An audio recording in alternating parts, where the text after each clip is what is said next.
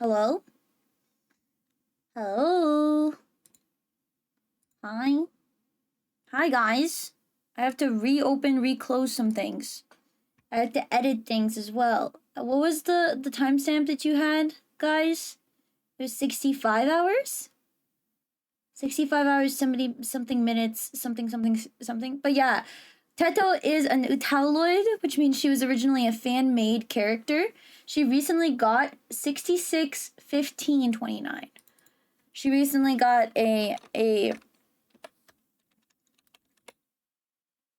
3960, so 3975.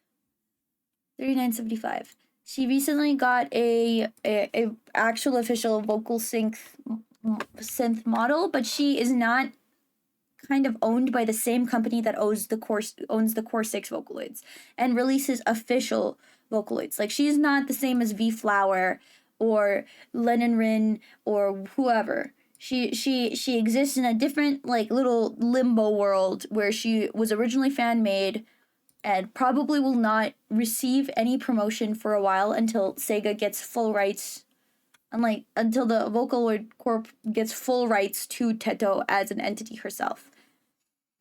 Also, it's hard to find things like that online of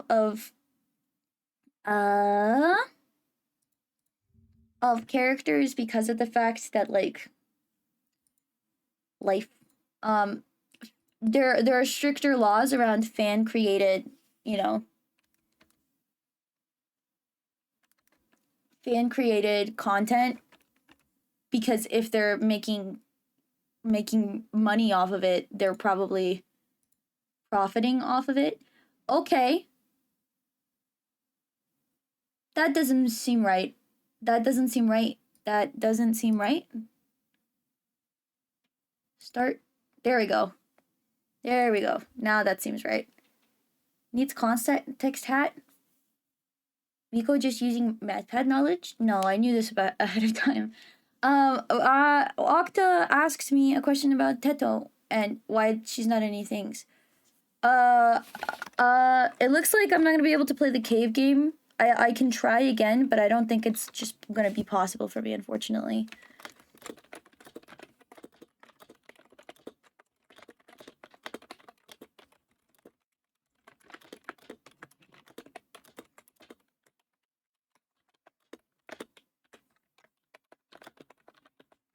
Alright. Unfortunate situations all around. I am a failure, I'm a flop, I'm a failure. Verified game files, maybe that's why it's screwy. I think it's just too intensive for my computer with running things like this stuff. How do I refund things on Steam? Just curious, guys. Just curious, how do I refund things on Steam because I paid for this? How do I do it? How do I refund a game? Support? Go to the support page. It's not what I wanted. I want a...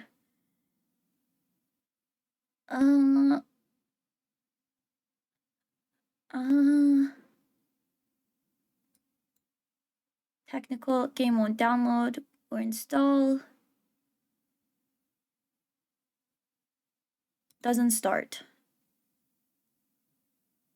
I'd like to request a refund. Sorry, looks like my computer is too poop to run this. Submit. Okay. I did it.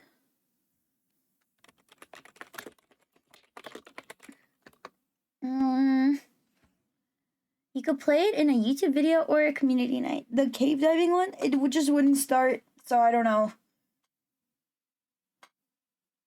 Check my Steam. Check my Steam. What? Pending gifts, Beat Saber. That is not a horror game.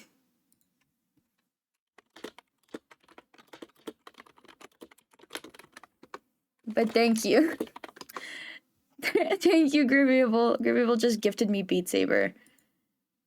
That's very nice of you. I messaged Grimmy, I was like, hey, I need a backup plan. And Grimmy gave me Beat Saber as a backup, so unfortunate. I I've never played Beat Saber before.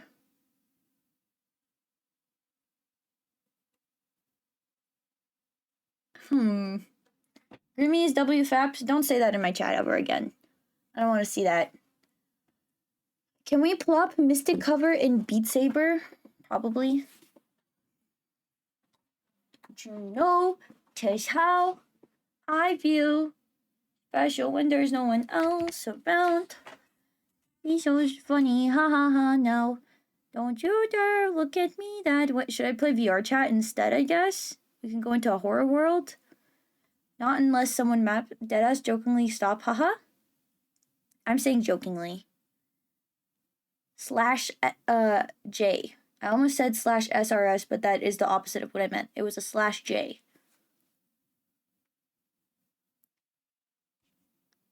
/J. Thanks for asking for clarification. Alright, I requested a refund for that game. I guess let's open VR chat. Rare Beagle VR chat stream. I have to update it? Fuck my life. Well, I already have my freaking headset charged, so I might as well. I might as well play some silly VR chat, I guess. Don't you dare look at me now. Wait, play VR Beat Saber?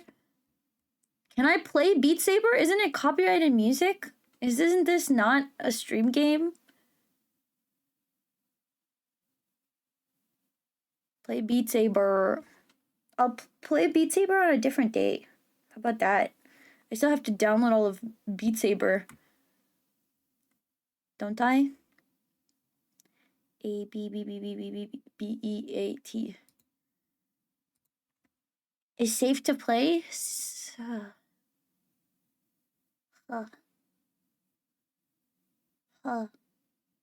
You bought Beat Saber. Grimmy just bought you Beat Saber. I can check? Yeah, I was gonna say, I think it's mainly depends on the songs you choose, but you can turn off track 2. What does that mean? What is track 2? What the hell does that mean?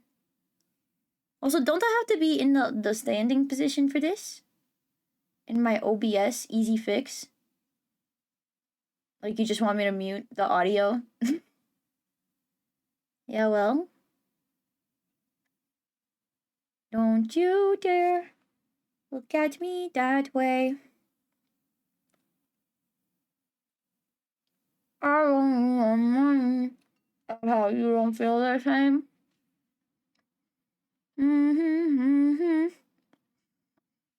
You are not a baby. You cannot pout.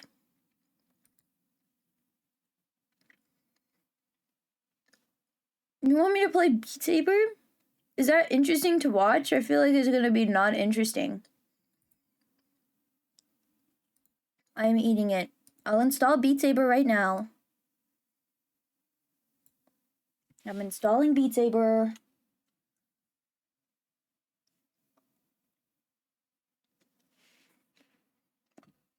I mean, I already have my VR stuff charged, so I'm mentally prepared for VR.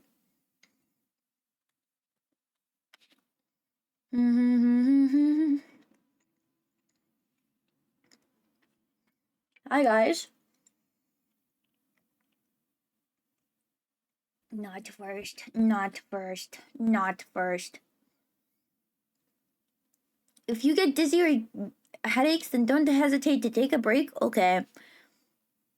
Is downloading a video game live? Grimmy can pout? It'd be silly, I think. Seeing you flap around like a fish. But you won't see me flap around. I don't know how Beat Saber works. Hi, it's my birthday. Thank you so much. It's my freaking birthday, man. It's my birthday.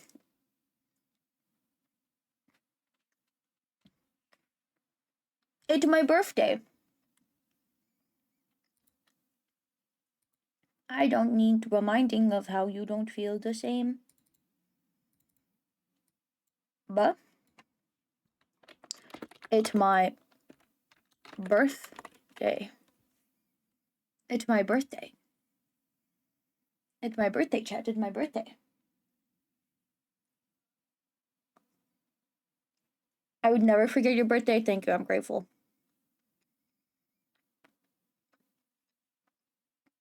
I'm a pro rhythm gamer. You're right. This would be an educational experience for you guys. It's downloading.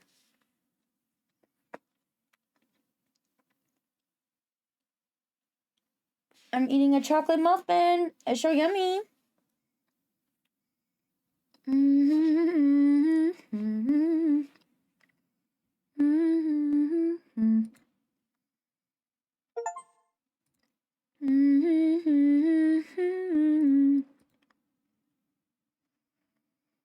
I sound like a loon. Don't you feel it too? Confess I've loved you from the start. I have not played Super Hot, no. Alright, it's downloaded. Is Subway fast food? I would consider it that. It is food that you get fast. It is fast food. Mm-hmm. Mm-hmm. Wasn't that its whole marketing thing? It's a giant chain.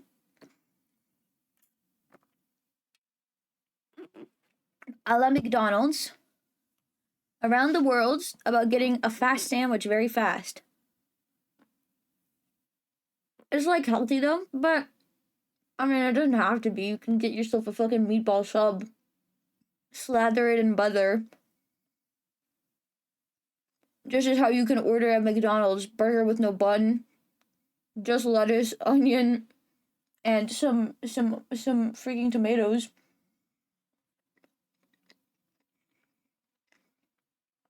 I am not daddy to you.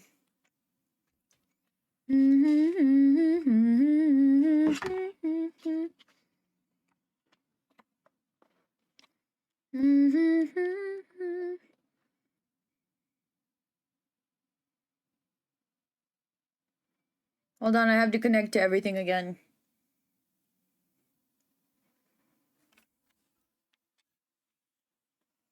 Cool. Open. Monitor 1. Close that. Play. Beat Saber. Beat Saber. Babies for Beat Saber. Well, now I'm sad. Why did I open this? Why did I open this? That I didn't need to open this. Babies for Beat Saber.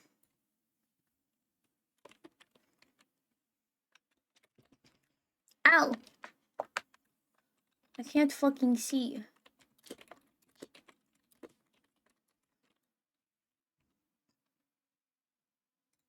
Babies for Beat Saber. Beat Saber. Alright. It's my first time.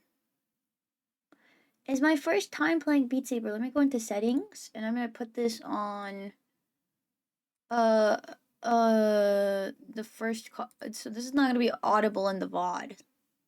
Sorry to VOD watchers, you guys aren't gonna get to hear the music, you're just gonna get to hear me grunting.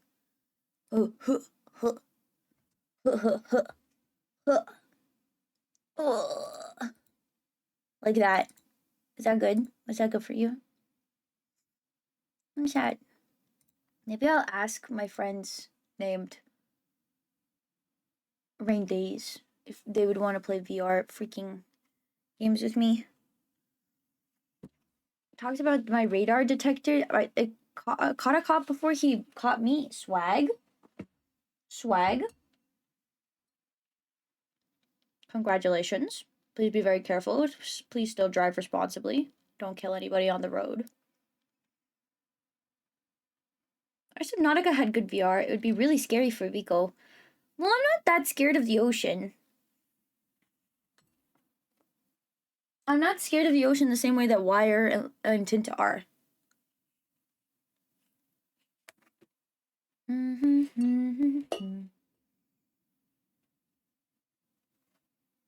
Beat Saber. Yeah. Grins. Okay. DMs, my dear friends.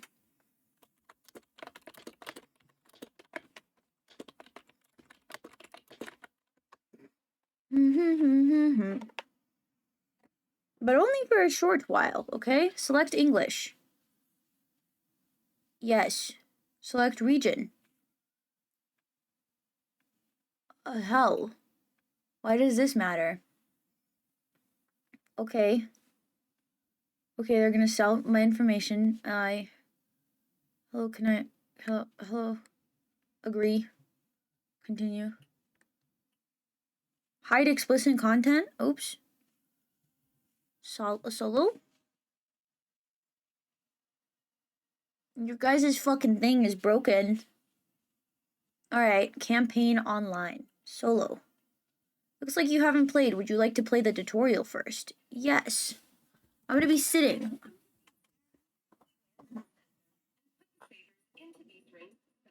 Okay. Okay. Okay. This is not comfortable. Oops. Is this a fake woman?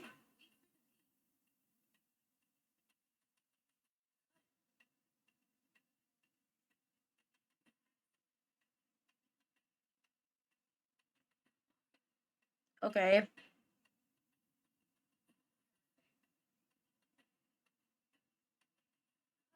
Okay. Oh, but do not cut. Okay. Beep. Pew. So scared. What? Do I actually have to? Big wall. Okay.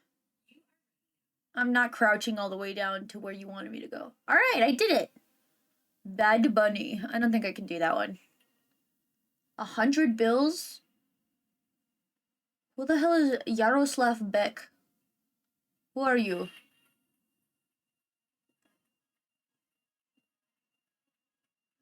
Turn me on. Can I do caramel dancing? I want that one. Britney Spears. Extras. Volume 2. Volume 1. BTS? Dude, I love those guys. Lady Gaga. Lady Gugu. Disappearing arrows. Okay, I don't know how to pick a song. I don't know how to pick a song. Alright, alright, let's just start, I guess. Looks, you have to modded paid DLC? That sucks. Okay. Okay, let's play a little bit of this. Doof. Doof. Doof. Doof. Doof. Doof. Table in the way.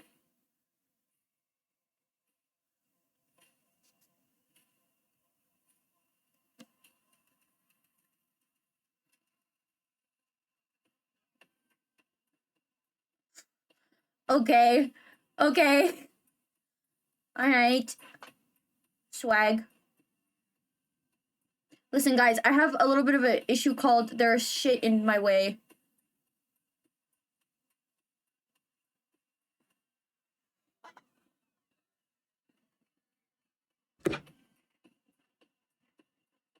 There's a table in the way. It gets mad at me when I do it.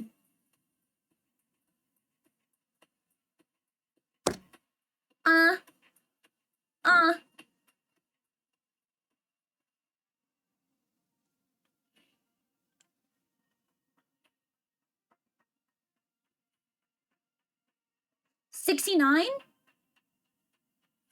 Sorry, guys.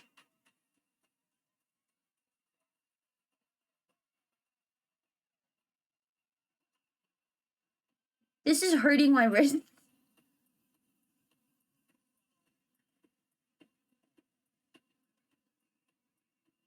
Oh god.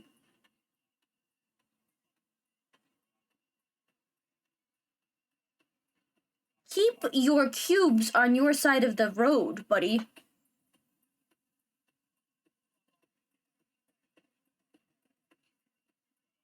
I probably look so crazy.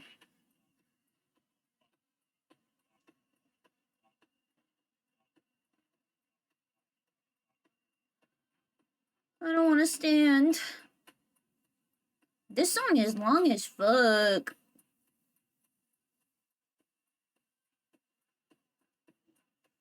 We need a modern Angel Wire songs into this. That would be enjoyable.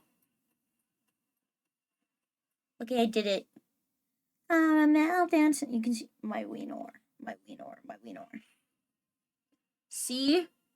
Yeah, I know that. My max combo. Listen, man. Listen, man. W Rhythm Gamer. Listen, man. She got on my ga. It's true.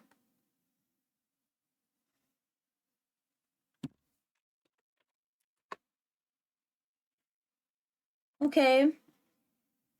Gets back to business. Is that freaking Bill Cipher? What the hell? Panic at the Disco. We could be emo. Okay, I'm gonna scooch myself over here, I guess, cause there's too many cables everywhere. I'm uncomfortable. Okay, the cable of my thing is ow. Ah, level failed. Man, I'm not doing that. I have to duck all the way. I'm sitting. Oh my god. Blah. Oh my god. This game is not accessible.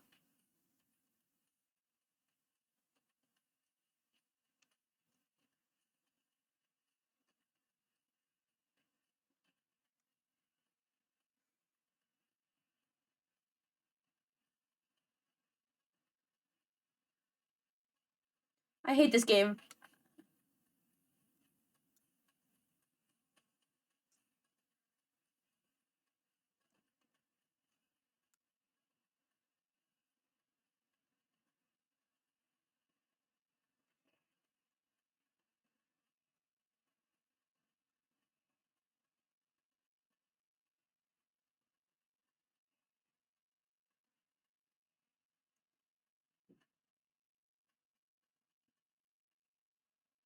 Oh my god.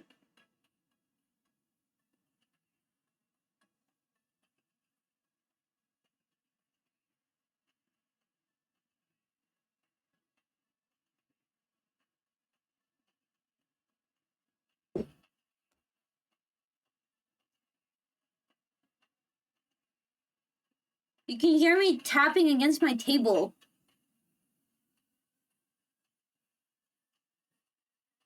Those pranksters. Ah, you pranked me. I don't care.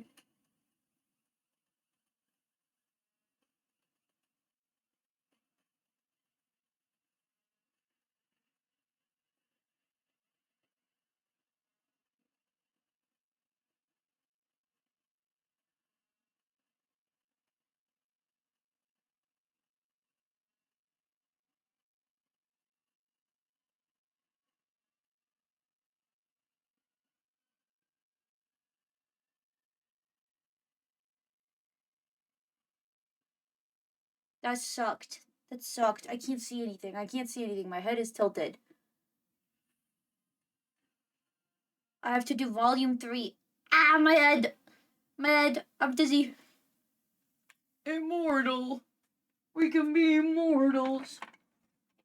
We immortal. That's Fall Out Boy. What did you want me to do? What did you want me to do? You wanted me to do volume 3 tilt song. What is the tilt song? What is tilt? What is tilt? Is this the right one? I need you. Girl, where when you shout Hongo? I'm here. What does it say? What do you say? I have to look through my freaking nose hole. W health maxing, this does not feel like exercise at all. This doesn't feel like I'm working anything out. I'm just moving. This sounds silly. Ow, my head.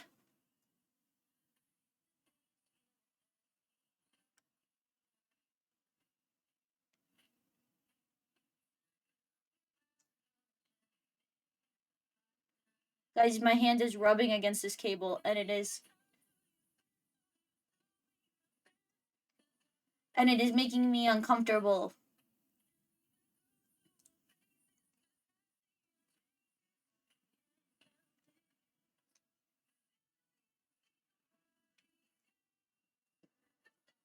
Bah. Bah. Bah. Bah. Bah. Bah. Bah. Bah. Bah. Bah. Bah. Bah. Bah. But I'm too tall for it now.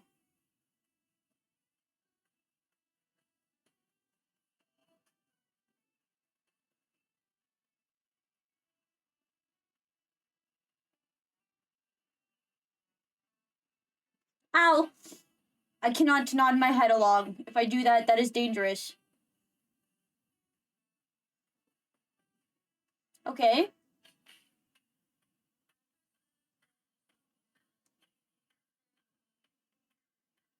Dude!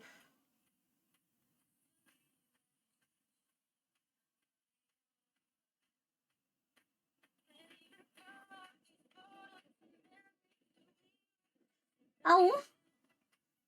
Pressure.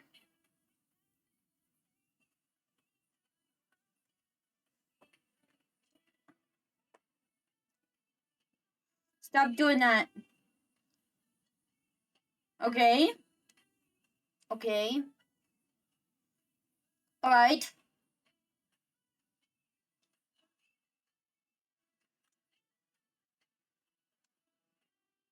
Don't even joke, lad. This way, this way, this way. Da da da da da da da da da da da da da da da. Blah blah blah. But this feels like something I would listen to in 2013. I would definitely listen to this in 2013.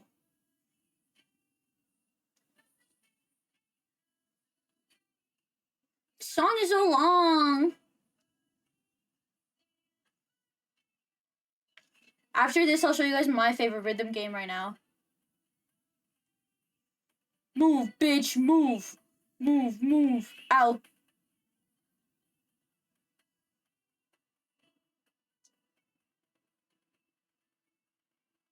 I bet that this is so fun with the modded stuff, where it's the songs that you like. You know? I bet that it's so nice.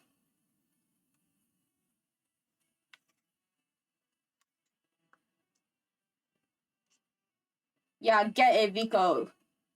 Get it, lad. Am I right or am I right, lads? I did it. Ow, ow, ow, I can't feel anything. My head. Ow. Ow, ow, ow, ow, ow, ow, ow, ow. It's so heavy. It's ZZZ. It's not. It's not ZZZ. It was, I would show you guys freaking Muse Dash. I love Muse Dash so much. Muse Dash is my favorite because of the art and the music and the everything. I love Muse Dash so much. Is the music okay, by the way? Am I doing max difficulty? I don't think so. I do not think so. I think I'm doing normal difficulty. Do you guys want me to try an advanced difficulty song? Let's go with that first one. Let's try it. Are you ready, guys? Let's try max difficulty. I'm about to show you guys. Ha ha ha ha ha ha ha ha ha ha ha ha. Okay. That was weird. What the heck? Here, let's try again. Okay, let's try again. One more time, guys. I hit my thing over here. How are you supposed to process the information that it's getting? How are you supposed to process the things that are freaking flown at your face? I can't do that. I can't do that. Ow, ow, ow. We're gonna keep doing normal? No. What? One saber. No arrows. Normal. Wait, no arrows? Ooh, this sounds fun. Let me try this.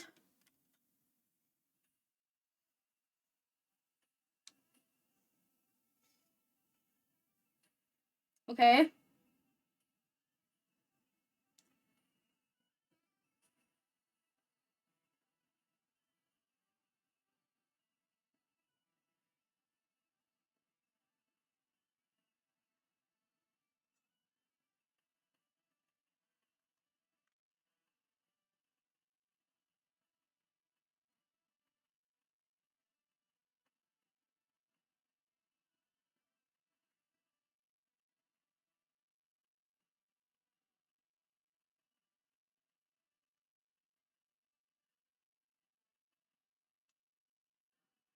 Guys, I fucked that. Okay. Okay. I like just stabbing them.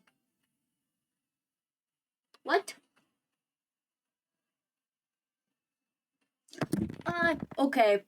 I shouldn't. No, we're not doing this anymore. We're gonna stop playing Beat Saber right now, guys. That was it. That was it. That was it. That was the end of Beat Saber. That was really fun. I will do that at a later date when I'm not like this. Because, you know.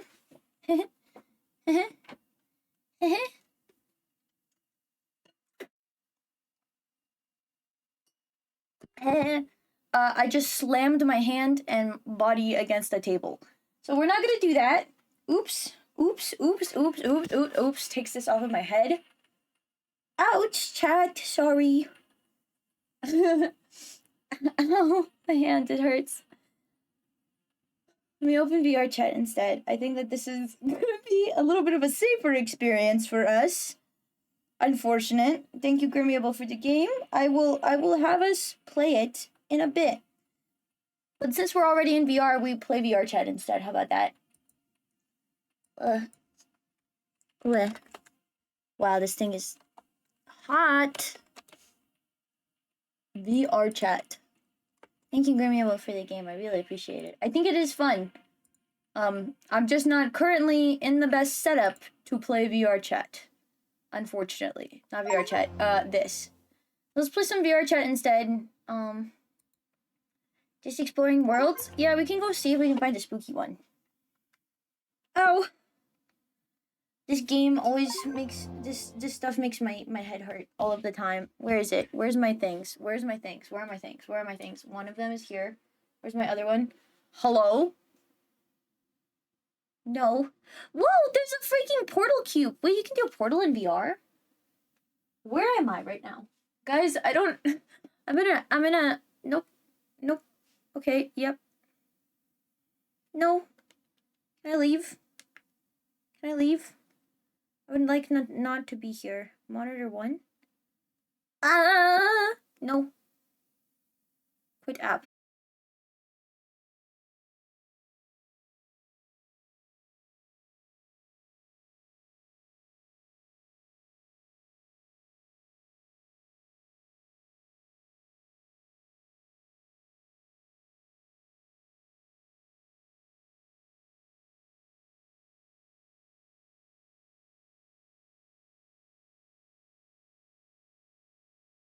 Connected. Enable.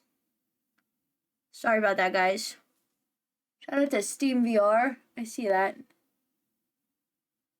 Okay. Listen, guys. VR always makes things happen. Which is fine and all, until things do happen. Okay. OBS reconnection, restart Steam VR? Okay. And let's just go to good old, wait. I have to do this really fast so I can actually see what you guys are saying to me. Let's go to good old VR chat. Good old clean, daddy's little favorite VR chat. My head hurts. Ow. My head, it hurts. Log out services, chat. Position, it is on my left hand. it is the size of 60 meters. And yeah, start manually. And then let me turn on VR chat. I thought it was me. No, it's VR in general just makes my computer like get overloaded. Take a break if your head hurts. Well, I already have my headset and everything set up, so I don't want to. I don't know wanna chat, I'm sorry. PC disconnected. Replug in my thing. Enable link. Why? Move this. Welcome to VR chat. I'm already here. I'm Vico. I'm literally Vico. Okay, it's making VR chat noises. It is making VR chat noises. I can't see. Oh, okay. Okay. I think I can go into here. And if I go into here and enable VR chat as my game, this should work. Hold on. Ignore the fact that it's like that, chat. I don't know why it's doing that. Don't ask me questions. Okay, we have VR chat. Who the fuck is this? What? Chat, who is this? What? Who are you? When did I become this person? What?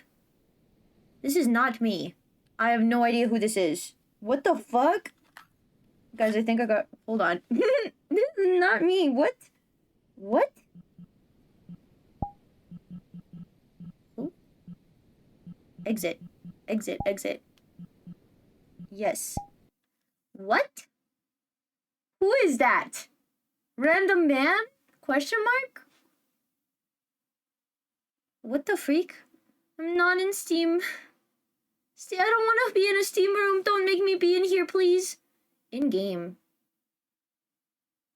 Please do not make me be... Why? Why am I in the wrong place? Whoa, you guys are huge. Discovery made, you guys are huge. What the freak are you doing in Steam stream in VR? Wait, can you guys see that?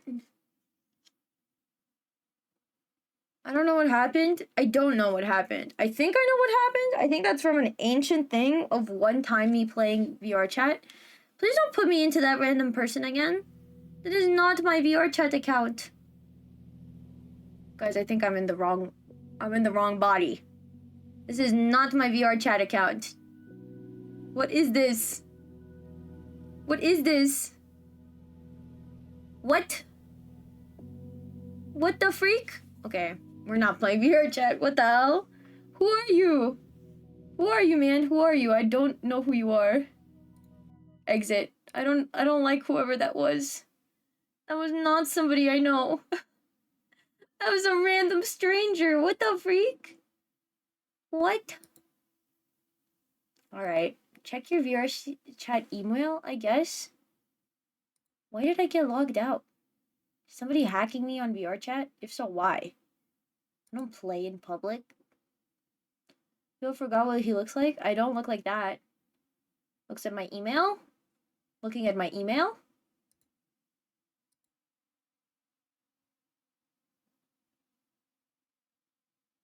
There was a stranger in there with you? No. I think that this is an old VR chat account that I did not know I was a part of. I did not know I had that account. RPing in VR chat? No. It was, okay. It was a forever ago. I played VR chat with somebody who I do not play with now. One night or another. What the fuck? Why am I in this? Okay, hold on. We gotta figure this out. Like, but for serious. PC disconnected? Whatever.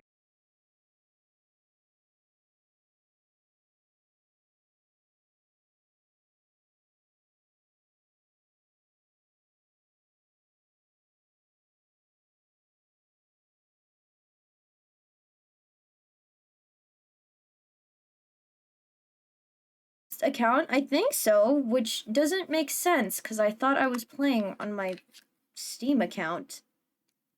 But I guess I wasn't. Alright guys, let's play something else. Vico Trouble? Yeah. I don't know who that is. Well, now I'm disappointed. I'm so sad. Nothing I wanted to do today has gone well. Sorry, chat. Sorry. I wasn't able to do any of my goals except for eat a spicy chip, which we'll do in a bit. I want to do that before bed rather than right now so I don't continuously feel the heat and pain of a spicy chip. So, we'll see.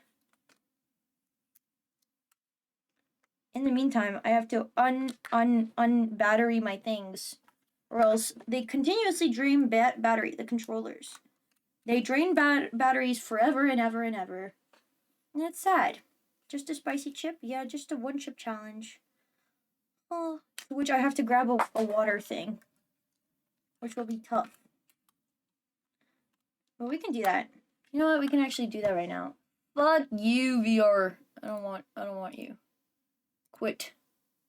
Quit all of these games. Quit them. Don't make me, don't ask again. Water or milk? Milk. Not water. Sorry for all those who thought I said water. Water is not the answer to my situation here. Whatever. What the fuck ever. Sometimes things fail and flop, and that's okay. It's okay. We have to get used to things flopping sometimes. I'll have to fix whatever's going on with that VR chat thing. That is not an account that I use. I used it maybe twice in my life. I wanted to make this clear, and I did not have a VR headset back then. It was literally for, I think, New Year's. Me and Wire just hung out with the person in VR.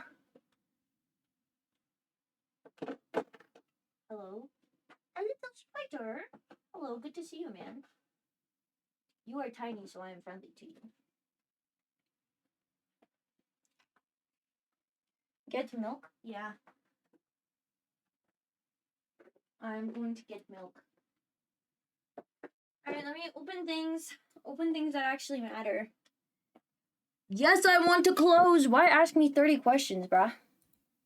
Alright. Fuck. Ooh, let's go into just chatting. We're gonna eat a spicy chip.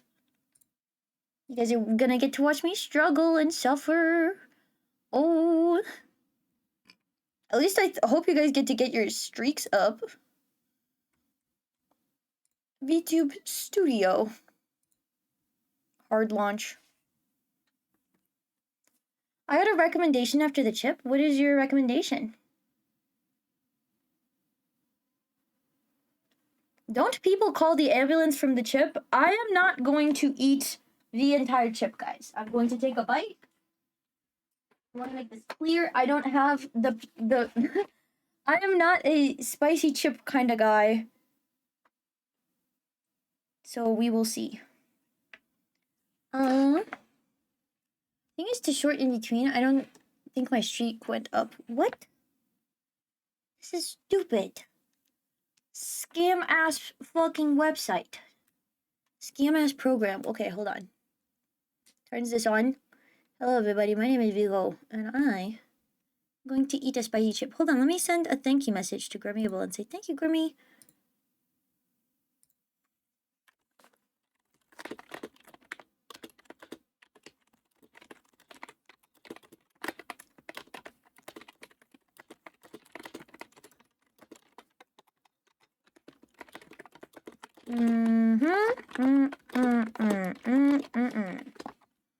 Awesome.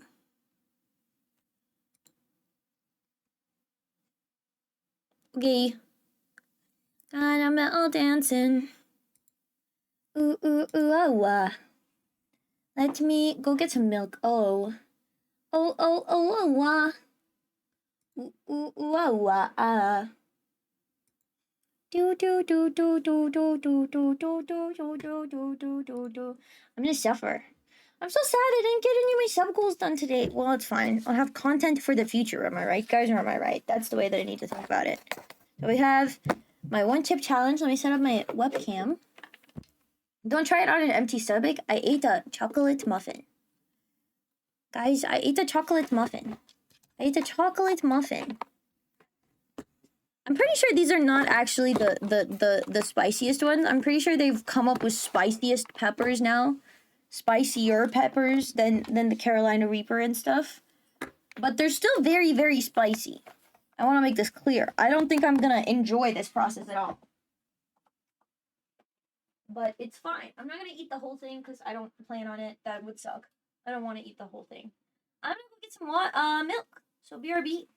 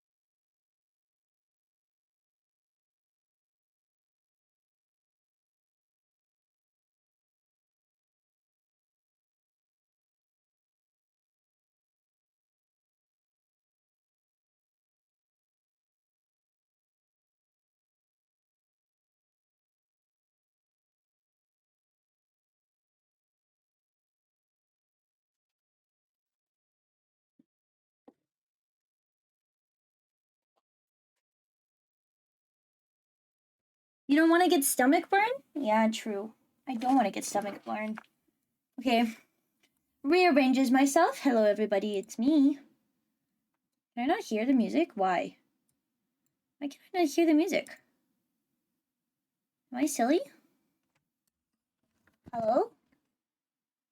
You guys can hear it, but why can't I? Huh? Is it because of the fucking audio split? Ah! Another reason why I hate VR is because it always switches my default audio device to my stupid headset, and it doesn't switch it back. Same with my default microphone. There we go. Hello? Use a napkin or gloves to handle okay, guys. All right. I'll go grab a napkin and things. I'm gonna grab a napkin. I won't do it. I want you guys to know that this was $15 for one chip. One chip was $15. I'm not gonna take a big bite. I want to make this clear.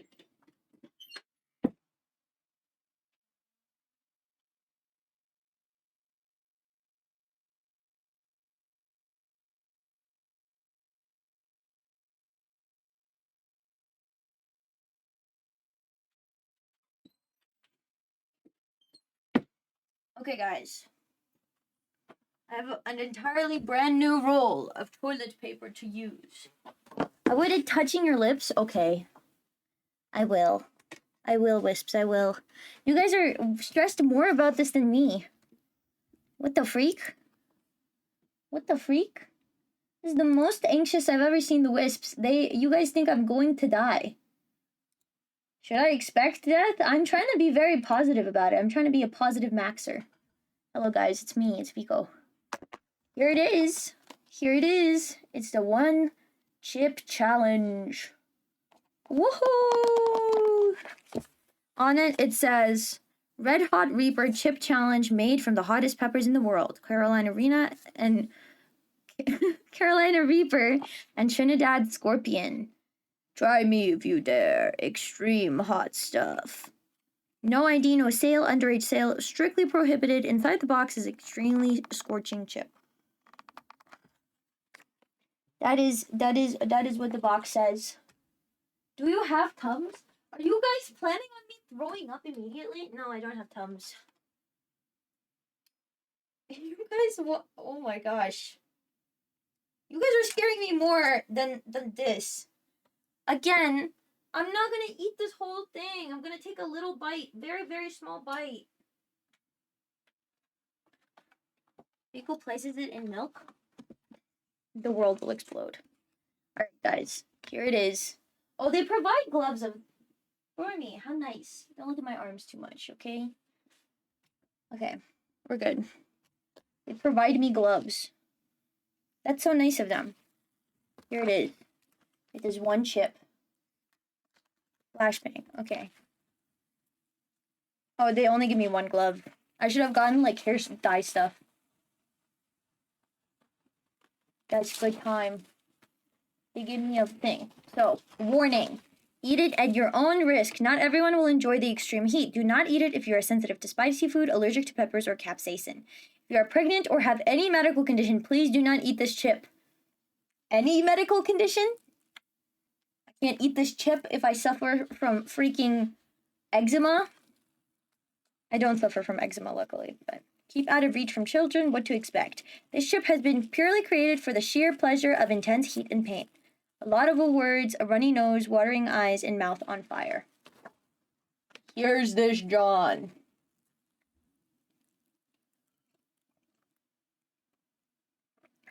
We will remember you. I have a full glass of fresh, delicious milk. Full glass. So, we'll see. We will remember you guys. Guys, you're stressing me out. So sad. I will do a very special Phasmophobia stream with my friends soon. I don't have scissors. How do I open this? How do I open this? How do I open this? Oh, I found it.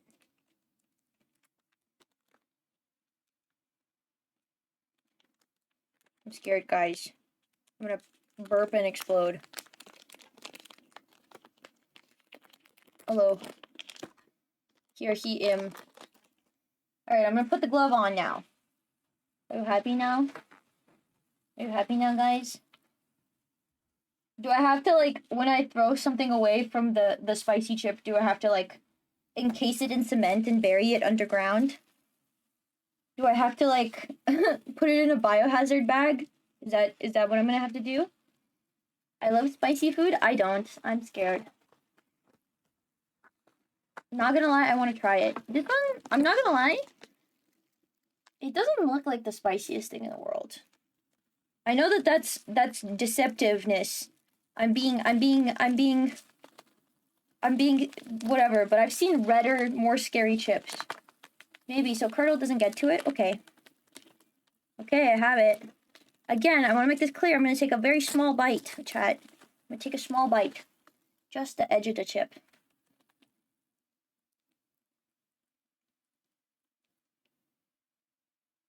Careful. You guys are making me... Sniffs it? Yeah, it does smell spicy. Yuck.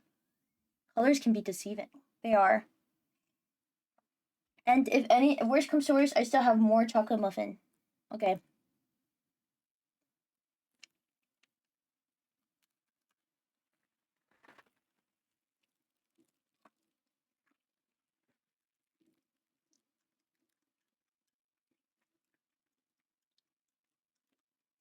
Yeah, it's spicy. Bleh. Yeah. It's spicy.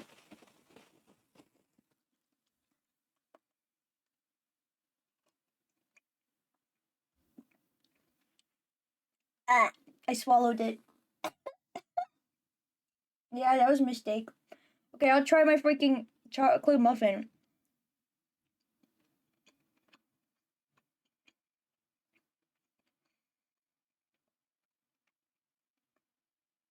Yeah, it's spicy. Ouch. Ouch, ouch, ouch.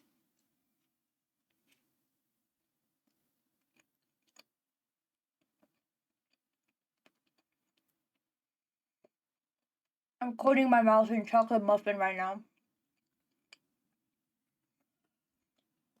I can kind of feel it in my ears. Is that weird?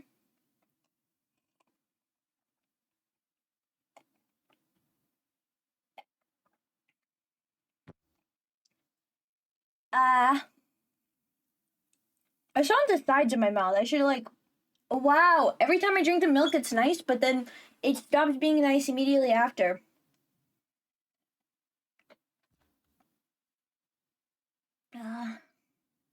Yeah, I'm gonna have to get more milk, I think. Burp. Gargle with milk and spit it out. Ew. Okay.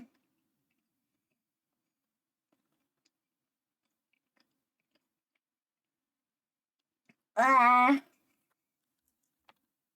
It is there. There's a consonant.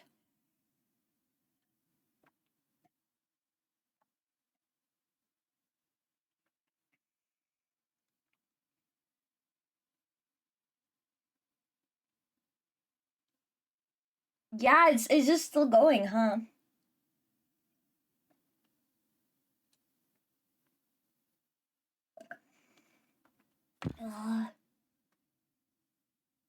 Don't touch my face, you guys said. So I won't touch my face. I'm glad I didn't take a bigger bite. Ooh, I had a chocolate muffin on the sides of my mouth. Spits into a napkin. Yuck. It's gonna keep going for 48 hours. You're lying. You're lying. That's not what's gonna happen. Burp again. But that one was on purpose.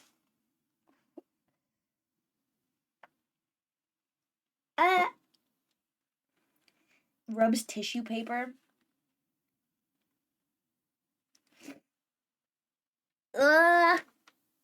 Rest in peace. It's nice knowing you.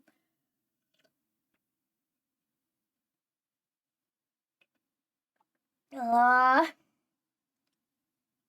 gonna burn tomorrow when it comes out.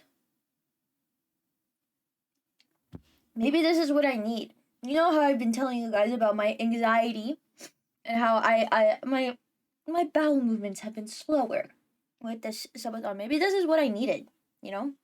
In the end, this was the ultimate goal. I need to stop touching things, I think.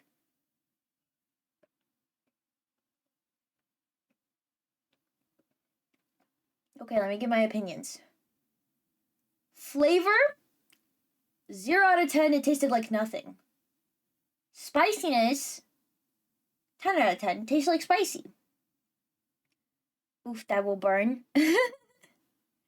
I took a teeny tiny bite, like teeny tiny, guys, like nothing. See? Just a little corner. If I ate the whole thing, I definitely would have thrown up, I think. I'm not even a thrower upper. I rarely throw up in my life, but I would have thrown up. But I'm gonna drink the rest of this milk.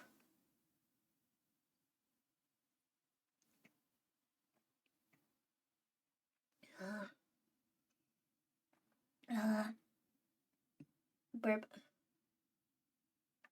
Try one more bite? I don't wanna. I've already experienced the first one. You're not gonna make me do masochism stuff. I have self-respect.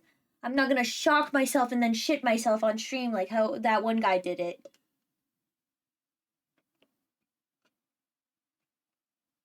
Milk finished. My review of it with my tiny little bite is that it likes getting on the sides of your tongue. Because when you drink milk, it all like coats the top of your tongue, but on the sides of your tongue, it's a lot harder. Overall, I do feel a runny nose. I felt it in like the back of my ear. No more constipation if you shit yourself.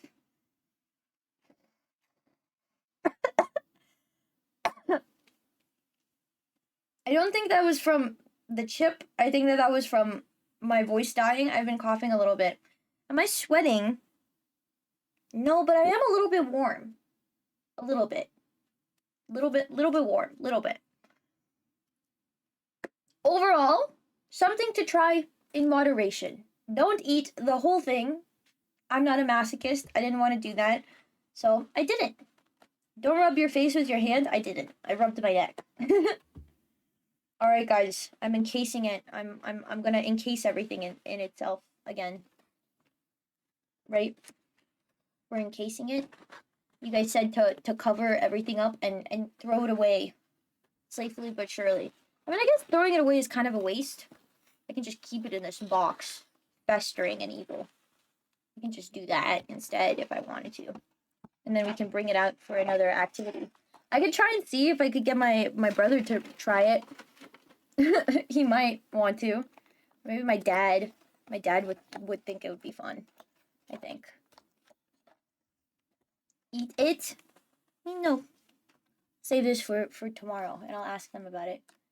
And nail polish, and then milk, and then normal soap.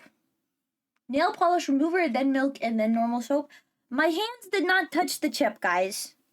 Don't worry. I'm okay. I am gonna go brush my teeth, because it gets in your molars a little bit. That's what I'm gonna do. Try one bite every day to build up a spicy tolerance. That could also work. I mean, chips don't really have it. Alright. It likes to be in the, like, back, kind of, like, low part of your tongue, throat area. And then it'll be a little bit in your, like sternum. You can kind of feel it. Molars, side of the mouth. Your lips are gonna feel very, very, very plumped. And then Rico going to the bathroom to puke it out. Yuck. I would never force myself to puke. That is such a painful experience. I hate puke. I would never. Okay, I'm gonna go brush my teeth really fast and rinse my hands, I guess. So, well, wash my hands with soap. So you guys don't have to worry about me touching things anymore. So BRB.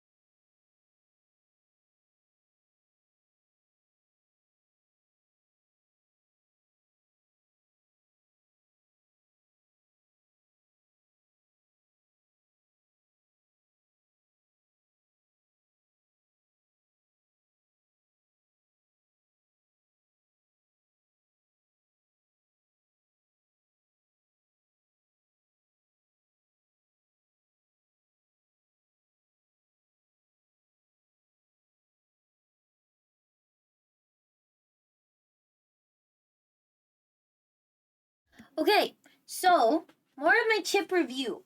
My chip reviews, I'm here to say, is overall, it does its job. It's exactly what it is. I would never eat that on my own time willingly. That doesn't seem appealing to me. I think that the lack of flavor helped a lot. It didn't taste salty or bitter in any way. Nekopara Catboy's Paradise? She would not play Nekopara. Stray. We played Stray. Stray was fun.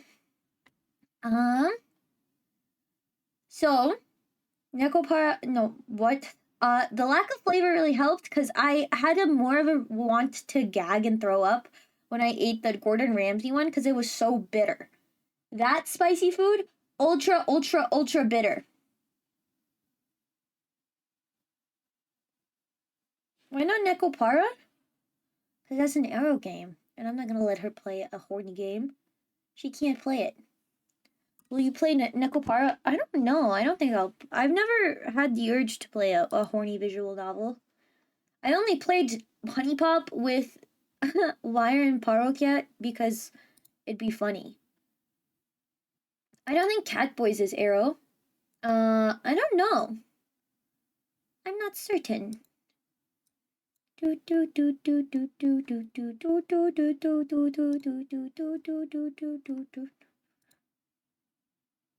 don't think so either. Okay. Ah, okay. Let me put chapstick on. But, secret Discord stream? I guess we could do a community night where we play a horny game. I know Nyanners likes to play a lot of fetish games that are like not explicit in the sense of like not safe for work, but they're clearly fetish games. Like she plays a lot of giantess games. Ones where it's like, I'm a tiny man and a giant woman is about to sit on me. I don't know now. Tag says nudity, but there's no 18 plus tag. Okay. I think we're gonna do a Discord community night stream in June. I know that that's far away, but so I want you guys to know there's something big planned.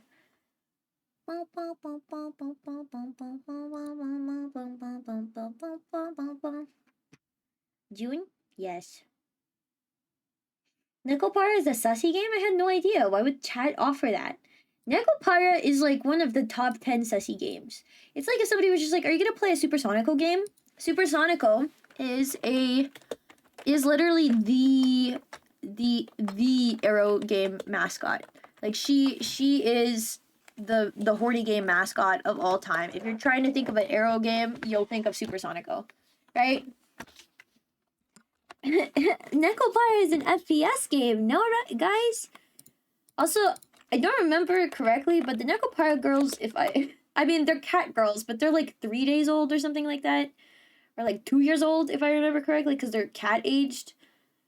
So they have like weird rules around their age that, I don't know, it's kind of and awkward in a way for me. You're allowed to enjoy whatever you want. Cat girls aren't real, it doesn't matter. But Nekopara, I don't know if I would ever play it. I know a lot of people like it though. I mean, it has a cult fandom. Choco and Vanilla, we can play Nekopara and we can root for Choco and Vanilla to fall in love. Maybe that's what we should do. We could play Nekopara like that. Let me look up Nekopara on Steam. You've never heard about Supersonico? Supersonico is the one that everybody has 1 million figures of. Supersonico is, let me see if I can look up her figurines. She's a pink-haired lady. She has big boobs, and she has these cool, like, industrial hair things. She has a lot of boob. A lot of boob. I'm gonna open images that are just the safe for work figurines that she has, but she's a very big favorite for figurine collectors because she has a lot, and she's a cute girl. She also has a brother. I don't remember what his name is, but he is their Yaoi, like the company's Yaoi game mascot. He gets ran through, and he's her brother. So she gets ran through, and so does her brother. It runs in the family, and by runs in the family, I mean getting ran through, not anything else.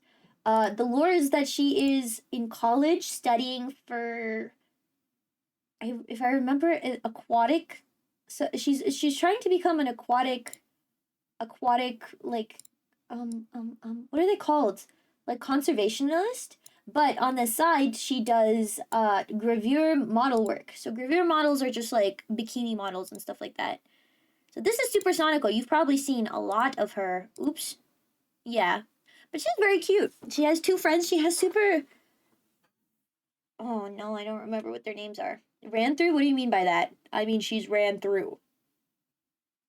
You don't need me to explain what I mean by that.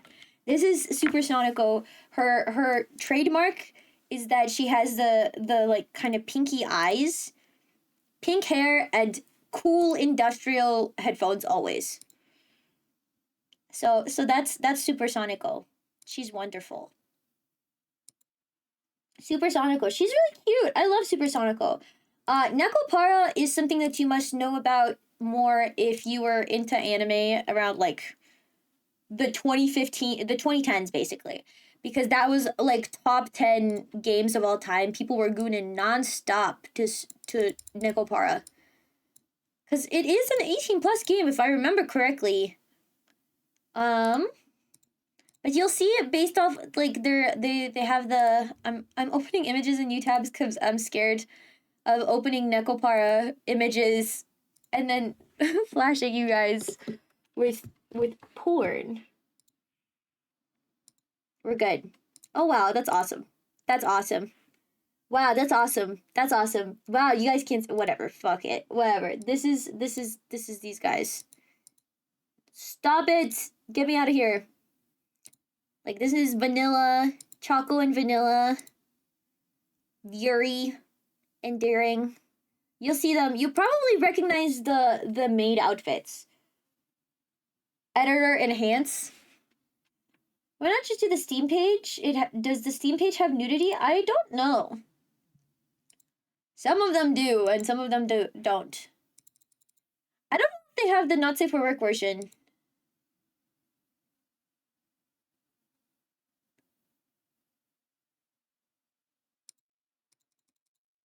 Hello, can I be free of cave VR? I don't want it.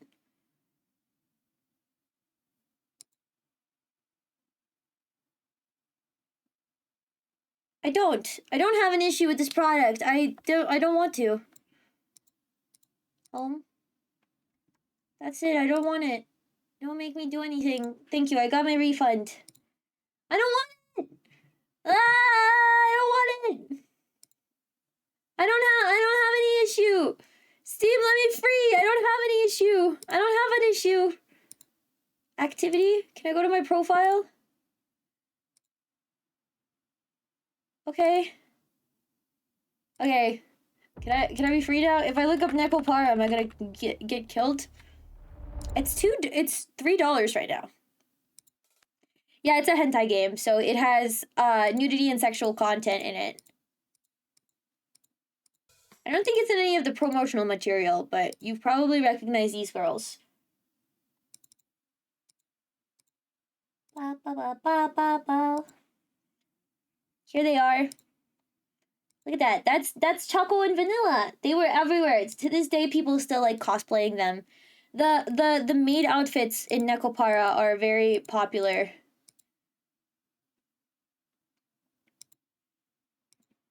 If I remember correctly, I think it's in the later volumes. Nekopara After. Yes, I think Nekopara After is where you have sex with the cat girls. But it's a cat girl dating sim. The developer is literally Neko Works. It does have FPS tag. You're right. It does have the FPS tag.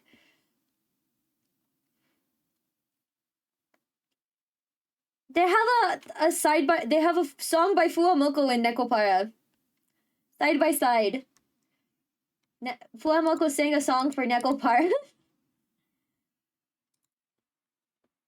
I thought they were in an anime. They're a visual novel first, then anime. Same with like When They Cry. When They Cry was a visual novel first. Steam wants me to have it. Steam does not want me to have it. Steam wanted to know what was my issue with my thing. Oh, Next Fest is here. Wait, let's look through Next Fest. I want to know. February 23rd to March 2nd. Discover Next Fest. This is the promotionals for stuff. I already put in Schrodinger's Call because it's cool.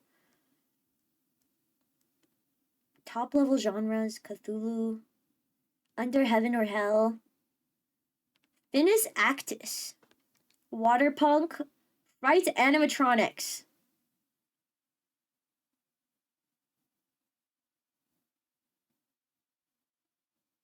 Well, this is FNAF.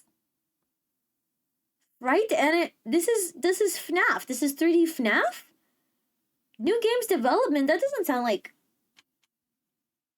Wow. Villain Nocturne, this looks pretty. All Hail the Orb, that looks fun.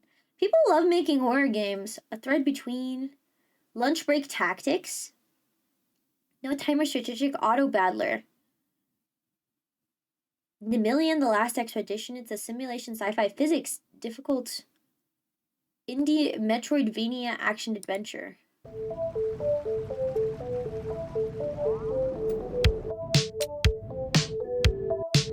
Wow.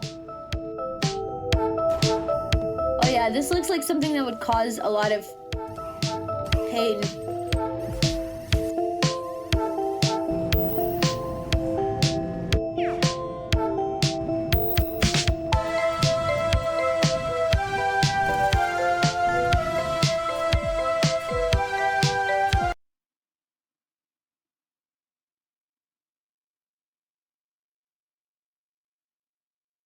What? I don't understand.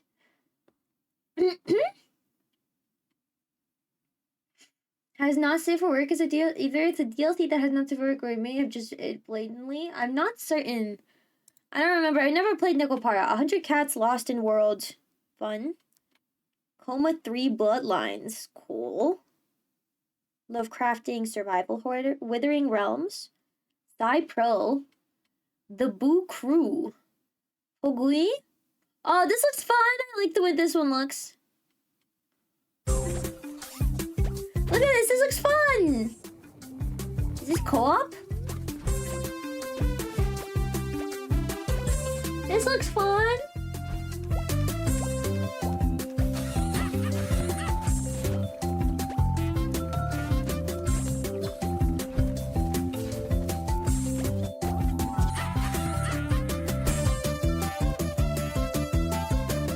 This is fun.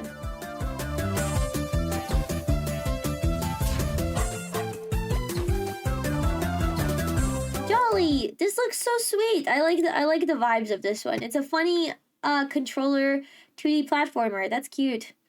Oh my god, boy would love playing. Full Metal Sergeant 2. You have to be a sergeant. I know a couple of VTubers who would probably enjoy that. I think Sarwe would play that game. Farewell Jack, no. Hinter Kaifek, The Farmhouse Murders. Bike Simulator, Stunt Simulator, Space Control, Lover's Enigma. You investigate your husband's mysterious death while balancing complex. Is this a dating sim about being a widow? Involving a hidden cult and key characters. Your choice shape the story and lead to multiple endings. This is a visual novel dating sim. Ooh-ah, uh-oh. Ooh-ah, uh-oh. The art looks beautiful. Why is there a rhythm game segment? What? Yeah, you better. This looks nice. These look pretty. Chilling silence. Oh, okay, wait, hold on. Immerse yourself in the gloomy atmosphere of a small northern town at the turn of the millennium, where the reality intertwines with inner demons of the main character, who suffers from a strange form of social phobia. What could have happened in this godforsaken place at the edge of the earth? It's a story-rich psychological horror, detective, atmospheric, and retro. This looks fun! Wait, this looks fun.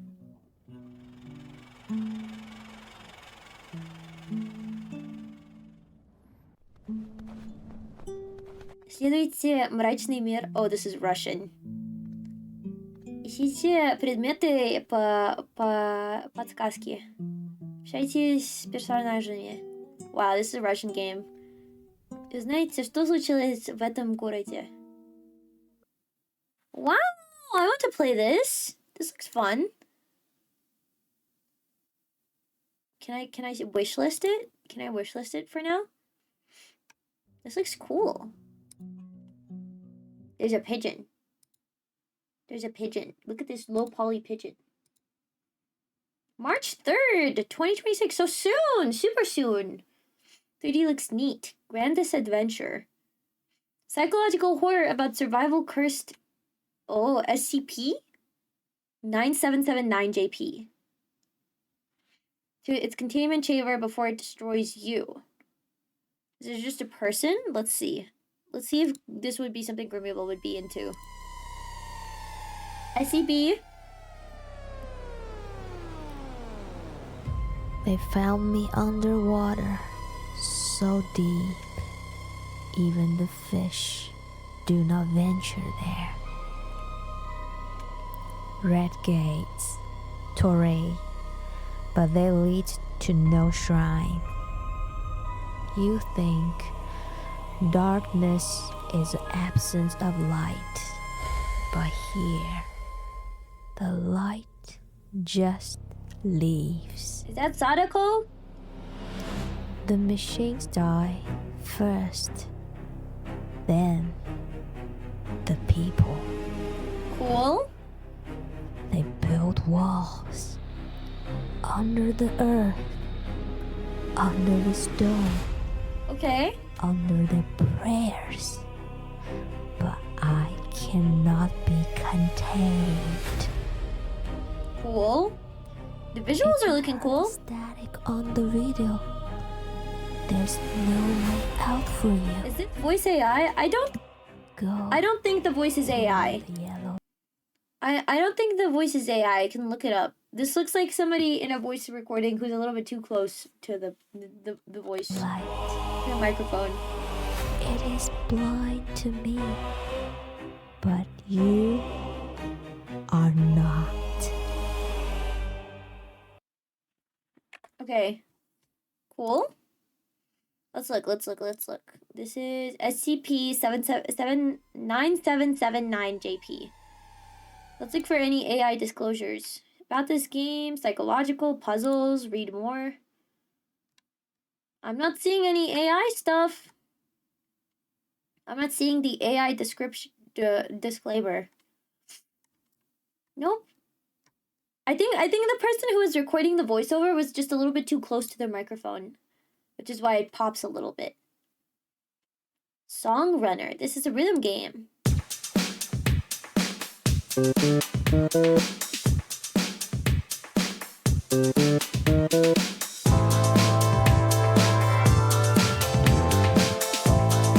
Interesting.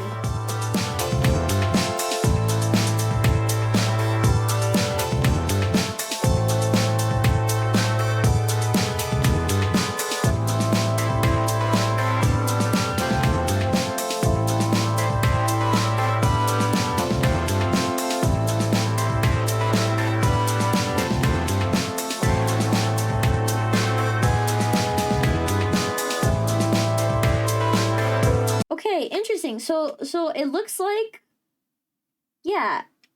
I'm gonna check in case.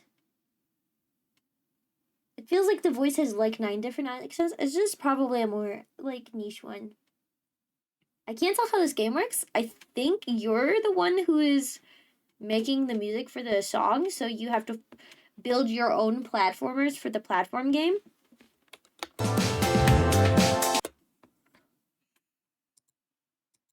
I mean, it looks cool. This looks interesting. So, puzzle platformer where the platforms are your own musical loops. Yeah, so this is where you build the song yourself. Speed through dozens of handcrafted single-screen challenges while creating your own platforms in time with a high-energy original soundtrack. That's what I was imagining. You have to do it. I don't see what the controls are gonna be like. Oh, 1, 2, 3, 4. Here's the controls. So you want to move back, this, and then to place things, you write 1, 2, 3, 4. Interesting. You can kind of see it. But on the side there, you can see where it says 4, 1, 2, 3, 4, 5, 6, 7, 8. That's the notes that you can place. Hi, Wire, hi. We're looking at Steam games. Interesting. I'd like to see Wire play it. Yeah, I like to see Wire play it. I wonder if they would enjoy it, like, on the fly coming up with melodies.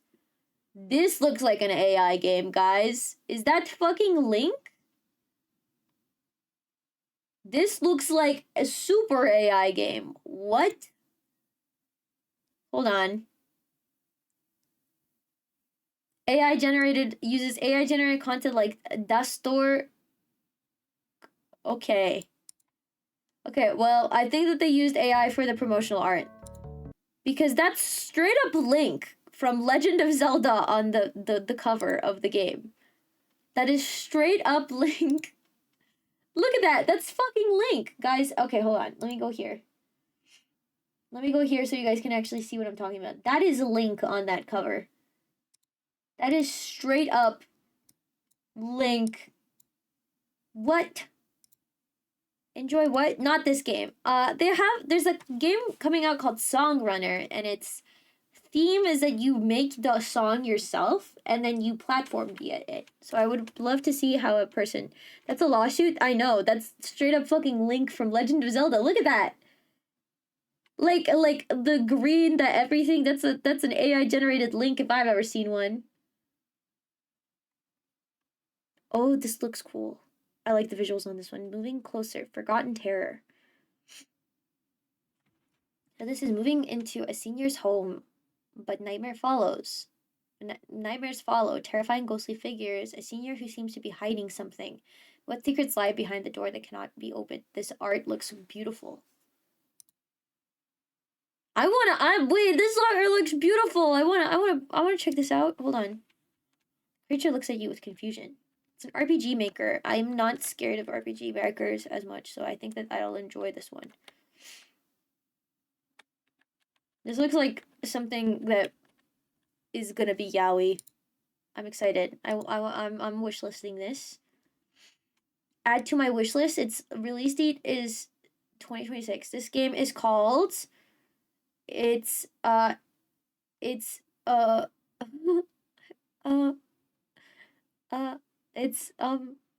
called something. This is from Cosmic Train. This is another RPG horror. It's a dating sim.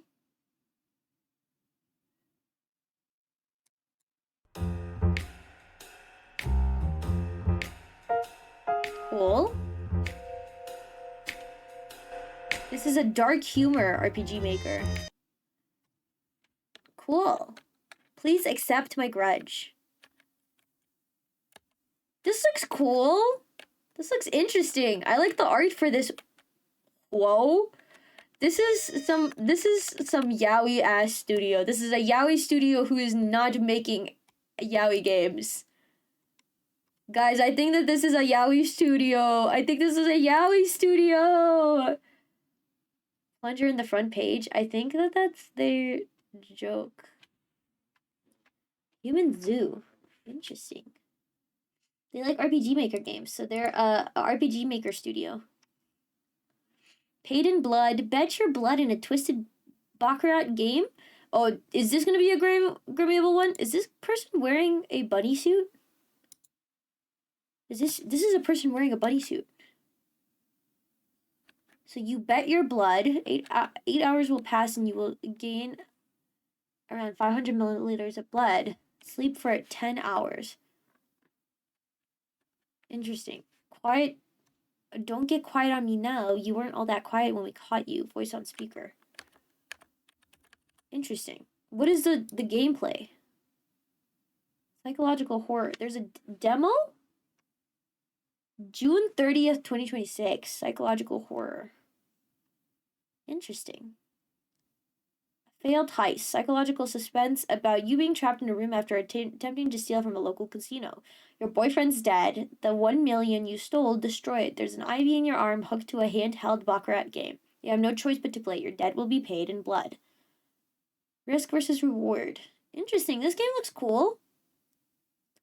I want to see more. I want to see a teaser of it, like a video teaser of what happens in the game. Bunny Girl? We love bunny girls. Void Loop. Roguelite.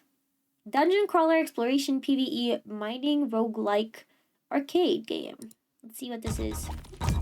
Oh, this looks so cute!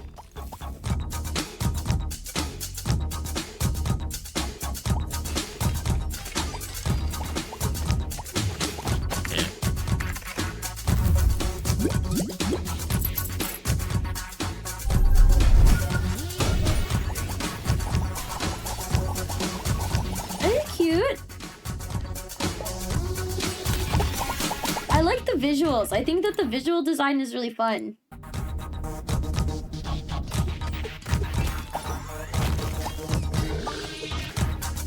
Will I play Binding of Isaac? No. I've watched people play Binding of Isaac. I try not to play games that I've already watched people play unless they have like infinite replayability. So no, unfortunately. But this is cool. This was cool. This is a cool, fun new stuff. Psy-Pro. I think this is a game that grimiable might like. It's a psychological horror with multiple endings in first person and single player. Fired. It'll be fast. Any emotions? Not now. Fix my mind. Your mind is remain empty. Where am I? Feel the anxiety. Look, it's dripping. Unscrew. Maybe panic attacks?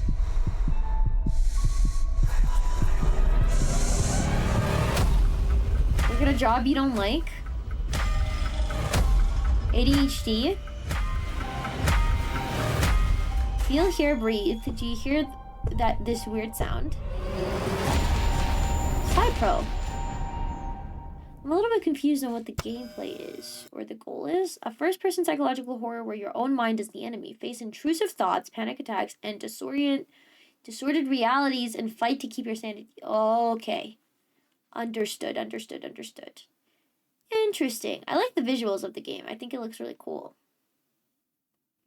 Thread between. This is a puzzle logic, isometric, minimalist, grid-based movement strategy. Popping pills. Popping bottles in a club. Like Blizzard. We do it hard like Blizzard. Bada. Choose your path. You are a spider? Spider!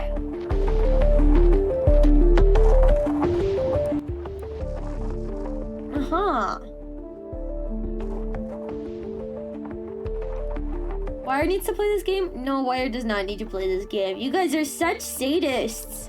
You just want to see people suffer.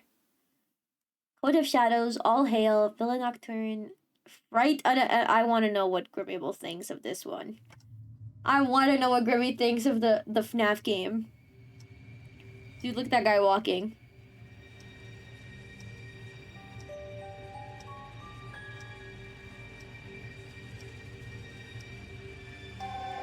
Hello?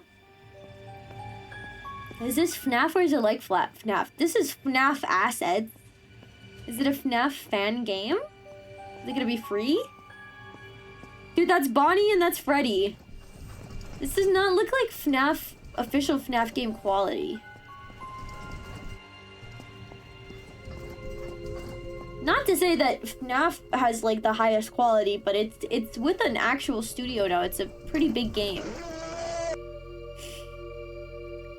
I think that this is a Fright Animatronics. I think that this is a FNAF fan game.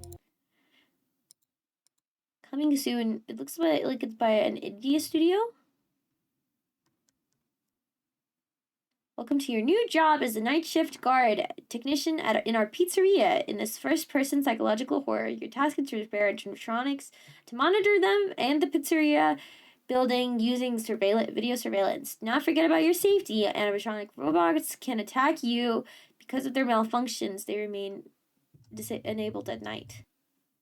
Dude, this is fucking FNAF. This is FNAF 3D, I think, is what they're doing. This is a fan game. There's no way. New Games Corporation. They already have Fright Animatronics 2? Fright Animatronics demo is free, but Fright Animatronics 2 is $7. Literally FNAF. What's up with the audio? It feels like audio is missing. I don't know. I turned it down a little bit. If that's what the issue is. Grimmy, get over here. That's Buddy and Frazzy, bro. Or are you saying like the audio is empty? Yeah, the sound effects are quite empty. Armored War is there too? Empty? It looks like this is a ripoff studio. How is this like Outer Wilds? How is this like Outer Wilds? Escape the Backrooms Chinese New Year? They got a Chinese New Year update?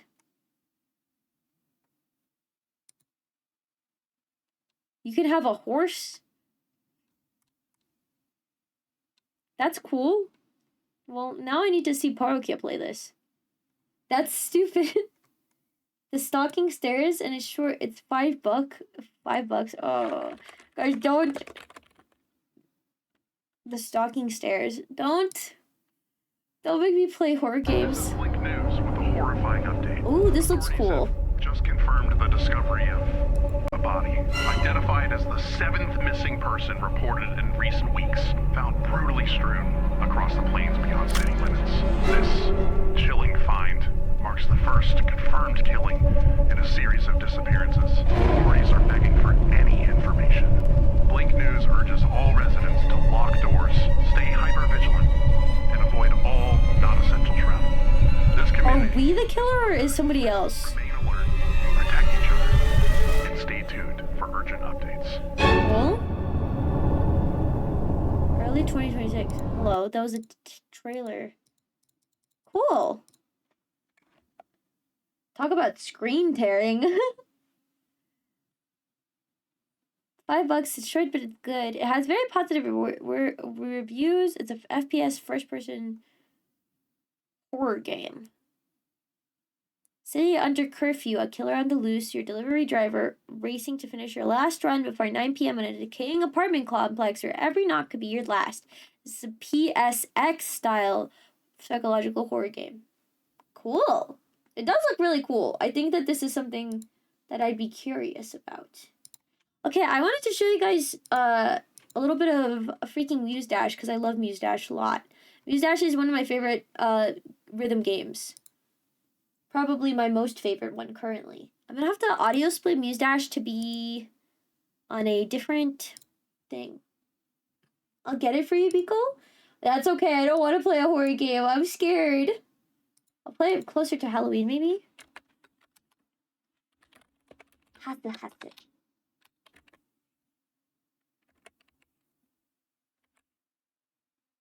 Muse Dash. Done. I love Muse Dash a lot. I love Muse Dash. Volume mixer. Cable A. So that way I can listen to my copyrighted music. I'll turn up the audio as well. Do do do do do do do do do do.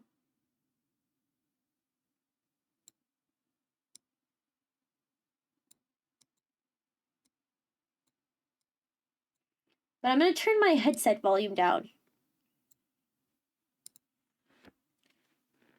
So this is Muse Dash. I love Muse Dash. This is one of my favorite rhythm games. It's very easy. I don't know how to. Don't even stress, man. I love Muse Dash a lot. Mostly because I love the art of it. Muse Dash art is my favorite in the world. I love it so much. Let me see if I can show it to you guys. Muse Dash has a lot of really beautiful art pieces. It always makes me want to draw. Look at this. Why are they moving so much? Because it's fun to look at. I love the visual direction of this game. Look at all of these illustrations that you can get.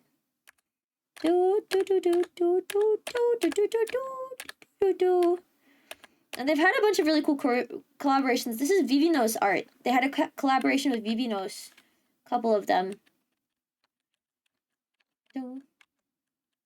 She's quite beautiful. It's one of my favorite games visually. Like, look at all these illustrations. They're gorgeous. I love them so much. They got Arknights in this game, by the way. For those who care, there's Arknights in this game. Look at this. Do do do do do do do do do do.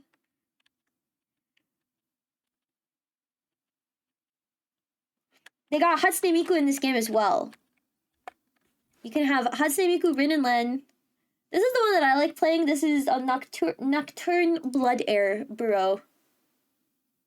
Oh yeah, they had the Dave the Diver collaboration. I forgot. It's been a while since we've gotten a new Maria. So they got from Groove Coaster. Also from Groove Coaster, if I remember correctly. L Clear. This is from Toho. Toho Project. This is Reimu.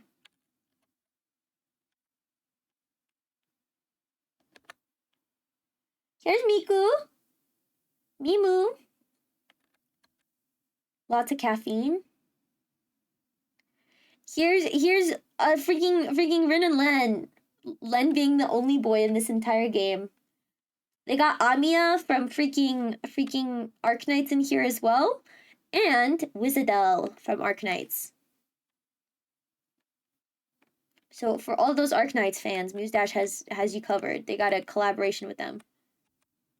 But this is the Muse Dash original characters. So they have the characters Rin,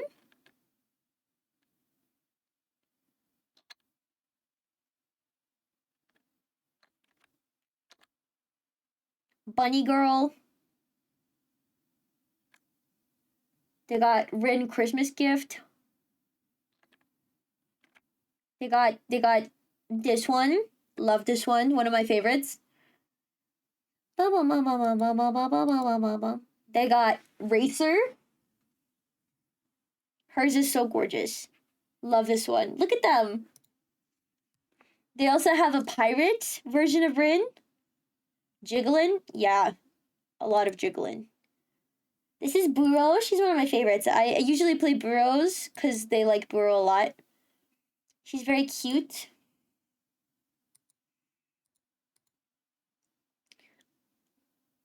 Look at this one. This one's so cute.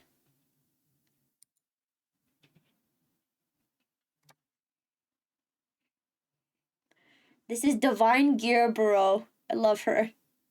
The Jester fit was adorable, wasn't it? It was so cute. She's so happy. And also, if you want, you can turn her into a little cat. And watch this. If I do this, she meows. This is my favorite to use. I love Burrow Nocturne Blood Air. When using Diver Burrow, fish toting enemies will appear. Beat enemies away to collect their fish. This is a Bikini Burrow. She's cute.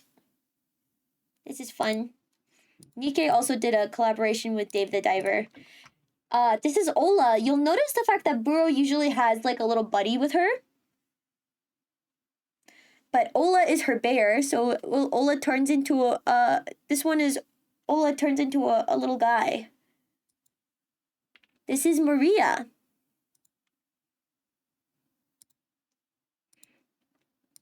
Maria. You can have a beautiful maid girl. You could have a freaking witch. A witch girl.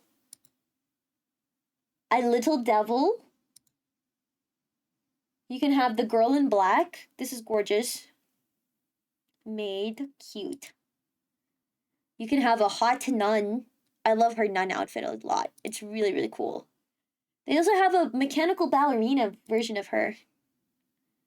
But yeah, it's really, really fun. I like this one. I'm going to use my default, which is Blood Air.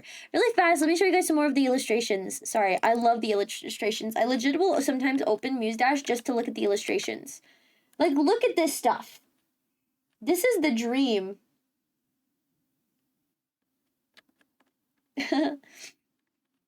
Muse Dash is more of a mature game. There's not any, like, actual explicit stuff, but they do get a lot of art in it. They prefer more mature content, you know. Do do do do do do. Bump bump bump bump bump bump. Look at these guys. They've had several collaborations with Niki Streamer Overload as well, which is fun. Look at this illustration. It's so beautiful. Lude, you mean? Yeah. Yeah, lewd. It's a little bit lewd. The game is a little bit lewd. Unsay-so even. Lunar New Year. Oh, so pretty. I love this illustration. These illustrations are so cute. Look at me. It's Luca and Miku. I want Luca and Miku to kiss really badly. I'm a huge Mika Luca. Okay. Miku Luca stan. I love them. I love them so much. Look at Luca and Miku. Here's Miku. Miku collab. This is an official Hatsune Miku collab. You'll notice the fact that Miku shows up in a lot of rhythm games. There's a billion Miku songs in this game as well. It's really fun. This is the gambling one. Love it. Love these illustrations. I want to commission all of these artists one day. It's with Miku. Oh, they're both so cute. Look at them. I hope they do another collaboration where we get Kaito. At least as an enemy, I would love to have Kaito. He's so cute. And this is Alien Stage. They got Alien Stage in this joint. They got freaking Alien Stage. They did an Alien Stage collab where they had like 2 songs get added. I think it's 1 song. 2 songs? 2 songs. It's Ruler of My Heart and the other one. Ruler of My Heart. This is beautiful. Like, look at this. This is so pretty. Cool ass illustration. Racing. Dude, this one. Holy shit, dude. I can't. I hope one day I can get to a point where my art will be put in News Dash as well. I would love to be put in News Dash. I just gotta get better about doing illustrations. This one is so pretty. These are so pretty. This is the Arknights collaboration promotion. They did a second Arknights collaboration for Wizadel. Here's all her promo art. This one is stunning. This one is mesmerizing. I like this one as well. This is one of my favorites. Look at it. I like the old anime vibe so much. It's so cute to me. There's freaking another Kangol collab. I love Kangol. Hello, burrow in your butt. Feet alert. Congratulations to all foot lovers. They got foot art in this game. Enjoy it. This one? Holy moly. Whoa, I love this one. It's so great. I like the nurse burrow a lot because of the fact that when you get a specific buff, when she goes into a specific mode where you kill a specific enemy that has a little like special blood mark, she'll grow into a more voluptuous vampire for a period of time and be more serious. And then she'll go back to being silly vampire girl. It's cute. This one is also really pretty. This is such a pretty one. This is also pretty. Dave the Diver promo! You can see Dave. Dave Diver.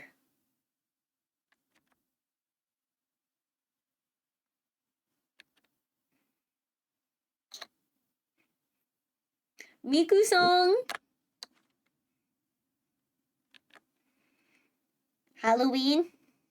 Da da da da da da ba ba da ba ba ba da ba.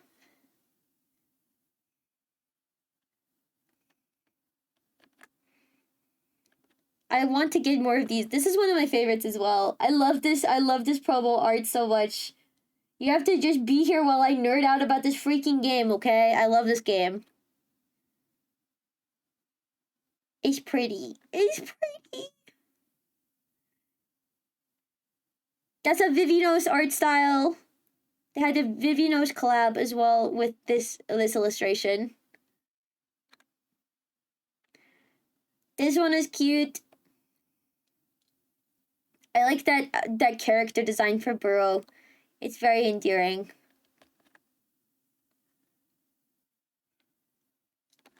I want to get a starting soon screams kind of like this one day. It's cute. I love these illustrations.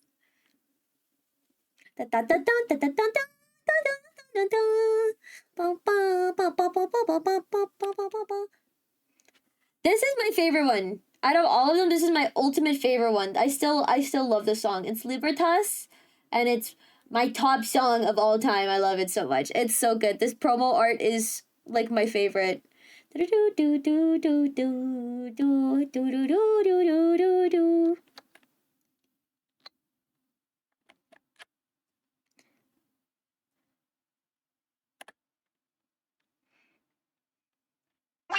Wow. Hi, Potato. Unfortunately, I tried playing the cave game Potato and it didn't work. I'm really sad about it.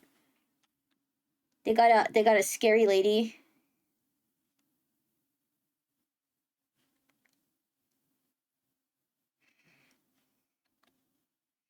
I'm trying to find another one that I really like. I mean, I like all of these. This is more of the Toho collab.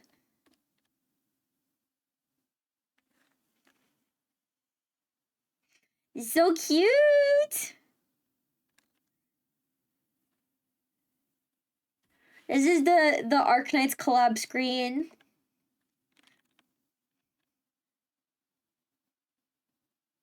Cute! I love it.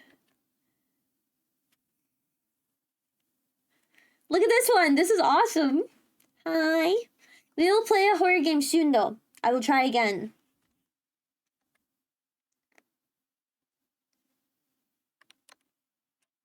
I want to have 1 million art pieces that I can cycle through on like I want to make my streams feel like video games. Die, die, die, die, die, die, die. Bop, bop, bop. This is 39 music because Miku sounds like 39 in Japanese. Miku. Like 39, not 39.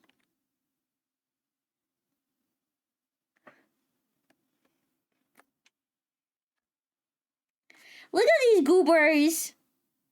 So cute. So cute. I love these goobers. It's so cute. This is also a nice one. The buff Muse Dash, Muse Warriors. I'm off to bed. Good night, good night, good night, good night. Streams like video games? I want my streams to look like a video game. This is the one that I showed View-Rise and she fell in love with it. She liked it a lot. Look! When the lightning happens, freaking Rin, her ears flatten down because she gets scared. Look at her, look at her, look at her. Look at it, look at it. She got scared. Cute. I love it. I love it so much. I think it's so endearing. I want to be able to have streams that feel like you're in a cool video game. A good example of that, I would say, is Shoto. Drooling over the art, I am. Look at this one! Robot girls! This is for Parokia. This is a Parokia screen. Look at these robot girls. Do do do do do do do do do do. They opening their arms, holding each other's hands. Cute.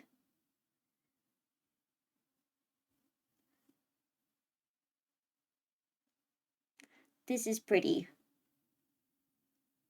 What a pretty illustration.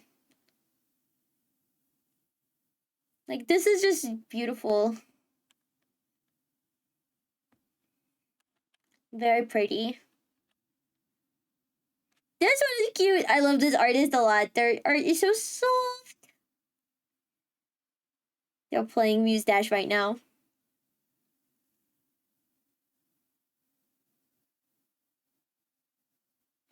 So cute. Was this a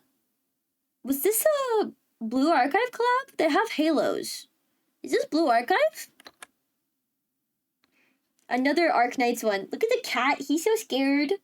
Look at him. He's so scared. He's so cute. They got the racer and the girl in black in the background as well. So pretty. She's throwing a grenade around. Love it. Scaredy cat. He's so cute. I love it. They're trying to get Amiya. What the hell? Why would you do that to him? Poor little baby. This is also my top, like, 3.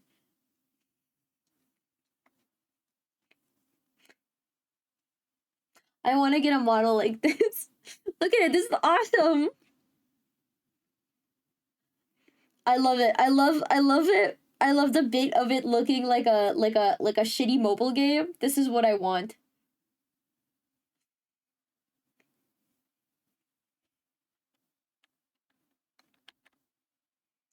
I also love this one because of that. Look how beautiful it is. It's a magic like a freaking anime intro. I love it. Hello? So pretty. It's so pretty. I love it so much. It's a pirate. She go yarg. Yarg. Matey. What are these? I was showing the Muse Dash illustrations because I love Muse Dash. It's like one of my favorite rhythm games of all time. And I want to see what the new collabs with Dave the Divers are. Da, da, da, da, da. Da, da, da, da. But it's my favorite rhythm game. I love it so much.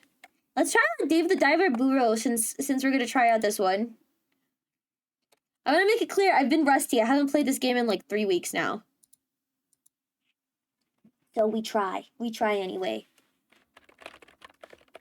Oh, this is a special beat map.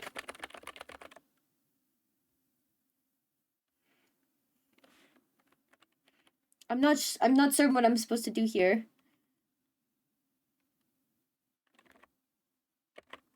Oh.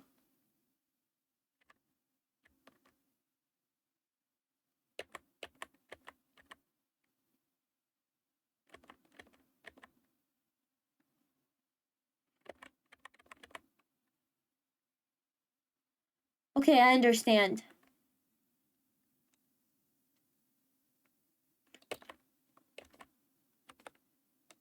Understood.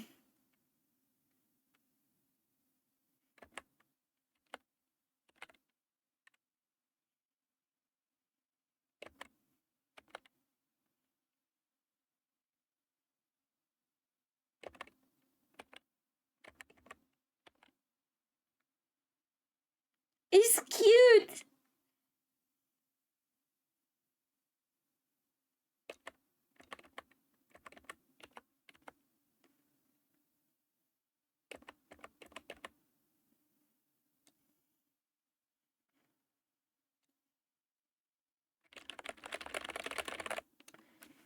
Fun. This is a different beat map than usual. Listen, man, I've never played this one before, okay? Can't get mad at me.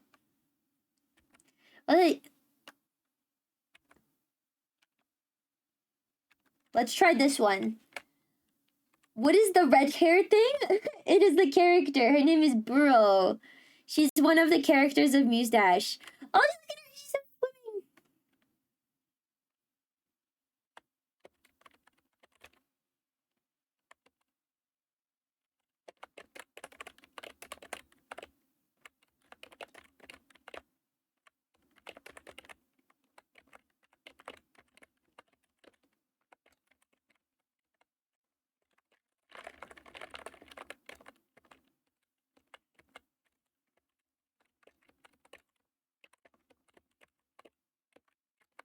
This is what it usually looks like.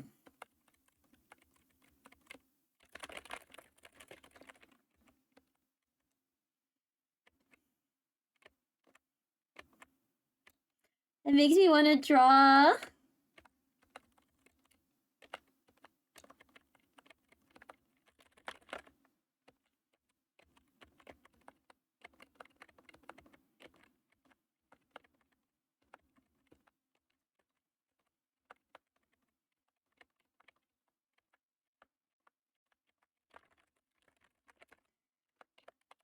So if you like the Zenless Zone Zero event, the music event without the 3 lines, it might be easier for you to play this one.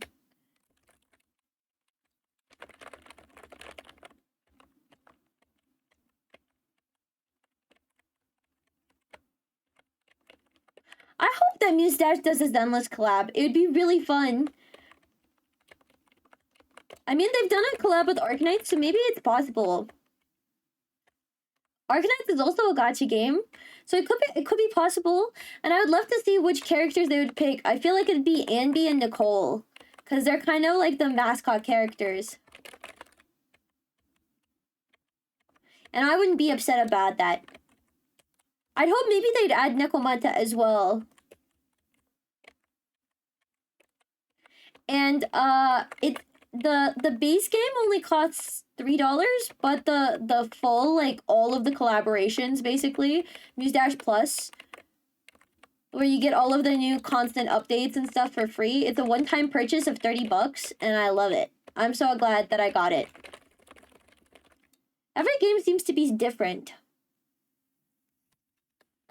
I don't know. I don't know if it's different. I think that is great. It's like, it's truly and genuinely one of my favorite of all time. New illustrations. Let me go over here. Actually, I'm gonna go put myself in the corner here. Puts myself in the corner. I feel like I'm better suited to being here. Different rhythm style? It's not. It's only 2 keys. It's only 2 keys. It's like in Zenless, how it was just 2 keys basically. It's the 2 key style. So it's F or J. Although you can press F, D, S for F keys and J, K, L for J keys. It's nice. I would say that this game is very beginner friendly when it comes to gacha games. Do you know what I mean? I think that this game is pretty beginner friendly. There we go. I think my issue is that my overlays are scuffed. Yes, they are. This is a gacha? It's not. It's not a gacha game at all. You buy it once and then you get everything. It's not a gacha game. It's just a rhythm game.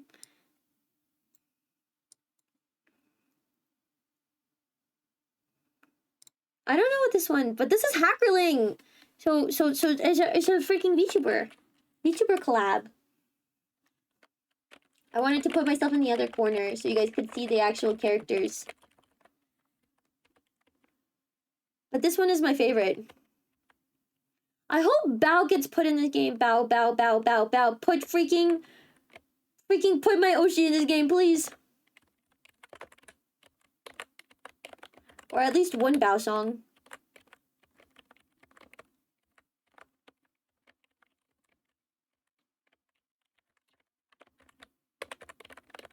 But this is one of my favorite games of all time, specifically because I was always enthralled by but the artistic direction of it, and I still am enthralled by it. I think it's just so pretty and fun. It is perfect for me to get enthralled in. When I was sick, I would play it all of the time. It was like the perfect amount of overstimulating that like my brain would turn off and I could just play it for hours.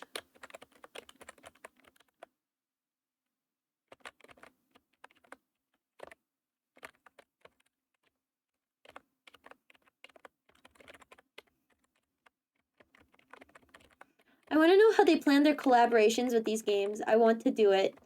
I love collaborations. I love collaborations. I love video game collaborations.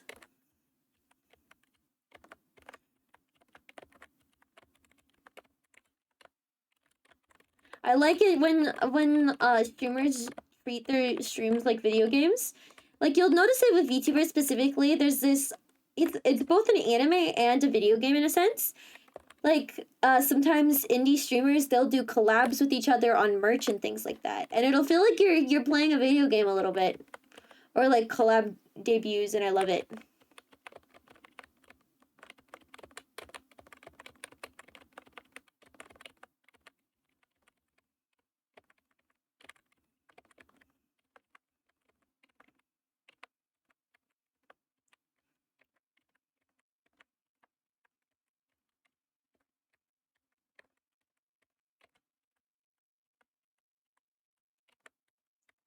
And they have a really nice sorting system for the music.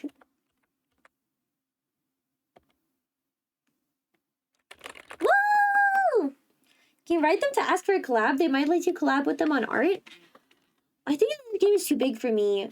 They do regular fan art card contests where they'll put in the top picks.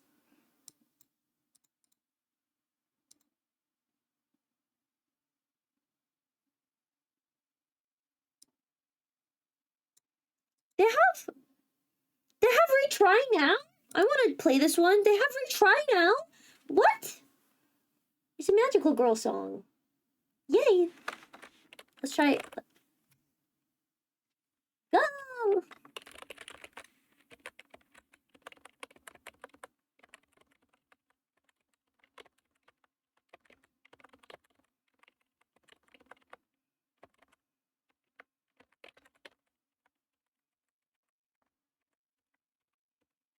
She got my ass for some reason.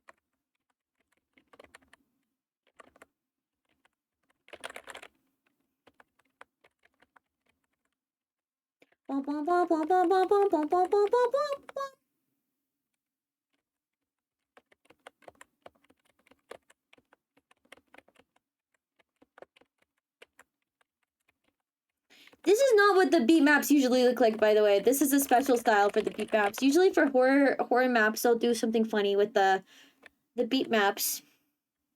I can see if I can find one of the classic horror maps for Muse Dash.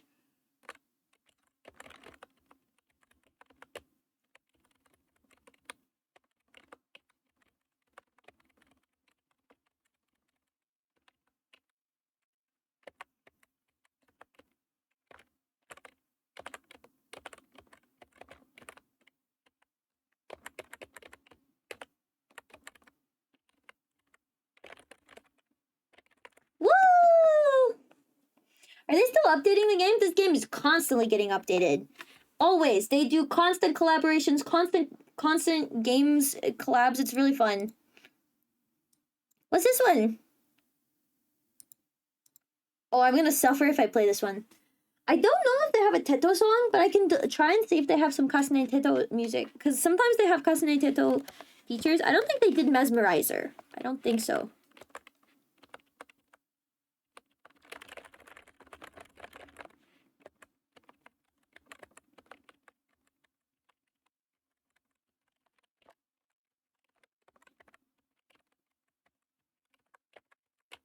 This version of Buro kind of looks like Teto because she has the drilled twin tails.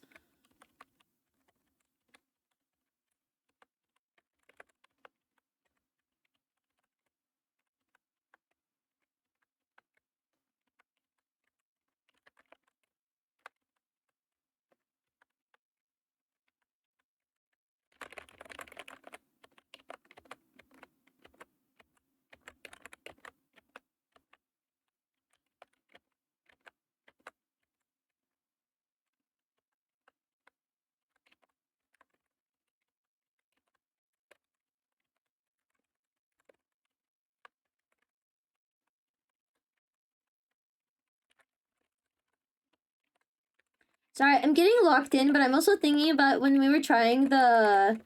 What's it called? The one chip challenge. I was thinking about why I did such a small bite and the fact that I felt kind of bad, but I also really didn't want to spit or, like, have to spit anything out on stream because I thought that would be really gross. Which is why I did such a small bite, which I'm very glad that I did because I would not have enjoyed a full bite.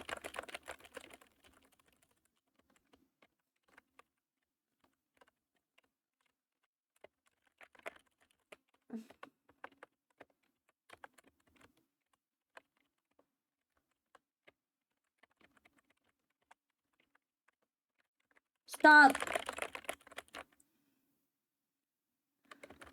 But I'm glad that I didn't go about it. Because I'd feel really gross if I had to spit something out. So I got to swallow it all. So that's good.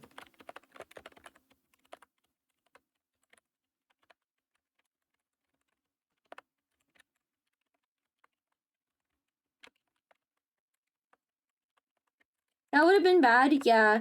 I just felt bad because I oftentimes when we do spicy punishments, we'll have to like genuinely spit it out or else I'll vomit immediately after. It's really hard on me. So I'm glad that I was able to do it smartly. Would not have helped me, yeah. But specifically, I just really didn't want to spit anything because it would have been gross. It would have been gross. Dun, dun, dun, dun, dun, dun, dun, dun, dun, dun.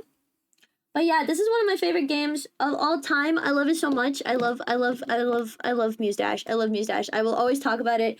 Sometimes I'll just sit in VC with friends and I'll play Muse Dash and I won't say anything.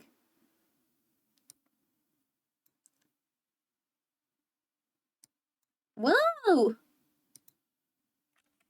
Oh, this looks like it's gonna destroy my fingers. Let's try it. I'm playing... I try not to go above 7 because 7 is like my max when it comes to skill. Anything above that and I'm definitely not getting an S rank.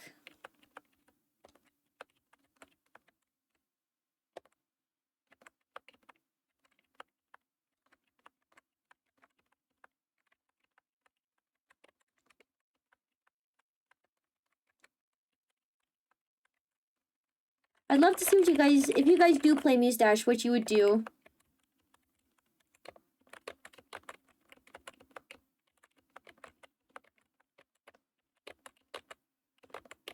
It's one of my favorites. This is one of my favorite games, especially because of how visually fun it is. Ah, I love it. I want to make art that looks like this.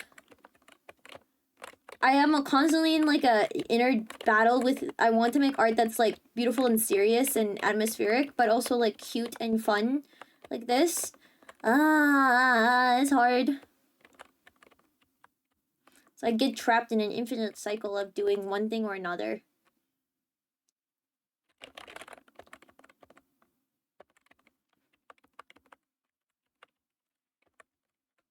Let me see if I can find one of the hidden maps ones. They have a whole section dedicated with hidden maps, but specifically I want to see if I can find one that's weird or funny looking. One of them is the Muse Dash Pero Games Ran Out of Money song. I love that song. But I'm pretty sure that one only has one difficulty, which is impossible.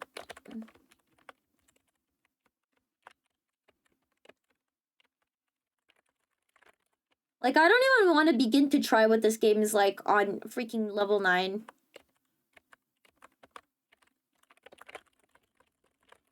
Need to get the game first?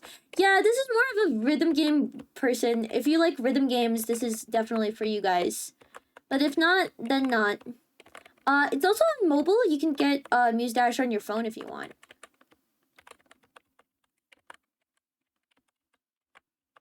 But I personally find mobile to be a lot harder because it's like a thumb game basically at that point. And if you're not good at being really precise with your thumbs, you're gonna hate life. Woo! Yay, we got an S rank.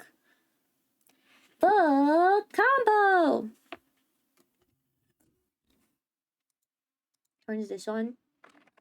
Wants to show you guys my finger movements so you guys can see a little bit better. Hello. Look at Sonic the Hedgehog. You guys can't look at Sonic the Hedgehog. A hater, but I have a Teto skin. This is not a Teto skin. This is not Teto. This is Burrow. She kind of looks a little bit like her, but this is what Burrow usually looks like.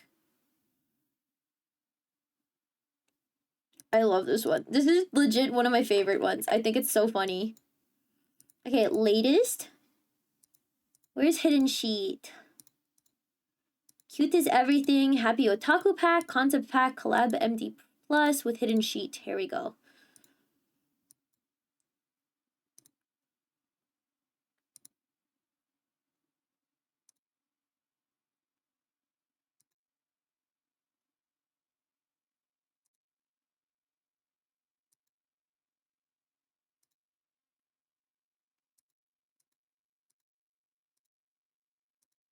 Doot doot doot doot.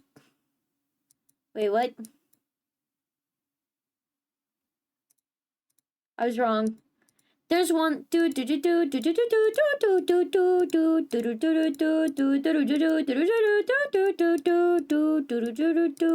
not in this game. It's in fucking.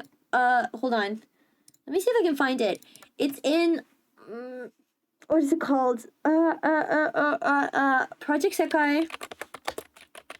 What's that one song? What's the song? Project Sekai.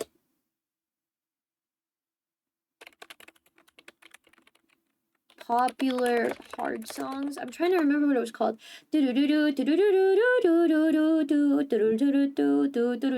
fight the music. It's called Don't Fight the Music. I love Don't Fight the Music. Really fast. I need to hear it. Don't fight the music. This is what it's called.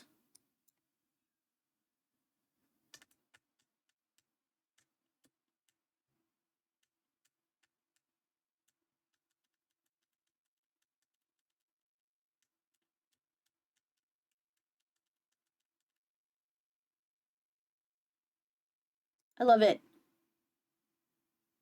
Anyways, this is what the part that's stuck in my head right now is.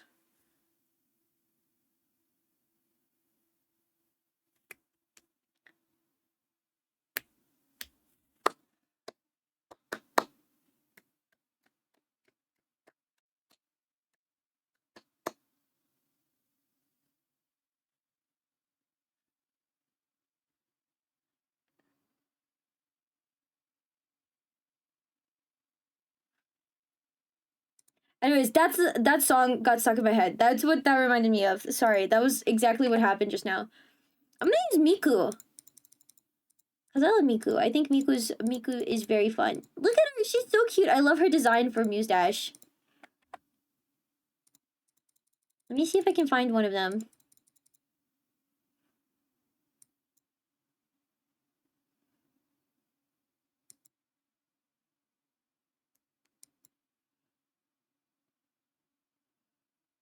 This looks like it'll be fun.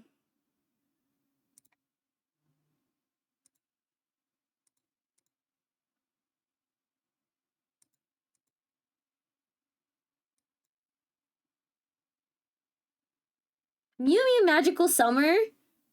Wait, I want to play this one really fast. There's one called, like, Pero Games ran out of money. Who's the whip lady? Her name is Mariha, and Mariha has a version of her skin, basically.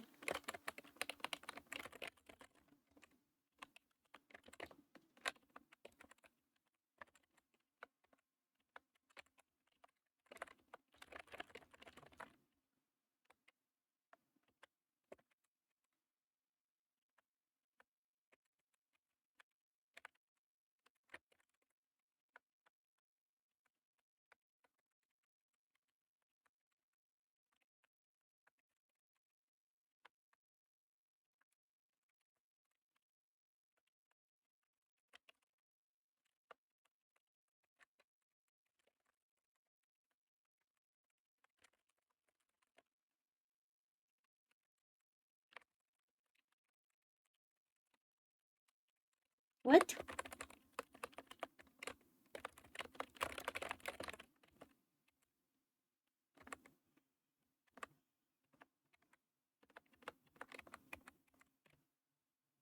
Okay.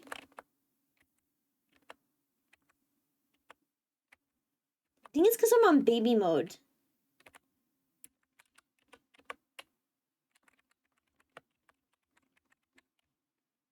I don't know if they'd ever do a Tejo collab with Mustache. Because, I mean, they don't have Meiko or Kaito in the game. They have references to him. I think because of the fact that... I don't know. I'm not certain. I don't know what Sega's relationship with Teto is and how they feel about her.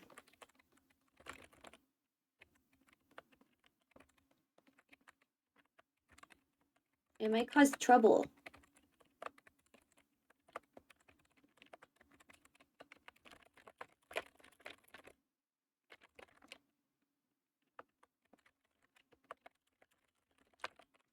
That didn't feel unbeat at all. Huh? Okay. Phew.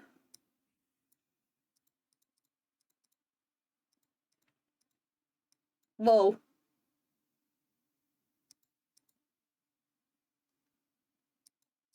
Fun.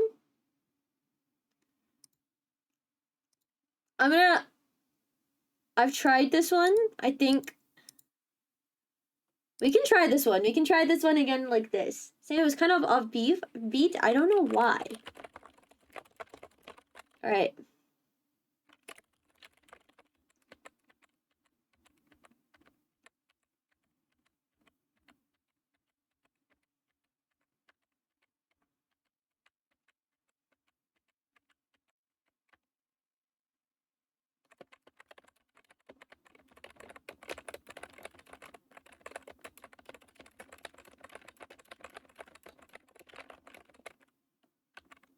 If I remember correctly, I think this is I think this is top only map.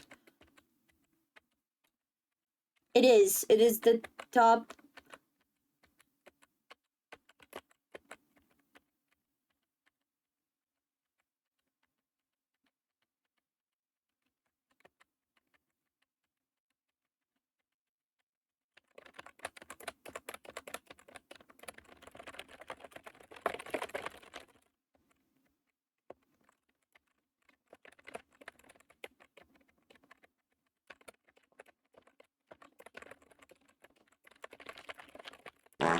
Stop fighting.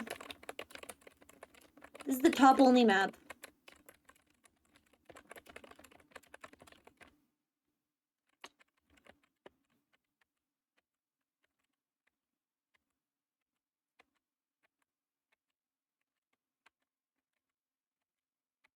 It's a gimmick map.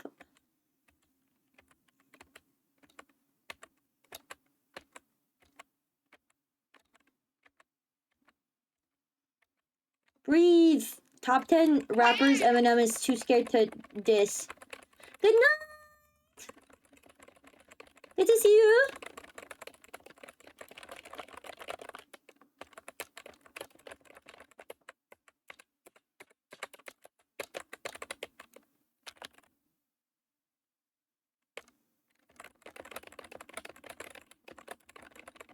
I don't even want to know what the S rank version of this one is. Calm down.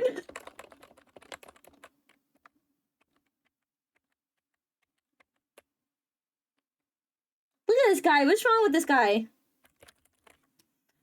Okay. Takes my hoodie off. Yeah, ain't no way, bruh. Ain't no way, bruh. Should try the S rank. I can't get past the A rank version. See? To unlock S rank, you have to do A rank. Or I guess, what is it? Master?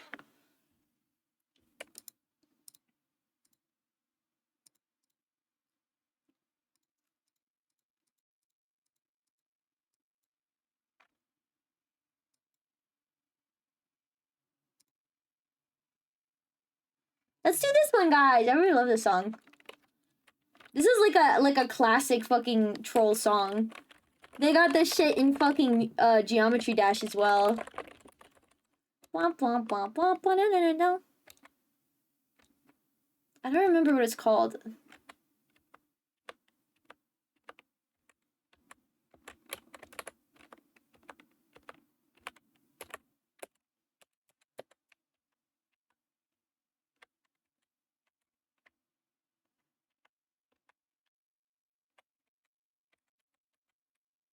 Bum bum bum bum no no no no no no no no no no no no no no no da da da da da da da da ba ba ba.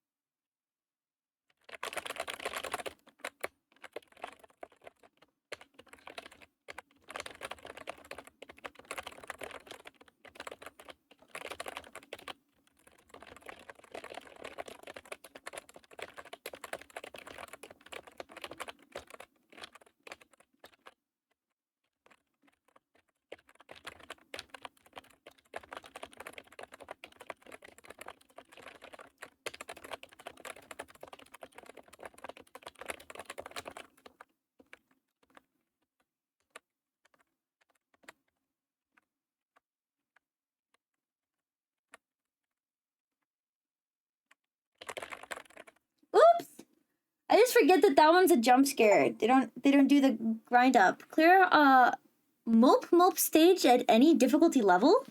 What? I got a freaking achievement for that.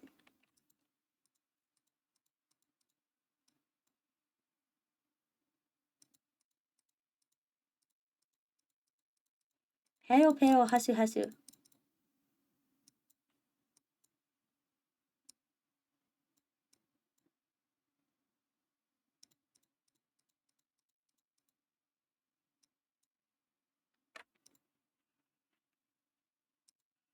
Wait, hold on, I want to do this. You want me to use Whip Lady? Okay, let me do that really fast. Dog barking.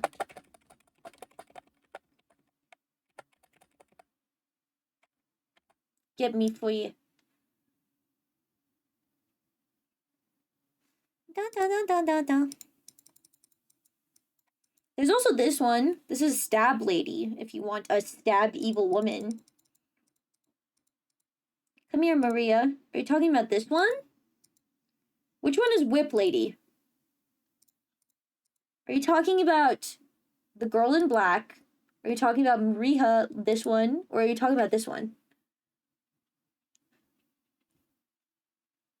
You said that before. You copy and pasted that message to send it to me again. Girl in black, she doesn't have a whip. She has a conductor's thing.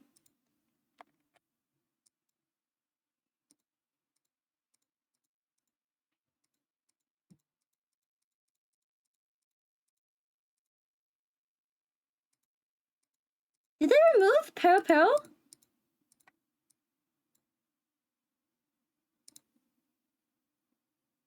This sounds like Teto. I think this is a Teto song. That sounds like Teto's fucking voice bank.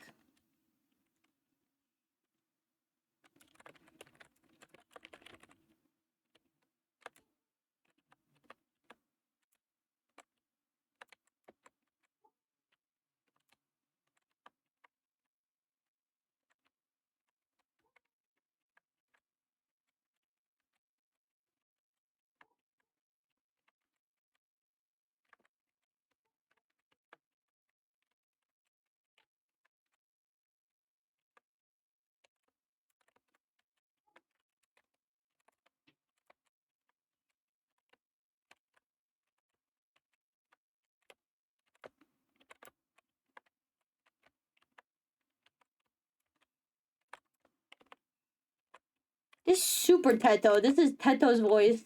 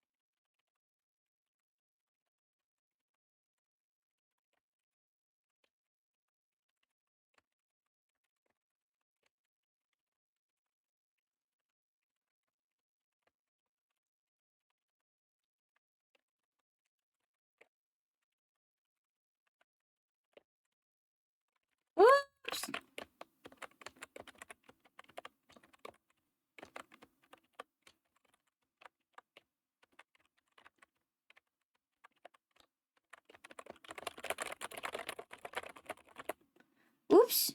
Sounds like Teto. It's definitely Teto. You can tell a Teto song. I failed the very last combo. Fuck.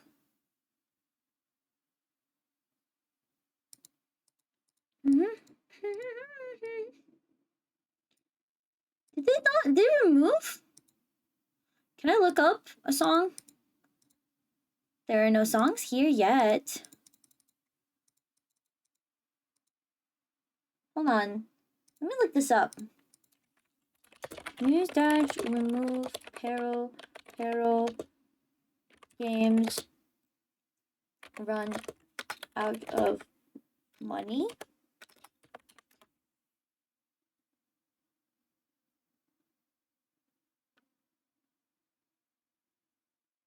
No. The song Pero Games has Pero Games has run out of money.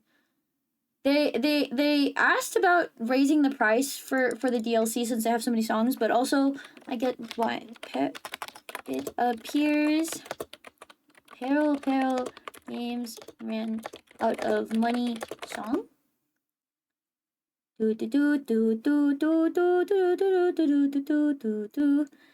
Seems that Pero Games, the company that makes Muse Dash, has gone bankrupt. That's what it's called. But where can I find it? It doesn't look like it's in here.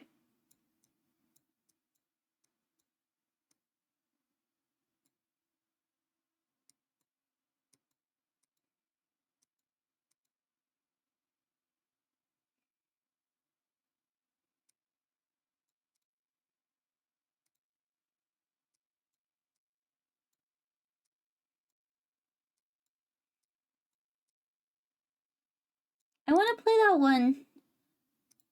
It appears this one. This is a song. This is what it's called. What is it called?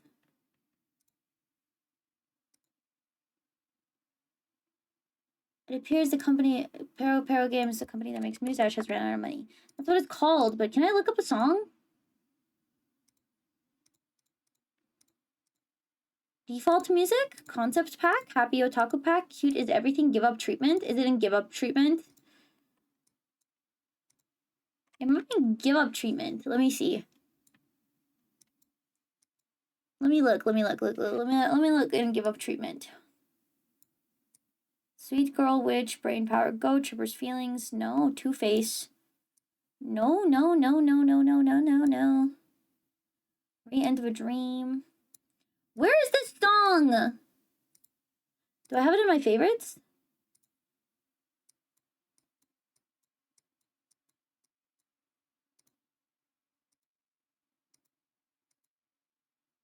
Yes, I do. Do you guys want me to try the 10 version? It's horrible. The game's company doesn't exist? No. Pero Games rebranded. They are now Pero Hasu. But back at the time, they were called Pero Games. What did you do today, Vigo? Slept a lot. We slept a lot. This is one of my favorite Muse Dash songs. I need to like it. I love this song. Wait, I don't want to use you. Hold on. Hold that thought, chat. What do I want to use?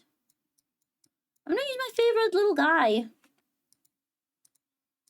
So I could use my little other guys. It appears that Pero Games. It is in my favorites. Good. Okay, here it is. Don't show me your feet. Sleeping day. I slept a lot. I tried playing 2 games and they both failed.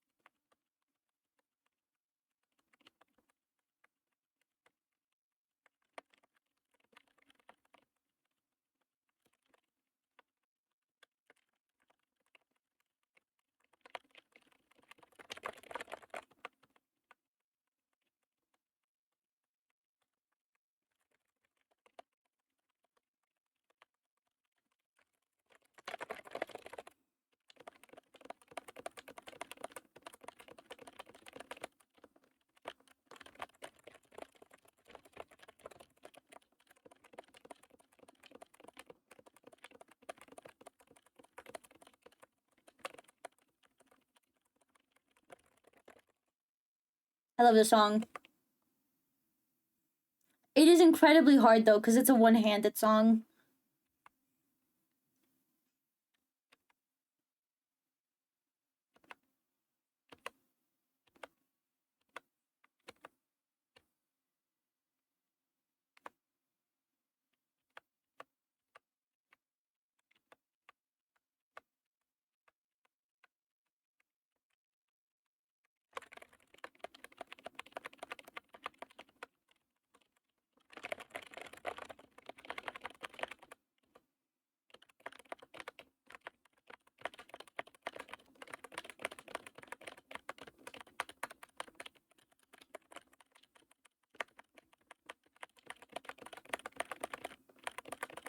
I don't know how you're supposed to do this.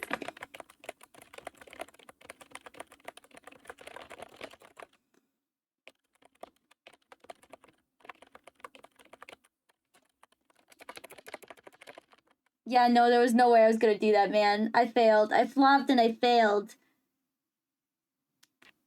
Cute. 07. That song is so hard, dude. But I love it. It's one of my favorites.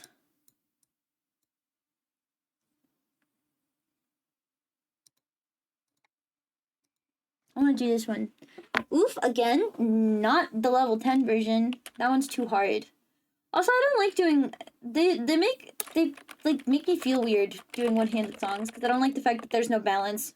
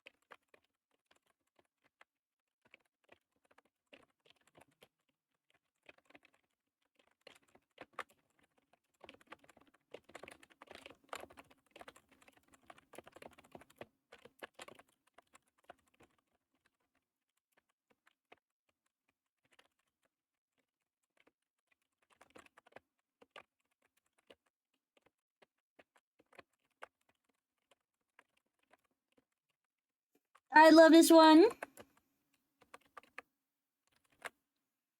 Love this song. Ooh. You're so cute. You're so cute, Burrow. You're so cute. Phew. New title screen now unlocked. Pozo here.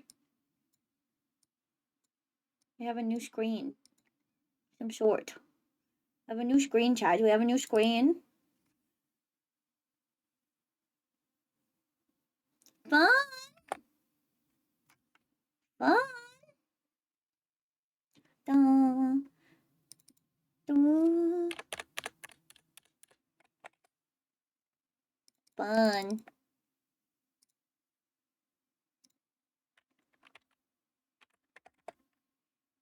Okay. Let's do Bad Apple and that'll be it for tonight. Hi, Avery.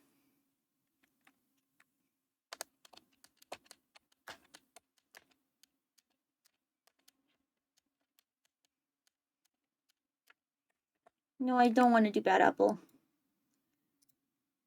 Let's go to all.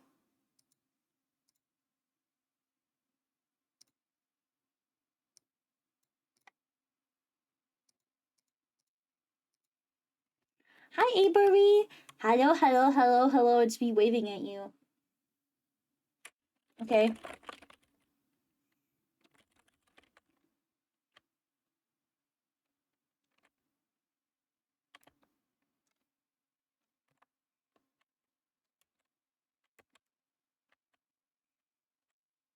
This game motivates me to draw so bad.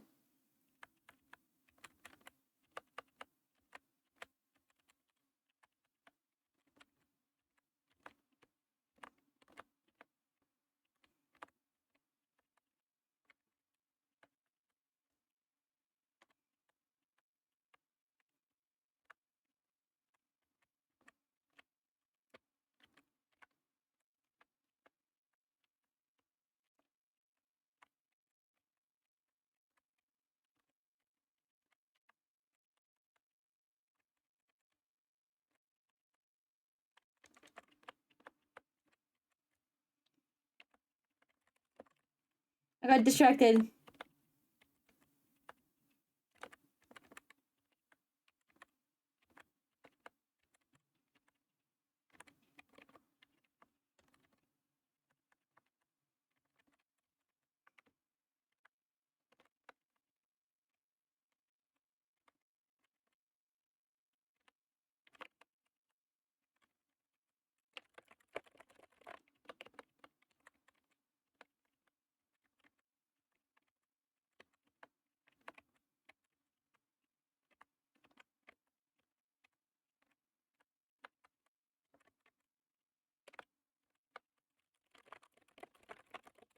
Ah.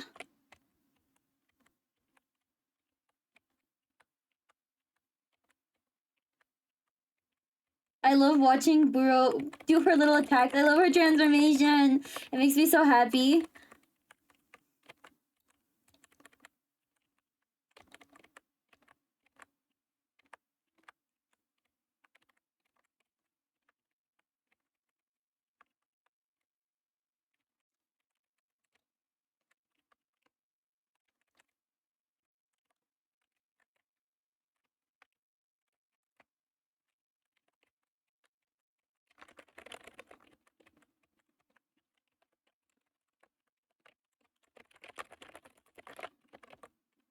Woohoo! Woohoo! Woohoo! Fun. Fun, fun, fun, fun, fun. Alright. Woohoo! Okay, no more Muse Dash. I want to play something else though. I'm gonna make myself maybe some late night Monster Hunter? It'd be good to get some practice in. Hello, Nintendo Sports Motivation Music. I don't actually want to listen to you. I want to listen to something fun and enjoyable, so maybe I'll play a little bit of Late Night Monster Hunter, I think. Vico gets in practice with doing monster hunting. Maybe I try and build a better set. I'm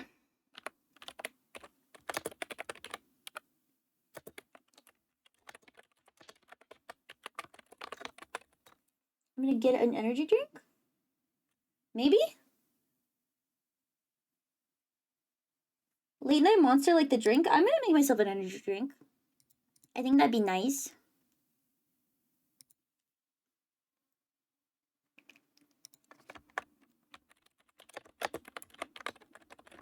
You guys get to watch me type yuck, so icky. Do you like that? I'm trying to think, do I want to play? No, it's too late. I mean, I slept till, what, 5 p.m.? It's only been 5 hours. So I could stay up late. I'm just trying to think of, like, what I should do. Should I play Monster Hunter? Should I play Satisfactory? Should I do some art? Hard to think. Hard to think. I think I'm gonna do some late night Monster Hunter, just a little bit of practice. I mean, it's not like I have to stream in one category for too long. We'll do some late night Monster Hunter.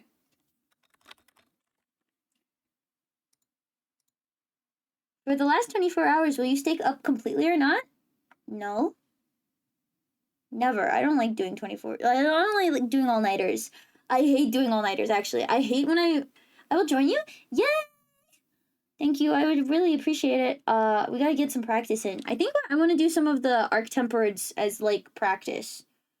What was I gonna say? Every time I do an all-nighter, I feel so disgusting. Like the second I can see the sun rising in the morning, I get so, like I get this feeling in my body of like ick yuck, you know. So I have to do it. 24 hours is not gonna be easy as possible. I am not going to stay up for the last 24 hours at all. I'm sorry to say this. Do not expect that from me. That's not happening from Biko. I'm going to sleep. I'm going to try and wake up early on the last day. That's for true, but not. The sleep will be unmatched. No, it's not unmatched. It doesn't ever feel restful after an all-nighter. It feels like desperation. It feels like, God, I need to catch up on my hours. I don't ever feel like, that feels so I feel so refreshed after sleeping, after not sleeping for 13 hours or not 23 hours or something. I don't know. All right, BRB, guys. I'm going to go get some pee. I'm going to pee and get some energy drink is what I meant to say. BRB.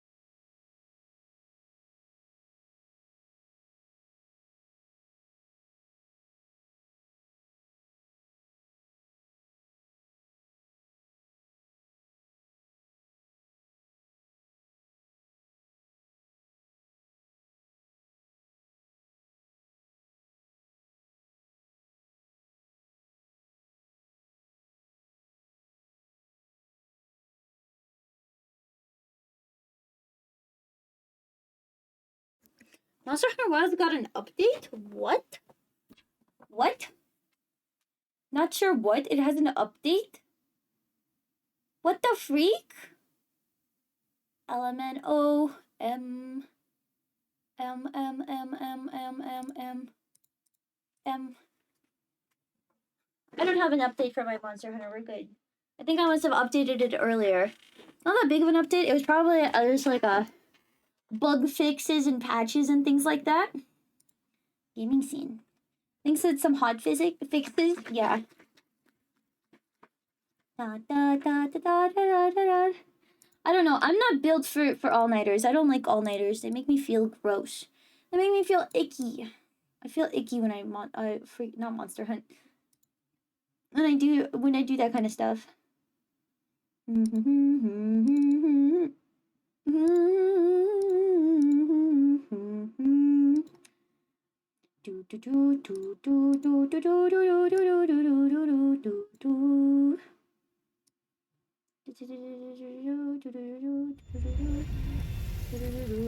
on. I'm gonna do this. Game capture. Add in game capture. Do not capture cursor. Okay. And then this one will be a specific window, and I'm gonna do Monster Hunter Wilds. That works better. Da da da. Do do do do do do do do do do do do do do do. I hope you guys enjoy my magical boy outfit. I know that you've seen it for this entire 2 weeks, so I hope it feels familiar and nice. I fell asleep for 30 minutes. Don't even stress. New hub event? Swag. Ew, $2. Tongue scraper? That's what that is? I have never had an idea of what the freak that weird thing is. I see it in the bathroom all of the time. I have no idea. Whoa. Be careful about posting these kinds of links. Not new, being boiled to keep clean. I never knew that that's what that was. I've never seen a tongue.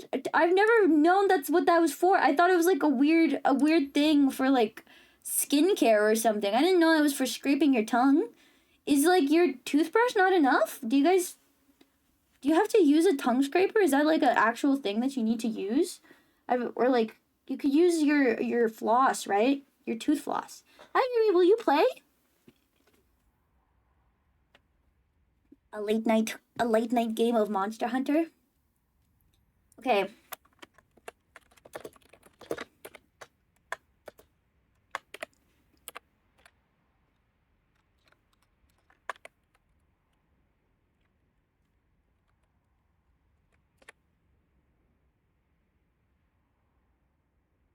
Trust, I made sure I would not dox myself. The circle just says the area, person selling it in a 20-mile radius, nowhere close to me. Good. Good. I don't know. I get nervous still. I worry for you guys. Don't dox yourselves. What if you have a creepy stalker? What if one of the wisps and the freaking server is secretly evil and they're trying to stalk you and find where you live? You can use it to clean your tongue? Wow, we're in the tropical event. I think I like the tropical event a lot. I like the clothing. I don't mind, not gonna lie, don't say that. Everybody always says this, they're like, oh, I don't mind. I want to be desired. I want people to want me. But like, bro, that's bad for you. Don't. You don't want that. You don't want that. I live in Bikini Bottom. The bikiniest of bottoms. Okay. Potato has posted a quest. Which one, Potato? Which one, Potato? Which one? Yeah. Looks... Optional quests? Lobby quests members? Okay. Accept and prep really fast. Let me do that. Make sure you're prepared. Okay, hold on. I can't collect my login bonus, but that's okay. Don't worry, I will help. Whoa! Seasonal, you're looking nice and fresh. Look at you. You look so cute. Seasonal land. You've been very proud of your Texan heritage. Yeehaw. Am I right or am I right? Babes. Change equipment. Riri, have you gotten to fight him yet? I need to switch to this. I'm also gonna switch my Is Numinous Crown? Is this the one that I wanted? I wanted the dragon one. It does not give me dragon resistance. Which one has dragon resistance? This one has dragon resistance. I want dragon resistance, please. Yes, I have the dragon resistance on. My dragon resistance is 5, which is not the worst in the world. Okay. New Udra Coil.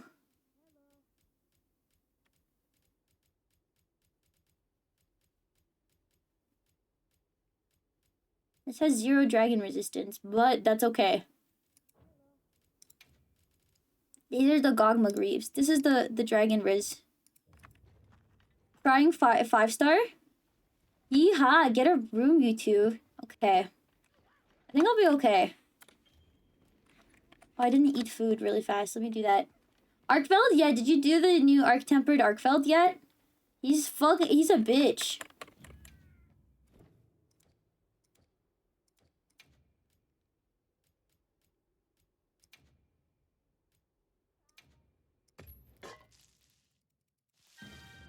I have fought and I have not beaten him yet. I've only beaten him once, and that was because we had a hard carry. He does that one Marvel Rivals whole gift to me where he's throwing Jeff. No, actually, he just like fucking. He runs at you and destroys you. It's horrible. Let's bully this monster. Good luck.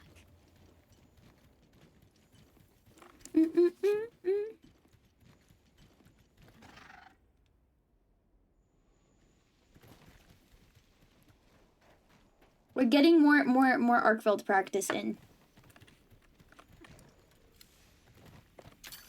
Give me honey.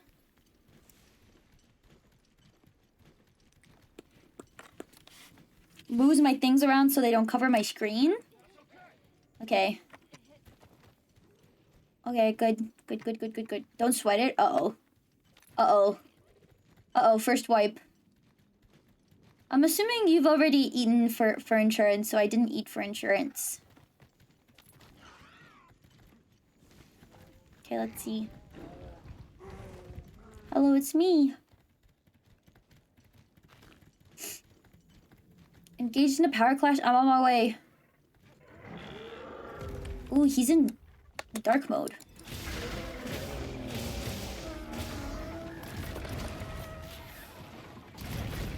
Okay, good.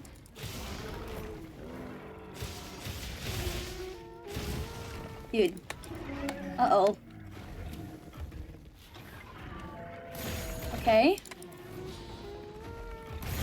Okay, that was scary. Yep. Good. Hi, baby. He's scary. Bomboclat. Is bomboclat a bad word? I never remember.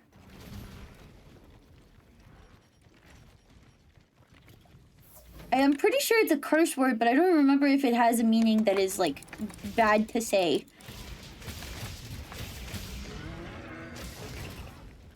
You bitch. You bitch, you bitch, you bitch. I don't think it is. I don't remember. Okay. Dude. Bird. Gulp. Yelp. Okay, that's fine. Get out of here, man. Get out of here, man. Okay. That was unnecessary. Whatever, we're gonna 2 HP this for a little while.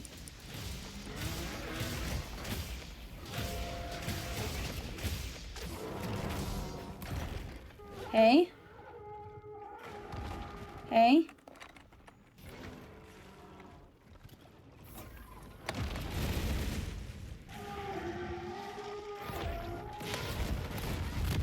Okay. Alright, dude, that was a lot. That was a lot, dude. Good boy. No. Bad boy. Ooh. Bad doggy. Bad dragon boy. Okay.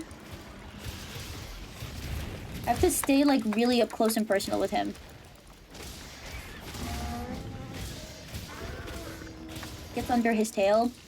Not really, though, because that's bad. He running away? He's running away. Him running away.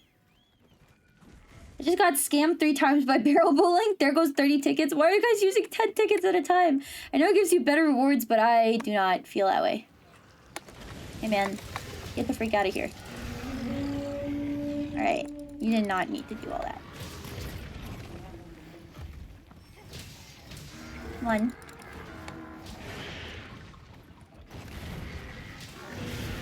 I'm happy that I'm getting better at not dying immediately, is my feeling on that. I'm happy that I'm not dying immediately all of the time. And not to jinx myself or anything, but I'm happy about that. It feels good to not get wiped. Armor really does make a difference. Get me out of here. Blup. Blup Chateau. Are you getting winded already? Wow, Potato, you grinded him out. Wait, hold on, let me grab that. Give me that honey. Give me that honey.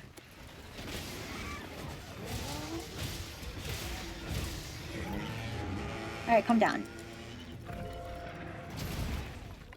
Makes Neil looks really strong. I want to try that.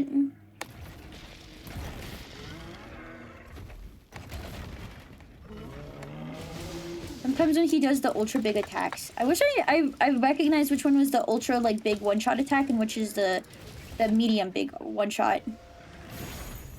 Okay. Okay, get me out of here. Nope. Guys, I'm dead. Sorry. Sorry. After I talked all that big game about the fact that I was super, super good and super awesome. Sorry.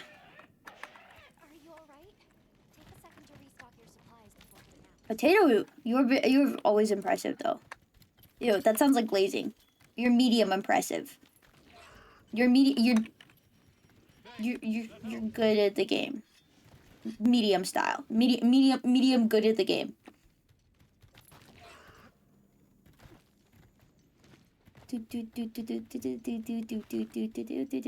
Hi Avery, are you gonna hop on or you have a life and a job or something? Like what?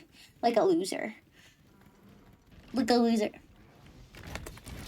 Get the fuck out of here, you rude ass bitch. Ew, he's getting all like dusty. Okay. Okay.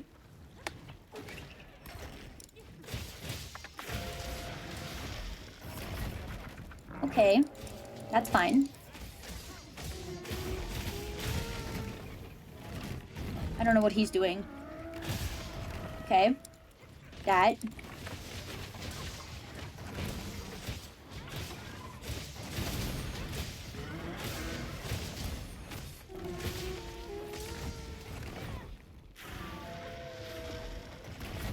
Okay.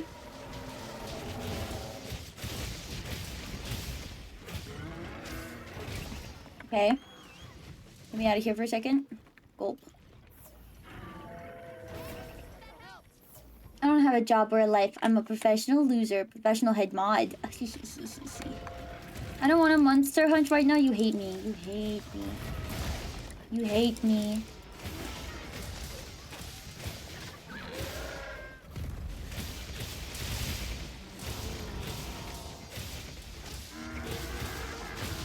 It'd be good to get some raid out practice after this. He fly away? He fly away.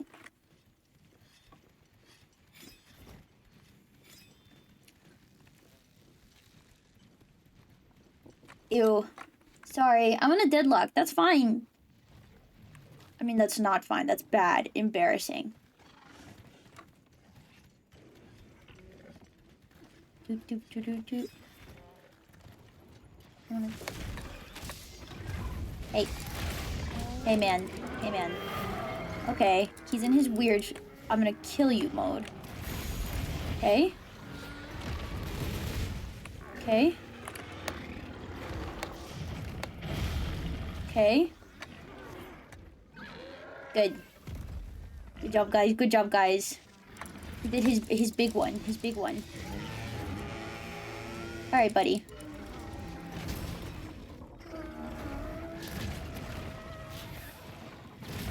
Okay. Okay.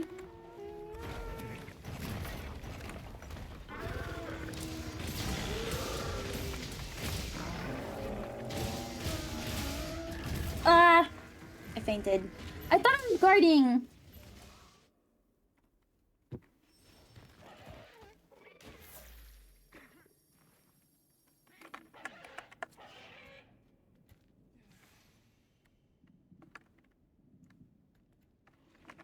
Get me out of here, man.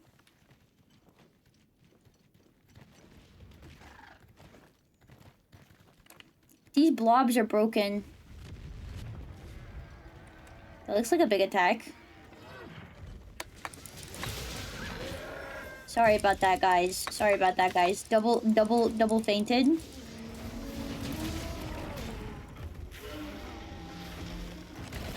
Okay.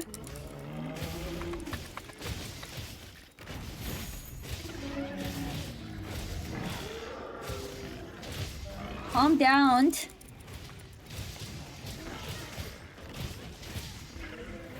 Mission point, mission point, mission point. Yeah, get him, Riri.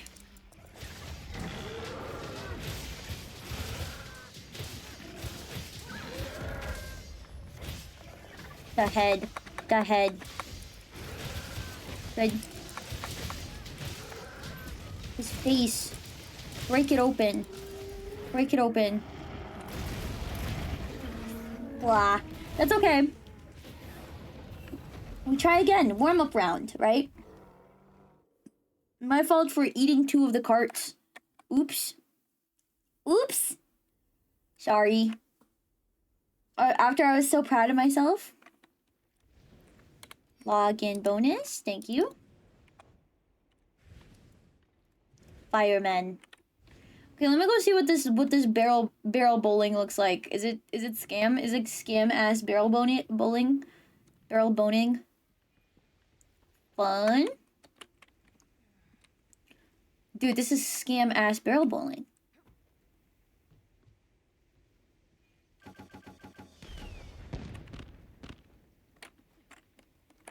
I think you have to throw it this way.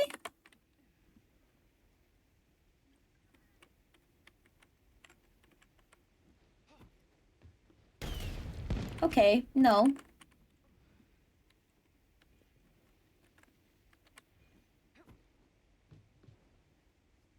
Okay.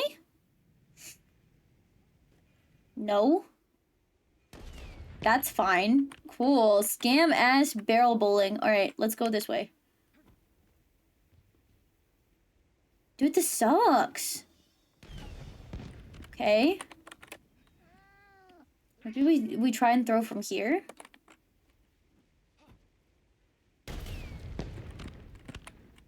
Why would it explode there? Come on. There we go.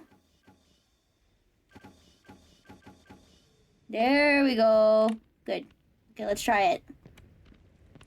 Talk to this cat to get ramen voucher? Okay. That makes me want to get ramen. Oh, I would love some ramen right now, actually. But it takes a while to cook ramen, so I'm kind of concerned. Okay, I'm gonna try this.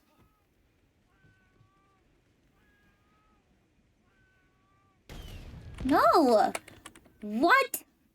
Dude, scam ass barrel bowling.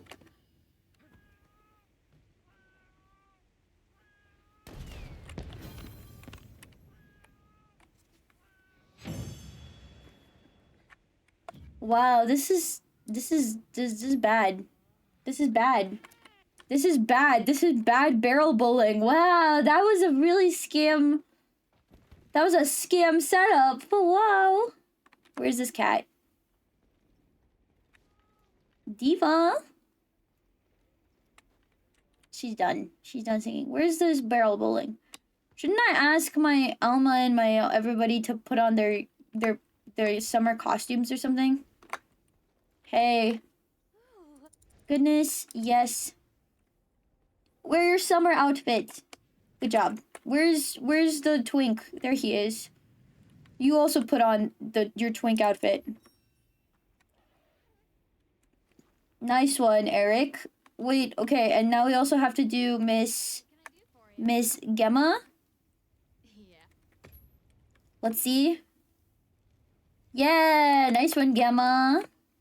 Okay, they're all in their summer clothes now. Fine. Okay, where's this cat? Where is this cat? Seasonal? This one. Ramen distributor.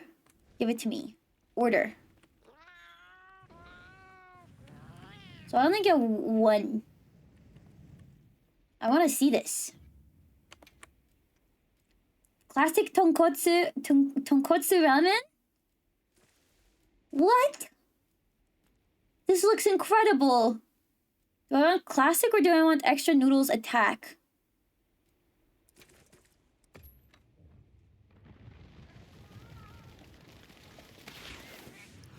Looks, I want to see the ramen.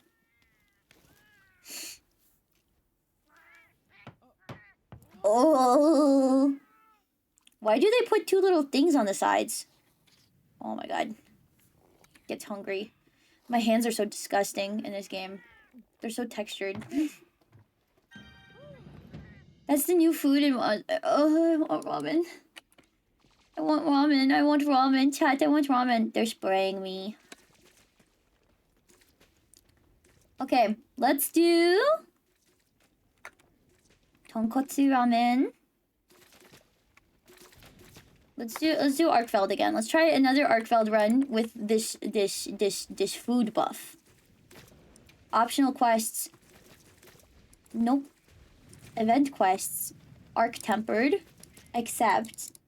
We have to practice him anyway, because we can't be dying 30 times to Arkfeld. Like an Ichiran ramen in Japan? It even has the dividers? So that's why. Festival shares. Take all. Okay. Hey. How have things been? Cannot. Okay. Transfer items. These. Crafting list. These. Cool. Okay.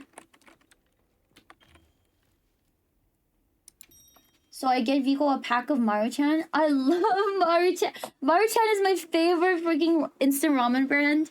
I love it so much. I think out of all of them, it tastes the best. I hate Top Ramen so much. I can eat Top Ramen, but I hate it.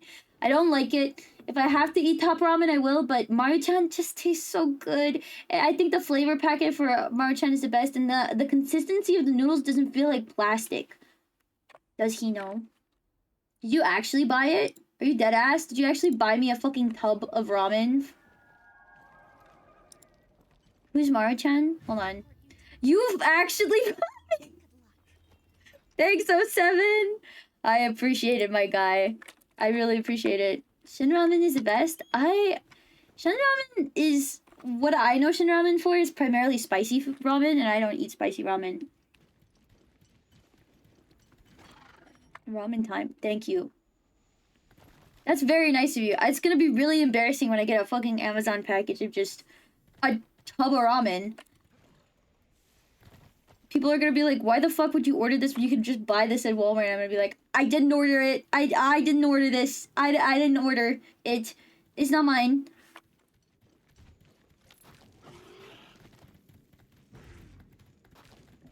You know? It's your problem now.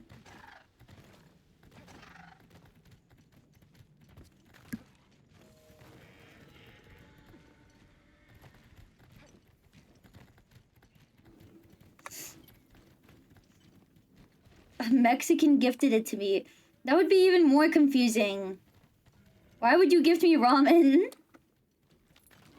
I'm excited. I do want ramen. Oh, I want a big, fat, juicy, disgusting instant ramen meal. I want a meal of ramen that's so nasty and so gross that it's not even funny. I should have known this was gonna happen.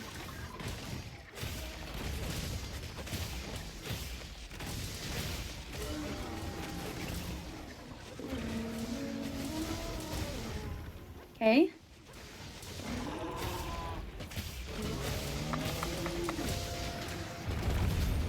Okay.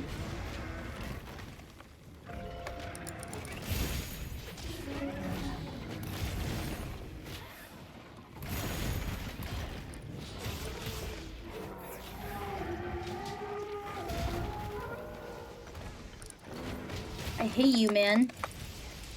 Chill out.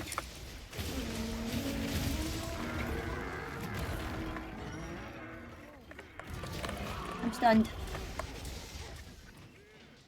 Hello, bird?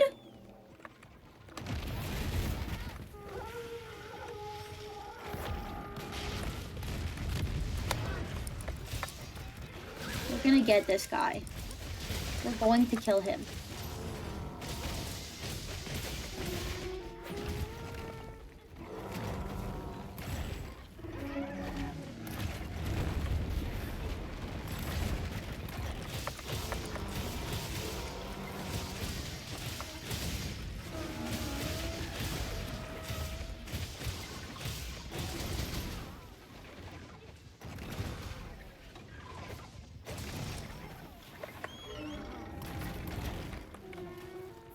That was dangerous.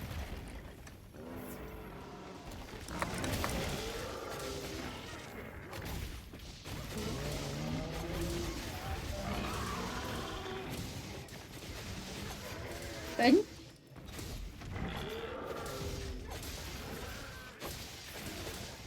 Okay. Nico, who is trying to undo this.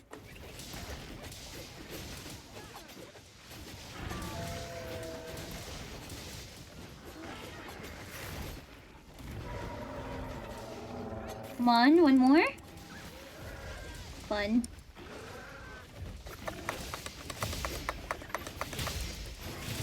Good.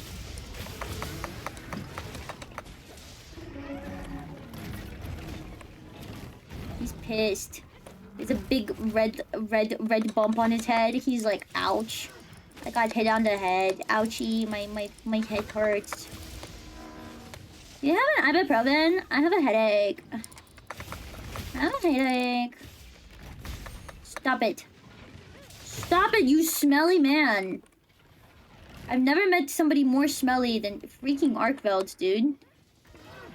There we go, thank you. Thank you for breaking his stupid forehead bump.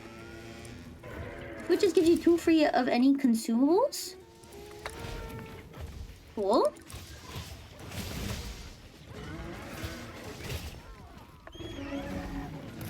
I don't want to die. Oh. Oh. Oh. Not good. It's okay, life be like that sometimes. We're getting there, though. It's just an endurance run, basically.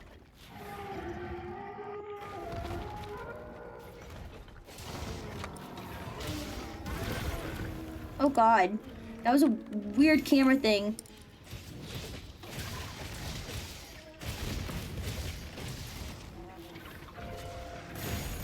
Okay. Okay. Good. Good, buddy.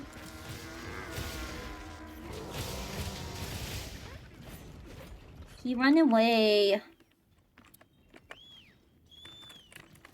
Don't ask if I want to put my insurance on ramen, but no, ramen can be tiny noodles too. Yeah. If my ramen comes up all fucking like busted 30 ways to Sunday, I'm not gonna be upset. I'm not gonna be like, oh, 7. How dare you send me ramen that got all lumped up and disgusting. All right, buddy. That's a lot. That's a lot of nonsense to be doing.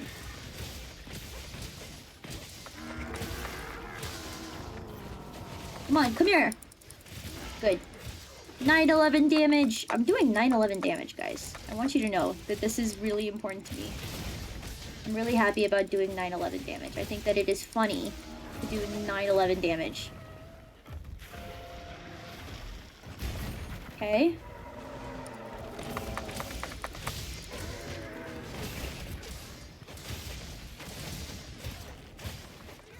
I want to cut his tail off.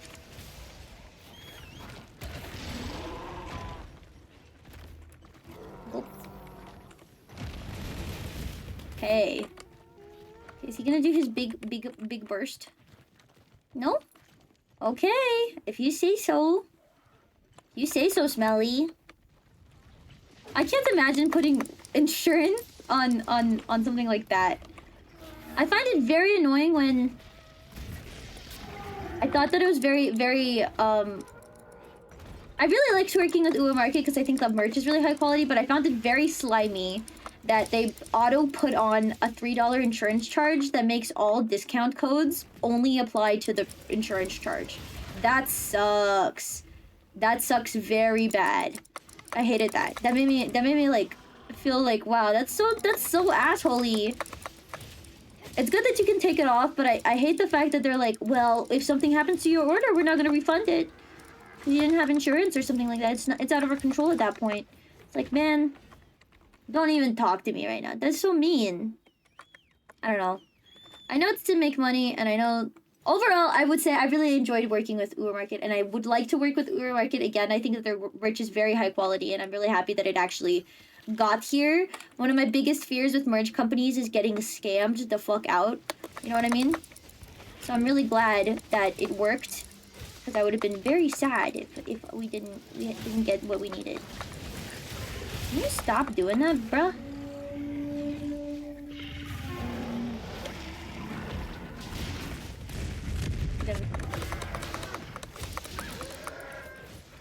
Good.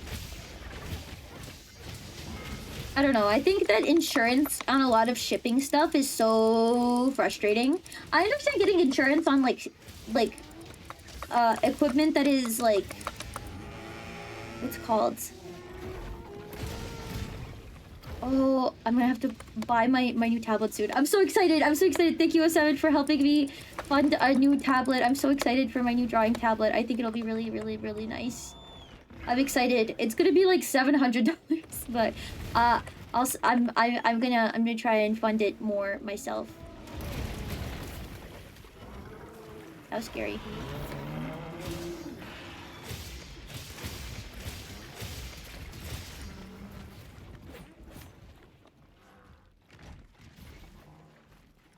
But I'm super excited of it. I think getting shipping insurance on technology and things like that, like computer parts and things like that, makes sense. But for smaller shit, it feels very frustrating and feels very slimy, like trying to nickel and dime people. Cause like imagine getting 2-year insurance on a box of ramen. That's funny as hell.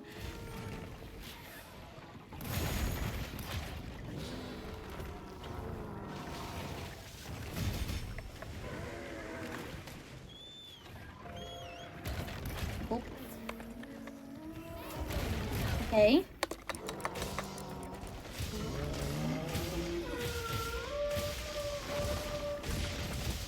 Exactly. I feel like that should do a lot of damage to you.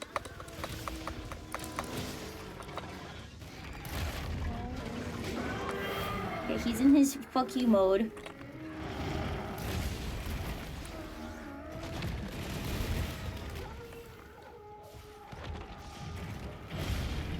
Okay. Thank you. Thank you, Riri.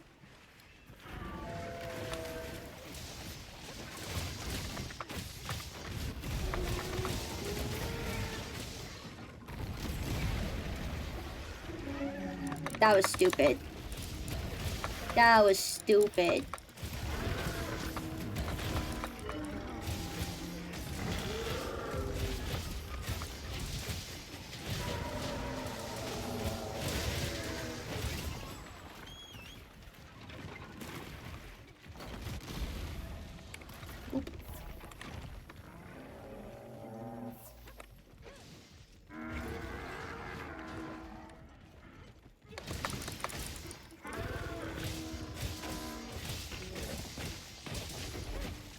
He fly away? Him fly away. Glad. I keep looking over at Mimikyu. He's been staring at me so intently, so cute. Do do do do do do do do do do do do do do do do do do.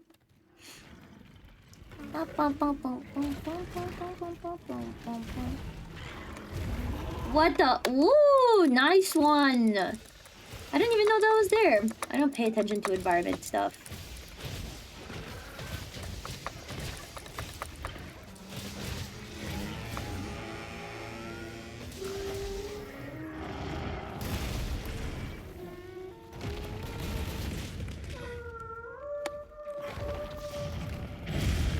Okay. We get yes. Good. Good.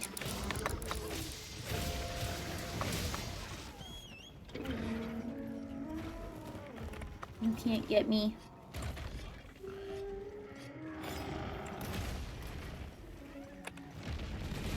Uh-oh. Potato teleported away or potato die? I didn't notice. I think potato just TP away. I think restocking time on supplies.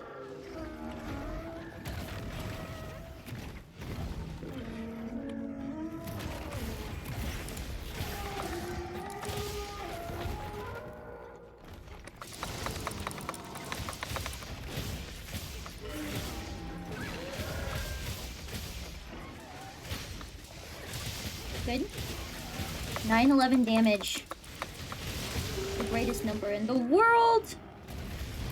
Sorry, that's kind of insensitive.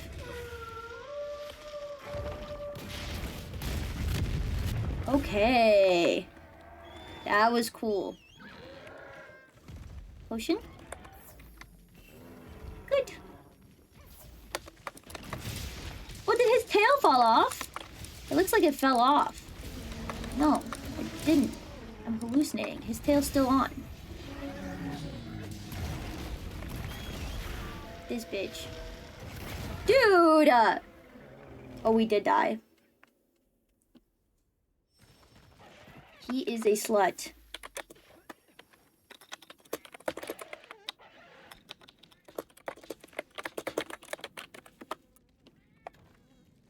He is a slut. I hate him.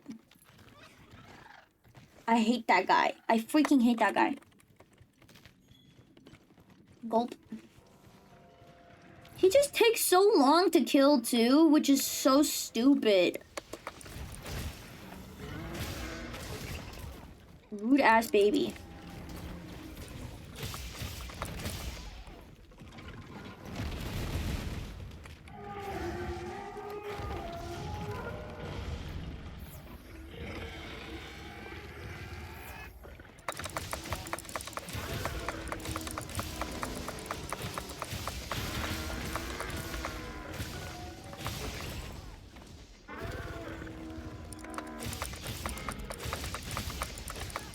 Can't perfectly evade one of his attacks and it's over for you. For the next 13 years, you'll never get to do anything right anymore. Okay.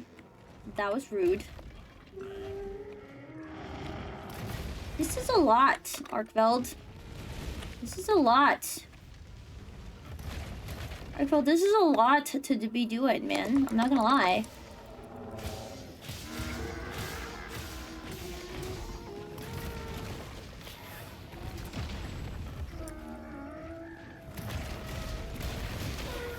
Okay. I'm going to die. There's a doggy here. Doggy, get his ass. Get his ass, doggy.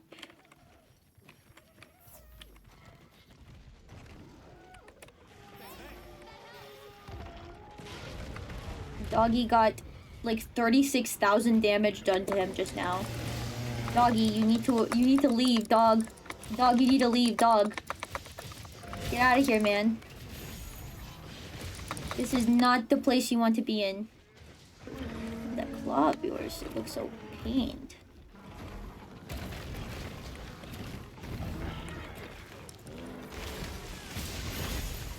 Okay.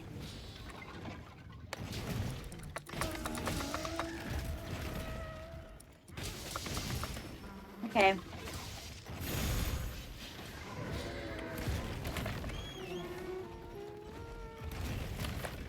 Dust of life. Dust of life.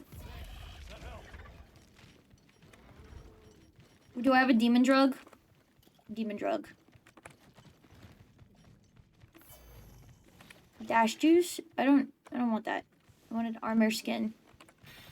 I wanted armor skin. Thank you.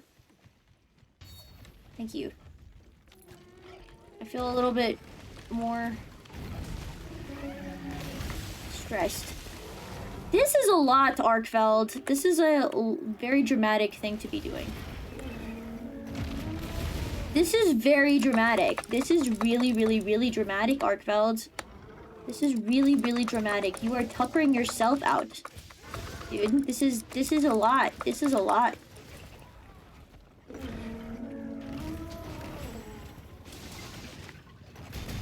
Okay.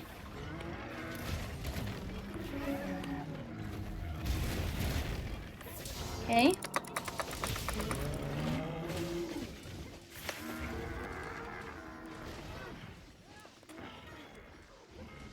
Another dust of life.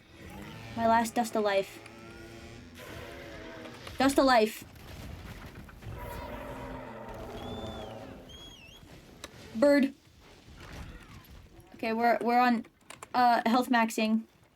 Very fast. BRB, BRB. Dude, he got that freaking dog down to like death level. That dog's about to die.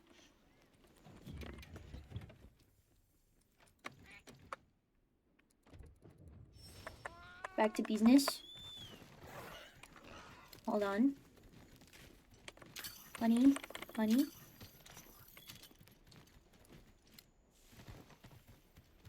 Come here. Where, honey? Over there, thank you. That's what I wanted.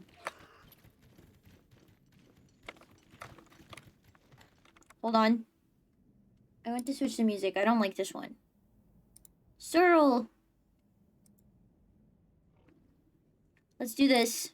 Do do do do do do do do do do do do do.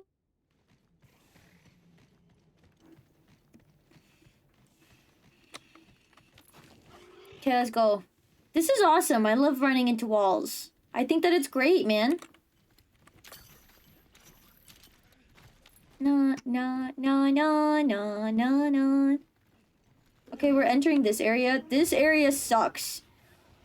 Arkveld, you suck. Overall, 0 out of 10, Arkveld. Not a fan.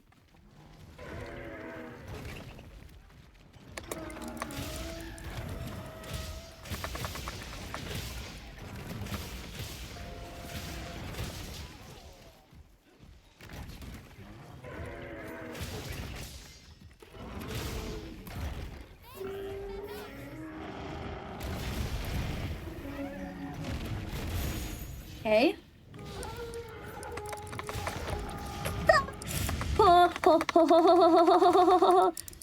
Break his skin open, dude. I want you.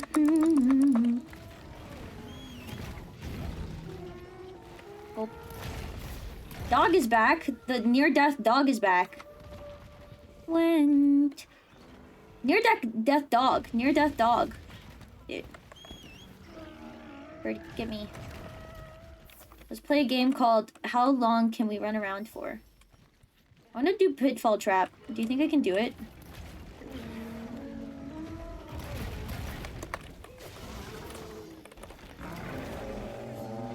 It'll be here in a second. Oops, 2. Double trap. Awesome. I'll take it.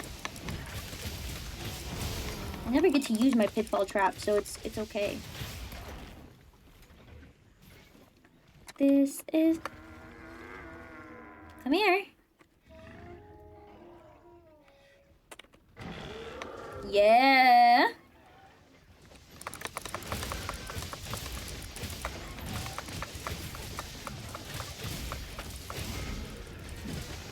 He's gonna be pissed right now. Okay, bird time. Bird time. We're gonna play bird evasion game. Bird evasion game. He's gonna be feeling very pissed and embarrassed. He's gonna be like, what? You killed me? Okay, dude. Ooh, ooh, ooh, ooh, ooh. Tail wound. Yes, yes, yes, yes, yes, yes, yes, yes, yes, yes, yes, yes. Yes, yes. Tail evasion wound. Tail wound. Good, good, good, good, good, good. Very nice, guys. Guys, very nice, very nice. I need a melody. I need the melody. I go. Do, do, do, do, do, do. Can you hear the music and the melody? Da, da, da, da, da, da, da. Do your whole body. Ba, ba, ba, da, da, da, da, da, da, da, da, da, to another place. Da, da, da, da, da, da. He usually likes to do one of these attacks afterwards, and it makes his ouch stuff owie. It makes his stuff owie.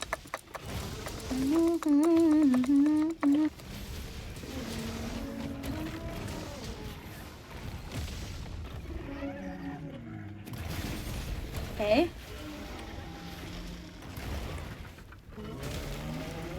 On my headphones. Oh.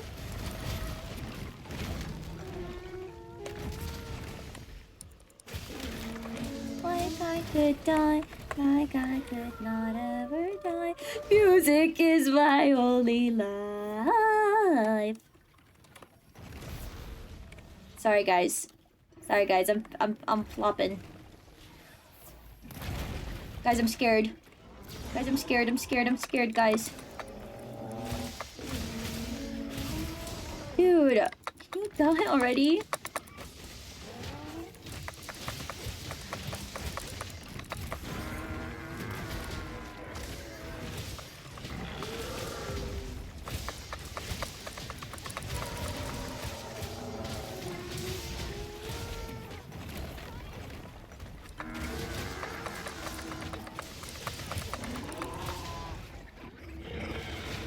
Look at your face, dude. Look at your face. Look at your face. Okay, dog is back. Dude, this dog is gonna die. Dog, why do you keep attacking Arkveld? You are going to die, dog. Look at this dog. This dog... I've never seen a dog that's more likely to die than this one. Its big-ass skull on its head, but it wants vengeance. Dog, if you want vengeance, you gotta do some actual damage, I'm not gonna lie. He's gonna do this, and then he's gonna do the fire attack as well. No, he's not. This is a different pattern.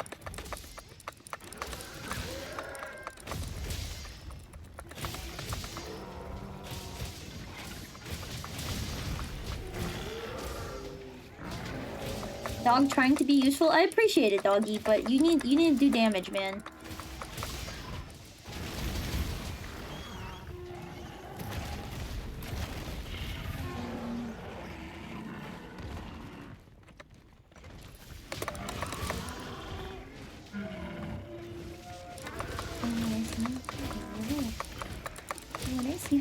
Didn't want to take a chance on getting a little closer. I'm concerned. Sharpens my weapon. Sharpens your weapon. Sharpens our weapon together. Let's rub our swords against one another. One more hit and that dog is dead? No, honestly, if that dog comes back a third time, that dog is gonna be a corpse. Bonus dog corpse. For funsies. Oops, accidentally fell down.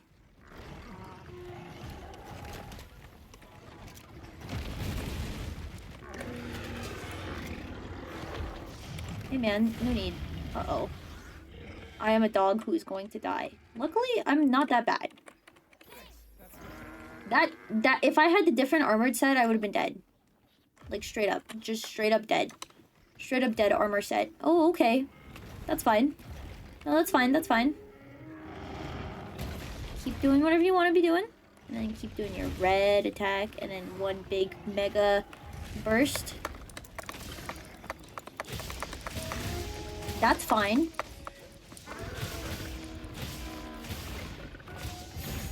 Okay.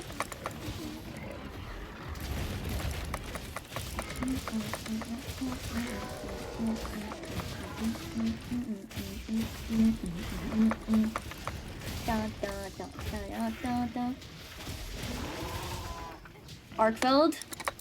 Arkfeld! We have to kill you, Arkfeld! Arkfeld, we have to kill you!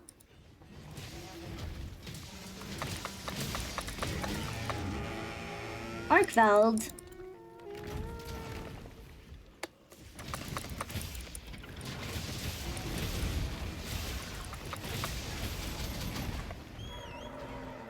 Get me over here.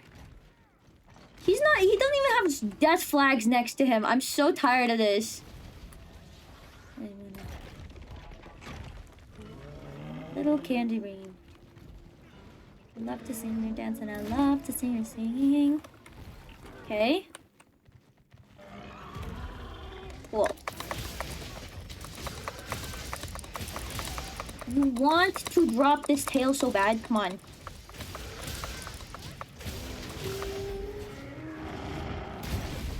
This. He's gonna do one big attack.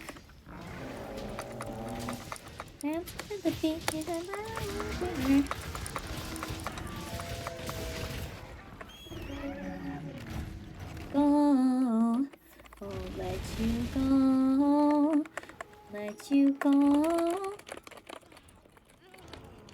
Come on, man. Come on. Come on, get up. This is too dangerous to be laying on the floor here. Oh no, Potato. I don't have anything to heal you with. I'm sorry. I hope you're okay. Good morning, sun. There is a Andra bitch. Good morning, sun. Whatever you do.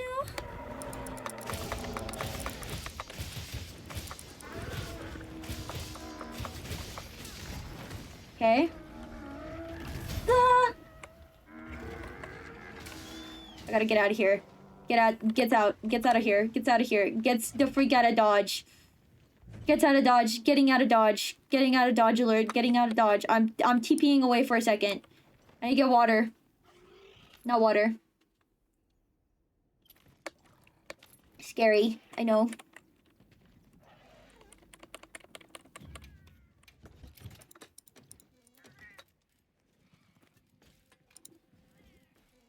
Trink bombs.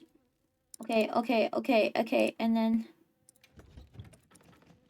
Oops, I put something away that I didn't mean to. Okay, crafting list. More mega potions, please. Thank you. And then, grill meal. Very fast. Just a meal to heal myself without healing myself.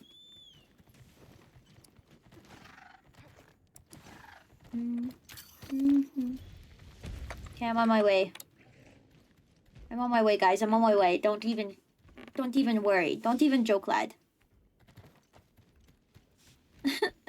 I really don't want to be the reason why everybody fails. I don't want to be the reason. We're getting so deep into this fight. It just sucks that this fight takes so long. I hate that. I don't like doing long fights. I prefer it when fights take 10 minutes max.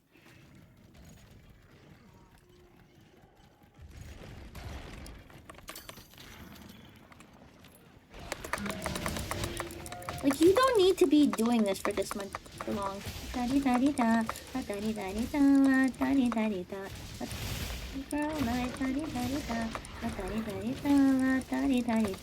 I'll be your rainbow girl.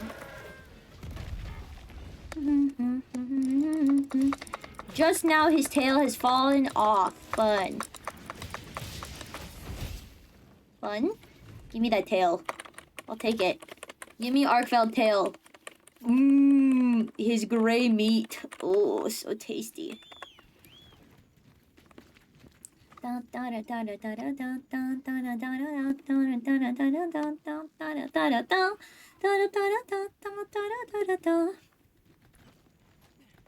Oh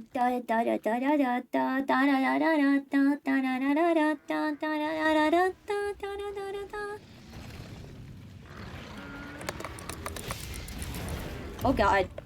I need to get the freak out. Nope. Wait, no. No. Wait. Look, guys.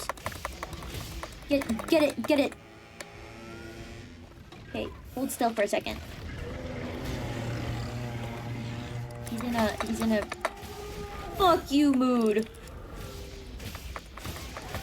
Look at his claw. Look at his paw. That's a paw that wants to be broken very badly. Look at that.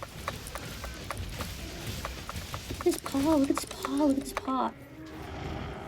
Ah. Okay. Okay. Get over here. Good. Where's his paw? Where's his paw? Where's his claw? Where's your claw? Good. I'm tired of him. I'm tired of him and his lack of death. There's absolutely no way, man. Trying to rub my sword so deep in this arc-tempered wound. Look at it. Look at it. Look at it. It wants to break so bad.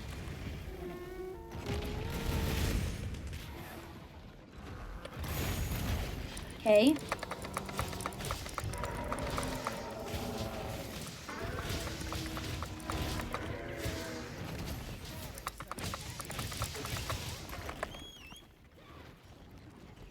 Gulp.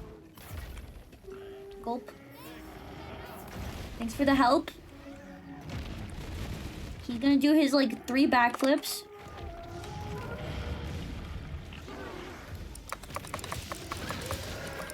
You want this?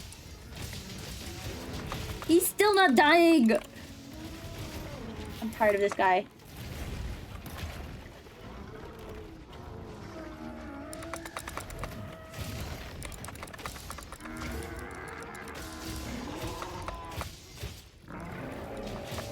Pissed. He's like, what the fuck did you just shoot in my eyes?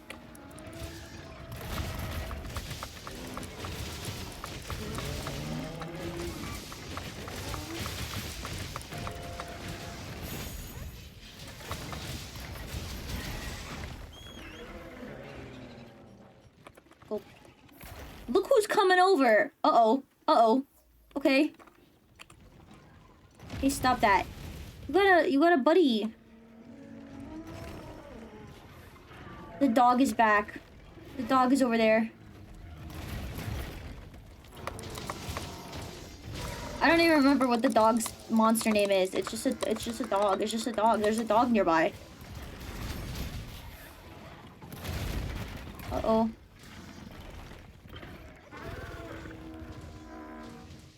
I'm scared. Thank you so much for the posture check and hydrate, Rainy. We love you. We love rain days. Dog stopping by. Hey, dog. Passing through. Awesome. It kicked me from online? No, I'm sorry. This has been happening. This is strange. Is it my issue? I don't imagine so. Is it Steam issues? Might be a personal connection thing. Good. Dude, the side of his head wants to break so badly. You can, like, see it.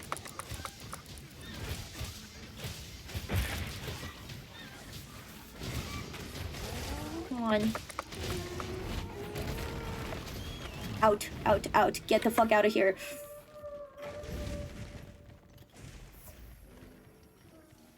Hi, Rain Days. We love you, Rain Days. I miss you. I hope your internet will be better soon. I'm sad that you were dead.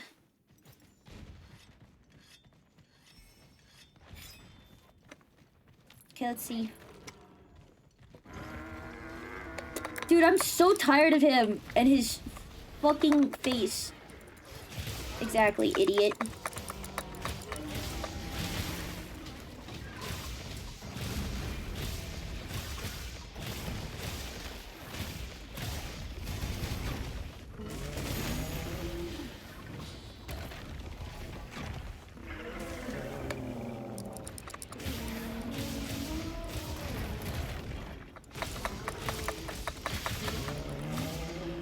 tired of him.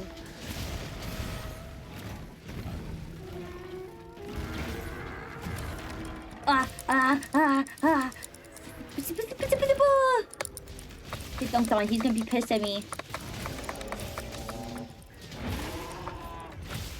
Come on, Arkfeld.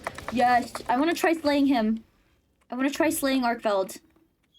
You guys want to try and go for the slay, or do you want to trap? I know it's tough, but I want to practice slaying him for the challenge.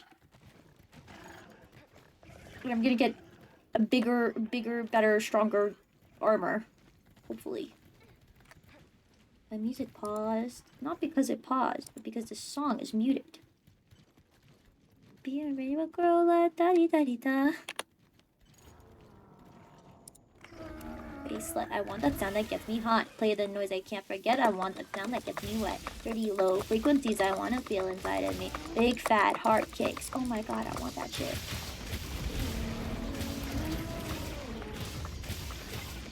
Hi, Rainy. I'm sorry that it disconnected you. Are you not able to rejoin? Yeah. Frequencies I want to feel inside of me. I want that shit. I'm a hard basslet. I want that sound that gets me hot. Play the noise I can't forget. I don't think it's a you issue if it kicks me offline. Yeah, I also don't think so, but I still feel bad. You were so deep into the fight with us and now you don't get any of the rewards? That's such a scam. Okay, out. I need to get out. Hi guys, I need to get out. I'm leaving.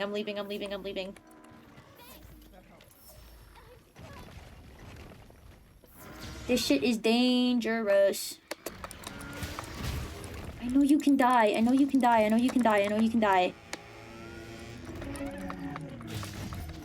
I've never seen a man more in need of death. He's like those old people you see in hospitals who are like, just do it already. So tanky, that's so annoying. The Jinda Had and him working my trees before you kill him. Yeah.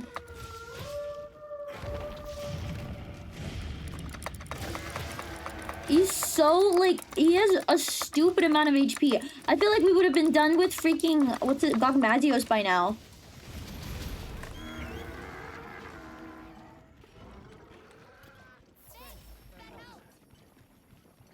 He's running away. But he has death flags, and that's all that matters. Might be me or a Capcom issue.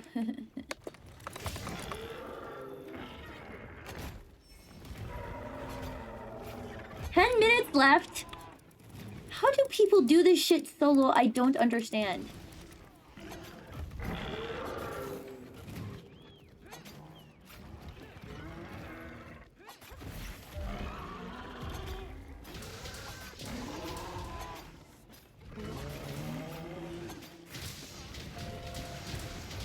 He's about to die. He's about to die, guys. He's about to die. He's about to die.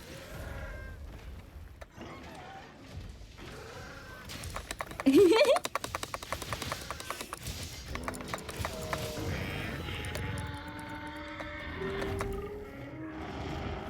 at this guy.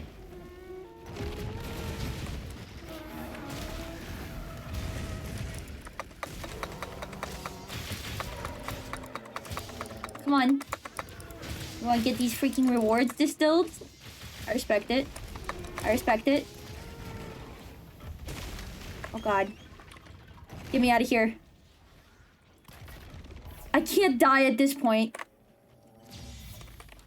We just have to kill him. He just has to die. I've never seen be a man near death longer than Arkfeld.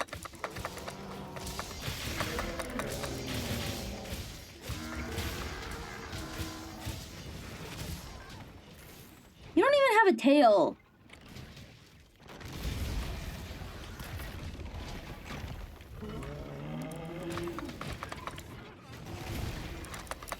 One more. Come on. I know there's gotta be a thing here.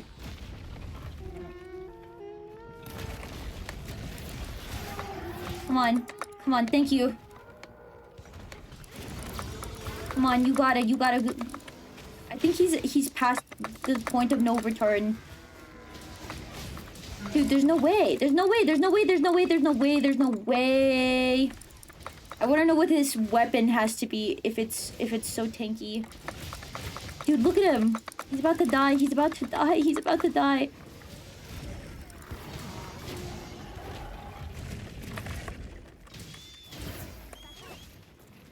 Gulp.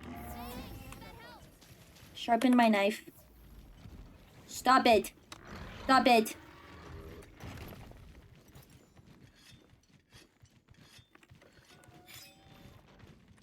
Dude, this penis guy. He's such a penis guy. I just wanted to sharpen my knife and he chases after me like a baby. He goes, where did Beagle go? I'm scared. Yes! Yes! Yes, yes, yes, yes. He's been slayed. Good. Carve him. Thank God. What a tedious boss fight. You guys want to practice some raid ows? I got a gem! Coloration. Is it due to environmental factors? Peek! Good job!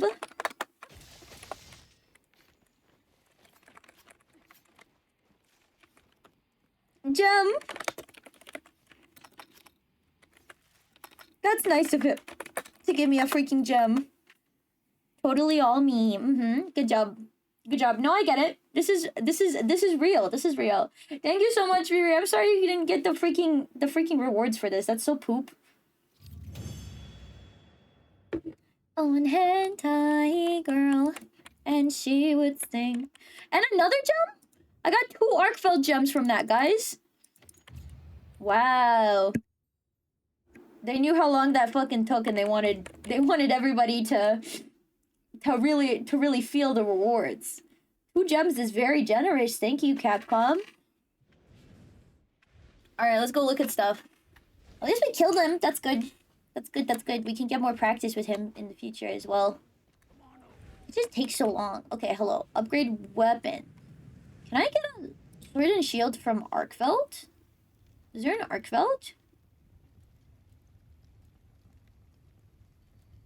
There is. There's a Guardian Arkfeld.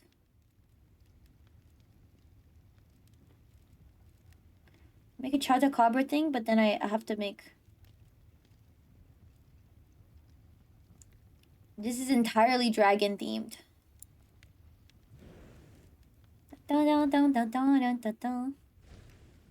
So this is one of the new fuck you weapons. Let me look at this armor.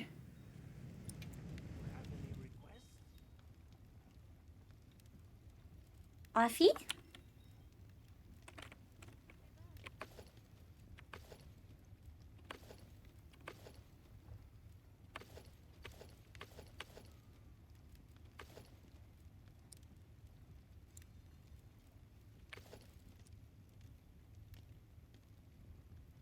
Slut maxing. That's cool.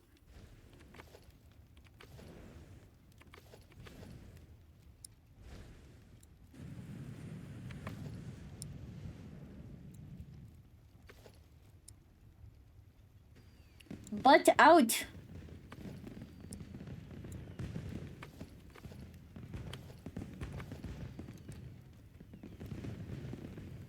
That's stupid. Where's Arkfeld? And I'm still too poor to do anything.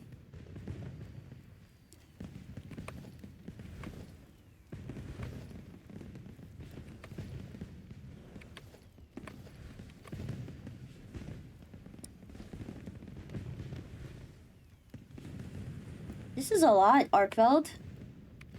This is a lot. What is it? It has no dragon resistance. Cool. Let's upgrade my armor.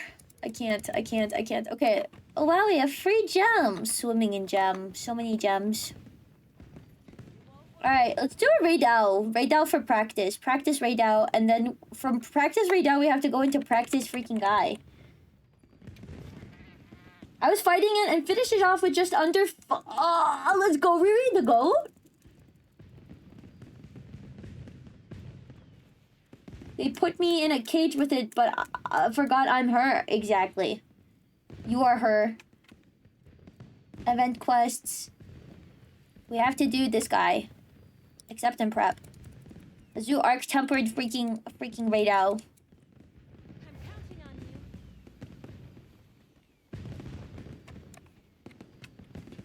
you. I should make a Jindahad sword. I don't have a Jindahad sword. I'm too poor right now, but let me see. I want to see if I can do a Jindahad. Regia, Zoshia, Gore, Magala, Dahad? Jindahad tree. There is a sword. Whoa, this is a cool one.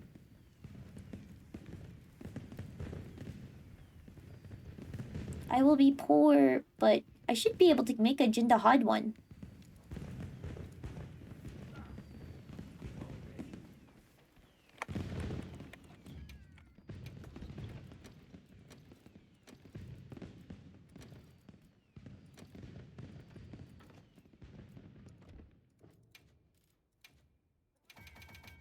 This is practice for Arc Tempered. I would have died with it without. I would have done it without y'all. To be honest, I almost would have never done it without y'all. To be honest, I almost died like 20 times. True. It was bad. That guy is so annoying. I hate him. He does too many spam. I'm gonna fucking kill you attacks, and it's like, man, there's no need to be doing all that, buddy. Absolutely not. There's absolutely no reason to be spamming that much. He's just being, forgive my language, but a hoe. He's being a hoe.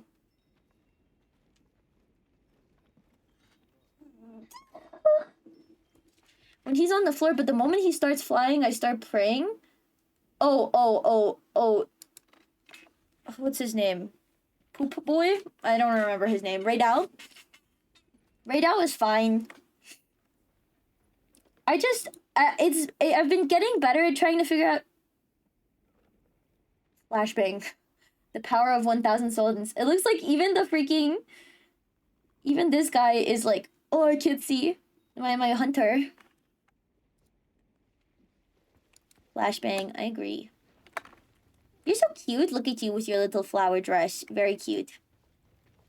You look very lizard.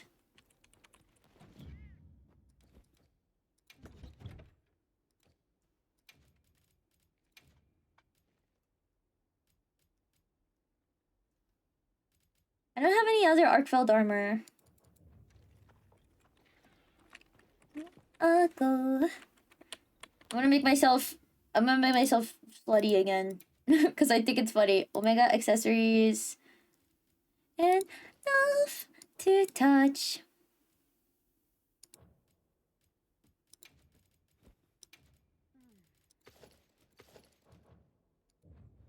Hey guys, it's me. I'm ready to fight. Vico, who is ready to fight.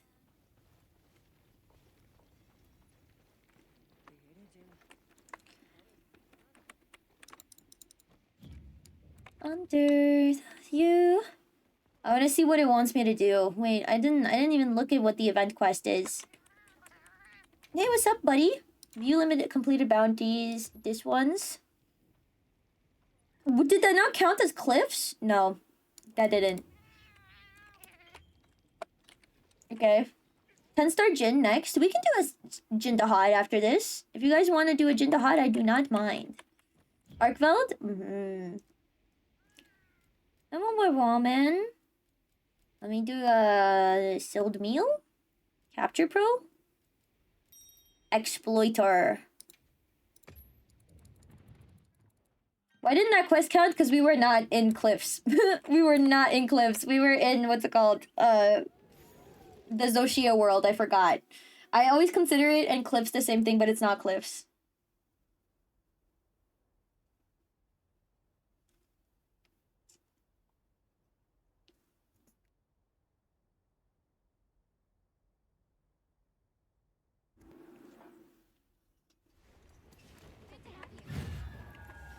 Take me to where I need to go.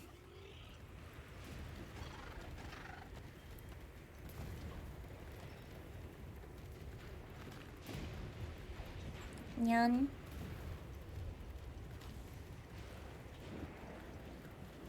I knew it was this song.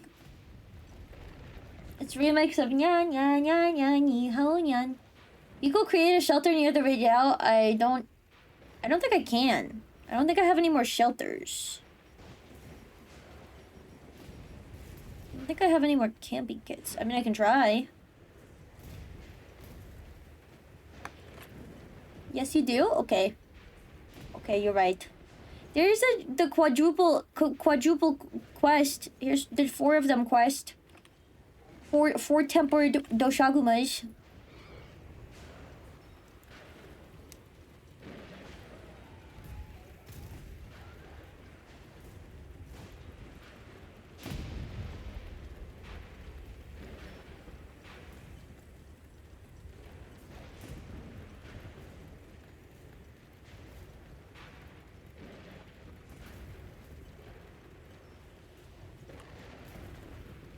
Me and my homies hate this guy.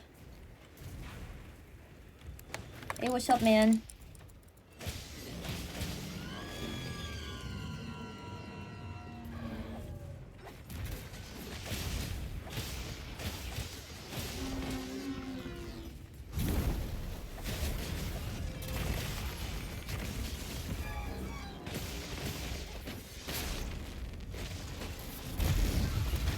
Okay.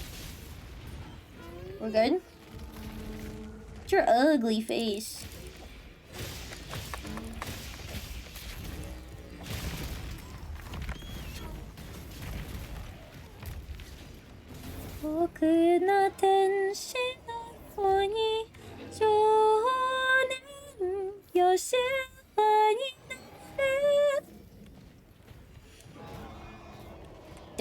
The starer looking blankly at us, he looks at us. When he be looking at you? When the Ray Dao be looking at you? Rude ass baby. Good job. Ray Dao, why do you only have two weak points? It's so stupid.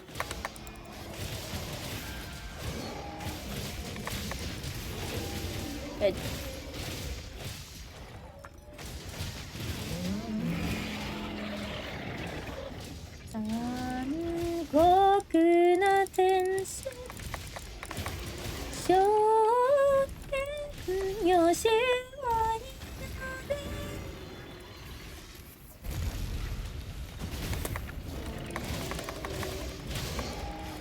Yeah, exactly.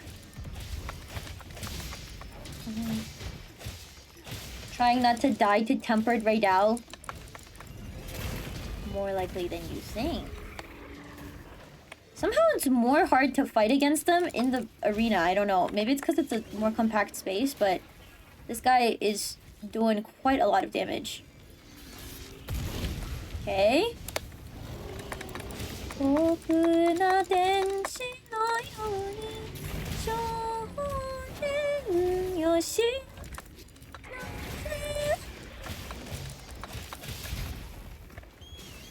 I'm going to die.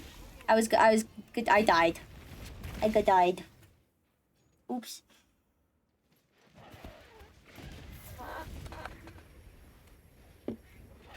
Wish that we were on TV, just like in Pokemon. This is not good. We should not be dying this much. We need to do no death runs.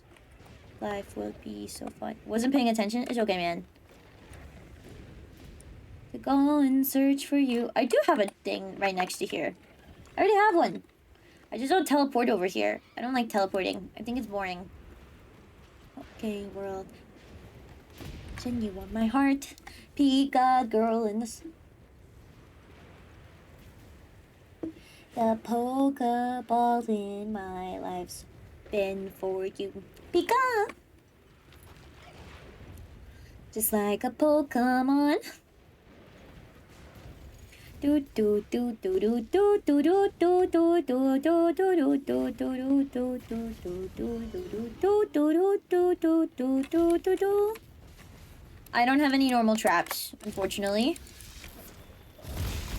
Okay. Okay. Okay, that's a lot. That's a lot, Ray Dao.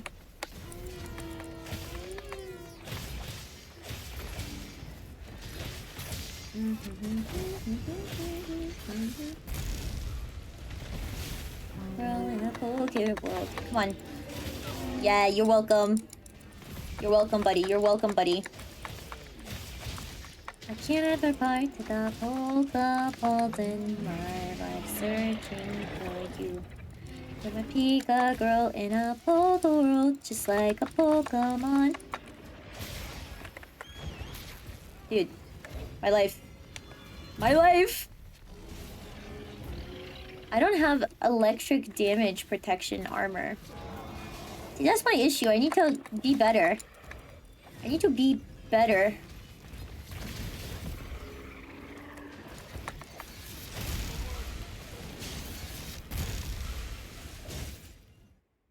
Scam. I hate when I hate the time that it takes to register the button inputs, because when I start holding the like guard button, it's too late. I tried to like perfect parry it, so I wait until the last second, but then I wait a little bit too long. Look at my bird. It's too excited.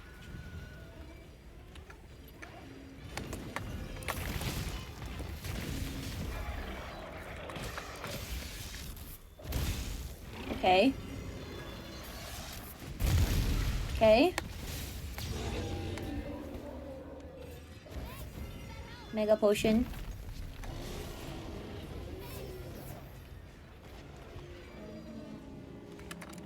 Quick maxing.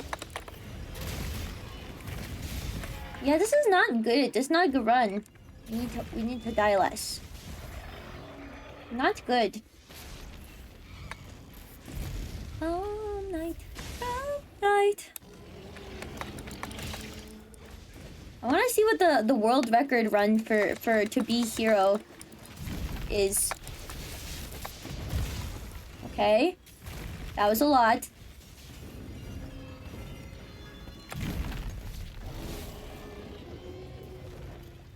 Not a fan.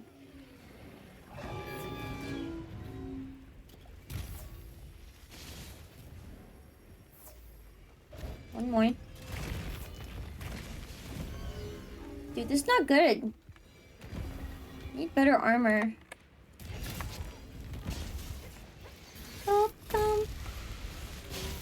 Dude. It's fine. It's fine. I should have expected this. Alright, let's try it again. Let's try it again. Let's try it again. We'll try this again. Also, I want to change the music. I'm not a fan of this.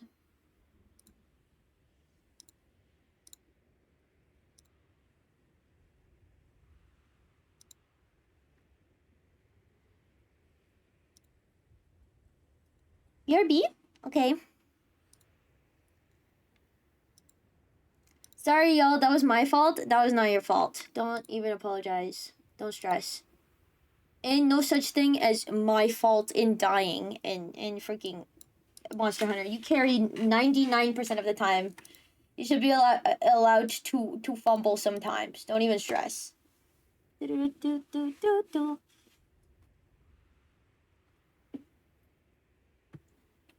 Takes my jacket off. I'm getting sweaty now. I'm locking in and I'm sweaty. I take all the blame.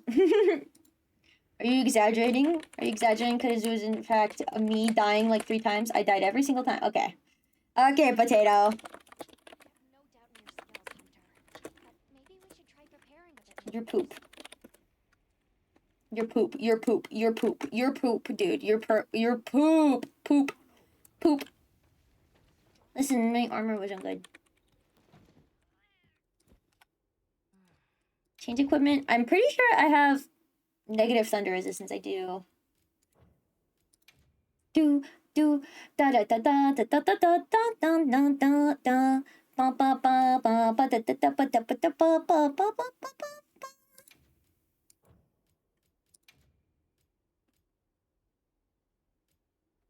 Do do do do do do do do do do do do do do do.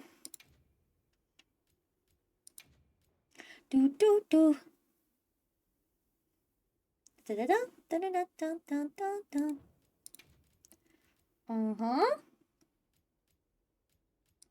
Do do do do do do do do do do do do do do do. This will be good for the next one as well. Da da da da da da da da da da da da da da da da da. Fear Jewel? What does Fear Jewel do? Resentment increases.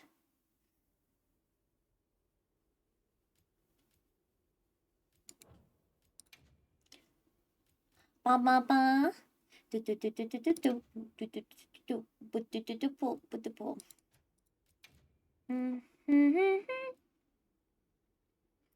Ba ba ba ba ba ba ba ba ba ba. Do do do do do do do do do do do do do do do do do do do. Ba da da da ba da ba da ba ba ba ba ba ba ba ba ba ba da da da da da da da. Your character has no hips. Not gonna lie, he looks inhuman. It's so sad, I know. You can't make femboys in this game. What even is this game? What's the point of spending, what, $80 on Monster Hunter if you can't even have a freaky outfit? Wait, I was gonna download the DLC. Hold on. Since I got my freaking refund, I might as well spend it on a Monster Hunter DLC. Oops. This is Blink News with a Sorry. horrifying update. Authorities have just Monster Hunter. I misspelled Monster Hunter. Monster Hunter Wilds. Can I get the silly DLC, please?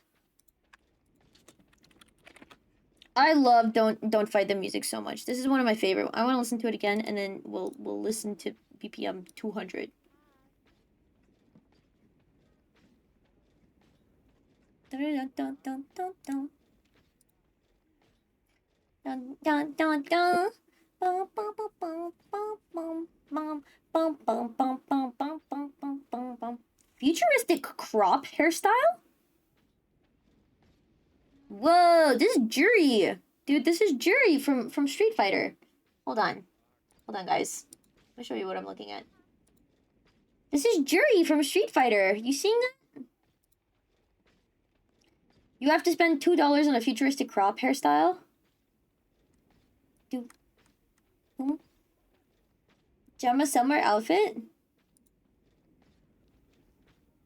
So you have to buy the outfit to give it to her permanently?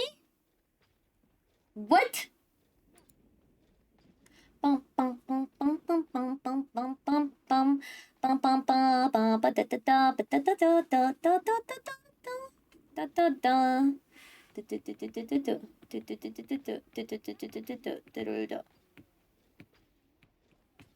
Da da da da da. Ah! Ah! Ah! Adds to cart. Adds to cart. Continue shopping. Adds to cart. For outfits, hell no. How else do they make money? Yeah. If they continue updating the game, they have to like find new ways to make money. Drawn eyelashes. You can give Alma a Chun-Li outfit. Does she get dye boosts with the Chun-Li outfit? That's crazy. Wisp? I know, I saw that and I have to buy it. I can't help. Oh wait, this is free. Can I add it to my library? Okay. Dun, dun, dun, dun, dun. Hold on, guys. I'm gonna exit out of Monster Hunter. I will be back in a second. Oh, wait. No. No. I'm gonna exit out of Monster Hunter really fast while I save. Yes, save my progress. Quit game. Save and quit. Hold on. And really quickly, I want to find that freaking cat one. And also see if we can find a good hairstyle. A good Vico hairstyle. You can have cat ears. There's a cyberpunk outfit. Parokia sent it to me. Yes, this is the one. Mostly negative. People do not think it's worth it.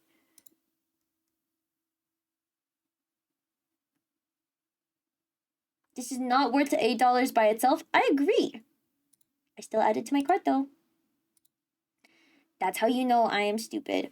Alright, wait, Monster Hunter hairstyle? Can I look at a fancy hairstyle, please? Whoa. Dopamine. Do not, I want it. I want it. Don't tell me what to do. I want it. I want it. I want it. I want it. I want it. I want it. I want it. I want it. I want it. It's your fault for giving me money, guys. It's your fault. Don't even play. I want it.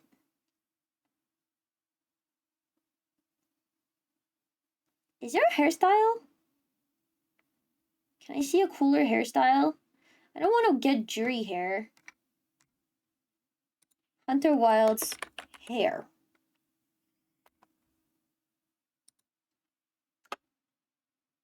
No. I don't want futuristic crop.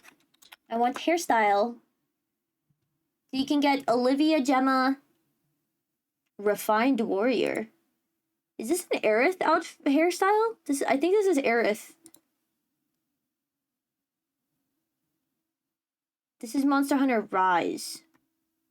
That's poop. I don't want that.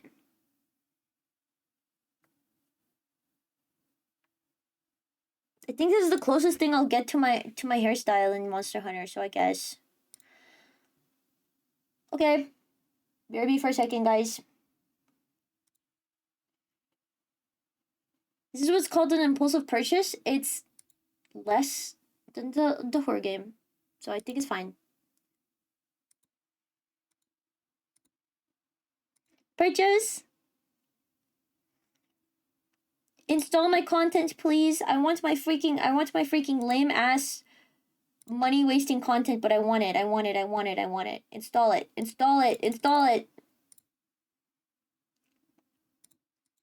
I want it. Give me my DLC.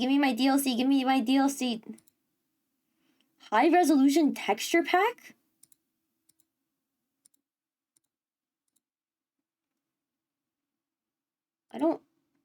I'm scared. Is this free? Is $0?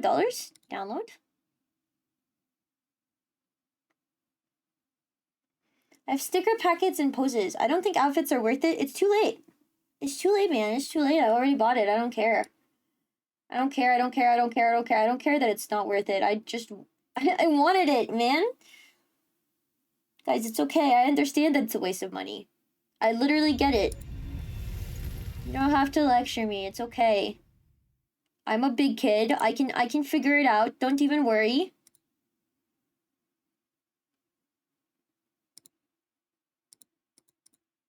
Don't worry, guys. I'm a big kid. I know. Confirm.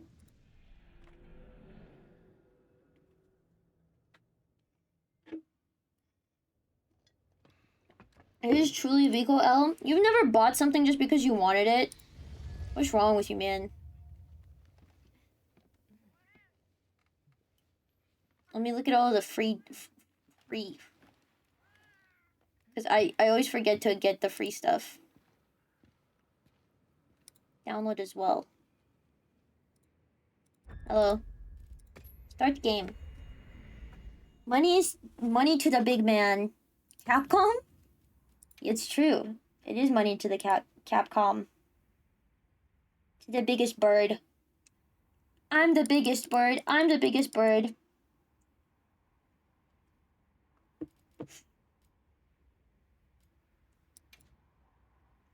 already feel like I've spent an immense amount of hours. What did I get? I got an outfit, a hairstyle, and a wisp.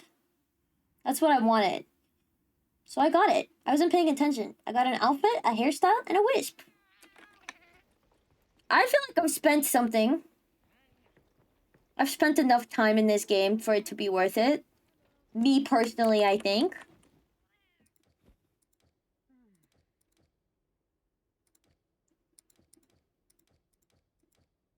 Equipment appearance. I have Cyberpunk now. Look, guys, I can have a cat.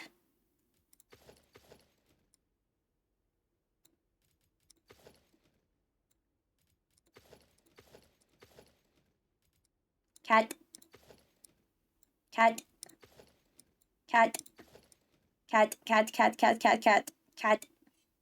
Cat is a cat. Meow. Swag. Cat. Cyberpunk. Cat. This is silly. Do I have a different hip accessory I could put on? Cat. I'm just jokingly hitting. Guys, I'm sensitive. Come on, guys. I'm a sensitive little guy. Be nice to me. I want a big cat hoodie. I wanted a big cat hoodie, okay? I know I am silly, but I wanted the big cat hoodie. Look at it. It's awesome. You were telling me you don't want a big cat hoodie? Isn't this freaking sick?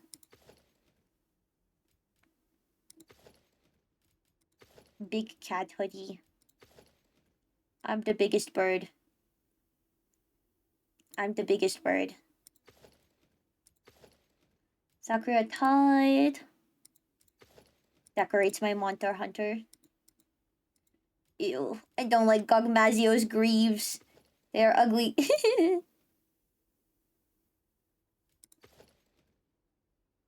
Dude, underwear maxing. I think Chatakabra is the cropped shorts.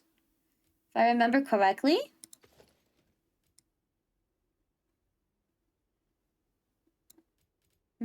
I need a different under one. Underwear.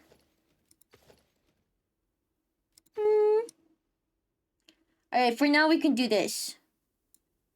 Take that off. No, take that, put that on. Okay. I guess we wear this one for now. This is thanks. Appearance? Change appearance. Can I change my hairstyle? Can I change my hairstyle, please? Hair? I have the new one. Guys, look. Kind of TBH. Kind of type TBH. Save changes. Going commando. Dude, I look crazy. I look crazy! Look at that. Wait, Palico. Palico. Change appearance? No. Equipment appearance. And then instead of you... Meet emergency? What is meet emergency? Floating, oh my god. Wait, hold on. Hold on. Equipment appearance. Hope scarf, teal, orange. Poltercat! Yes. That's what I want. Look at that guy! Is it Gogmazios? No, this is Omega. Trot along Cactuar. Look at that guy! Dude, that's my little goat. That's my little fella. Oh, I'm so happy right now. This is awesome. Look at him. Mark of Mastery. Wisp.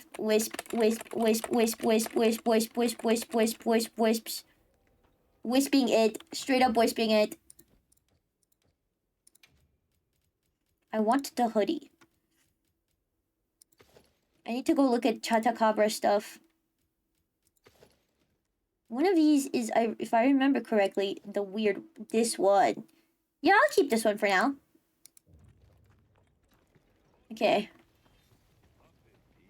Chatakabra. What does Chatakabra pants look like? One of these has to be the shorts, if I remember correctly. Hope. This is cute. These are nice. This is chainmail. This is shorter chainmail. This is underwear. This is underwear. This is that's underwear. Double underwear. This could be cool. Okay. Alloy. Vespoid. Chatakabra. Kutku. Chatakabra. No, Chatakabra is not the one. Cropped shorts. I want cropped shorts. I want short cropped shorts. Unfortunate. I never want to use Kongalala armor, but it might be the only option right now. Baked Potato has huge... Yes, I did. They were all making fun of me for it. Well, they were all being like, Vico, you're stupid. You need to die, Vico. How dare you do this, Vico? Parokia, they're being so mean to me. Parokia, they're being so mean. Ooh, sexy. And it has the torn things. Awesome. Hello, this is a lie. Why is that? They were like, Rico, you're wasting your money. And I go, I know, but I want it. I want it really. Look at it. It's a cat hoodie. And also, look at my wisp. Look at I have a wisp. I have a freaking wisp, dude. I have a wisp. I have a wisp. Life is worth living. That is worth every dollar. I want that. Okay, back to nonsense. Vico speaks lies. They literally said that. Look up in the chat logs. You can literally see that they said that. Ruler of the desert. Accept and prep. I'm not doing proof of a hero yet. Parkia, have you done proof of a hero? We killed Arkfeld last time. We didn't. We trapped Arkfeld last time and we're doing it now. Scratches my chin.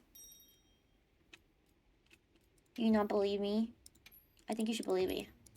No, not yet. Is a bitch. Requires so much time and effort. Okay, I go.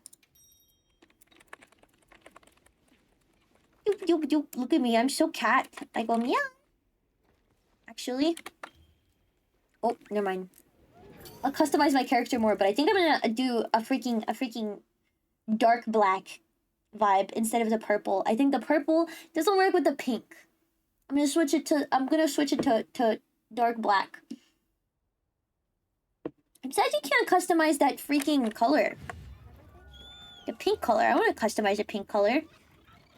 But I'm a cyberpunk cat. I also got jury hair to kind of match my hair on my VTuber model. Just because I wanted to.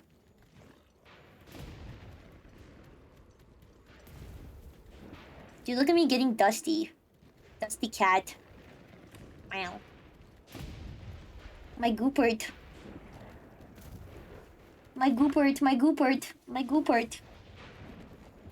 Huge. Huge.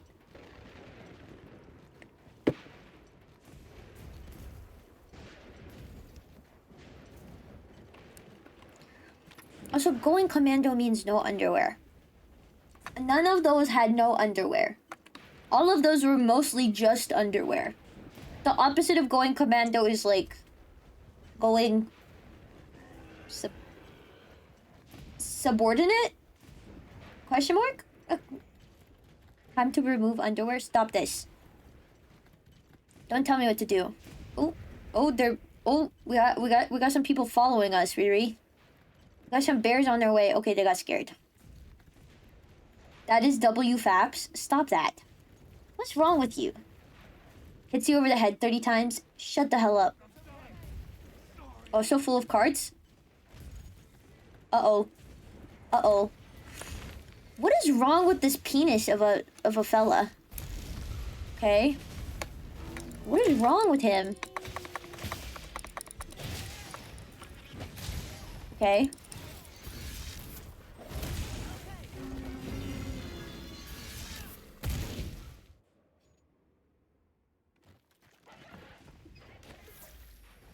Whoa, look at us, W-Wisps, W. I'm tired of this. I love the song. Literally made for vehicle. I know, it's so cute. I'm stuck. Something tells me.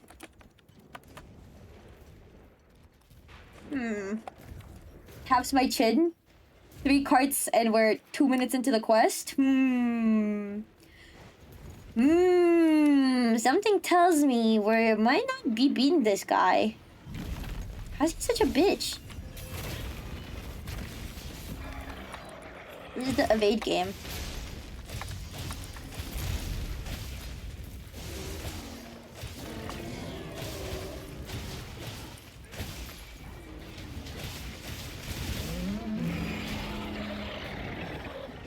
Bird. Bird. Okay, let him tire himself out. Him tucker himself out. He's gonna wibble wobble around. Wow. 10-star right now is annoying. Good job.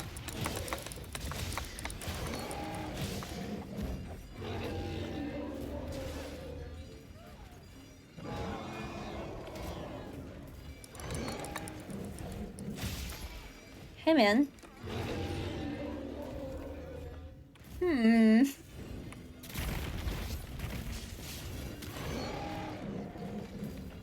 Get down. I can't get close to him when he's in that mode. Or he's the where he's in a I'm flying around fuck you mode. Dude, 10 stars are so annoying.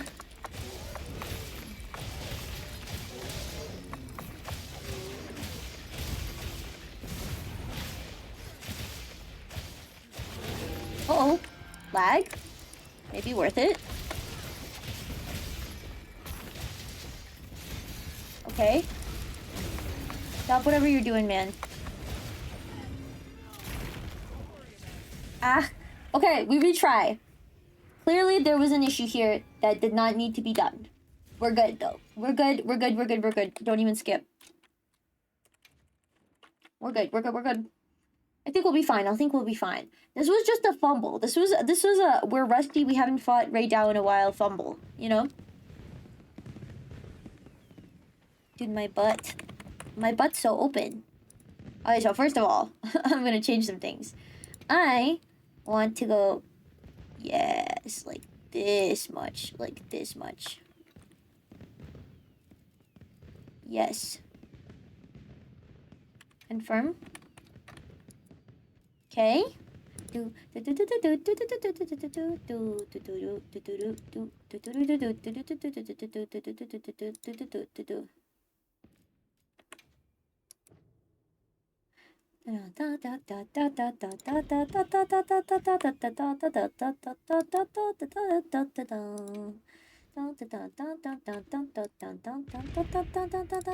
it paint my nails? Monster Hunter, your nails are your arms are skinny. Did you know this? Okay, this can be a black bow as well.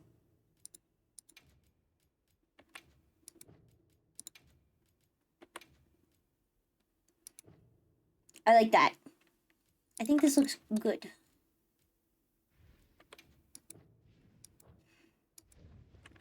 Hello, Monster Hunter.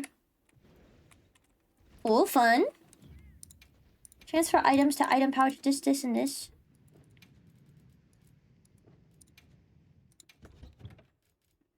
Not good situation. Okay, the most annoying part is getting Ray Dow out of that stupid lightning pit. I'm not gonna lie, I feel like if we get him out of the lightning pit, life will be a lot easier. But that's just me, okay. Back to business. It'll be okay, though. Alright. I'm gonna post a quest. Wait, hold on. Let me double check. Okay, we're good. I'm gonna post a quest. I'm gonna do 10 star raid out, and we'll be fine. And we'll beat him this time around. Easy. Easy. I think everybody might already be on a quest, though. So, I might have to do it alone. Colorful suja meal. Enough a meal, please. Okay. Is everybody on a quest already? I think they're all trying to be a hero. Okay. Hello, can I help you? Why are you green? Alright, I'll keep it open for whoever wants to join, but I'm gonna try. I'm gonna keep trying with Raid Out. I need to get practice being a hunter anyway, because I'm clearly failing. Bad huntering. I think my armor should be good. Hi, Miri! Yay! Love you. You guys could tell my fake calmness, but in reality, I was very sad about it. It's like, oh, nobody wants to play with me. Oh.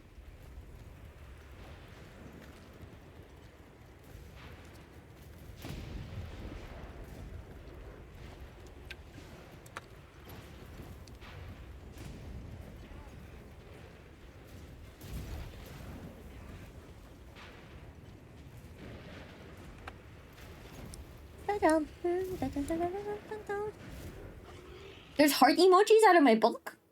Is this with the... There's heart emojis. Why is there heart emojis? Huh? Why are there heart emojis coming out of my arms? Is this also part of the armor? Question mark?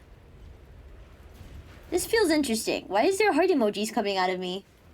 That's not what I got this armor for. Hello, Pepeo. Raydao.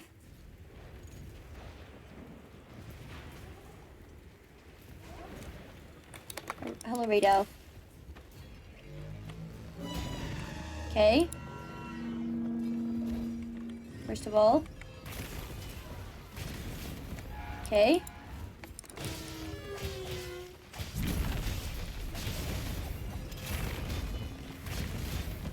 Okay. Okay. Get off of your horse! Get off of your horse! I hate when my inputs are too slow. I hate it. I hate it. I hate it. I hate it. It pisses me off.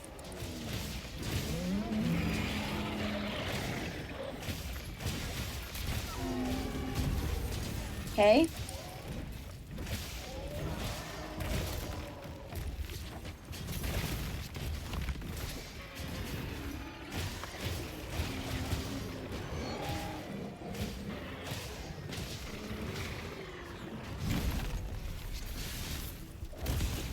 Okay. Okay. This guy. Bird. Okay, he in the air. He's jumping around. Okay, thank you.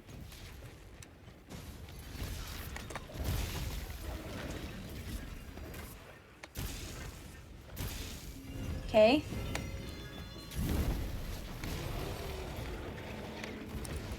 I like your giant cheese grater weapon.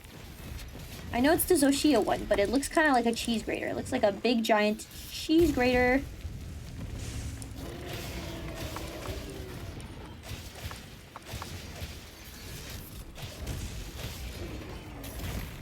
Okay.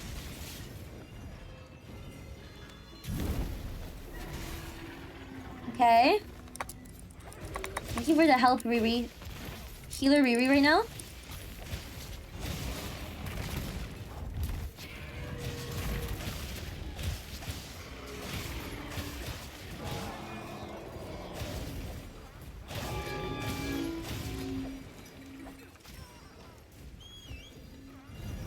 Get me out of here. Meow.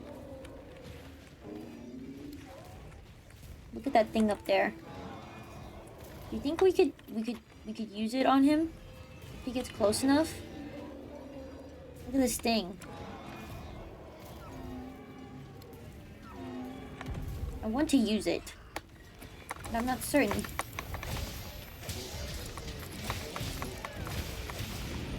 Dude. Dude. Yes, thank you. Okay. Stop that. No!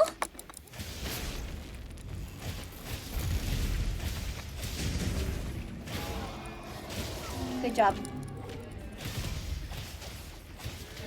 I don't know how I didn't get stabbed. I was directly in front of his face when he shot that lightning bolt.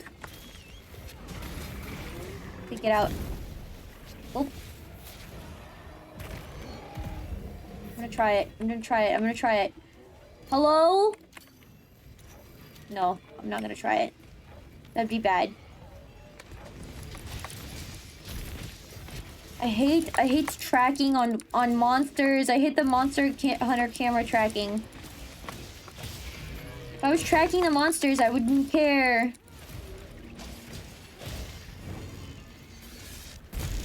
Okay. He was blind. This is for when he comes back to this area. Do you see that?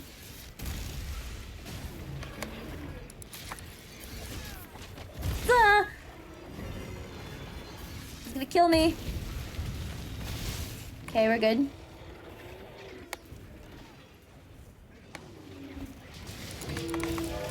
Stop yelling at me.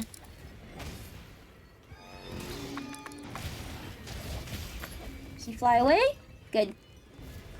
Oh, the wisp. Oh, the wisp. The wisp is so cute. I love it. Look at him flying around, dude. He's flinging around. I'm so grateful that Capcom thought of me.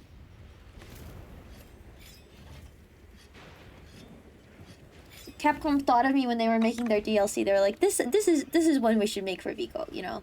A floating ghost that's purple, that's a cat shaped, you know. We gotta do that for Vico. He would really appreciate it. And I want them to know that I do appreciate it, Capcom. I'm glad that you were thinking of me. What?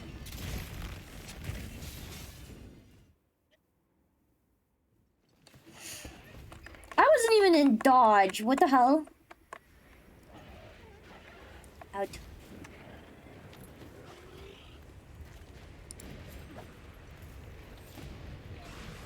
That was poop. That was stupid and poop.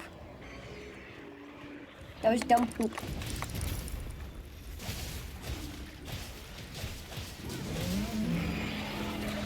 Stop yelling.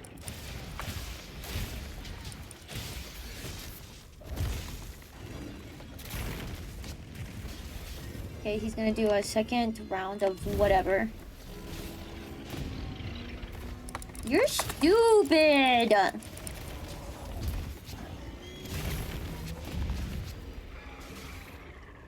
Go. He's so stupid! Get down! Potato, you scare me, man. You scare me. I'm so tired of this. Ooh, God. Good. Fall down, idiot. He did a double whammy there. That was a lot of whamming that he did. He did a lot of whamming.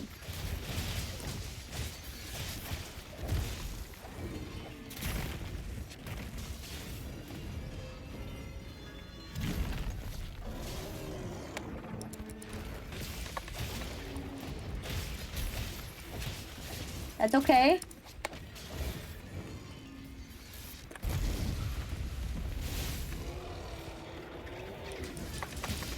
Look at this guy. Look at you. You're so electric. Bird. The goal is to go for as few carts as possible. I need to learn how to, like, not cart to the first three monsters. No new Udra, no Raydao, or no what's it called? No new Udra, no Uthduna, and no Raydao carts for 10 stars. How much HP do you have? A lot, right?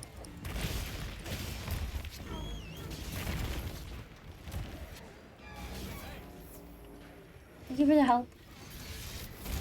Okay, good. Okay, good.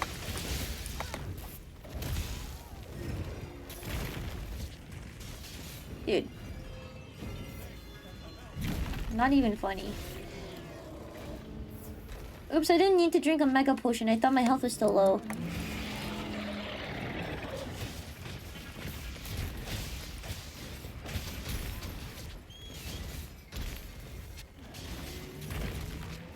Okay.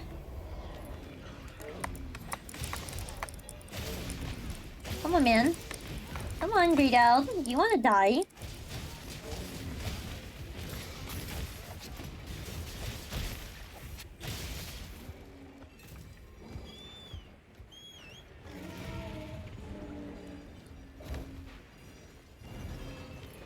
Okay, Greedo. I wish it wasn't thundering so hard. Can it stop? There's too much thunder. Too much freaking thunder. Thunder. Thunder. Thunder. Thunder. Thunder. Get down. You poop. Okay. I'm on his second spot here. Okay. Why can't I get any perfect parries with this? I feel like I'm doing it at the correct times, but I'm not getting perfect parries. Maybe it's only a skill that that armor has. Okay.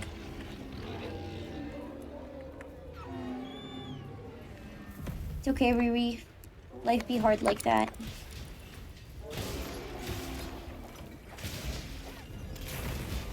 Okay.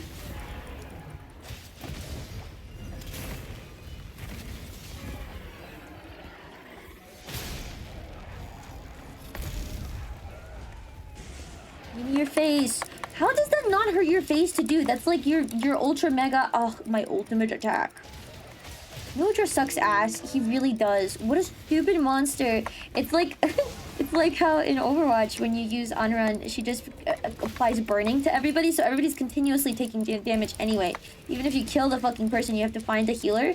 It's the same thing. Oh, I'm getting fumbled by his legs. His kicking legs. His little baby, I'm kicking you legs. Hello, poor animal caught in the crossfire here. Oh wait, no, not poor animal. That's a Balahara. Balahara, do some damage, man. Do some damage to this guy. Wibble wobble around him. Or don't. Okay, that's fine too. Well, yes, I need thunderbugs. So they're most likely to show up when it's thundering. Hello? Okay. No need.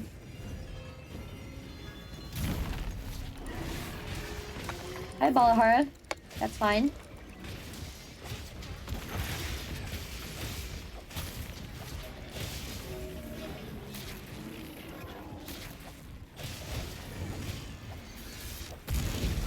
Okay. That was a lot. That was a lot. That was a lot. That was a lot.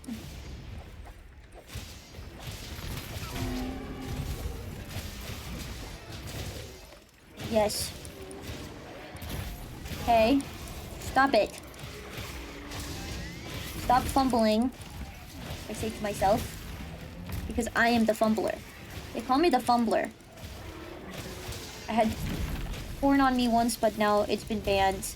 And nobody wants to use my platform anymore. Okay, that was close. That was close. That was close. That was close. That was close. That was close. You can mitigate the burn aura? Fumble Maxer? 2 deco slots to mitigate its chip. Yeah, and then it burns everything. Yeah.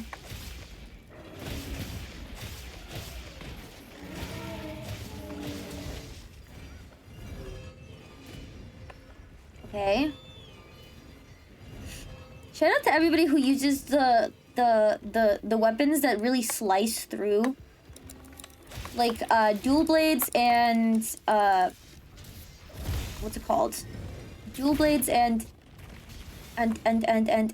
insect glaive, because that's really, really nice. I'm kind of scared of fighting a 10-star freaking Jindahad. I bet he's mean.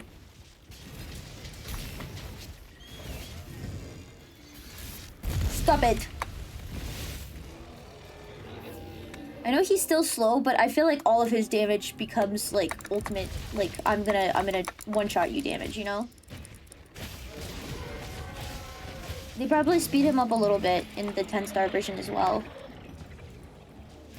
And it's not that bad. Is that maybe the, do you think that's why they didn't put him? Whoa, who the hell is that up there? What is that? A little gargoyle? There's a tiny little gargoyle dragon over there.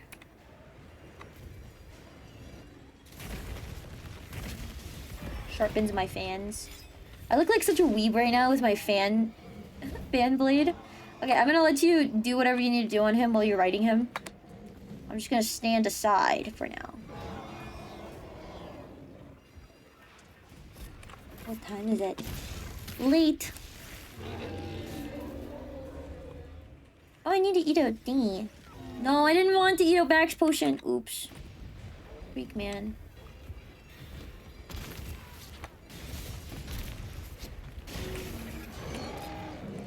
Ooh, your forehead is hurting. Ooh, your back. Okay. Okay.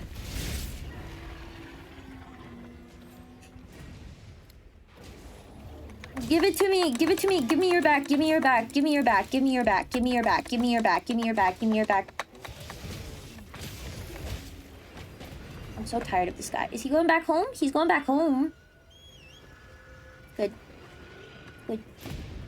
That's good, that's good. That's good. That's good, chat. That's good.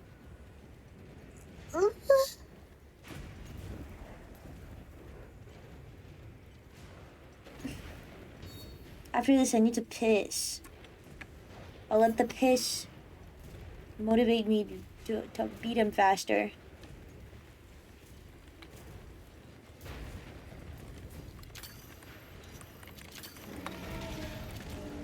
Good. It fucking worked. Thank God. Thank God. Oh my freak, dude.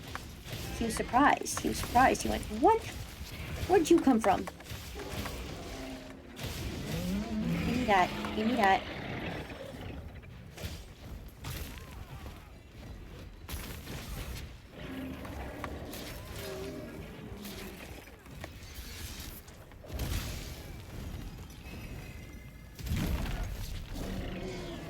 I thought I dodged. I thought I dodge rolled. Man. Man. What a poop butt.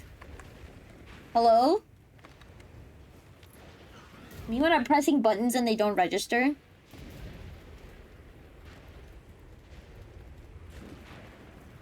Hold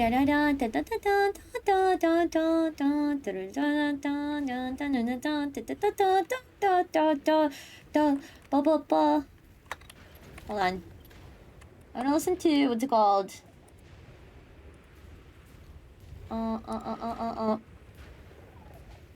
Don't fight the music playlist. Don't fight the music. No. Da da da da da da da da da da da da da da da.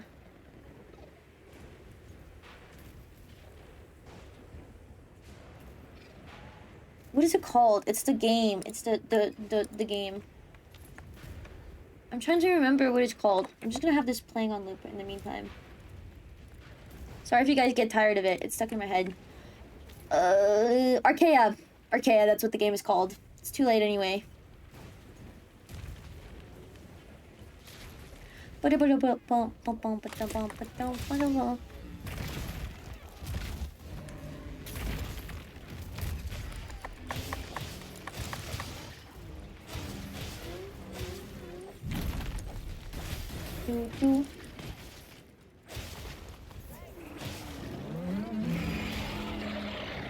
Did I not guard that?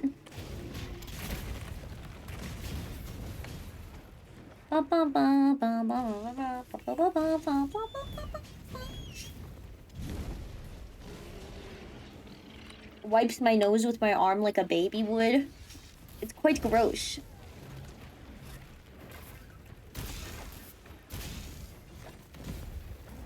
Quite gross and embarrassing, I'd say. You should kill yourself. I say to... Okay.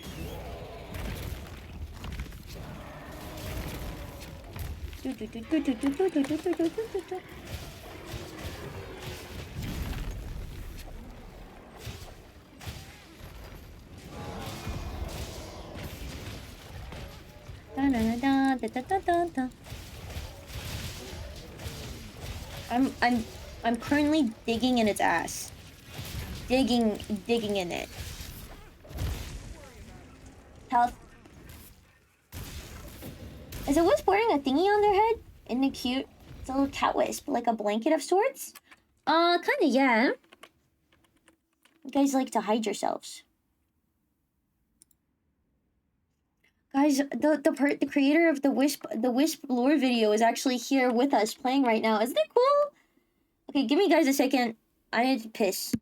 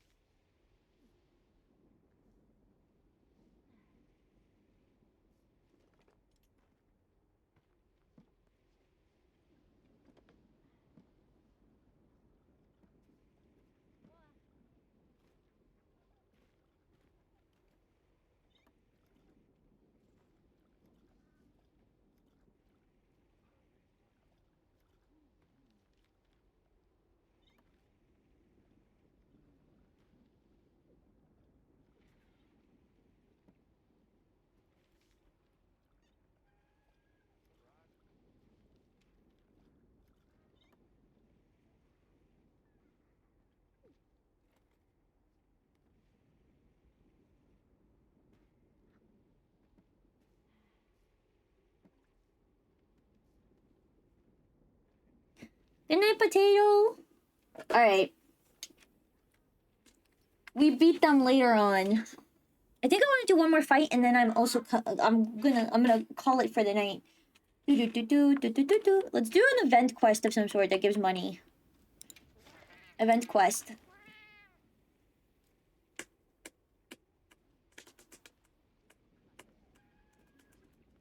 Neon Neopetrons.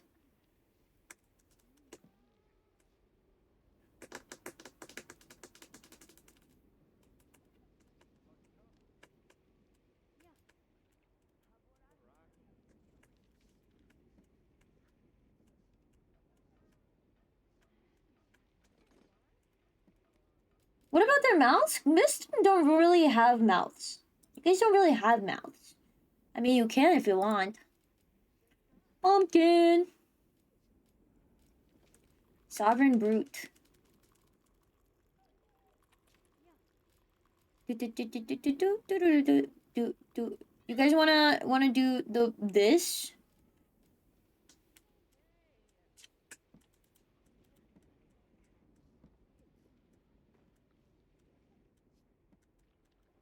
We can do a normal arc tempered Jindahad. I think that would be nice. Over the 10-star. Or we could do the 10-star if you want. I think I trust Jindahad.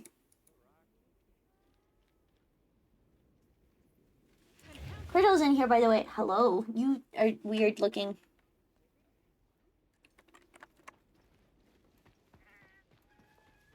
Do. Right now, kicking Uth's ass. It is, or Duna's ass. I see. I thought you were saying Uth with a lisp.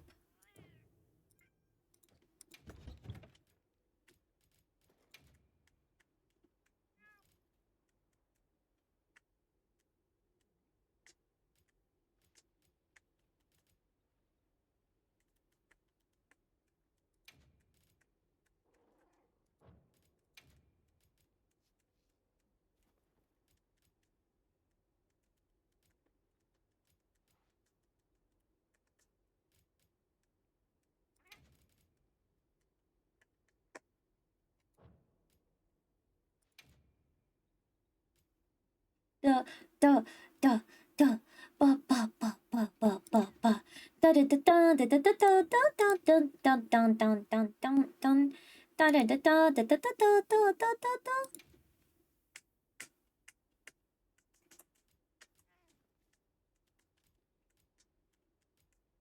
Okay. Hey, are you eating some chargers again, you rude baby? Yes, she is. She's being a rude ass baby, dude. Last question, nose. Also, no nose, but whatever you want, you can do. You can put those like silly glasses on them, I think. What? You come over here? You gonna say hi? You wanna crawl into my lap? Come here. Come here, baby.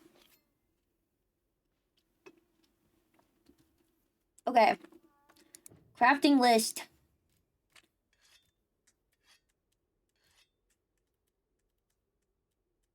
Sorry, I love this song. Bum, bum. Arcea playlist. Da da da da da da da da da da da da ba ba ba ba ba ba ba ba ba ba ba ba ba. Arcea is a horrible rhythm game, by the way. If you want to suffer, play Arcea. If you guys want to really feel pain and suffering, you need to play Arcea. I'm serious. If you want something that is gonna destroy your life, play Arcea.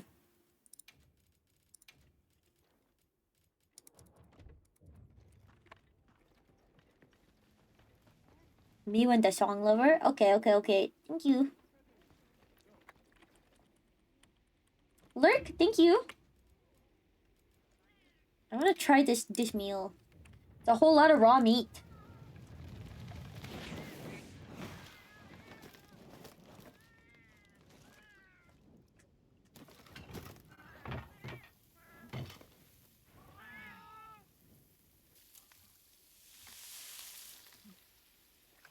It's not raw meat, it's a barbecue. Oh my god, eats it. Oh, and a full watermelon? Dude, goated.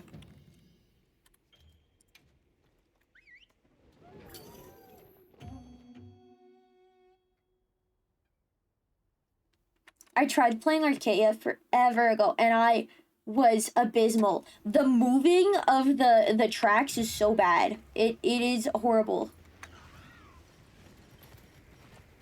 Cool drink. Hot drink. Hello, Jindahad.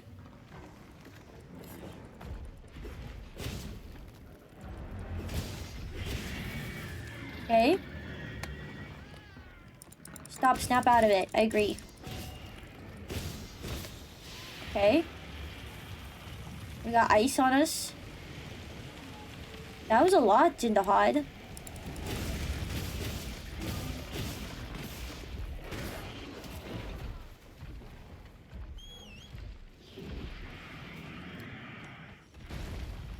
Meow. That was a lot. That was a lot. Okay.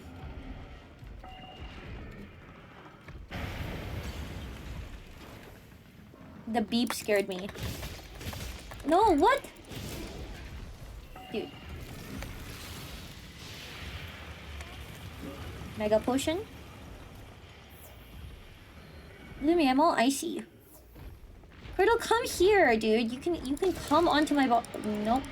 You can jump up into my lap if you want. How the frick do they just take a chunky bite out of thick ass meat? Delicious. Anime logic. Yeah, it is anime logic. It's anime logic with oh god. Realistic graphics. Dude. Dude, I think I'm just gonna get my ass beat by every single one of them today.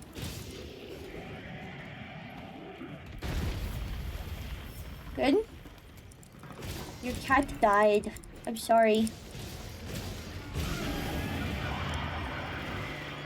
Dude.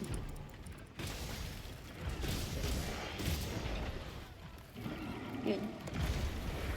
Maybe I'm just not good today. Maybe I'm not good ever, you know?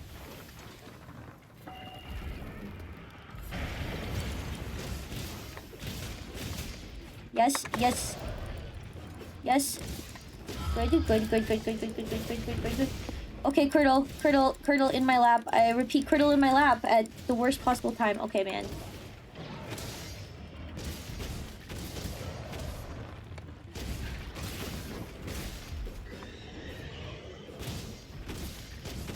Bad cat.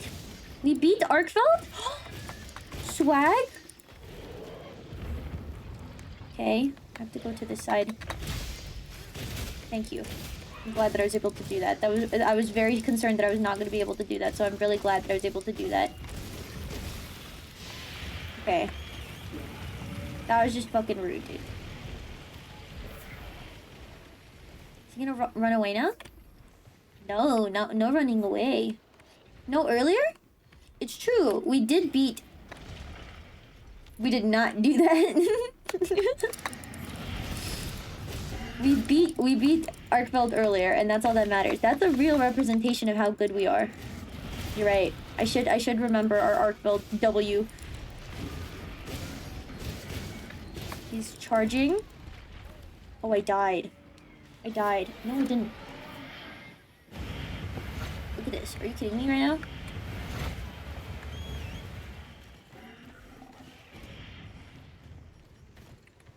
Rude ass guy. My cat is going to die. Oh. Stop it, bro. Even your own face hurts from doing that. Is it really worth all the effort?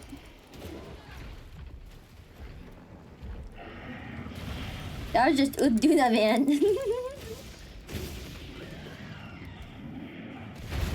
Okay. We're alright. You're alright, lad. Get up, lad. You're alright. Lass? Do they say lass in Britain? Do they say lass or lad? I think lass is a Irish thing or Scottish thing. Just a wee lass. Okay. What does lass mean? It's lady, right? But what does it come from? Why is it like that? Is it from a specific language? Curdle is currently making biscuits on my thigh. Curdle, ow, ow, ow, dude, ow. This is awful. Why would you ever do that, Curd? Curd, this hurts. Curd. She's like full claws in my ow. Okay, are you gonna do it again?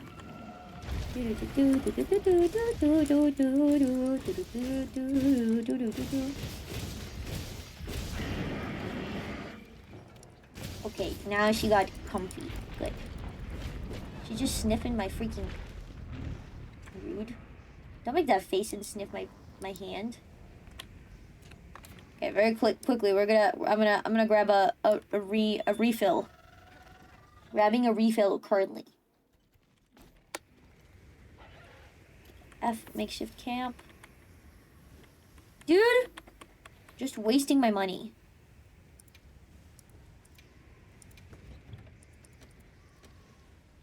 What the fuck?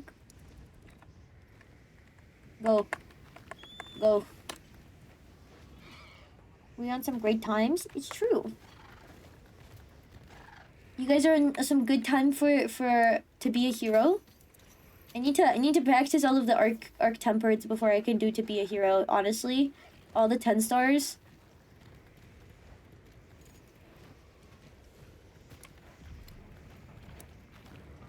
You want to look at this direction? That one? Do you want to look in this? It's not close enough for him. I'm sorry. I know you wanted to do that. I felt it. Okay, keep yelling.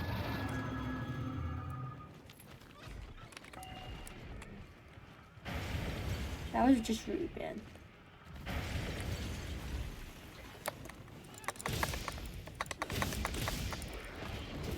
Okay. Okay.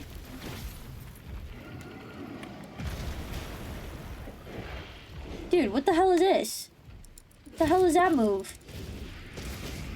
Boy and girl, original is lad and lask. From what language? English? Old ancient English? Don't even joke, lad.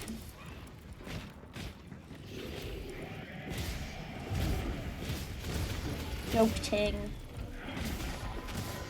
Oh god. He nuclear bombed my feet. His feet. His boobs. He nuclear bombed them. He nuclear bombed them boobs. Alright. That's enough. Alright, alright, alright.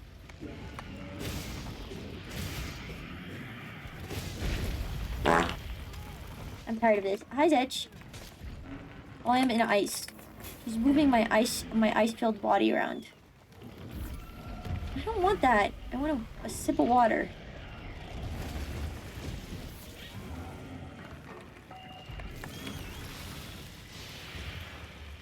Guys, tonight is just a day full of L's.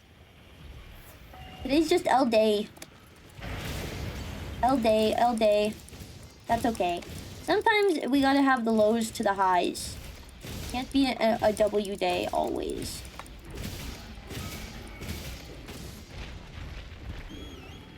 Tired of your big fat ass.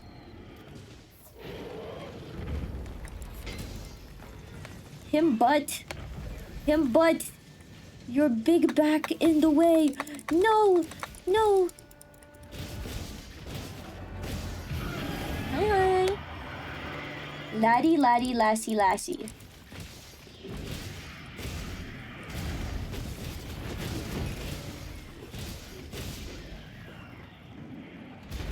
Okay. Don't even joke, lad. Am I right, lads, or am I right, lads? You are right. What? Where is he? You are right, lad. Where were you, lad? I was waiting for you, lad. Sorry, lad. Got caught up in traffic lag. Oh, that's okay, lad. Am I right, lads, or am I right, lads?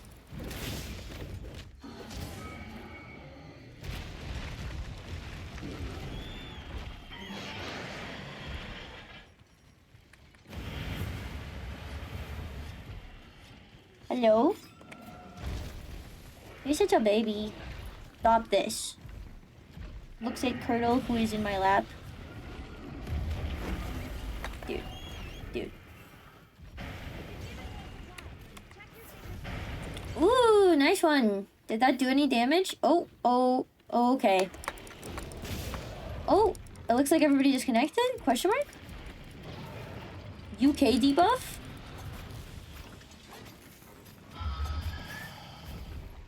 I'm alone.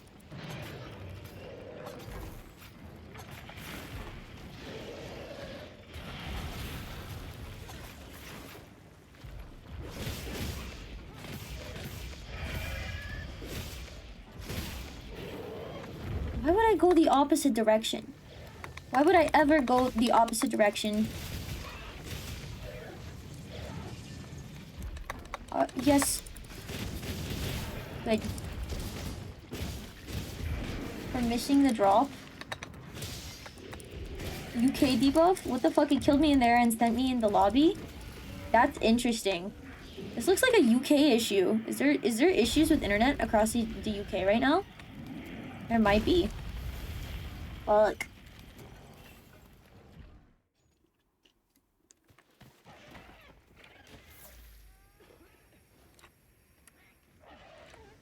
Are you alright? Take a second to restock your supplies before heading out. Stream seems fine. UK Steam servers then? I don't know. Hello, you're such a baby. I'm just joking. Thank you, Capcom. It is a interesting coincidence that both of you guys got kicked. Weird. Strange, even. Strange, even. Is it maintenance? Was Steam maintenance today? Yes, it's Tuesdays. It's Tuesdays. Give me your ass. Give me your goddamn ass. Give me your ass. Give me your ass. Give me your ass. Good.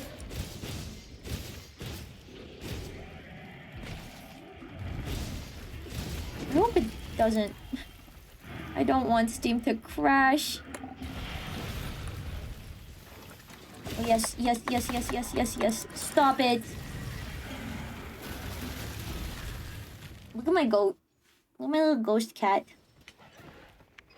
I'll still keep trying. He's so cute. Look at him, he's wiggling around.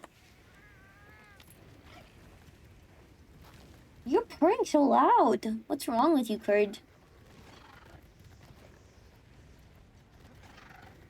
Dun, dun, dun, dun, dun, dun, dun, dun, dun. I don't think I can take another loss, chat. I don't think I can take another loss.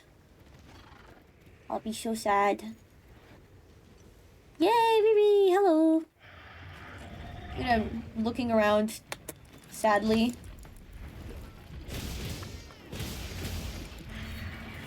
Okay.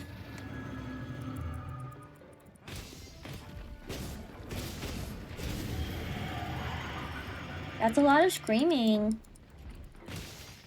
Turtle licking herself on my lap.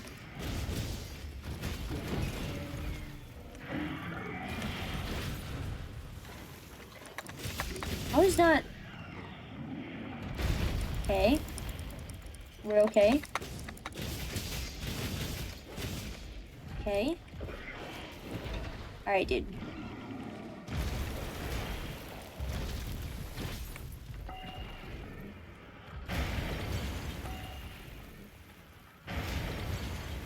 Dude. Dude. This asshole. You seeing this? Steam update would affect gameplay. Steam servers would go down, which would cause issues if a game is based on Steam servers. So like YouTube Studio collabs are based off of Steam servers, so when Steam maintenance happens, collabs break. Which is why you'll notice a lot of streamers don't do collabs on Tuesdays and things like that. Same with a lot of co-op games. Steam does weekly server maintenance on Tuesdays, at least in the US. And it causes issues with connection for multiplayer games. Like, it basically goes offline. You can still play the games, it'll just make it harder to download things or update things if there's maintenance. It's fine. Sorry. I was annoyed. Wait, what? Insurance meal? What? What was that? That shouldn't have happened. What? Insurance meal?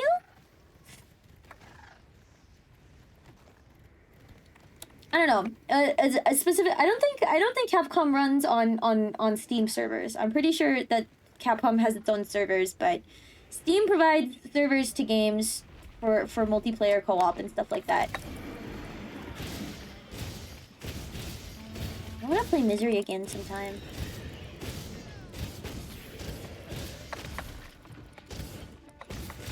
What?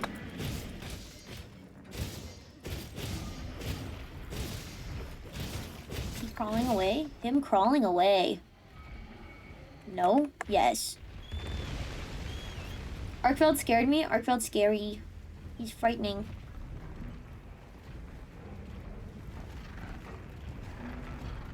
What? You purr so loud. I failed.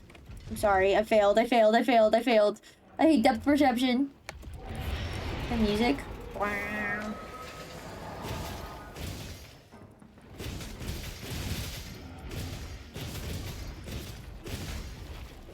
Okay, run. We run. We run. We run.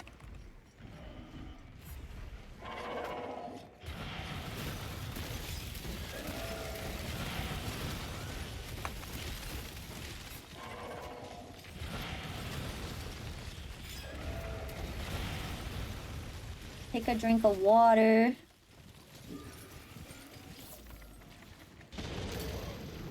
Good.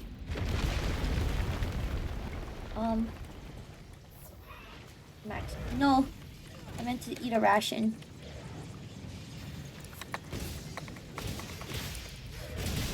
Good.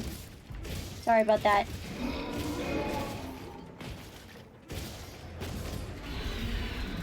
Stop it.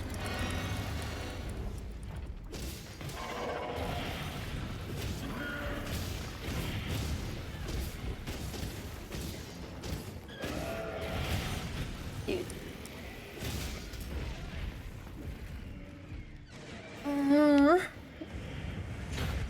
It's fine. We will play again soon.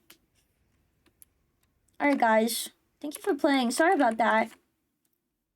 L day. L day. L. L day. But that's okay.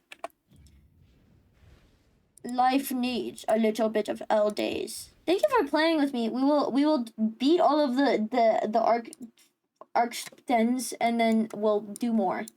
So don't even stress. Let's get ready for bedtime.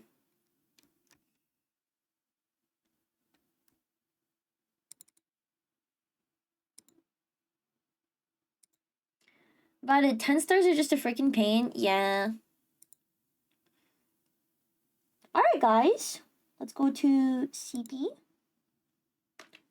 I'll turn on more Matthew Pathy for you guys. Oh, I'm so full.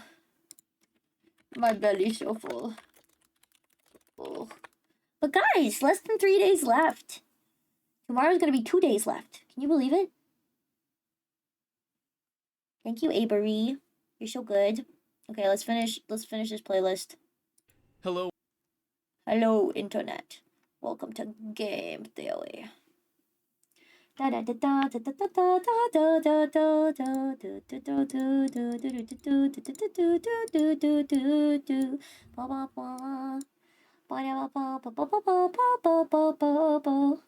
W head mod. W Avery. W Avery L day.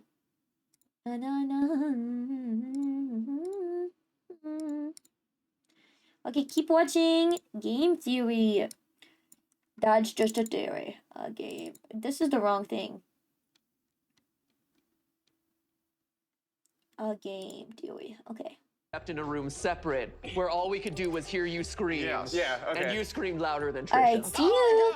Oh my god! Oh Good my night. God. Thank you. Thank you. I would like all women who watching this to know that I'm a very sensitive man, but I feel like I was tough enough to do this. He's a tender guy. Tough but tender is how I like to. If you want poor resource management, this is the guy for you. So Rob, clearly as holding up a solid 4th place. Yeah. What? Taking up the tail here. Where did it go wrong? It didn't. I don't know why you would assume such a That thing. was your intent the whole time. Well, there's a little thing called analysis paralysis, where if you try to focus on too many things at once, it screws you up more than anything. So I tried to focus on the 2 primary things I had to focus on, which were the hallways. You can see, as long as you just keep going like this, you'll see them. And the cameras are helpful when you close a door and you can see if they're still out there. But looking at them any other way is just kind of a waste of time, and you're kind of taking your attention off, and that's kind of what they're waiting for. Yeah. So, and fourth then place. and 4th place came in where I just said, okay, I've made my point. Everyone's smarter now because I'm here, and now it's time for me to go and just pass the lesson on. Well, to me, knowing that battery power was the big limiting factor in a lot of this. A little bit. So my strategy ended up being wait for them to get as close to the door as possible before you slam it shut. Here we go, get close, get close. Goodbye! So it was a lot about like facing the fear head on. I mean, it was amazing to watch you guys all go through and everybody sort of deals with it in their own way. Yeah. And it's so symbolic of how, you know, when you're watching people go through a haunted house, everybody brings something else to the table. Fear is subjective. Everybody responds differently to fear. Some people laugh, some people cry, some people piss their pants, some people faint, some What people about have a seizure. fear poop? Fear poop. Fear pooping we'll throw into the mix there without a doubt. So why are so many people scared of like Chuck E. Cheese and animatronics? Why are people scared of the things that they're scared of? It's such a good question. I don't entirely have an answer. I mean, I have a thought as to One why might that say might be. you have a theory. I have a theory. A theory. The biggest fear is the fear of the unknown. It sort of taps into what we were afraid of as children, and we didn't understand animatronics probably as kids, and we probably couldn't understand why this giant animal was alive and talking to us and trying to play with us. And so maybe that fear of the unknown. Get your mind out of the gutter, Trisha. In my experience, specifically with Blackout, it's all psychological. Nothing I could put in the room is gonna scare you as much as whatever you're thinking in your head. So let's wrap things up here. When it comes to FNAC and actual real-life fear responses, I think this was really interesting because, first off, everyone makes fun of these games because, oh, you're a security guard who's trapped in a single room and can't leave. But what I myself experienced was, hey, that was my safe spot. And I was scared to leave that room even when I knew that all the other animatronics were coming in. My fight or flight response was hide in a corner. Hide in a corner in the room where they're attacking you.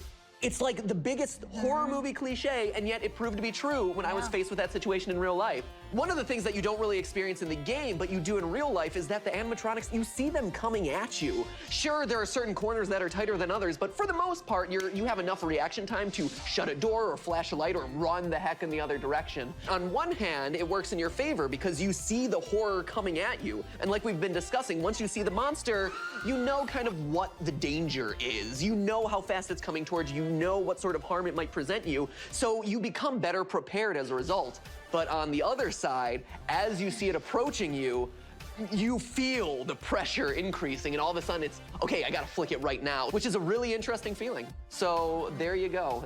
That's something that, because of the nature of these games, you don't experience, but in real life, it's a mechanic that exists. I think it's time, hey, there we go. I think it's time we celebrate this birthday party.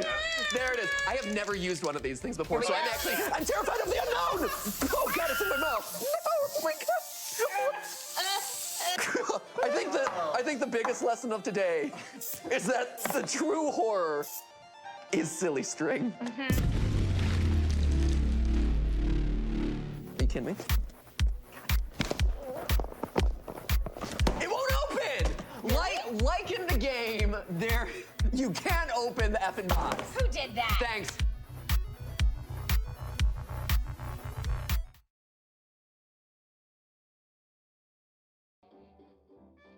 Game series. Book series. Help wanted. New book series. Oh, come on. Fine. Phone guy. Phone dude. Purple guy. Orange dude. Didn't you just... Fine. Wild card. Change the category. Timeline. Bite of 87. Chomp of 83. Party of 85. Wait, but... Time traveling ball pit. You can't just... Reverse. Oh, yeah? Reverse. Reverse. Reverse. Reverse. Reverse. Reverse. Reverse. Reverse.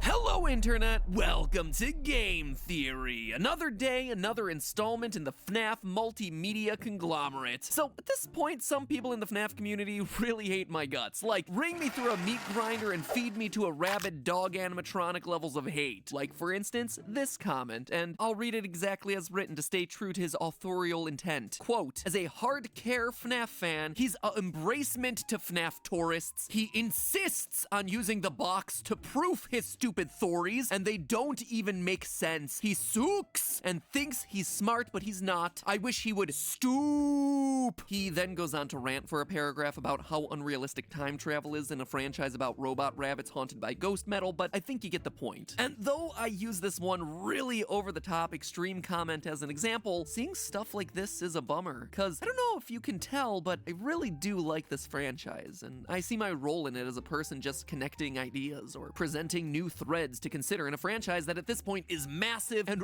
really confusing. But his comment does bring up something that I should probably address at the top of this episode since it'll be relevant for today. My use of the, how did he put it? The box to proof my theories. Here's the thing, friends. I think this is something that both sides could use as a reminder, both my FNAF theory followers and my FNAF theory haters. There is a difference between canonicity and continuity, and I think a lot of the times in these sorts of discussions, they get confused with each other. Something being listed as canon just means that it's official. It is blessed by the person who is overseeing the rules of the universe. It is self-consistent within the boundaries of that fictional world. On the other hand, a continuity, at least as I'm referring to it here, is a timeline of events, a continuous story thread where one event leads to the next that leads to the next. Take Star Wars as an example. Rey having magic healing powers in Rise of Skywalker, or Leia flying around like Mary Poppins in The Last Jedi. Because they're appearing in official works of the franchise, those powers thereby get the green light as being canonical powers of the Force in the overall Star Wars universe. The problems people have with them, though, is that they don't fit in cleanly with the continuity that was previously established. If Force healing is in fact a thing, then why hasn't it been used to save literally anyone before this point in the series? Tell you what, it would have been really handy for old Qui-Gon Jinn over there in episode 1, but the fact remains, healing is now a canonical Force power, which means that the canonicity of certain powers is presenting challenges to the established continuity of events that came before. Now, this is where FNAF comes in. You see, you can have multiple continuities all existing under the same canon, and it appears as though this is how the FNAF franchise is working. The original novels and the original games exist in an alternate universe from one another. They are separate continuities, and yet they are all deemed canon. This was all expressly stated by Scott years ago. Quote, so yes, the book is canon, just as the games are. That doesn't mean that they are intended to fit together like two puzzle pieces. The book is a reimagining of the Five Nights at Freddy's story, and if you go into it with that mindset, I think you'll really enjoy it. End quote. Now, what I've been trying to do with my theories, and what I think some people on both sides misunderstand, is that I'm not trying to use the books to solve a continuity. I'm trying to use the books to establish a canon that will then allow us to solve a continuity. The books present us with themes, concepts, characters, and motivations in one continuity that can then inform our understanding of a separate continuity, or at the very least give us questions that we can ask of that continuity. Charlie being a robot in the books tells us that in the canon of the Five Nights world, passable humanoid robots can actually be a thing. So are there any characters in the games who this may or may not apply to? I don't know, but it's a question that we owe it to ourselves to ask because it's been established to be canon within this franchise. Do we know what these little pins are on Baby's design here in the game? No idea. In fact, most people probably didn't even remember that they existed in the first place. But in the books, they play an important role. These are the things that allow Baby to transform into a human disguise. Now, is that necessarily what they're doing in the game? No, definitely not. Is the best and likely only clue for what they really are coming from a separate continuity? Yeah, in this case, yes it is. This isn't us trying to shove puzzle pieces together like Scott warned us against. It's about seeing that in one puzzle, there's a piece that fits in a certain location, and in a separate puzzle, you have a similar piece that might end up acting in a similar way. And here's the thing, you don't have to take my word on any of this anymore. Scott recently made a new post about all of this to clarify the situation. In response to the question of whether the lore of FNAF is solvable, he said this: all I can do is say that some questions will be answered, even if it may not always be the answer you wanted. Be patient. Let me at least say this: future games will look forward, but look to the novels to fill in some of the blanks to the past. So there you have it, from the creator himself. Does including the books in our discussions make things messy and complicated? Sure, but remember what franchise we're talking about here, friends. Messy and complicated is like the formal first name that Five Nights at Freddy's never uses. Call it McFNAF, messy, complicated Five Nights at Freddy's. The long and short of it is that when it comes to this franchise, we as theorists have always had to be discerning over what clues are helpful and which ones are just red herrings. This is no different now. Back when we only had the games, we did it with the number of Foxy Toes and Freddy buttons. Did a missing button mean it was a new animatronic? Sometimes yes, sometimes no. Now we just have to do it with time-traveling ball pits and sound illusion discs. And here's the last thing I'm gonna say on the issue, and hopefully it's the last time that I have to talk about it. At this point, where there's soon to be more books than there are games in this franchise, take a minute to wrap your head around that one. To dismiss the books entirely at this point is just short-sighted. And I'm not just saying that because we're referenced in the new book, Fetch. Yeah, seriously, we're in it. From page, I read it on digital, so it's like page 250 out of 3,127. Quote, Greg did tune back in, though, when Kimberly Bergstrom raised her hand. Well, he sort of tuned back in. He heard her question, is this just a theory? She probably didn't actually say it that way. That was just my creative interpretation of that line. Look, Ma, I'm an inside joke hidden inside the second installment of a multi-volume scholastic book series. I've made it. Anyway, meta discussion over. Let's talk about this new book and what it means for the franchise, shall we? Fazbear Frights #2 Fetch was recently released, and it is, well, if I'm being honest, it feels much less connected to the series than the first one. Don't get me wrong, the stories are still really good, if not even darker than the original three. I mean, one has a young girl outright being mauled to death and wrapped in a sheet while she lays there dying, so pretty intense stuff. But the connections to the main lore are definitely a bit shakier this time around. I mean, the first book, Into the Pit, featured cameo performances by Golden Bonnie,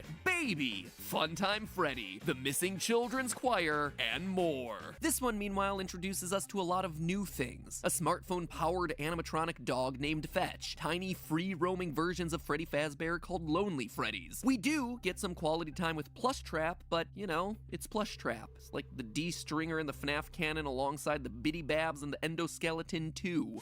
Is that a hot take? Did I just offend the Plush Trap stands? I mean, the runt barely squeaked into Ultimate Custom Night as is. I'm just saying here, guys. Anyway, let's walk through these 3 new horror stories and what they mean for the franchise, shall we? Story number 1, Fetch. Greg and his 2 friends, Hattie, and Cyril live near Olympia, Washington. Greg feels compelled to explore an old abandoned Freddy's restaurant where he discovers Fetch, a fearsome animatronic dog with sharp teeth and an even sharper understanding of texting lingo. Quote, how long has this place been empty? Greg asked. Fetch looks like he's older than my dad, but smartphones haven't been around that long. End quote. After getting scared out of the pizzeria, the dog goes on to fetch whatever Greg wants with increasingly disastrous results, killing a dog, ripping his uncle's finger off, and eventually retrieving his school crush in the worst way possible. It's actually a pretty simple story, but there are 2 big things to call out about it. First, it continues a theme that we're starting to see develop in these books. Kids are being drawn to these restaurants. It's never explained in the story, but Greg feels compelled to go to Freddy's by some unseen force. Quote from the book, this might be what he'd felt in the field, what had called him here. And again, a bit later in that chapter, Greg was afraid he might not have gotten what he was there for, had he done what he was meant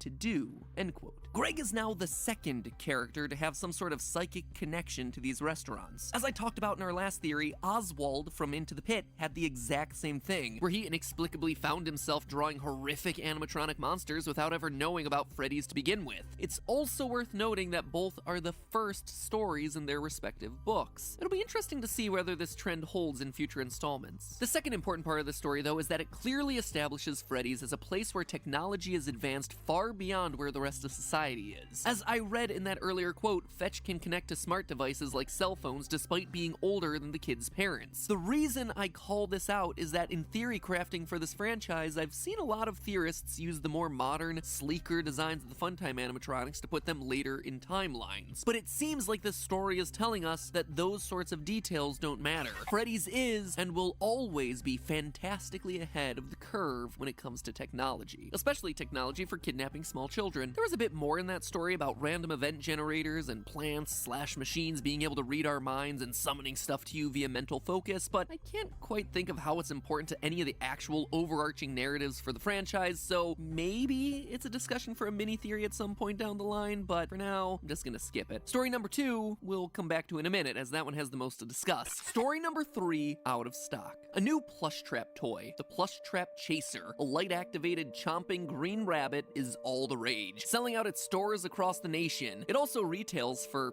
$79.99, so Scott be making those fat stacks both IRL and in the book world for his killer merch. A boy named Oscar, fed up with never getting what he wants, shoplifts the last one that someone had supposedly returned for being defective. Quote, is it just me or do the teeth look wrong? Isaac pointed at the straight, slightly yellow, human-looking teeth that were visible through Plushtrap's partly opened mouth. And what's with the eyes? He reached out and poked one of the cloudy green eyes. Ew. He whipped his hand back and flicked his finger. It's squishy. End quote. After a few days of it doing nothing, the plush trap suddenly activates and terrorizes Oscar and his friends, chomping through the house's doors and garages just trying to bite them. Their only protection is that plush trap freezes in the light. Quote again, he was turning the box over and over in his hands, and there in bold letters was a critical detail. Walks in the dark, freezes in the light. End quote. A few hours and a comedic number of faulty flashlights later, the boys destroy the monster at last by luring it in front of an oncoming train.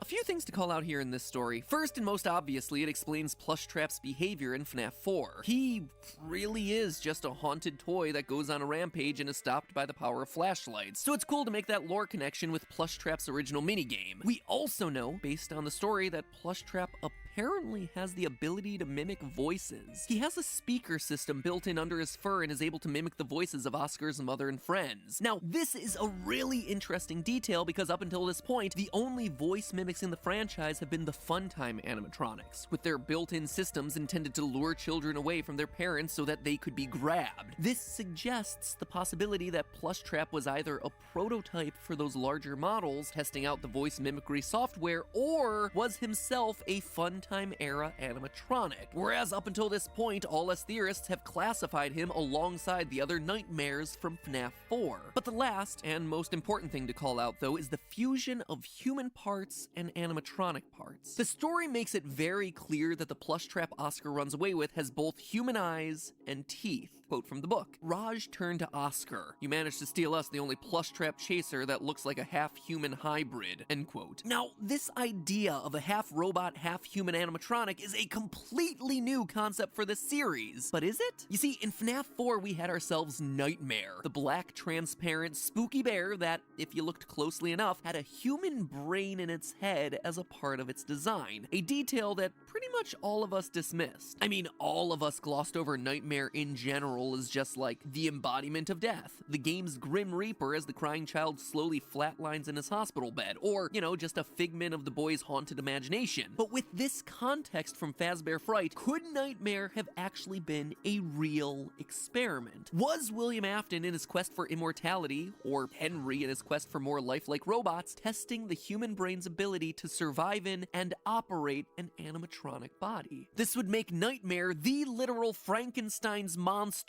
for family entertainment dining. And even though I say that jokingly, it's also something that appears in the Curse of Dreadbear DLC for FNAF Help Wanted, where we actively program a brain and insert it into Dreadbear's head before Hand Unit tells us this. Well done.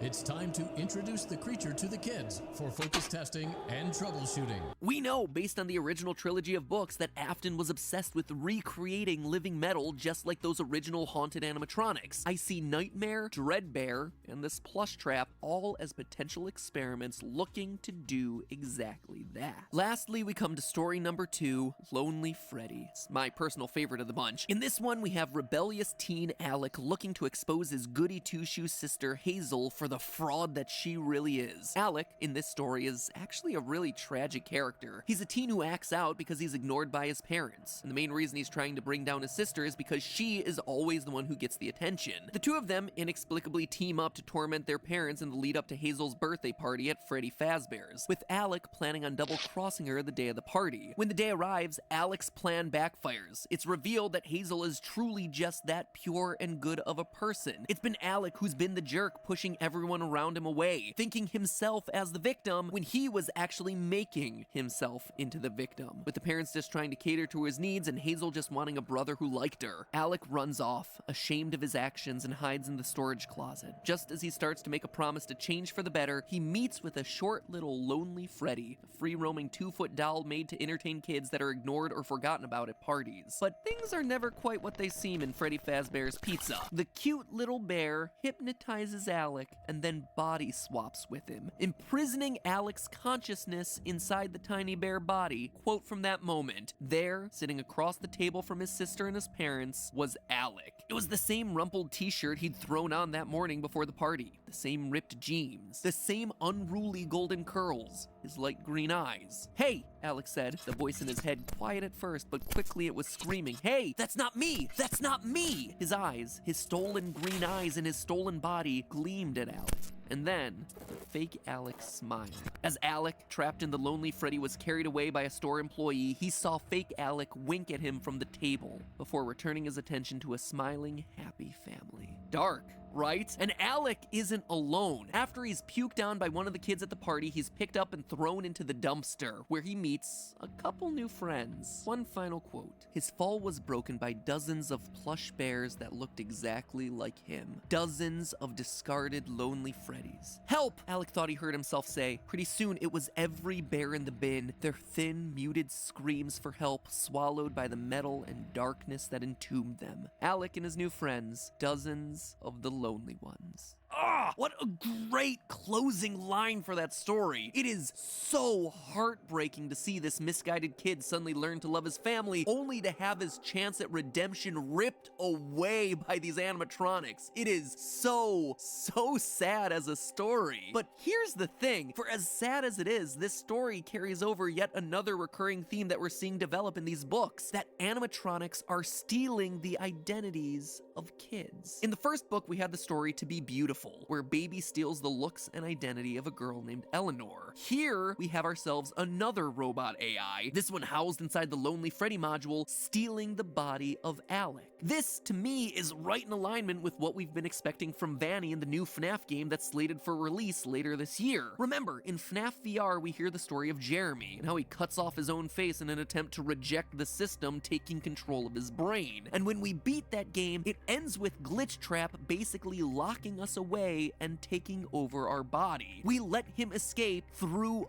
us. But what we thought was happening on a small scale, one person getting taken over in one game, instead appears to be happening to kids in pizzerias everywhere. It's further evidence supporting this theory that I did on FNAF VR, where the story from this point forward is basically Afton creating an army, a cult, a bunch of brainwashed, or more accurately, body-swapped people hiding in public, hiding in plain sight, taking over bodies one by one. Kinda makes you wonder what FNAF 2020's got up its sleeve, right? But before we look forward, we actually have to look backward. You see, there's one last topic I'd like to explore with this final story, but it's a doozy. It's the parallels that this story has with FNAF 4. In fact, I believe that the Lonely Freddy story is helping us to solve what is one of the longest standing mysteries in this franchise, and also one of the strangest inclusions that we've never really had a solid answer for to begin with. And that, my friends, is the true story of Psychic Friend Fredbear. He's here, he's there, he's everywhere.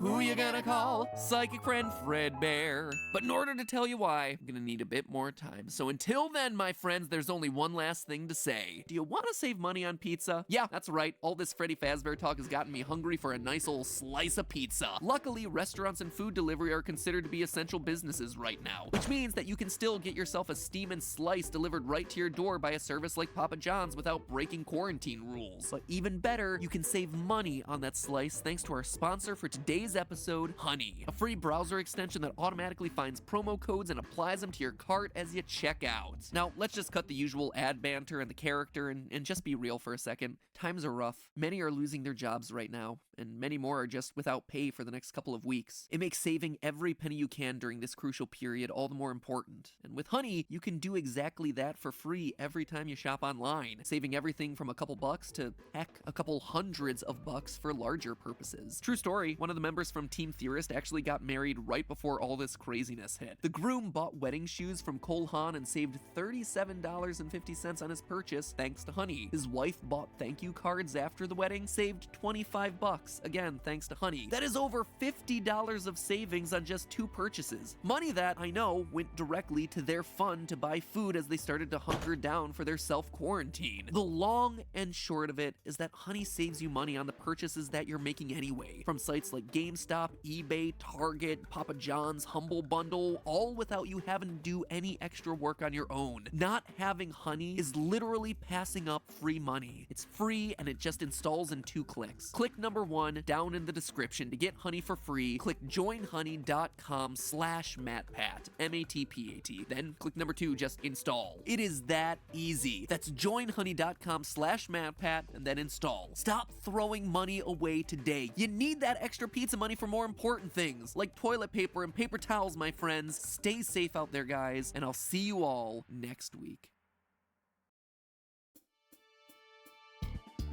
He's your buddy when your brother is a jerk. He's your pal when your dad is off at work. He won't leave you when you go get a bite, at least until the 6th night.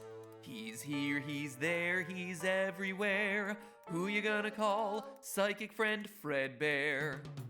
He's a flower for reasons still unknown, and he stalks you on your way back home. He makes a promise that throws off all the lore. Seriously, Scott, what is this line for? And is it supposed to be in a slightly different yellow font here? Are you meaning this to be figurative or literal? Because if it's literal, you are opening up a literal can of worms. He's here, he's there, he's everywhere. Who you gonna call? Psychic friend Fredbear.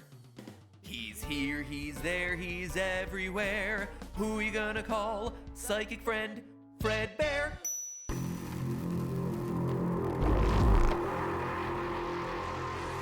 Hello, Internet! Welcome to Game Theory, where I start off today with a disclaimer.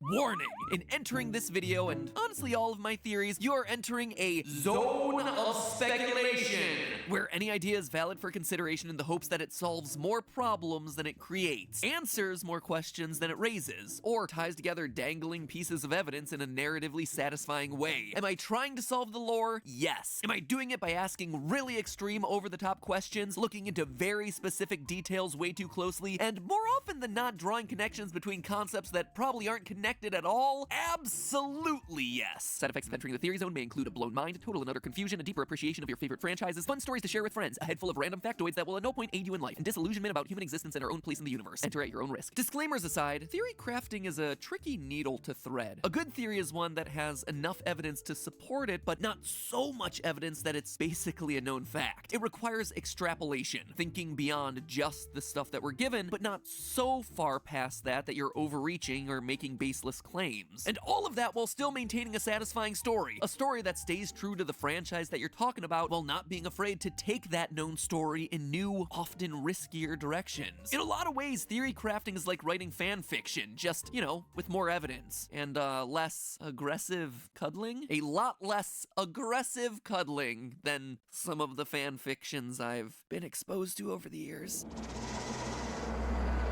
Anyway, the reason that I say all of this right now is that today's theory is, how do I put it? It's one of the stretchier ones. Like, there are some theories that are rock solid. There's some really strong evidence in the game, and it's supported by stuff that's been said by the developers or creators. Then there are others that require a bit more creative license, where the connections are there, but they might require you to squint a little bit, or just, you know, have fun with it and go along for the ride. And this episode is one of those theories, because today we're once again diving into the world of Fetch, Book 2 of the Fazbear Fright series. You see, last time I mentioned this. Fetch was recently released, and it is, well, if I'm being honest, it feels much less connected to the series than the first one. The connections to the main lore are definitely a bit shakier. This one, meanwhile, introduces us to a lot of new things. A smartphone-powered animatronic dog named Fetch, tiny free-roaming versions of Freddy Fazbear called Lonely Freddy's. And that felt weird to me. Every story of the first book felt very connected to established characters, from golden bunny suits to shape-shifting baby to Funtime Freddy. So why was this one, the second book, doing so so many new things. It felt like a pretty extreme tonal shift, especially considering Scott had just posted about how these books would fill in some of the blanks from the past. So then I thought about it, and I considered what blanks from the past this odd collection of stories might be trying to fill, and something clicked. I think that there's a chance that one of the new inclusions in this book is actually something that we've known about for a long time. An oddball character that's confused us and stymied our theories for years. I believe that there's a chance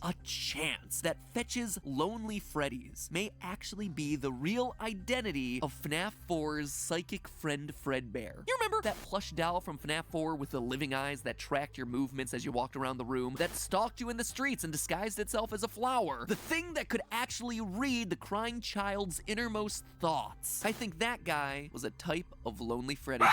But to truly understand why I think these two are connected, let's begin with Lonely Freddy's story. To quickly recap the story in a bit more detail than I did last time, because now the details actually matter for the theory, Alec is an angry teenager who's upset that his younger sister Hazel gets all of their parents' love and affection because she's practically perfect in every way. So when Hazel, just out of the blue, starts being overly nice to Alec and wants to join him in making their parents miserable, he doesn't trust her. He suspects that she's up to something, and so he concocts a plan to expose her for being a spoiled brat at her upcoming birthday party, which happens at, wouldn't you know it, the local Freddy Fazbear's Pizza. His plan, well, it's not a particularly good one, and if I have to fault this story for one thing, it's that the mechanics of how it all works is kind of confusing, so stay with me here. At Freddy's, they have this big money booth. You know, those clear boxes with fans that blow all these tickets around you, and you try to grab them, and you walk away with whatever you're able to capture in the booth. And in the booth, there's a special ticket that allows you to win the top prize in the restaurant, a Yarg Foxy. Basically a large Foxy doll with extra hook-swinging action. Okay, so it seems like Hazel really wants to win the Yarg Foxy, so Alex sabotages her chances by taking out the special winning ticket before she gets in. Except she does win. By some weird, magical, unexplained miracle, the ticket winds up in her hair and she wins the Foxy doll. The twist, though, is that she didn't want to win it for herself, she wanted to win it for Alec.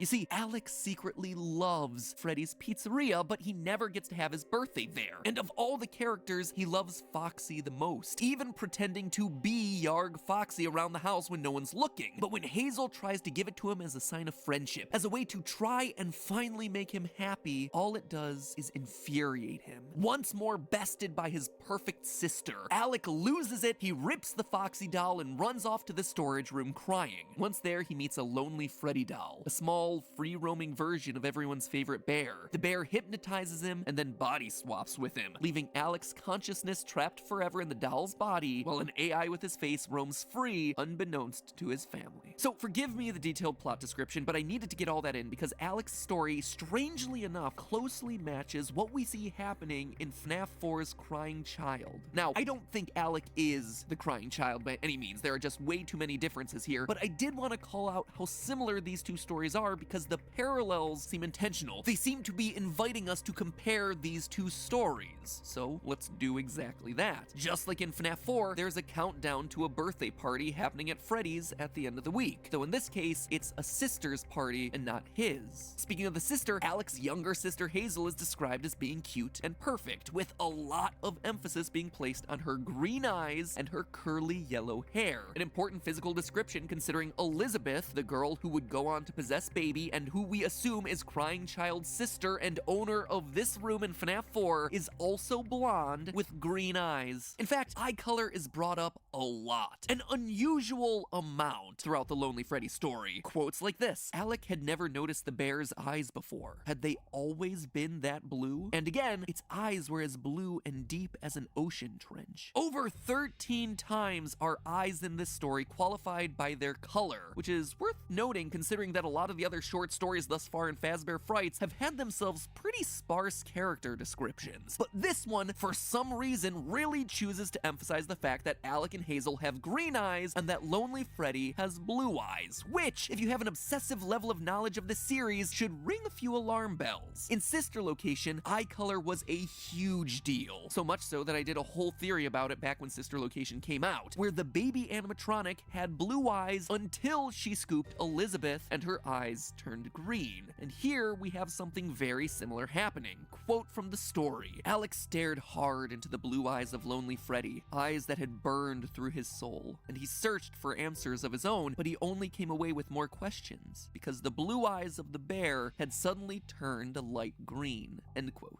And again, in this quote, all Alec could see was the bear as its newly green eyes bore through him. So we've got a party, a sister, and some eyes. But obviously there's gotta be more, right? Alec, when his plan fails, runs off to hide in the storage room crying, similar to the crying child being locked in the storage room in FNAF 4. And in general, Alec is just a sulky, moody kid who, similar to our crying child, both loves and hates Freddy Fazbear's. Alec, in the book, secretly loves the restaurant and its characters, but he also hates it because he only gets to go when it's for his sister, which makes him bitter and angry to be there. It's a lot like the conflicted feelings our crying child has for the restaurants, who clearly likes the franchise. I mean, he has all the toys in his room, and yet while he's there, he's clearly miserable. We're not exactly sure why, but he does have mixed feelings about this franchise. Kind of like me, that is hashtag relatable. I feel seen, crying child. But to me, one of the most telling connections between this story and the game is the Yarg Foxy toy. When Hazel tries to give the toy to Alec, Alec freaks out and rips the toy's arm off. It's a small detail, but one that immediately made me think of the Foxy that's in the crying child's FNAF 4 room. A Foxy plush with one very specific feature. A feature that has never gotten explained. Its head was pulled off. So we have ourselves two Foxy plushies, both with a body part ripped off in some way, in the possession of a kid who both loves and hates Freddy's, that winds up locked in a storage room crying, attends a birthday party, and has themselves a green-eyed sister with blonde hair. It is just an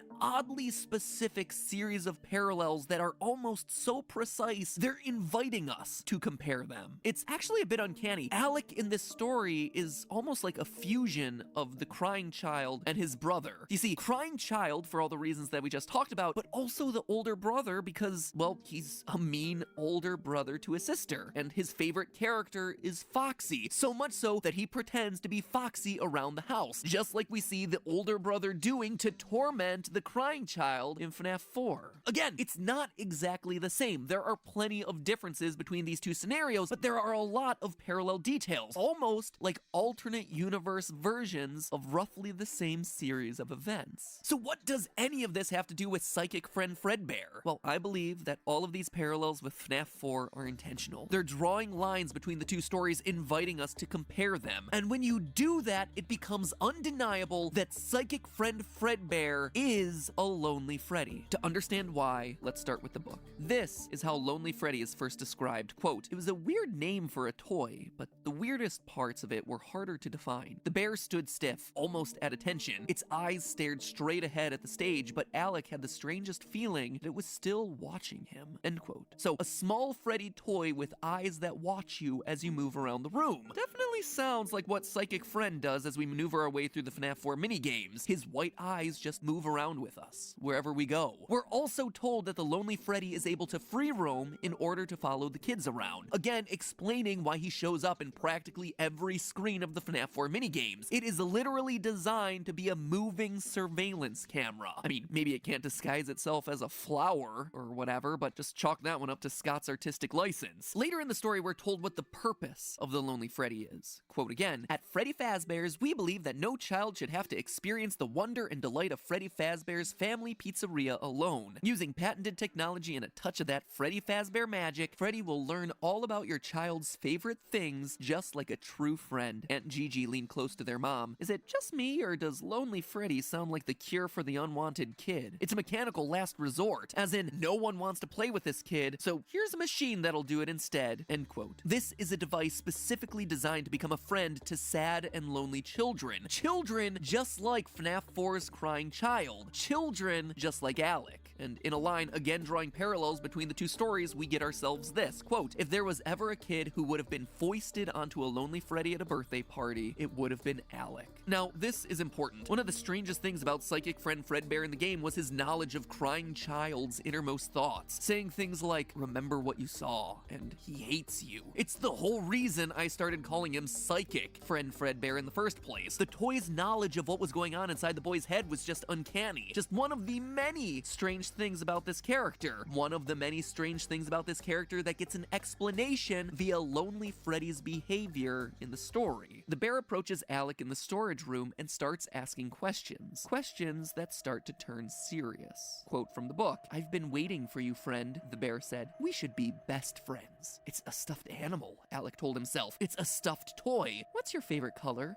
My favorite color is green. What's your favorite food? Lasagna. Then the bear's questions took a different turn. What would you do if you were asked to hurt someone you love? It felt like the bear was reaching its soft plush paw into his very soul and extracting the answers he kept the most hidden. And it was doing it so effortlessly. So the Lonely Freddy is a stuffed bear designed to act as a surveillance camera on kids. Follow them around, talk to the sad lonely ones, and then extract information from them to become their friend before eventually body swapping with them. I mean, each and every one of those details, minus the whole body swap thing, is something that we see the psychic friend Fredbear do. But there is one last detail that I haven't included yet. The Freddys are controlled by a man who works in a private backroom office. Quote again, the party prepper turned a dial on her hip-clipped walkie-talkie and pressed her finger to her headset. Someone get Daryl to do a Lonely Freddy demo. Daryl's on break. The fact that there's someone behind the scenes controlling these devices in the book is a direct callback to the secret private room from Sister Location. The one where there were surveillance cameras watching the FNAF 4 house, guarded by the password 1983. It was in that room that we saw a psychic friend Fredbear for the first and only time in a non-8-bit setting. There, on the desk, was a short little plushie with his white little surveillance eyes and a walkie-talkie right next to him, coinciding with this scene from the book. So, there you have it, friends. The official name of psychic friend Fredbear is Lonely Freddy. It's not quite as fun, but I guess it's easier for me to type, so that's a plus. It's a camera system controlled by someone hidden in a back surveillance room. A system that has the ability to walk and talk and maybe even hypnotize and body swap. Now the question that we're left with is, who was controlling it in FNAF 4? I mean, it seems like the obvious answer here should be William Afton, right? Who else would be doing it? But the bigger question is why? Why would he be doing all this just to watch what we assume is his own son? And then over in Bookland, the question is whether all of this is intentional. It seems like the employees don't actually know the true nature of these robots, so is this an AI roaming around, or was a normal Lonely Freddy swapped out for one with body snatching abilities? That one seems like the most likely scenario, considering in story number 3, out of stock, the plush trap chaser is swapped with an evil one with human body parts. So maybe William Afton, or some of his people in this book universe, are slowly seeding out evil animatronics into the world to run as little test cases. Also, since I'm wrapping up my discussion of Fetch here, something else for you to chew on. At Hazel's birthday party, there's a girl named Charlotte. A girl who shares a name with the child that we know goes on to possess the puppet. A girl who, in this story, is allergic to chocolate and accidentally eats some and then spends the rest of the party vomiting. Could this actually give us an explanation for why Charlotte in the games would end up outside of the party, outside of the restaurant, when we see her in FNAF 6, before she eventually gets killed and turned into a puppet? It may be. It's just a thought that I'm throwing out there into the universe for everyone to pick apart. But with Fetch out of the way, it's time to look ahead. Because based on the descriptions, it's books number 4 and 5, coming out later this year, that seem like they may hold the biggest lore reveals yet. In book 4's description, we see that one of the main characters will have the name Susie. If she also has herself a dog, Susie is almost guaranteed to be confirmed as our Fruity Maze girl, and our first ever victim, the one who goes on to possess Chica. We also know that one of the book 4 stories will be about Pete and his younger brother who, quote, get in a fight in the wake of their parents' divorce and fall prey to a gruesome curse. Two brothers with divorced parents that have some blood curse on their family? Seems like it could be another stand-in for our crying child and Foxy bro getting wrapped up in the cycle of serial killing their father started decades prior. And then, flipping over to book number 5's description, quote, in room 1280 of Heracles Hospital, something evil is keeping a man alive. A man with gruesome burns all over his body body and an iron will to live. Sounds a lot like our good old buddy William, or it could be the aftermath of the FNAF 6's restaurant burning. With that being the last book in the Fazbear Fright series, I'd expect that one to tie up a lot of different loose ends. Speaking of loose ends, by the way, I hate them. That is why this show exists, to get rid of narrative loose ends, to tie them up, put them neatly and organized back on the shelf. So you know what I really appreciate? What doesn't have loose ends? Wireless earbuds. No wires means no obnoxious tangling, which in turn means less stress. And it is a very stressful time right now, so I'll take less stress anywhere I can get it. And if you want to get yourself some top quality, stress-free earbuds, then I recommend our sponsor for today's episode, Raycon. Let's be honest, we're all stuck in close quarters these days, which makes privacy hard to come by. If you want to listen to a video in private, it's hard because someone's always nearby. If you want to listen to music while you work out in your room, someone is right there trying to work and your music is bothering them. It's times like this where having a quality set of earbuds really helps. You get to listen to what you want as loud as you want it while still being respectful to everyone around you. And the Raycon Everyday E25s are the best choice for all of your listening needs. First and foremost, they're half the price of any other premium wireless earbud out there, which I gotta say is incredibly important considering how tight money is right now. But even though they cost less, that doesn't mean that you're sacrificing on their quality. The Everyday E25s have more bass, they have more fun colors, they have a full 6 hours of playtime per charge, meaning that you're spending more time listening and less time with them being stuck in a charger. And at this point, as I literally pace aimlessly from room to room in the house looking for stuff to do, I just really appreciate the fact that they're the shape that fit and stay in your ears. I'm not having to constantly readjust them. Long story short, if you want portable privacy in these very claustrophobic times, Raycon delivers big sound at a not so big price. Plus, if you click the link in the description right now, you get 15% off your order, making that low price even better. Like I said, link is down below. Get 15% off your order. And now, if you'll excuse me, I'm off to do some more aimless wandering. Kitchen, here I come! But hey, that's just a theory. A game theory. See y'all next week.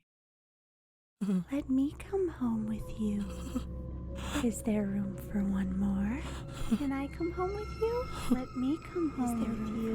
Can I come home with you? Bring me home.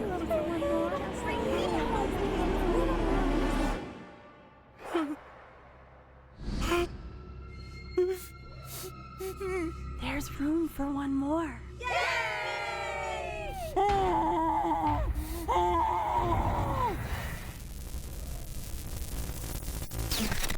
Hello, Internet! Welcome to Book Theory! Because if you have one moderately popular indie Smash game in your franchise, chances are you also have yourself a 10-installment book deal. That's barely an exaggeration. Bendy and the Ink Machine? 3, with more promised on the way. Hello Neighbor? 6. Heck, it's a surprise that Baldi's Basics doesn't have an entire trilogy dedicated to the horrific backstory of the Jump Rope Girl. That makes me sad. No joke, at this point in my life, I'm reading more video games than I'm playing. But of course today, we're not talking about any of those other franchises. We're talking about the Grandpappy, the one that paved the way for all those who would dare to follow in its footsteps. 5 Nights at Freddy's and its 8 books, as well as its 2 graphic novel reimaginings of the first 2 books. But here's the best part here, friends. True to this franchise, the books were supposed to end at Fazbear Frights number 5. We're currently at Fazbear Frights number 3. The end was in sight. That was gonna be it. That was the end of the line. Mystery over. But oh no, my friends, of course not. Now, there are 2 more final installments announced, just like every game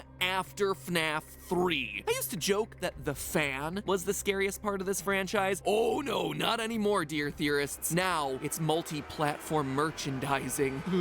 So Fazbear Frights number 3, titled 1:35 a.m., just came out, and whoo boy, there is a lot to talk about with this one. If you'll remember, Scott has made it pretty darn clear that this new book series is meant to help us solve the mysteries from the past, and that the stories are, as they say in every book's official description, pulled from all different corners of the FNAF lore. But unlike the past 2 Fazbear Frights books where the connections have been a bit looser, I suppose is the best way to describe a time-traveling ball pit that leads to a scene of some 1985 pizzeria murders, the stories contained in this one, in 1:35 a.m., all feel very strongly connected to, well, like I just said, every corner of the FNAF canon. The stories here are starting to show how they're connected to not only each other, but also how they're connected to the original book trilogy, and yes, how they're even connected to the games, creating this elaborate web of complicated animatronic death. But more than anything else, these books are starting to confirm things for us. Theories and suspicions that we've had for the better part of the last 5 years, which, you know, is kinda nice to receive some level of validation. Like I said, it is a lot to cover, and so I'm gonna cover this one like I've covered the last 2 books. Today's episode is gonna be dedicated to a general overview of the stories, spotlighting some of the most important details for theory crafting, and explaining what I think this new batch of stories is trying to tell us about the series' mysteries. And then the next video, we're gonna be doing a deep dive into probably the biggest mystery of all 3 books so far, FNAF's newest killer animatronic, the Stitch Wraith. This guy is actually really interesting, and his story is starting to weave through most of the 9 other small stories that we've covered in these other books, and what he means might actually have some severe implications for not just the original trilogy of novels, but also the future of the games. Like I said, more on that next week, but for today, let's start with our title story, 1:35 a.m. This one is pretty straightforward. Delilah is a young woman with a tragic backstory. Her parents both died when she was 11, at which point she was bounced around and abused, sadly, in the foster care system for years. Eventually, she finds a stable home and happiness with a man named Richard. They get married, and Delilah excitedly looks forward to finally having a child of her own so she can finally complete the family that she never had. Everything is going great in her life until Richard divorces her. Now she's alone and sadder than ever. And then she dies, trapped in a ventilation shaft after being tortured by the embodiment of the child that she never had. Children's entertainment, ladies and gentlemen. Okay, so I may have skipped a few steps there, but it's roughly the idea. One day, Delilah finds an animatronic doll named Ella at a garage sale. A doll that reminds her of the child that she always dreamed of having. Quote, with brown curly hair, big dark eyes, and plump pink cheeks, the doll looked almost exactly like the baby Delilah had envisioned having someday with Richard. She'd been sure that she was gonna be a mother, so sure that she'd named the baby before the baby was even conceived. Her name would be Emma. Delilah reached for the tag that hung on the doll's wrist. My name is Ella.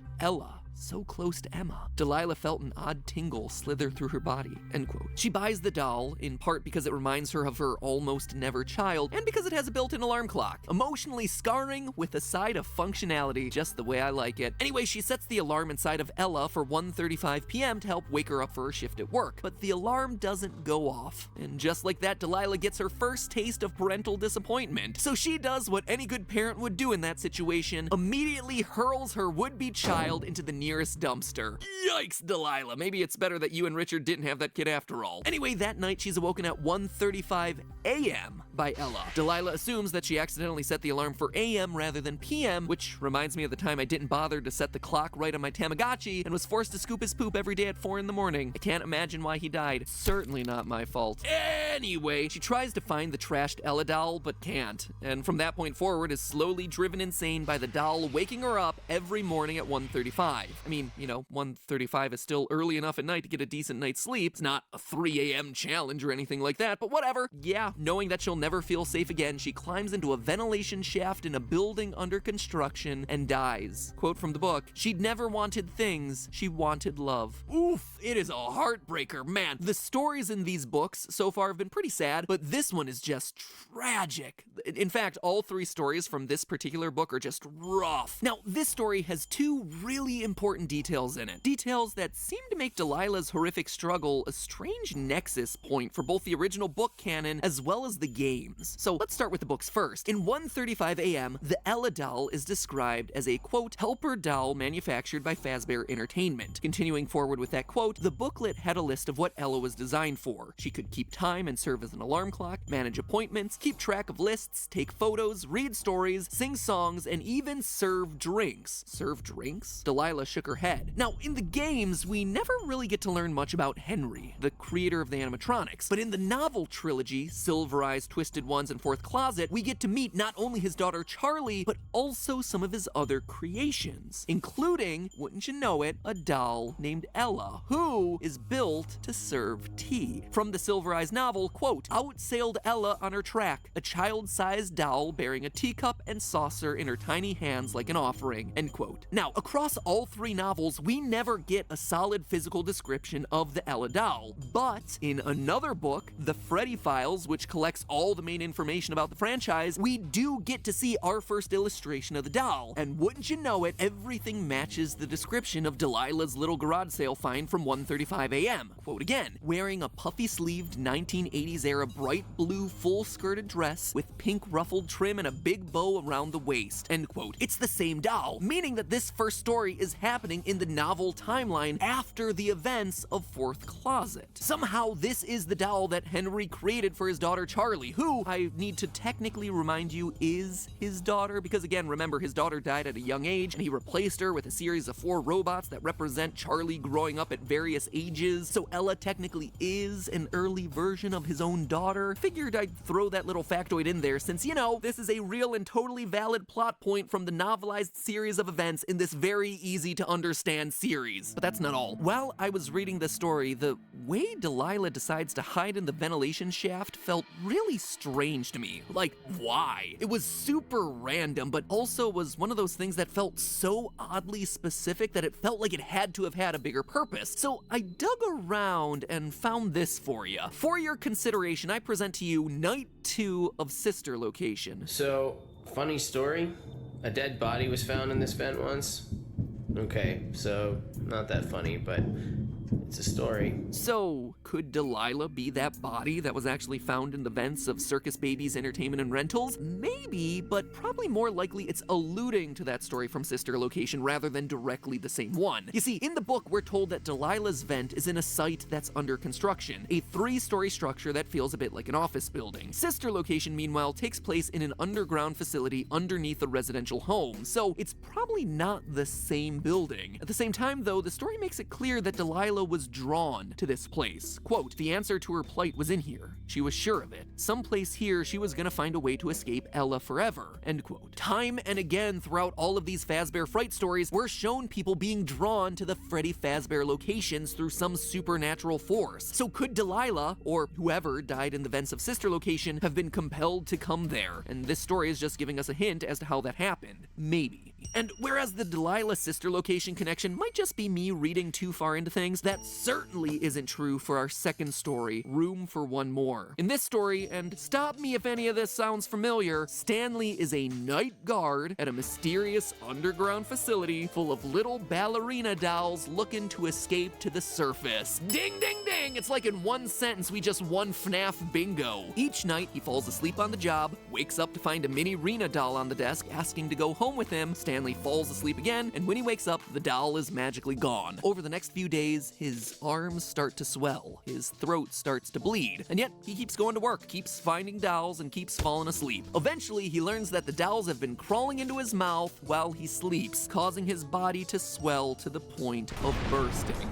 The end. The moral of this story, kiddos, be a good employee. Don't sleep on the job, otherwise little animatronic creatures are gonna crawl into you and make you explode from the inside out. What's also interesting about this story is Stanley's dreams. Each time he sleeps while on duty, he has himself a strange dream. In the first, Funtime Foxy is a cab driver. In the second, the facility's power cuts off and he comes face to face with Funtime Freddy. And in the last one, Ennard is a dentist and Ballora is his dental assistant, which I would say is one of the strangest things to ever appear in this franchise, but then again, I turn your attention to this corner where we have time-traveling ball pit, anime Foxy, Yandere Chica. Anyway, this one is pretty obvious, right? Stanley is working at Circus Baby's Entertainment and Rentals, that underground facility from Sister Location, and the dolls crawling into his mouth are a parallel to Ennard using Michael's progressively decaying body as a skin suit in that game's secret ending. I think this story might be trying to give us a more realistic interpretation of those events, or something that more closely matches what we see happening in those ending cutscenes. That instead of Michael being scooped and having his skeleton removed and all of that at the same time, that our protagonist Michael instead is being slowly filled up with animatronic pieces night after night, giving him that progressively sickly look that scares all the people around him. Stanley's story even mentions this, quote, he staggered and stumbled down the sidewalk. Passers-by stared, some seeming worried, others just annoyed, like it inconvenienced them to see another person suffering, which feels right on point with how those cutscenes were depicted in Sister Location. But okay, of the 3 stories in 1:35 a.m., it's story number 3, New Kid, that's the most exciting to talk about, at least for today's episode, because this one gets to the heart of what is still to this day away the single biggest question of the series, and that is the identity of Golden Freddy. Let me tell you, I thought we had this one pretty well nailed down, that it was Cassidy, aka the vengeful spirit from Ultimate Custom Night. And yet this story, well, it causes me to question a few things about our conclusions. First, let's go through a quick summary. Devin is a 9th grade social loner alongside his only friend Mick. One day, a new kid in school named Kelsey shows interest in spending time with the two of them. Kelsey is good looking, he's charismatic, he immediately attracts the attention of all the cool kids in school. And even though Kelsey, Devin, and Mick all get along as friends, eventually Devin gets jealous of Kelsey because Kelsey has everything that Devin wants. And so to get some revenge, he lures him to an abandoned Freddy's restaurant long forgotten at the outskirts of the town. His plan is to trap Kelsey in a spring-lock suit for a few hours to scare him, but, well, you know what's gonna happen. The sheer mention of spring-lock suit immediately gives you a spoiler alert as to what's gonna go down. Kelsey puts on the Golden Freddy suit and gets skewered alive.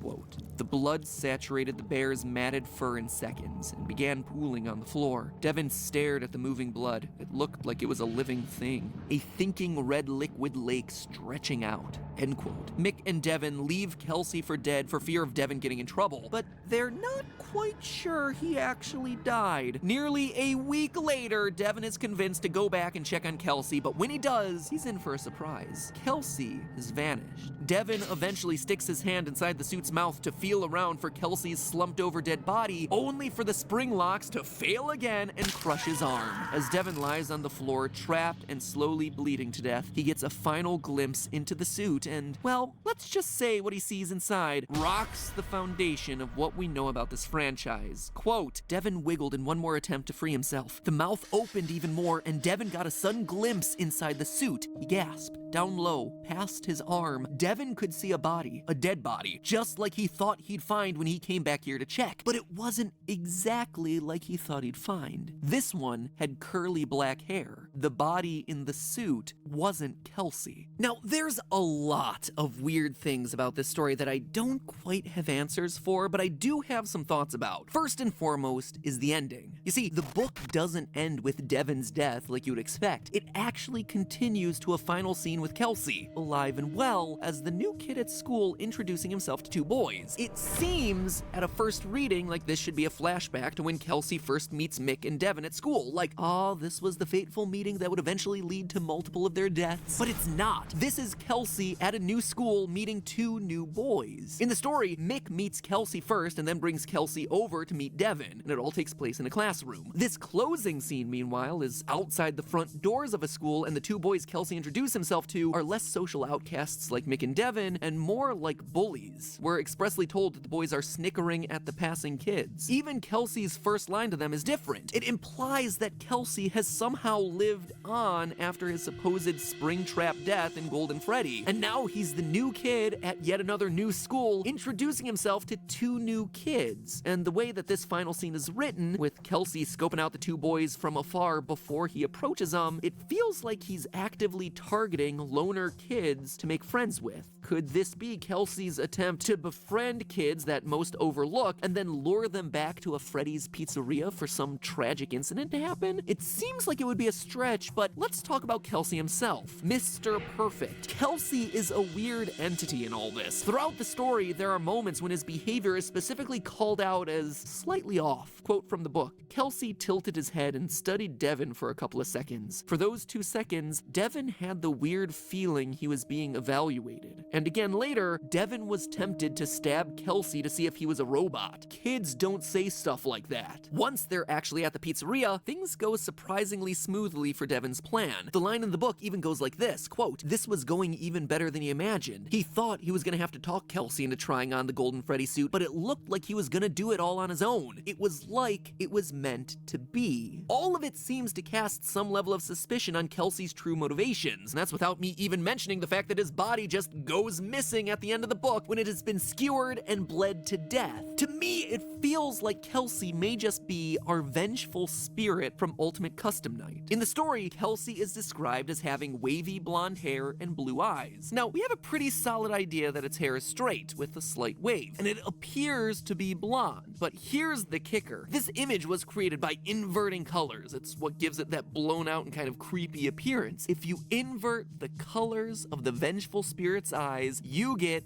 blue, just like Kelsey is described in the book. And it would fit the idea of a vengeful spirit, a kid who is angry about his own death, perhaps in an accident like we see in FNAF 4, or in this particular story, looking to get revenge on other kids who are similar to his original killers. He goes from school to school, presumably ones near Fazbear locations, to somehow trick kids into getting killed by the suit. The parallels with Vengeful Spirit even go to the moments right around Kelsey's death in the book. This is how it's described, and the sound wasn't the bad part. It was bad, yes, but the bad part, the really bad part, was the way the suit started jerking in a spastic, horrific dance. It looked like the moth-eaten, mildew-blotched gold bear was convulsing, but it wasn't the bear, it was Kelsey. It's remarkably similar to the final cutscene from Ultimate Custom Night, where we see again an angry Golden Freddy, presumably filled with the vengeful spirit, twitching off into the darkness. Also worth noting is that the spring-lock suits are apparently big enough for kids to slump down into the body. Devin, when he initially can't find Kelsey's body inside the suit, decides to dig deeper down into it. Quote, had Kelsey somehow slid down into the suit? Was that his hair that Devin could see? This, to me, confirms what we see in FNAF 4's storage room cutscene, the strange tuft of hair that's coming out of the body of the suit. Back then, we weren't sure what this was trying to tell us, what that tuft of hair was meant to be. But now, I think we can safely conclude that it is indeed a child stuffed into that body, and that we're only seeing the top tuft of hair poking out. It would seem to imply that there was a victim before the bite of 1983, and that the crying child was somehow aware of at least one, if not multiple, of past victims shoved inside the suits. But all of this brings us to the obvious question of this story, the curly black hair at the bottom of the suit. Who's that? And honestly, I'm not sure. Cassidy, which is what we've been assuming to be Golden Freddy's name this entire time, does indeed have black hair, but it's always been described as long and straight.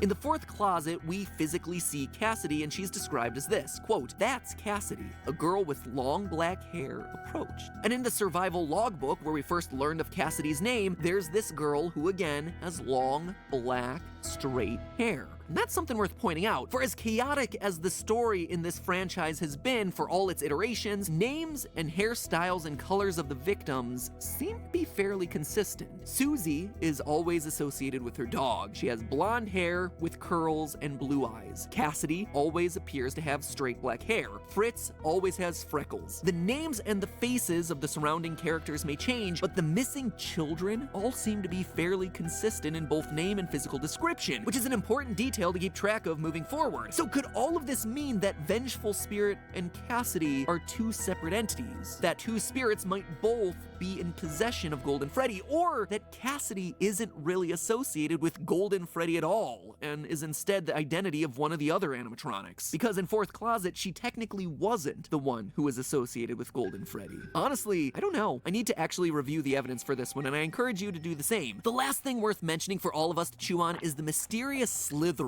that's heard throughout this story. While the boys are exploring the abandoned pizzeria, they hear something inexplicable in the walls. Quote, while they were in the bathroom, Devin was pretty sure he heard something slithering through the walls. He didn't say anything. From the way the other boys' faces paled, he knew they heard it too. They didn't mention it either.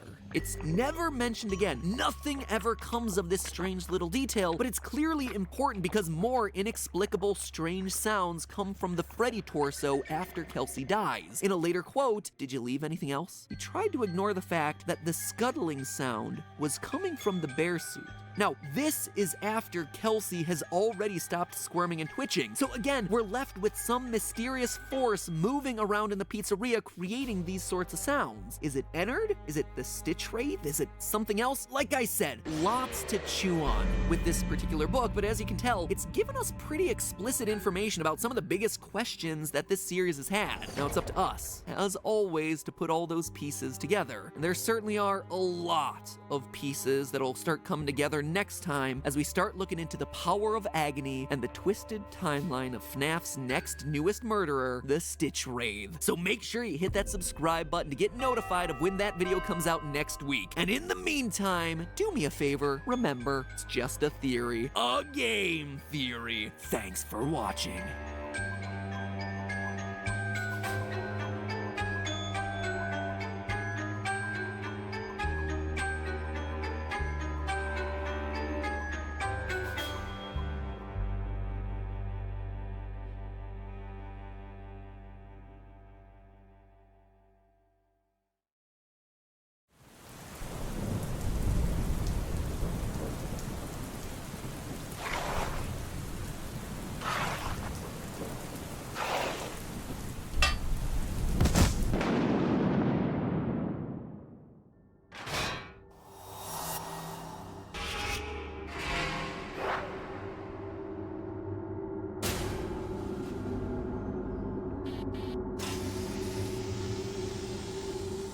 It's alive. It's alive.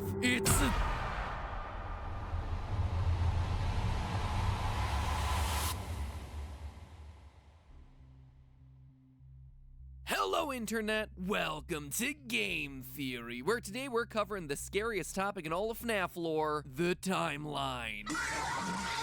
But not for the games. Oh, geez, no, I hate myself, but not that much. Whew, I'll probably have to do that at some point down the line, but not today. No, what we're covering today is a different timeline. You see, there's a new monster afoot in the FNAF universe, a killer that has horrifically taken the lives of nearly a dozen people. A killer as yet unseen in the games, but one who will, after today's theory, provide us with key insights into how this whole FNAF universe works, the true nature of Remnant, and how ghosts can possess endoskeletons. As I said, he hasn't been in a game yet, but I have a feeling he'll be showing up soon, maybe as soon as the new game's security breach. But in order to know for sure, it's our job to track his movements, to understand what his goals are, and where he's headed to next. You see, last FNAF theory, we did a surface level analysis of 1:35 AM, the latest installment of the Fazbear Fright series, and boy was that one a biggie, with huge revelations about sister location, ultimate custom knight's vengeful spirit, and the real identity, or should I say identities, of Golden Freddy. And looking back, since the Fazbear Frights books became a thing, I've done 5 theories on them, covering the many connections that they have to the various facets of FNAF lore, from new strings of murders happening in 1985 to the true identity of psychic friend Fredbear. But despite all of this new FNAF talk, there's been one element I've largely been glossing over, the Stitch Wraith. In the event that you haven't picked up any of the installments of the book series yet, let me catch you up. Each new book contains 3 short stories, right? That's the selling feature. It's what's advertised on the back of the box, so to speak. But each one also comes with a bit of a bonus. In reality, each book is more like 3 1/5 stories. You see, each one ends with an epilogue, our little MCU post-credits teaser, giving us a piece of yet another story. The tale of the Stitch Wraith, a story that appears to be spanning out across the ending of each and every book in this new series. And that alone would be pretty darn cool, right? Also, it's a brilliant marketing tactic to keep us buying more just to see the end of this thing. Slow clap, Scott Cawthon. Slow clap. But 3 segments in, and it's becoming clear that the tale of the Stitch Wraith isn't just another horror tale. It's instead a running thread throughout nearly every other shorter story that we've been reading through, which in turn seems to connect it both to the original trilogy of books, as well as even the games. So in order to understand what this thing is and where the lore is headed, it's time to go Easter egg hunting for a monster. Now, admittedly, my first theory on the Fazbear Frights books briefly covered the Stitch Wraith, and back then I assumed he was Ennard. The Wraith was described in that book as a mysterious figure wearing a black cloak and wearing a white mask with features drawn in thick black marker. The description specifically calls out his 2 eyes, one of which appears to be blacked out, a big toothy grin with blood around the mouth, and a limping or shambling walk. White mask, blacked out eye, shamble,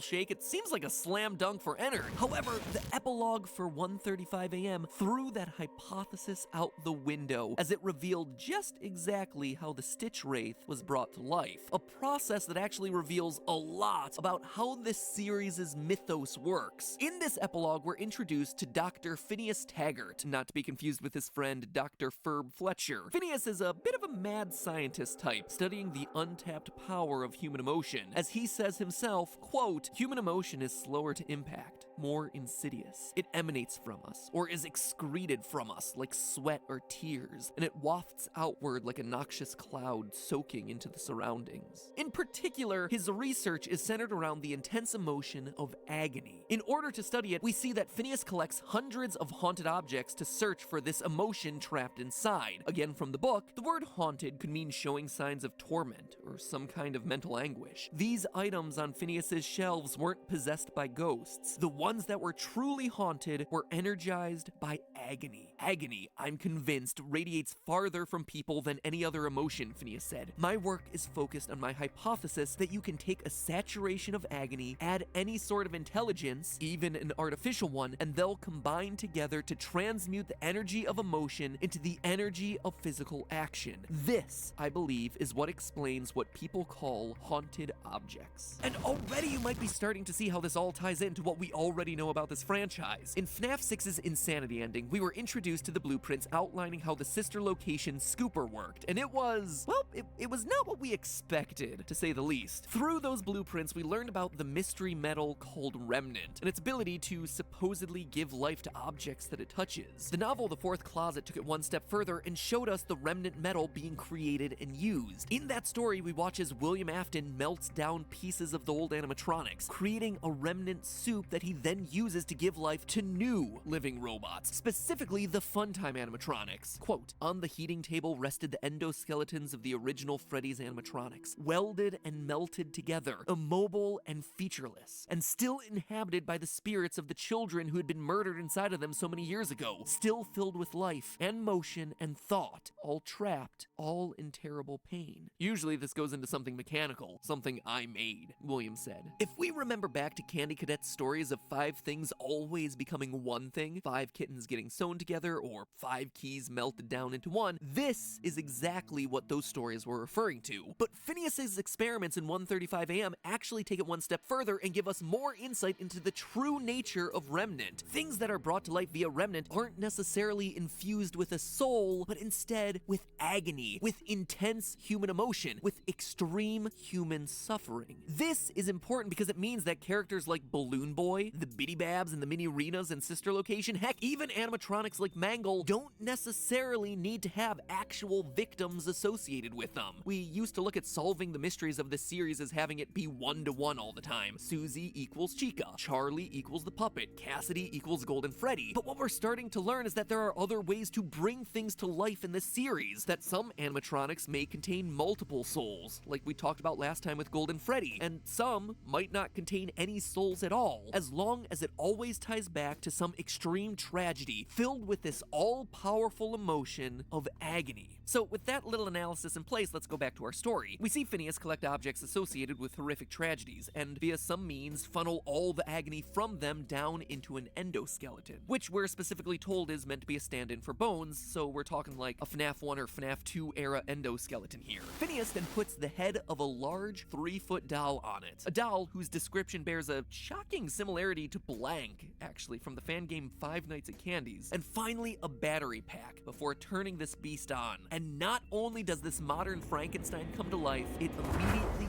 kills its creator, Phineas, seemingly by accident, surprisingly, and then runs off, hiding under a black cloak. The Stitch Wraith has been born. But okay, why am I making such a big deal out of this thing? Why does this guy deserve his own episode? Well, because solving the Stitch Wraith story in these books is like a game unto itself. You see, there have been very subtle clues hidden throughout the 9 other stories in this series that connect things back to the Stitch Wraith. My first clue was the battery pack Phineas uses to power the Stitch Wraith as he's building it, because it's not just any battery pack. It came from Fetch, the murder animatronic dog from book 2 of the series. Quote, the item in the second box was an animatronic dog that clearly no longer functioned. The dog was an ugly dog, with a triangle-shaped head and a wide mouth full of sharp teeth. In minutes, he'd revealed the dog's battery pack. So immediately we know that the Stitch Wraith story is happening after the events of the Fetch story from book number 2. So I dug around deeper and more connections kept coming. Earlier in this same book, in the title story 1:35 AM about the haunted Ella doll, there's one line referencing a man named Phineas looking online for a particular toy. Quote again, one of the searches for special Ella doll led her to an online ad posted by a user named Phineas who was trying to find one of the dolls. His ad referenced the special Ella doll and said he was willing to pay a premium for the doll's energy. Overall, across the 9 stories published so far, 7 seem to tie back to the Stitch Wraith, allowing us to create a rough timeline of events. So bear with me as we go through this. We know that 1:35 AM and Fetch must come first because Phineas is alive and looking for the Ella doll like I just mentioned, and the evil robot dog has just started his murder spree. From there comes the story we just covered, Epilogue 3 and the Stitch Wraith's creation. After that, he begins to roam the city collecting body parts for some purpose. this. You may remember book number 1's story to be Beautiful, in which Baby hacks apart a human girl named Sarah in order to steal her identity. Sarah is rebuilt out of junk only for her to fall to pieces at the end. Well, in epilogue number 1, we hear that the Stitch Wraith was seen collecting those junk pieces of Sarah. Odd, right? And it's not the only time that it happens either. In book number 2, there's the story Out of Stock about a group of friends who steal a defective plush trap doll, one with oddly human-like eyes and teeth, only for it to go on a rampage. The boys manage to escape by luring it in front of an oncoming train where it gets shattered to pieces. And again, in epilogue number 2, we see the Stitch Wraith on the scene salvaging whatever he can find of the broken bot.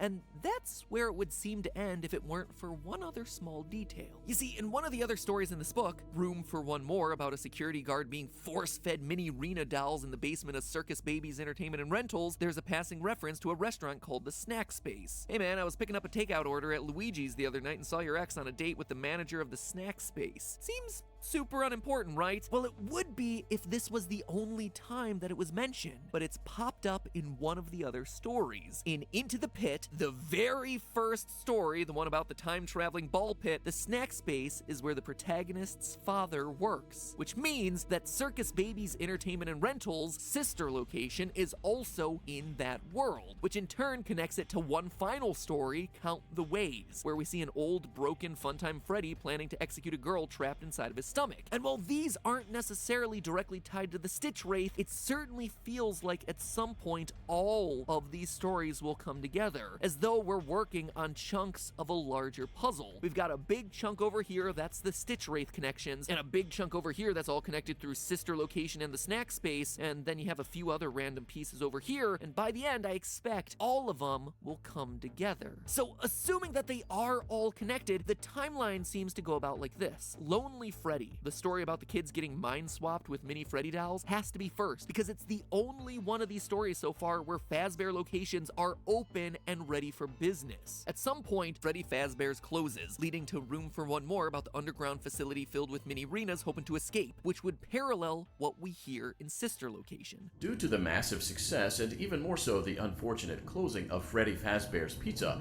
it was clear that the stage was set, no pun intended, for another contender in children's entertainment. At some point, Baby and the mini Renas escape from that underground facility, leading to 1:35 a.m. with Phineas looking for the haunted doll and Greg activating the murder dog in an abandoned Freddy Fazbear's in Fetch. From there, the next major moment is Stitch Wraith's creation in Epilogue 3, which then leads to his quest for body parts in To Be Beautiful Epilogue 1 and Out of Stock Epilogue 2. We also know that Into the Pit and The New Kid happen near the end of the timeline, since they both feature a closed down, forgotten, or repurposed Freddy's building. Also, there's Count the Ways, which is towards the end of this timeline, grouped with these other stories, since a retired Funtime Freddy is just randomly sitting in a garage killing kids. What does all of this tell us? What was the purpose of doing all this work? Well, first, all of this seems to connect us pretty solidly into the book trilogy. The fact that we have an Ella doll infused with agony that Phineas wants his hands on perfectly matches the Ella doll that Henry made for his daughter Charlie. To quote from The Fourth Closet, agony erupted, flooding the room with its sound. A man lay curled on the floor, something cradled tightly in his arms, and when his mouth opened, the room shook with the sound of his anguish. Who is that? Charlie said anxiously. What is he holding? You don't recognize her? Elizabeth said. That's Ella, of course. It's all your father had left after you were taken. He cried over that cheap store-bought rag doll for 2 months, cried into it, bled into it, poured his grief over it, end quote. At which point, he makes the robotic Ella doll that we talked about in the last episode. So what we're seeing in these stories appears to be, at least to some extent, the aftermath of that trilogy of books, which also means that we might already know the true identity of the Stitch Wraith. It's a bit of a long shot, but it's my personal headcanon until proven otherwise. I think that the endoskeleton that powers the Stitch Wraith, the main body that's become the conduit for all of this agony, is the same endoskeleton that killed Henry. The robot that he used to end his own life. The stabbing robot, which, let's be honest, is like the most complicated way to do that sort of thing. Like, build a robot to stab you to death? What? Creative types, man, they are weird. Anyway, we're told in the Silver Eyes that it's a basic Gen 1 endoskeleton with an unfinished face, which would explain exactly why Phineas needs to put a head on it. Quote from the Silver Eyes, she could see its face, if it could be called a face. Its features were scarcely formed, crude and shapeless. Its blood blind eyes were only raised bumps like the eyes of a statue, seeing nothing but its own grief. We also know that this endoskeleton would be absolutely filled to the brim with agony. I mean, as far as endoskeletons go, a murder bot built by a grieving father is a pretty huge deal. And it's apparently an important enough character to this franchise to have also appeared at the end of the book trilogy. When Charlie is being attacked by Baby, it's this same murder bot and its trusty knife that Charlie uses to do them both in. I have a very, very strong theorist instinct that the Stitch Wraith will, at some point during this book series, be revealed to be connected back to Henry and his bizarre death. Just saying, the pieces are in place for us.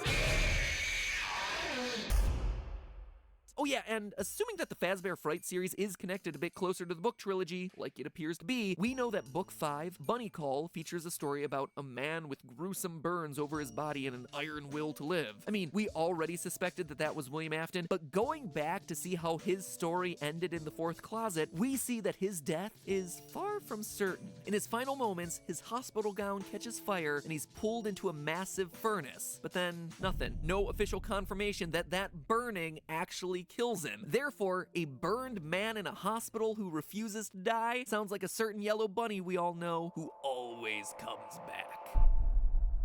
And with that, I've had enough FNAF for now. Oh man, it has been a lot. The new book comes out in early July, so at the very least I get a break for a couple of weeks. Thank goodness. No.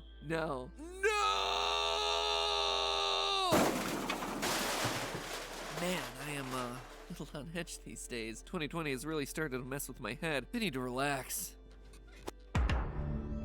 But I've seen all of this, literally everything on every streaming platform. If only there was something new to watch. Wait, can it be? Our sponsor for today's episode, NordVPN. What are you doing here, Nord? I'm looking for new entertainment today, not military-grade encryption of all my personal data across all my various devices, including mobile, tablet, and PC. Fear not, MatPat, for I offer both protection and entertainment. But how, NordVPN? With one click, change your country code and you'll see. All right, I'll try it. Let's take a trip over to Canada, refresh Netflix, and whoa! There's suddenly all sorts of things I couldn't access from my US connection, like Wind River, the award-winning mystery starring Scarlet Witch and Hawkeye.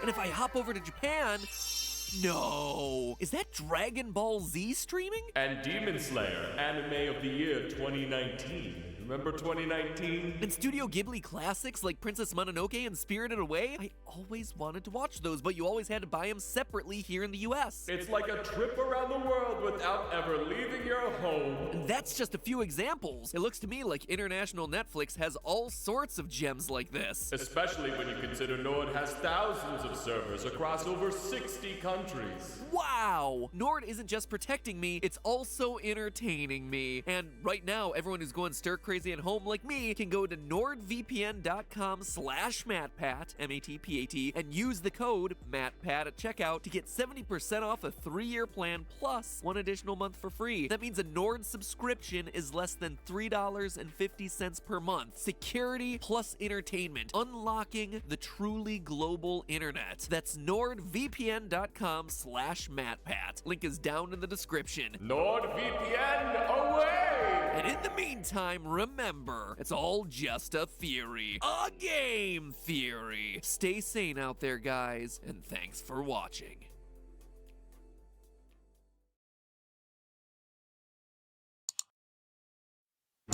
Dear Scott Cawthon, hi, it's me, Austin. I read your book, this one. A little bird told me that you hid some science in it, you little nerd, and so I read it. And boy, howdy do I have opinions. Okay, so where to start? Did you guys watch Matt's vid, the one on agony and animatronics? No. Okay. Okay, so you know how in Five Nights at Freddy's there's these evil animatronics trying to kill you? Well, they're filled with ghosts? Filled with robot ghosts? Is that right? Is it robot ghosts?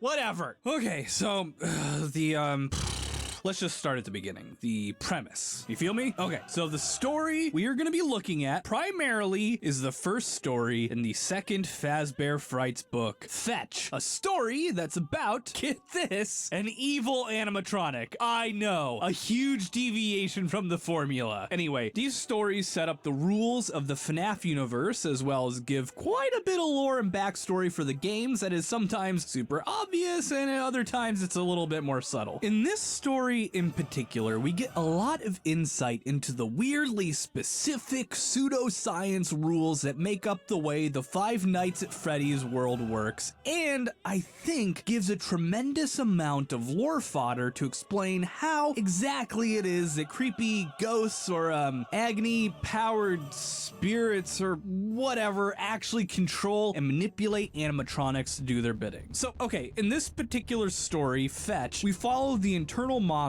of an uber nerd named Greg as he struggles to navigate the social mores of high school, and through the course of the story, several real-world scientific studies and theories get dropped as being worth keeping in mind. 0 point energy, random number, or rather random event generation as it pertains to the Global Consciousness Project, and the experiments of Cleve Baxter, a CIA interrogation specialist who used polygraph machines to read reactions from plants in the 60s. And since the plot of the story takes off pretty much right away, we're gonna have to sidestep for a minute to discuss a few of these concepts before moving on, because these three concepts form a triangle of support for one another within the FNAF universe that frames the metaphysical rules of the world and gives us a peek into the puzzle pieces that fit together to make it so that evil animatronics can exist in the first place. The first corner of the triangle is honestly the least important, and that's the experiments of Clive Baxter. Baxter's experiments in the 60s supposedly were able to register some sort of response from plants using polygraph machines, specifically pain, empathy, and some sort of extrasensory perception. Nobody has ever been able to successfully replicate his studies ever since, and they're commonly thought to be bunk. However, in Fetch, these studies seem to be a bit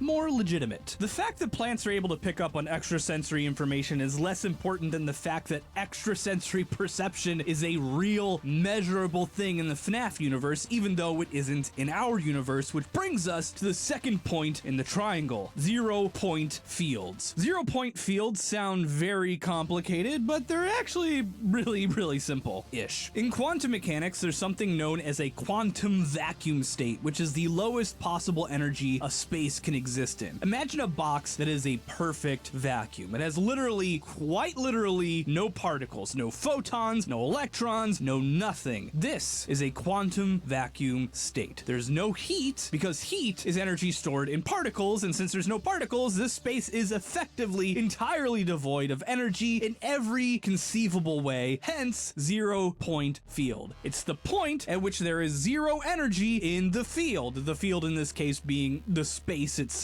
But what if I told you that this wasn't the whole story? That in these fields where there is absolutely nothing, something can be created. These somethings are called virtual. These somethings are called why is this hard to say? These somethings are called virtual particles. These somethings are called virtual particles, and are particles that quite literally are created from nothing. Thought that was impossible? Well, it actually isn't. Our universe is a closed system, meaning that no new energy can be put into it, and no energy can be deleted from it. And virtual particles are no exception to this, but they do kind of cheat the system. When a virtual particle, a proton or a photon or whatever, is created out of thin air, or rather thin nothing, an antiparticle of the exact same energy level and composition except the exact opposite is created as well. And 1,000,000 times out of 1,000,001, these particles recombine and zero each other out, snapping out of existence immediately. If they don't combine immediately, it's no big deal. The antiparticle will move on and collide with something else and remove the required amount of energy from it. This is actually the phenomenon phenomenon that creates Hawking radiation that shrinks black holes. Mass isn't actually escaping black holes. What's happening is that particles are snapping into existence near the black hole, and sometimes those antiparticles get sucked in past the Schwarzschild radius and remove energy from the black hole, effectively shrinking it. So what does all this have to do with Five Nights at Freddy's and Fetch? Well, a lot actually, because these 0-point fields, or rather these 0-point energies, are treated as the medium through which psychic energy travels, and may itself actually be somehow sentient. Whether it's just a transmission medium or whether it actually has a will of its own is something that we'll have to wait for further books if they touch on it at all. But in the FNAF world, well, okay, think of 0-point fields as a Newton's cradle, where a thought or an intention goes in one end, smacks into the field, travels, and shoots out the other end, which in turn lifts up before falling down, hitting the field, and sending something back. Except this transmission is 3-dimensional, not just 1-dimensional like the cradle, and it is infinitely more complicated and beyond our understanding, and trying to figure out the best way to make the cradle do what you want is, oh, I don't know, like a monkey trying to figure out how to fly an airplane. You're probably gonna end up hurting yourself before you figure it out. As for the third point in the triangle, well, we'll get to that later, because for now, we know all we need to know in order to continue building our premise.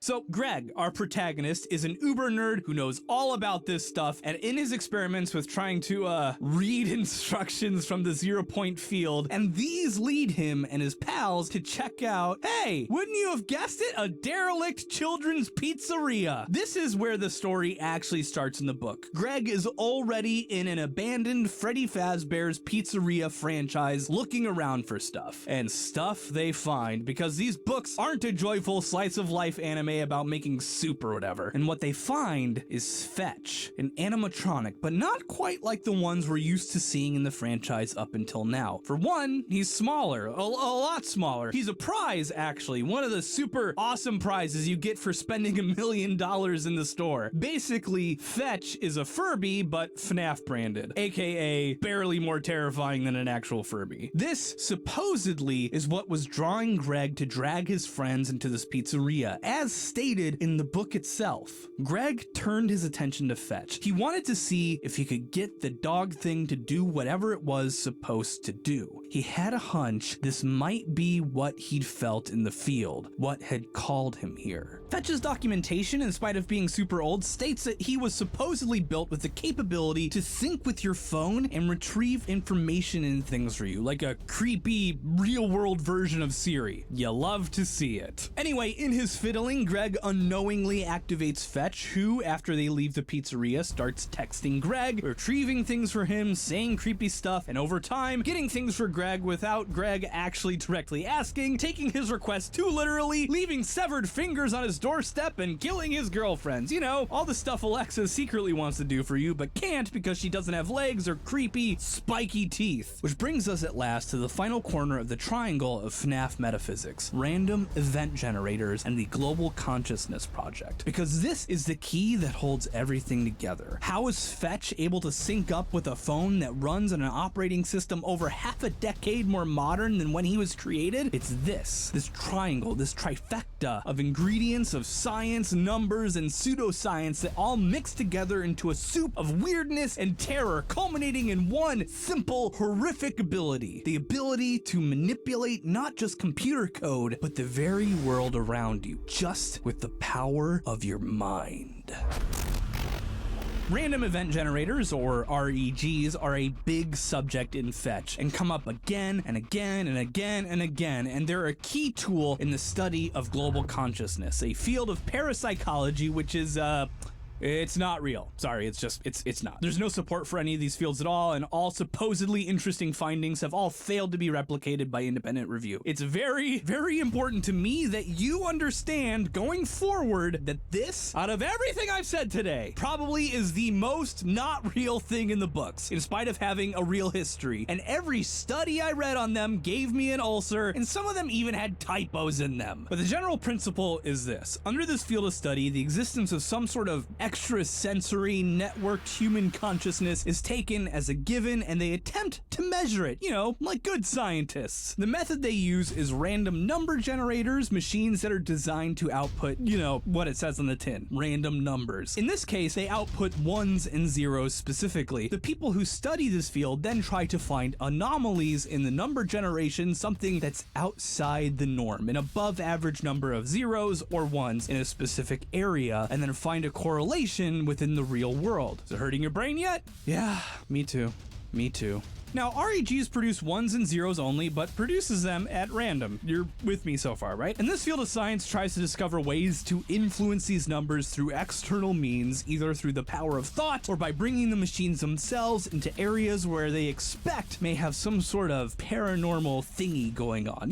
Haunted places, graveyards, pizzerias, what have you. Now, there are two types of REGs, one that sucks and one that is awesome. And now let's go over what those are, starting with the sucky version, in order to show you why the awesome one is so awesome. Okay, but first, how about a magic trick? Want to see something cool? I have psychic predictive powers. Check this out. I'm gonna run a random number generator code and tell you exactly what numbers it'll spit out. Ready? 60, 51, 84, 63, 40, 91, 4, 23, and 20. Did I get it? Heck yes, I did. You know why? Because this thing spits out the same random numbers every time. Look, I'm running it again, and again, and again, and again. Why is it the same every time? Because random number generation, while random-ish, is also predetermined, and most of them follow the same basic principle. They have a seed, a P1, and a P2. You take the seed, multiply it by P1, add on P2, mod 100, don't worry about that, spit out the number, take the number as the new seed, and repeat the formula again. My RNG code uses a seed 3, a P1 of 263, and a P2 of 71. This is why you'll sometimes hear RNGs called pseudo-random, because they aren't actually really random. They are determined. They're just really, really hard to predict. That is, unless you know the seed and the formula. Even very complicated and secure random number encryption services use this basic model, although with tweaks here and there. They usually use bigger numbers and use smart ways to get seeds, things that are themselves pretty random, like the exact amps being used by your CPU at a given moment multiplied by the system time or something. This is what's known as using machine entropy, and while it's pretty random, it's still,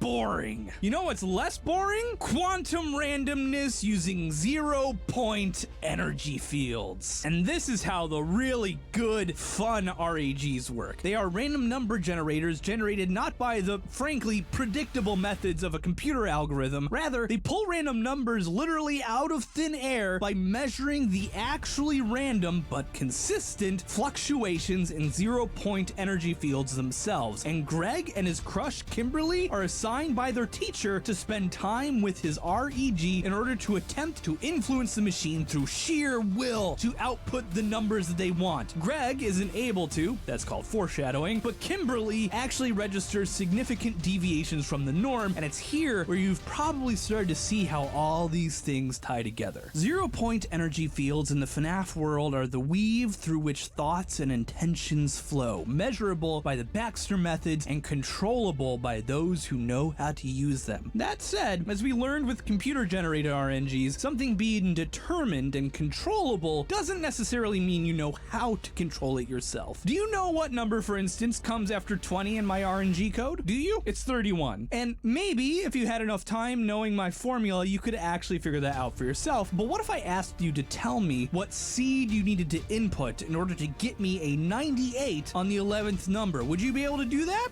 These are the forces at play here. Even if something like this were even real, if outside metaphysical forces were able to impact the world itself, it'd be very hard to pull off correctly. The seed number, by the way, would be 5.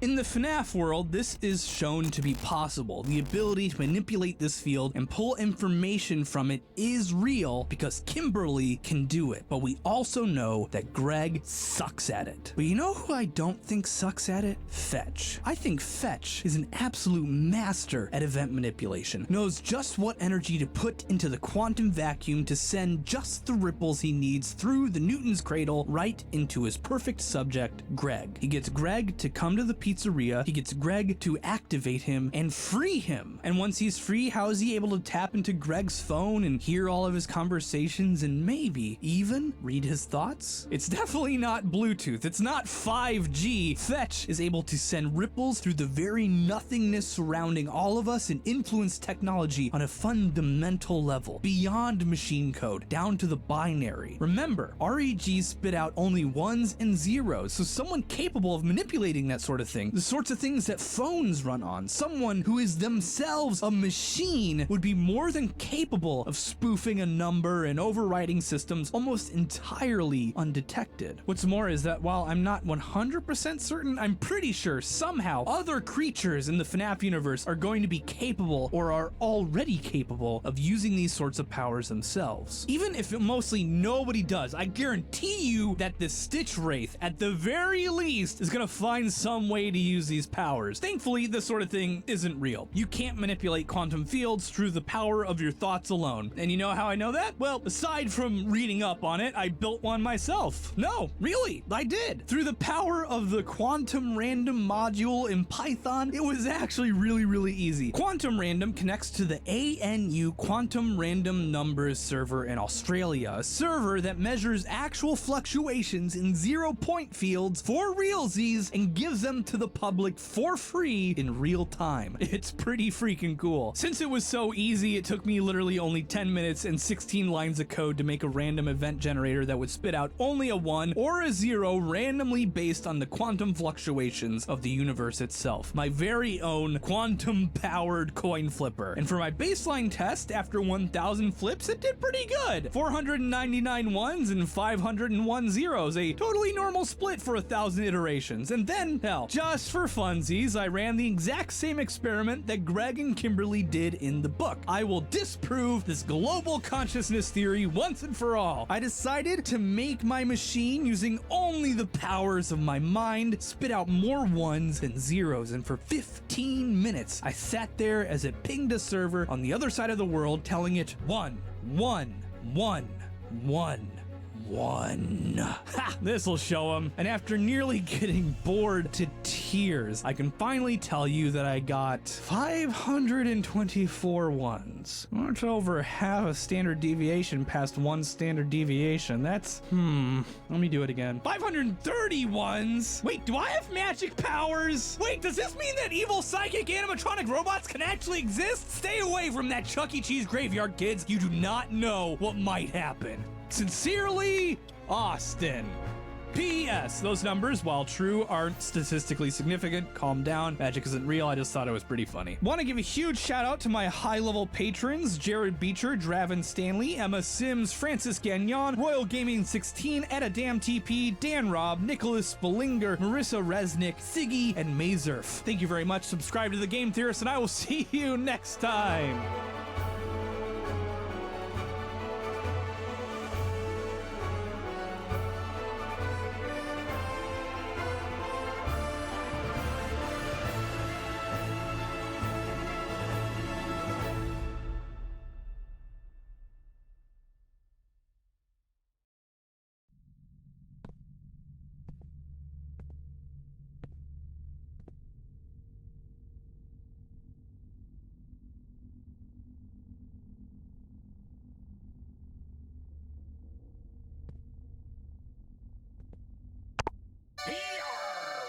You can be a pirate, but first you'll have to lose an eye and an arm. You can be a pirate. To lose an eye and an arm. First, to lose an eye and an arm. Lose an eye, lose an eye, lose an eye, lose an eye.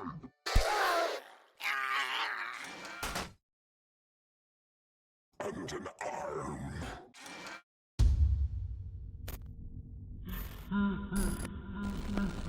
Hello, Internet! Welcome to Game Theory, the show that is, without exaggeration, thinking of reaching out to Scott Cawthon so that we can jointly buy Chuck E. Cheese's quickly dying restaurant franchise so we can transform them into what they were always meant to be, real-world FNAF experiences. Heck, they've already got the terrible pizza taken care of. We could probably even sell the idea to YouTube Originals and make a whole series about transforming the pizzerias into horror-themed dining experiences, which would also help mitigate the costs of doing all that. No joking here, Scott, this is something we absolutely absolutely can and probably should do. I've recreated your games before in real life, and they seem to be pretty well received.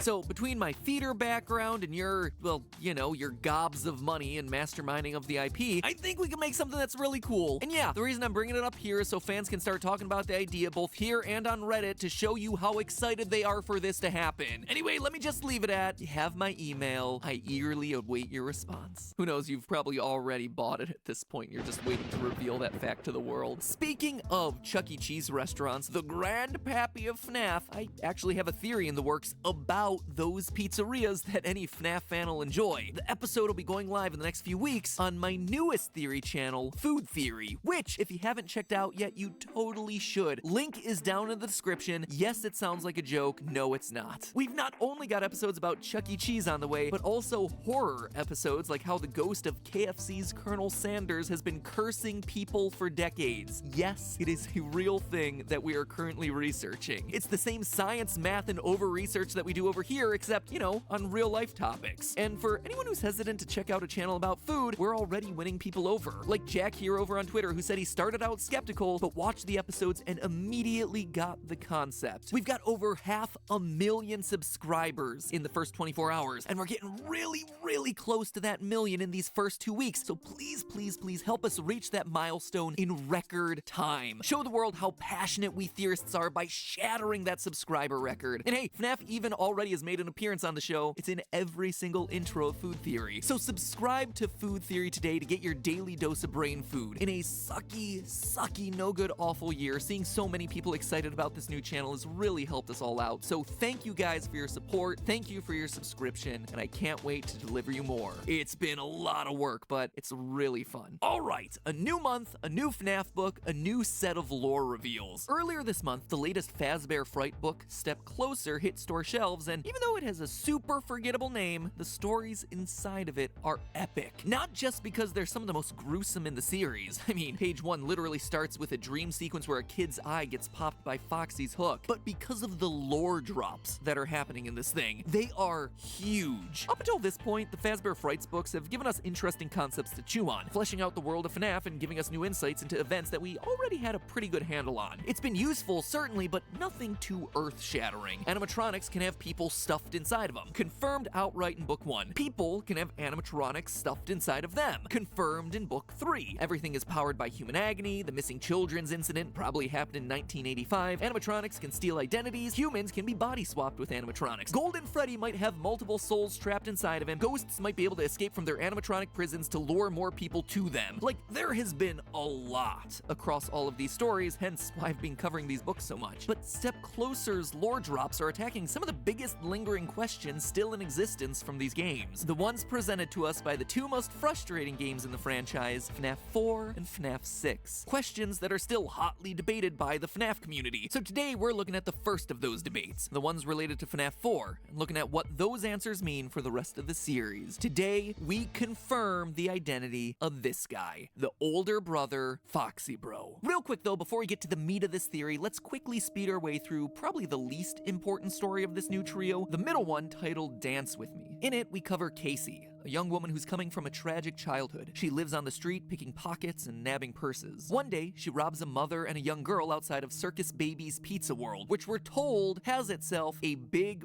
red door. Woo! Potentially important detail alert. Anyway, one of the items that she nabs is a set of cardboard glasses. When Casey puts them on, she sees a hologram of Ballora spinning in the distance. Weirded out by this, she has other people try the glasses on and no one else manages to see Ballora. From that point onward, each time she puts on the glasses, the hologram gets closer and closer, which begins to freak her out to the point of her leaving town and trying to put her life back together in hopes that it gets Ballora to leave her alone. A couple cities and failed jobs later, Casey eventually decides to return the stolen items to the mother and the daughter, hoping that it'll make amends. The family welcomes her in and forgives her, but when the little girl Isabella puts the glasses on, she not only sees Ballora, but she immediately begins dancing. It's a very vague ending because it's unclear whether Ballora, who was one step away from getting Casey, instead nabs the girl because she's the one who puts the glasses on next, and the dancing is the girl becoming possessed, or if it's the girl just excited to be dancing alongside one of her favorite characters, Ballora. Anyway, there's not a whole lot to talk about with this one. The technology is is super strange. Freddy's is apparently advanced enough to have holographics that work in cheap cardboard glasses for kids. That would be strange enough, but there's also some extra weirdness that the holograms can interact with the physical world. We see throughout the story that this Ballora hologram kicks up leaves and causes them to swirl around her. To quote from the story, there was Ballora, pirouetting among the colorful fall leaves. As she spun, the bright leaves were sucked into her vortex. For a few seconds, Casey admired the beauty, but then she thought, wait, if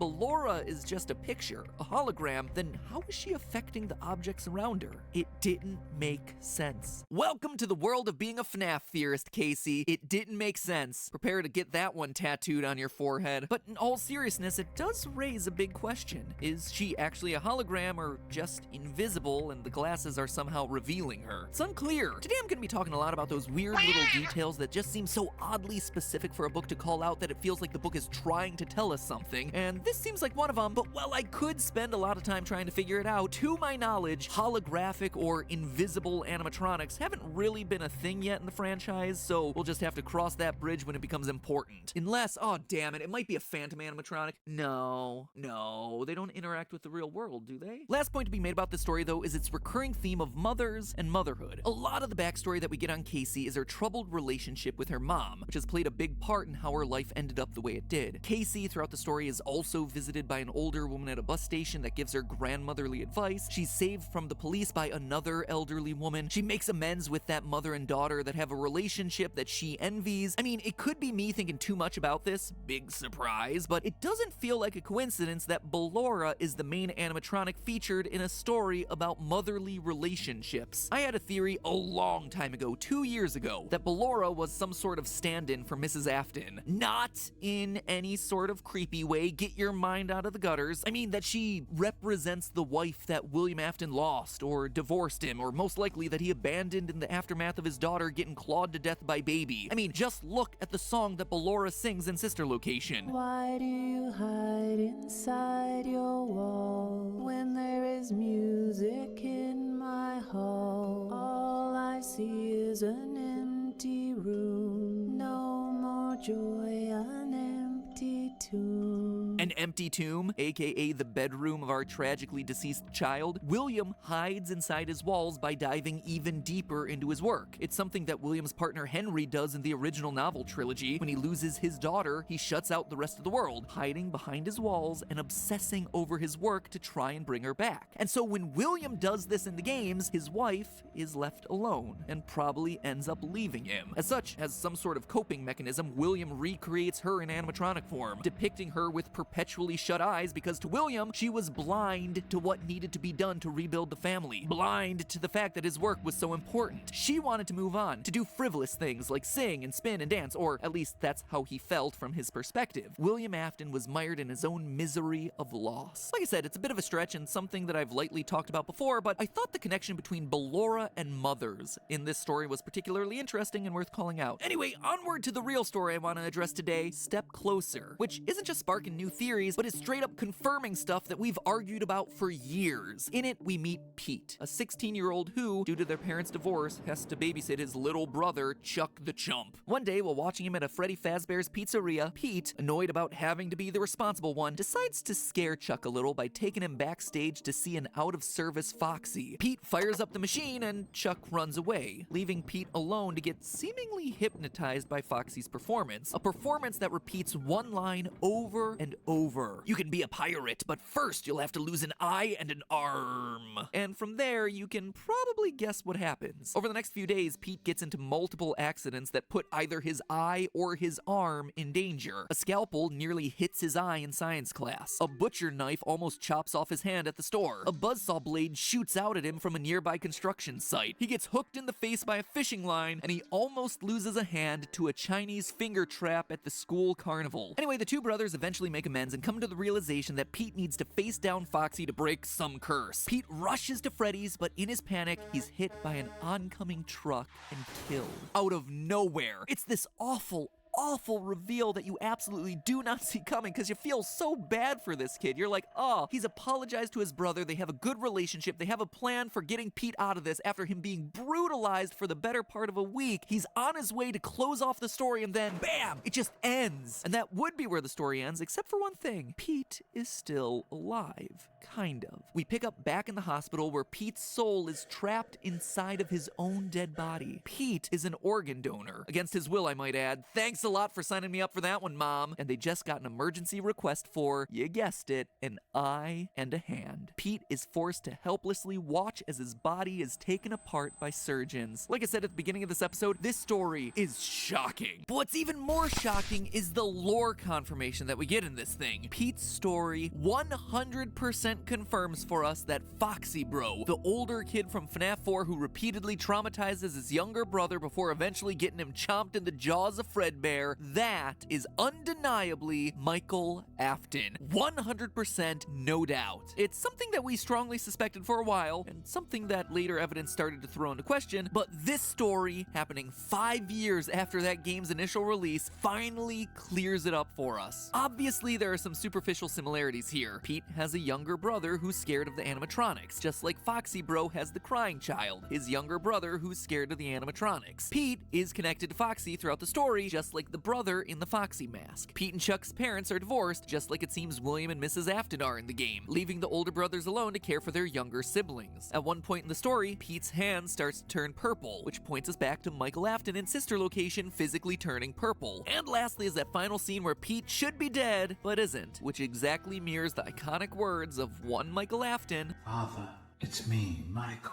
I should be dead, but I'm not." But all of it is just a bunch of weak parallels between Foxy Bro and Michael and Pete, and Foxy Bro and Pete. How do we know for sure that all three of these characters are connected? One word, gum. People ask me a lot how I come up with these theories, and more often than not, it's small details that just stick out as off for the author or game designer to include, as though they're purposely seeding these details out there to try and signal something to us. And in this particular story, the odd character detail of Pete is that he chews gum a lot. Page 4, he's chewing watermelon gum while watching his brother. Later, when he's scared by the Foxy animatronic, the book makes mention of him swallowing that gum. Okay, that's fine, that's a one-off thing, no big deal. But later, on the way to the butcher shop, we're told that he, quote, pops a wad of watermelon gum into his mouth. On the boat fishing with his dad, he wishes he had brought his watermelon gum. It is mentioned a lot in this short story, enough that it sparked my theorist senses and made me flag it to look into later. Now, obviously, at no point during FNAF 4, or heck, any of the games, do we see a character actively chewing gum. That'd be silly, but that's not the only place that we see these characters at this point. Let me direct your attention back to the FNAF Survival Logbook. Who knew that a book with dabbing Chica as an active selling feature would become the single most important item for lore solving of this franchise? For those of you who don't remember this little gem, it's the logbook, originally owned by Mike, as we see on the title page, that helped us to solve for Cassidy's name. And wouldn't you know it, but today it's also the thing that's gonna now reveal to us Michael Afton's true identity. Page 49, quote, list 10 bad habits you'd like to break. Number 1, chewing gum excessively. I mean, there it is, plain as day. Pete chews gum excessively. Michael Afton chews gum excessively. Pete eventually turns purple and comes back to life after being dead. Michael Afton eventually turns purple and comes to life after being dead. Pete is an older brother who scares his younger sibling using Foxy. Foxy Bro in FNAF 4 is an older brother who scares his younger sibling with Foxy. Pete equals Michael, and Michael equals FNAF 4's Foxy Bro. Done, confirmed, another character identity locked. This detail has been sitting in the logbook for years, just waiting to be used. Kind of impressive. Well done there, Scott. Well done. And this confirmation tells us everything we need to know about Michael's motivation for the rest of the game series. He's avenging his brother's death, the one that he made happen. When Golden Freddy appearances are accompanied by the words, "It's me," it is literally the younger brother saying, "It's me. I'm here," to his older brother. But of course,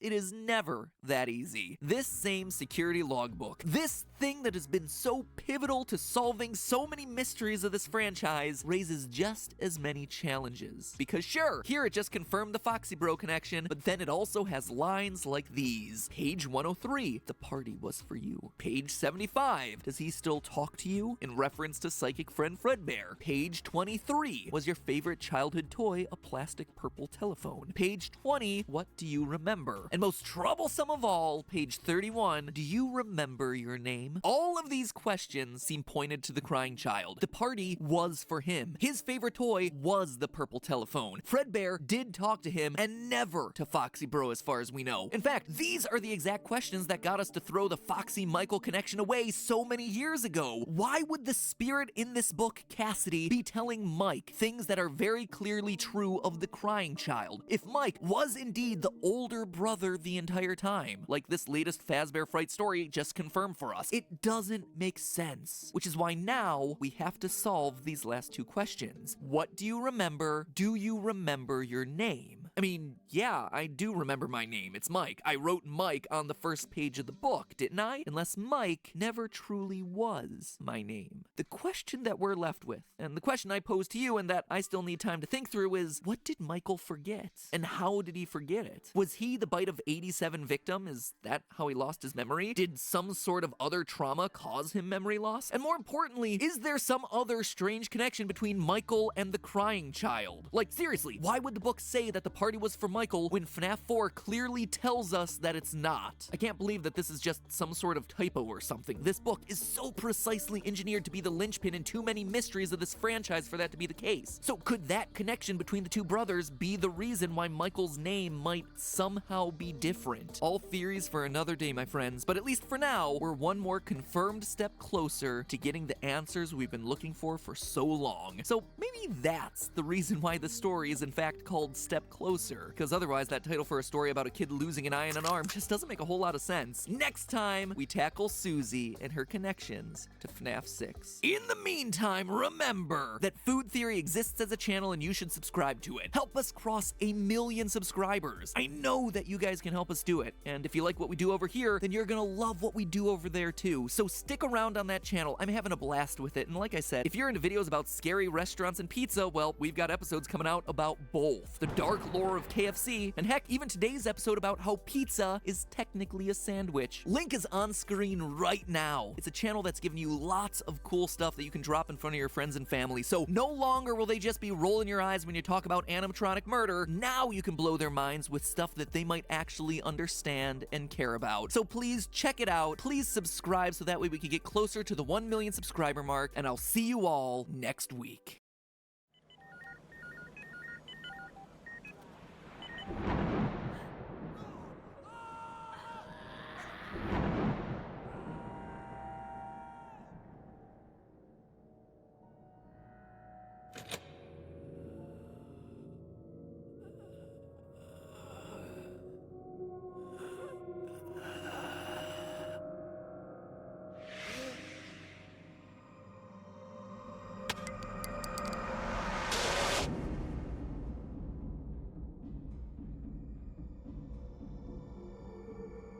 Hello, Internet! Welcome to Game Theory, where today's episode is perhaps the single most important that we've done on the FNAF lore in a long, long time. Today, my friends, our goal is to solve Golden Freddy. That's right, FNAF Reddit, I am justified in using my favorite golden boy in the thumbnail today because this episode is all about him. It's them? Which I gotta be honest is probably a good thing because I'm running out of ways to make old Yeller over here look interesting in a thumbnail. I mean, the dude's only got like 2 decent quality images in the entire 6-year history of this franchise. Say what you will about milking this franchise dry, we've milked that image dry. If only every other character in this franchise was as clickable. But seriously, with the recent release of Bunny Call, the 5th Fazbear Fright book, I think we have enough information now to finally put together a quasi-definitive answer on who is in that iconic iconic golden suit, which, gotta be honest, is like the biggest mystery to me in this franchise at this point. Solving this one is like obtaining the first of 3 massive holy grails when it comes to the lore of this franchise. But in order to do it, we're gonna have to look at the games, the books, and the spin-offs, and by the end, we'll have ourselves an answer that not only fits with the established lore of both game and book, but also an answer that satisfies pretty much everything about this character. An answer that irons out all the wrinkles and frustrations that I've had when concocting past theories about this guy. Oh, and it also just picks a little bit at the scabbed over wound of a past theory, poking it just enough that it might get infected. So, are you ready to have your mind blown? Are you ready to finally have the answer to this mystery that has been 6 years in the making? Well then, let's begin with the Stitch Wraith. For those of you who've missed it, the Stitch Wraith story is happening in small chunks at the end of each Fazbear Fright book. It's kind of like an MCU post-credits teaser minus the color-shifting Thanos. It's about an animatronic suit pieced together from the haunted spare parts of various toys and robots, given life through the power of human agony. Now that it's alive, the creature is wandering the city, collecting more haunted toys, and killing people with its zappy hands, sucking their bodies dry and making them cry oily black tears. And up to this point, that's pretty much all we knew about this monstrosity. Lead me to conclude that the reason we're meeting this thing is to prove the existence of Remnant, and how it works via negative human emotions. Maybe set him up as the new villain for that upcoming game security breach. Or, at the very least, that's what I thought. But oh no, dear theorists. The Stitch Wraith is far more important than we could have ever imagined. In the epilogue of book number 4, Step Closer, we meet Andrew and Jake, the 2 souls who find themselves trapped inside the Stitch Wraith. And the conversation that they have when they first meet starts to give us some of the lore drops that we have been waiting years to hear. Quote from the book: "Now Jake was inside a metal thing. He didn't know enough about anything to understand what it was, but he did know that he wasn't alone. He was sharing this strange place." "Oh, hi," Jake said. "I'm Jake. Who are you?" "I'm Andrew." The child's voice was rough. He sounded a little like a boy Jake used to know in school, a boy who was always talking back to the teacher and getting himself in trouble. Jake thought Andrew sounded angry. Very angry. End quote. We're told that even though both their souls are infused into the same endoskeleton, Jake is the only one able to move the Stitch Wraith's body. He's also the only one capable of seeing the outside world. Andrew is blind to it all. It's kind of like those 2-man horse costumes. You never want to wind up being the butt in those things, especially on Chipotle days. It's no wonder Andrew's so mad. I'd be too if I was forced to spend an eternity looking at someone else's soul butt. However, it's when they start talking about their former lives that things start to get really interesting. Quote again, "My memories are kind of fuzzy," Jake said. "Fuzzy, yeah, so are mine," Andrew responded. "But I do remember wanting to get back at someone who hurt me. I think I attached myself to him. I got into his soul, made sure he couldn't move on when he should have died. I remember I wanted him to suffer, the way he made me suffer. I remember they tried to kill him, but I wasn't gonna let him go until I was ready." With a story like that, you could almost say that Andrew is a spirit wanting revenge, a literal vengeful spirit, perhaps. Now, loyal FNAF theorists have an idea of where this is all going, right? Back when Ultimate Custom Night first came out, we theorized that the entire game was William Afton trapped in a fiery hexscape, a constant cycle of torture and torment at the hands of his past victims. Or should I say one victim in particular, the spirit of Golden Freddy. Sure, he was called by many names, the one you should not have killed, the vengeful spirit, but in the end, by doing the impossible of that game and beating 50-20 mode, it's revealed that Golden Freddy lingers on, twitching with rage, refusing to move on into his afterlife. And here, Andrew is pretty much confirming exactly that. Sound the party horns and the children celebrating. It looks like we got one right. Or should I say mostly right? What's interesting about this whole Jake-Andrew conversation from the book is that back with Ultimate Custom Night, we assumed that William Afton was dead and that this was just his afterlife in purgatory or HE-double hockey sticks or whatever. He died in Henry's Fire, the one that was set at the end of FNAF 6, the one meant to bring the whole series to a close. I mean, how could he not be dead? Henry even had that awesome final line for him. "Although for one of you, the darkest pit of hell has opened to swallow you whole. So don't keep the devil waiting, friend." You don't just survive one-liners like that. And yet here, Andrew says that he was actively keeping his killer alive against everyone's attempts on his life. So does that mean that Afton is still... No. I always come back. He attack, he protect, he always come back. But just because William may have been kept alive in the book lore doesn't necessarily mean that he was left alive in the game lore too. Well, it shouldn't, but I think it does. Fast forward to this month in our newest book, Bunny Call. What was originally supposed to be the 5th and final installment in the Fazbear Fright series. A literal 5 books at Freddy's. Until of course it got extended and now we have ourselves the bonus 6th and 7th night books. And while the first 2 stories in this new book are interesting and certainly worth talking about on a different day, it's the 3rd one, The Man in Room 1280, that ties into our Golden Freddy mystery today. Stop me if you've heard this one before. It's about a mysterious man in a hospital, burned well beyond the point of death, and yet somehow he remains alive. Quote from the book. The man had no face. A hole in his skull indicated where his nose used to be. Dark, cavernous pits lacking eyes looked at nothing. A toothless mouth gaped without lips to protect it. We'd be remiss if we didn't warn you, the nurse said. We know what that is. Evil, Father Blythe. Evil. In fact, the hospital staff is so convinced that he's the embodiment of evil that they tried to kill him multiple times, via injections, via smothering, via seances, but nothing will do it. He cannot be killed, but not for the reasons that you would expect. It's not an iron will to live or the remnant that's flowing through his veins that's keeping him alive. It's a ghost. Each attempt on the patient's life is thwarted by the ghost of a boy with curly black hair wearing an alligator mask. In fact, the two seem to be intertwined with each other. The story informs us about the patient's brain patterns and they're a bit unusual. Quote, according to the hospital's sleep expert, that particular REM pattern indicates nightmares. Horrific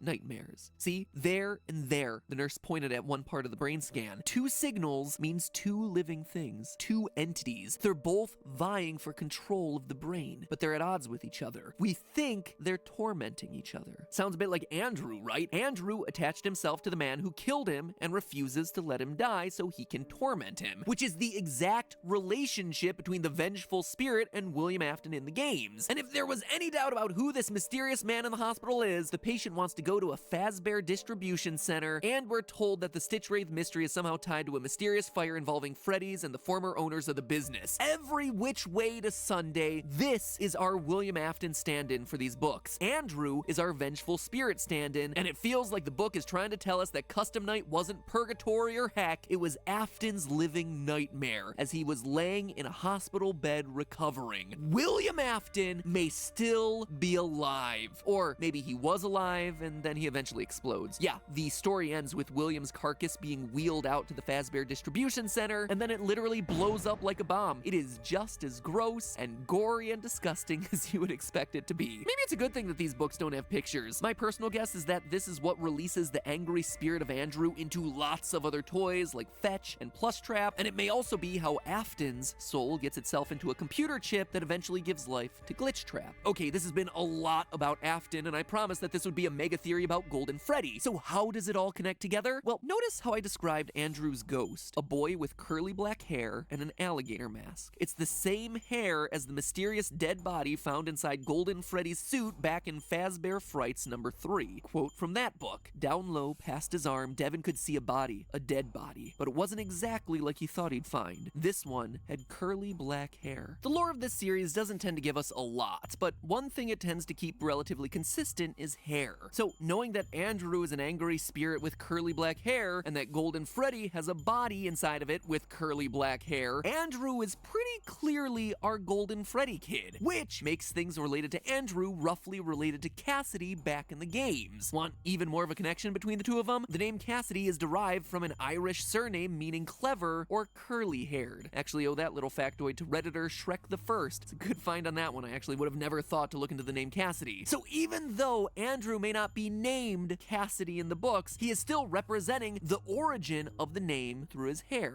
Now, here is why all of this matters. Follow me on this. Both Andrew in the books and Cassidy in the games are missing children's incident victims, stuffed inside of suits and angry enough to keep their killer in a purgatory state so he can be tortured. seems like a pretty slam dunk connection there. We know that up to this point, the books have been hinting at the fact that Golden Freddy may have more than one soul inside of him. And in these stories, we see Andrew actively upset that he has to share an endoskeleton with another dead kid. So is it possible that in the games, Golden Freddy is possessed by both Cassidy and the Bite of 83 victim, Vengeful Spirit and the Crying Child, just like Andrew sharing a body with Jake in the books? After all, we know via clues in the text, as well as book number 6's description, that his endoskeleton mate Jake is a nice kid who died tragically in a hospital. We know that the Crying Child is also a nice kid who dies tragically in a hospital, even though he got bitten before, but you know. Now, admittedly, that alone is a weak sauce connection, I admit it. What's not weak sauce, though, is that evidence is actually out there to prove that two spirits are in Golden Freddy. So last month we proved that Foxy Bro is definitely Michael Afton. It is a huge confirmation from the series, but that came with a set of problems, specifically in the form of the security logbook. The problem is that the spirit Cassidy in the book seems to be talking to Mike about things that only apply to the Bite of 83 victim, saying things like, "The party was for you," and talking about his plastic purple telephone. It doesn't make sense if Cassidy is talking to Michael Afton. But what if Cassidy isn't talking to Mike? What if Cassidy is having a conversation with someone else, with a second spirit? The logbook doesn't just have one person in it, it has two. This was brought to my attention by a comment on YouTube from Inky Ink, who says it's not useful reading the YouTube comments, right? Quote, "I direct you now to pages 89 and 109, where we see a spirit replying to Fated's questions through altering the text existing in the book. Therefore, we know that Fated is not talking to Mike, but talking to Mike's brother, who is also in the logbook. Thank you for coming to my TED Talk." I gotta say, that is the best TED Talk I've ever seen. Definitely beats the one about how to dry your hands using a single paper towel. 1, 2, 3, 4, 5, 6, 7, 8, 9, 10, 11, 12. And Inky Ink isn't wrong here either. I went back to double check. One of the things the Fated text says is that the party was for you. And right there on page 89 is the answer, "It was for me." A statement and an acknowledgement of that statement. A conversation. Two spirits, one book. Two spirits, one animatronic. For years, I have been frustrated by the fact that the Crying Child, the Bite victim of 83, would have made the most sense to pass into the Golden Freddy body, but it never lined up with the fact that 5 kids died during the missing children's incident, and that one of them would have had to have gone on to possess Golden Freddy. But now we have a solution to both of those things. Golden Freddy can still have the Bite victim in him, one that says, "It's me," when he sees his brother working as a security guard. But it can also have a second spirit in him, one who died in this horrific missing children's incident murder, and one who continues to torment Afton long after he's passed on. And the logbook isn't done. Sure, on those pages we see the responses of, "It was for me," and "I'm scared," but we also see the responses of, "I can hear sounds," and "I can't see." It, once again, is a parallel back to the Andrew and Jake situation, where one spirit can see and maneuver the body, while the other is trapped down below the surface, able to listen, but unable to do much else. This feels like the solution to Golden Freddy that we've been waiting for. The problem with him is that we've always assumed he was just one kid, one spirit who we tried to make fit into all the various details about the lore, but it never quite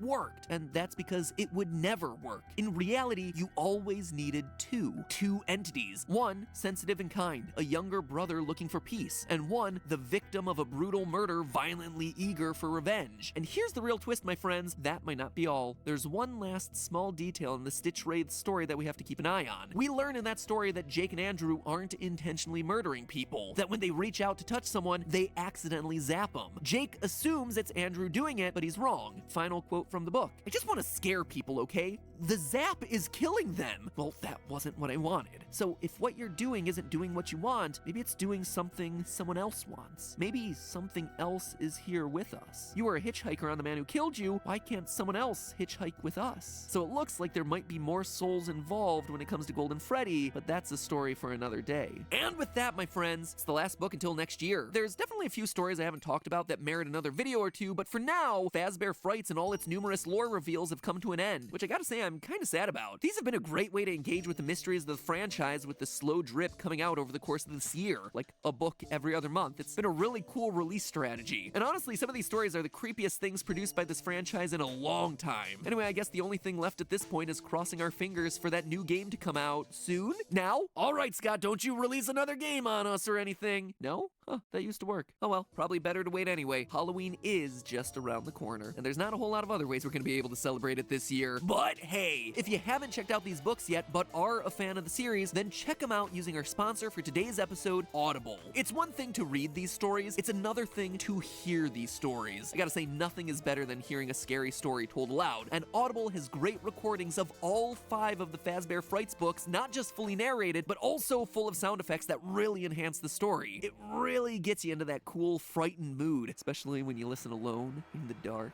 at night. But okay, you already know Audible as the leading provider of audiobooks, and I'm sure you're familiar with how Audible members get a credit to pick a new title every month, plus 2 Audible originals from a monthly selection. But did you know that Audible is currently giving back to the world in a big way? I actually really love this new initiative of theirs, and I'm really glad that they're letting me talk about it here. Basically, Audible recognizes that we're kind of in a time of crisis, guys, because of the pandemic, school schedules being all over the map, parents looking for new ways to entertain and educate their kids, all of us just being a little bit too sick of our screens. So Audible launched a whole new site called stories.audible.com, where you can stream hundreds of their titles for free. 0 signups, 0 membership requirements, 0 strings attached. It is awesome. It is just a website that you go to and you listen. It's phenomenal. There's also a little bit of everything in there too, for all ages and languages, ranging from classics like Frankenstein and Winnie the Pooh. Ollie and I actually just started listening to the Pooh series, and he's really excited about it. And I gotta be honest, I love Pooh. He's one of my favorite fictional characters ever, and so it's really fun to just,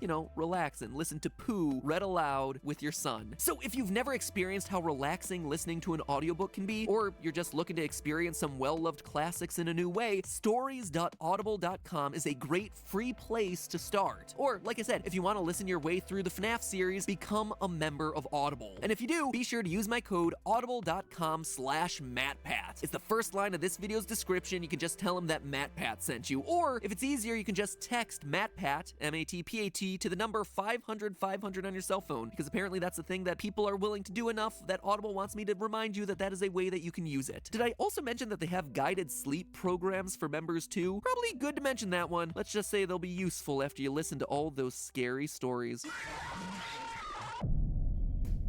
Again, that's audible.com/MattPat, first line of the description, or texting the word MattPat to 500-500. And remember, it's all just a theory. A game theory. Thanks for watching.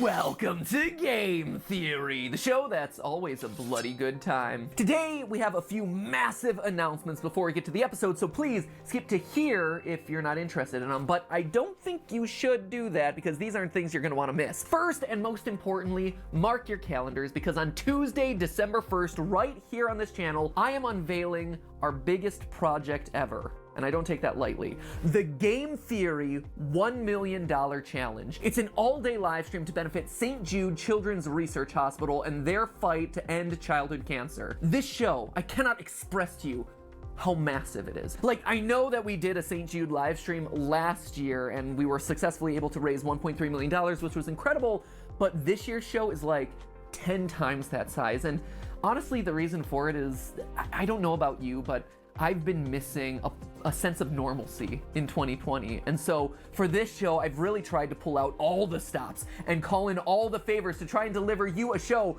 that is unlike anything that YouTube has seen this year especially, but just in general. We've already got ourselves 25 confirmed guests, ranging all the way from Mr. Beast and ZHC, who are gonna be giving away thousands of dollars in prizes to you guys watching and donating at home. We've got the Try Guys and Rosanna Pansino, some of my favorite people on the platform, doing some insane food challenges with us. Odd Ones Out is gonna be there, just being the amazing guy he is. Mark Rober, former NASA scientist Mark Rober, is coming on and cooking up some science to throw in my face during the stream live. Suffice it to say, I'm gonna wind up pretty messy. And don't even get me started, because I'm in the process of arranging the highest IQ game of Among Us ever, with the likes of Disguised Toast and Vsauce 3, Veritasium, Physics Girl, Dream. Like, that is some big-brained gameplay that's going to be happening there. Oh yeah, and I should probably also mention the new FNAF project that I'm working on with Scott that allows you at home to play against some of the kings of FNAF that you watch on YouTube each and every week. So will these kings of FNAF be able to beat the game when you are trying to actively sabotage them? We're gonna have to find out. Long story short, this is gonna be a day full of the best of YouTube, all to benefit the best of causes. St. Jude, a hospital that, if you don't remember from last year, treats children with cancer for free. The families do not pay a dime for their child's treatment. And then St. Jude takes it one step further and passes those scientific learnings on to the rest of the world, which means that one child treated at St. Jude literally translates to 1,000 treated around the world. It's just an incredible organization that is doing some of the most important work for some of the most important patients out there. And I know that in a year full of important causes, there's been a lot to donate to, but St. Jude's work is as important as ever and harder than ever given the challenges of 2020. So I know that this one is a few weeks away, but please, please, please mark your calendars and consider being there. If everything goes right, it should be an incredible day of joy and celebration in a year that's otherwise been really rough. So come take a break with us, come support a great cause, and just have fun, you know? Secondly, speaking of partnering with Scott Cawthon, new Theoryware is available right now. Links are right below this video, right in time to keep you all snuggled and warm for the holiday season. That includes some amazing winter goodies like this super soft plushy blanket, which you can cuddle up with while you're doing your new 500-piece game theory puzzle. Yeah, that's right. We made an official game theory puzzle that's filled with all sorts of references to both this channel and GT Live. There's also a fantastic structured zip-up hoodie with embroidered patches, a varsity jacket for anyone who likes more of a female cut item, and this, actually the thing I'm wearing right now, a red vegan leather jacket, which is probably my favorite item that I've ever built. I built this thing from the ground up for you guys, literally stitch by stitch. I took my favorite red jacket of all time, the red jacket that you've probably seen in countless other videos, and I rebuilt it to be this new thing that's cruelty-free and with a lot of additional details that I've always wanted, like this pocket right here. It's called a media pocket for things like your Nintendo Switch or if you have a tablet or anything like that. But not everything is gonna be so cheery and bright this year, friends, because there's a dark twist to this merch launch. Theoryware X FNAF. The animatronics have taken over. Death coins are on the loose, and we've officially partnered with Five Nights at Freddy's itself to create this monstrosity. The first official joint game theory and FNAF project ever. It's not every day that you get an ugly Christmas sweater with pizza detailing. Grab it now before it grabs you. I'm also really proud of this hoodie I helped to create based off of everyone's favorite low-paying security guard position at your local pizzeria. So may your days be merry and bright, and may your nights be scary and full of fright. Anyway, like I said, links for all of that stuff is down below this video. So, as you might be able to tell, between planning the live stream and working on the merch, there has been a lot going on. And in the middle of it all, more FNAF. FNAF Security Breach got its first trailer out during a PlayStation 5 announcement event, and man, does this new game look incredible. Gregory, your friends are worried about you. Long gone are the days of just looking at static-filled still image camera feeds, my friends. And before we move on, can I just say how cool it is to see an indie franchise started by one man working at Dollar General rise to the point that it's now getting a spotlight alongside time-honored franchises like Final Fantasy and God of War. And not only getting spotlight alongside them, getting more views than nearly everything else in that showcase. That's awesome. Well done, Scott. Really, really well deserved.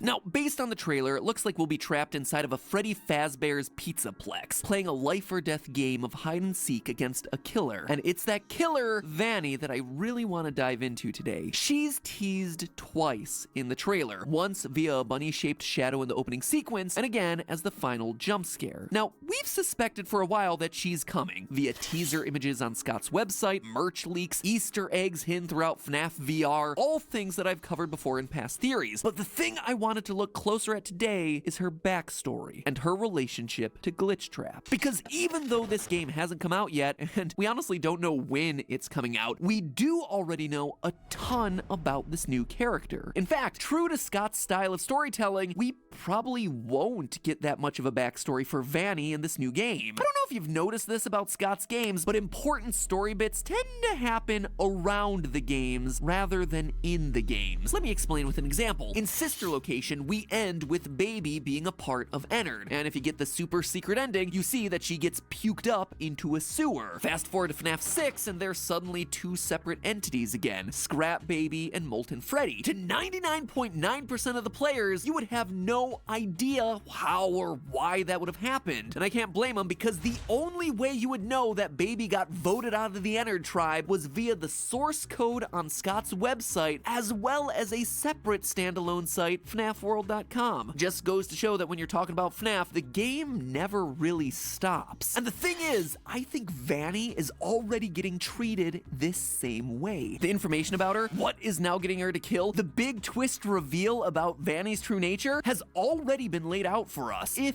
you're paying attention to all parts of the FNAF universe. So if, unlike me, you don't have time to keep track of the 12 games, 9 books, dozens of ports, hundreds of toys, and a moon-faced animatronic and a pizza tree, well, that's why I'm here. Because all the pieces are out there in place for us, and now we're gonna be putting them back together to understand the true backstory of Vanny, the Killer Bunny, Purple Guy 2.0, before Security Breach comes out. Recently, the game FNAF Help Wanted got itself a mobile port. Big whoop, right? We've already seen this game 2 other times before, once in VR and again in a flat console port. Don't get me wrong, love this game, probably my favorite game of the franchise, but still, Scott, you ain't getting me to buy this for a 3rd time.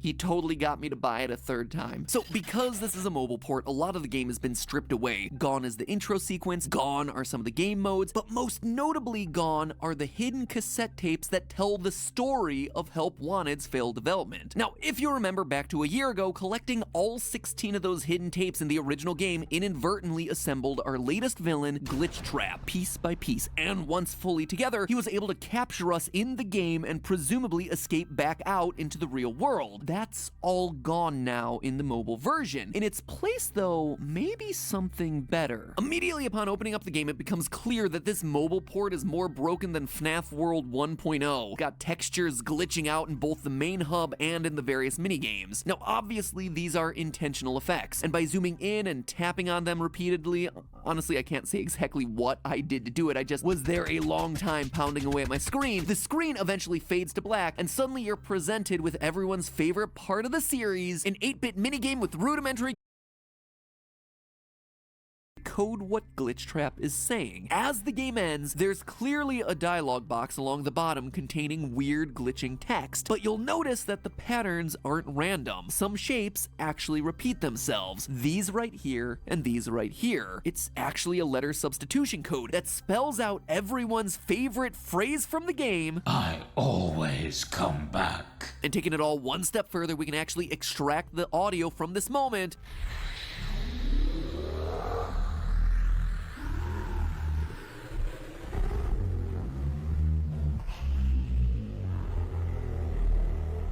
and do some audio trickery. By doubling the speed and then reversing it, we get this.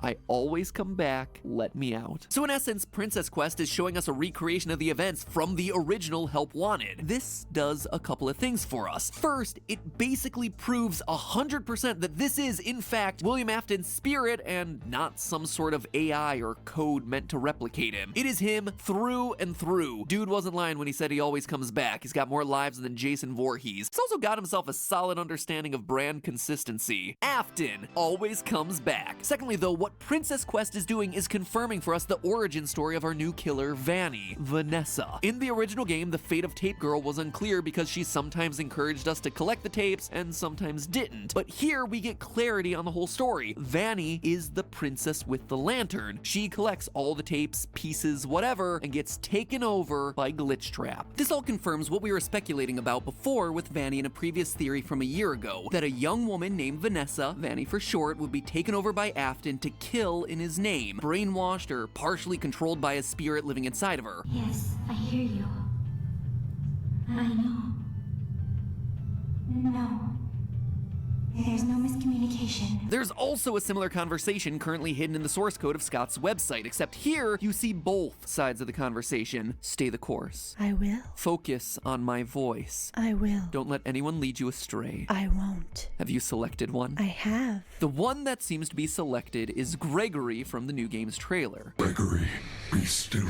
I think she's found us. So, is that it? Just a recap of a lot of information we already knew? Are we just left to speculate about the rest until Security Breach finally comes out? Well, no. You see, in the last year, there's been one final source of information about Vanny, and it's a big one. A game that I've largely ignored up until now, FNAF's augmented reality game, Special Delivery. If you haven't heard about this one, basically the concept is that animatronics get shipped to your home so you'll have yourself some new friends. Because let's be honest, fighting for your life against a malfunctioning robot is probably still better than trying to hold a normal conversation with a living, breathing human being. I think I've been dancing around this one just because the possible canonicity of characters like Shamrock Freddy, Liberty Chica, and Clown Springtrap makes me have a nervous breakdown. But questionable lore implications of flamethrower bear endo aside, this game has been seeding us more info over the entire last year about the history of Vanny and Glitchtrap, and it requires us to do one of the scariest tasks any FNAF game has ever required: reading emails. You see, the game will occasionally share you on emails that aren't intended for your eyes. On one side, we have ourselves the story of a company working on behalf of Fazbear Entertainment to disassemble old animatronics and scan their circuit boards into their computer system. And, just like Tape Girl warned us about back in FNAF VR, this causes a virus to spread through the system. Quote from those emails, "Turns out that wasn't a glitch. We released a virus when we scanned that last circuit board. It's spreading really fast. We're gonna need all hands on deck." New email. "Hey Jim, just checking in. I emailed you earlier this week about a virus caused by one of your circuit boards, which is currently spreading throughout our system and causing serious problems. Please contact me ASAP. Thanks, best, Steve." So that is our Glitchtrap origin story. And to me, it's especially interesting because I think it helps explain something that dates all the way back to FNAF 3. Recently in the series, we've learned that the FNAF games are canon in the games. Now, that's a really confusing sentence, so let me explain. In both FNAF VR and the Fazbear Frights books, it's confirmed that the urban legends about murders happening at Freddy's restaurants are mainstream enough to have gotten some video game spin-offs. Not necessarily the FNAF games that we know, and certainly not FNAF World, since everyone, including Scott, wants to forget that one, but games inspired by the legends of the pizzeria. In FNAF VR, in fact, we're told that they were made by Fazbear Entertainment as a cover-up. Fazbear Entertainment hired the game developer.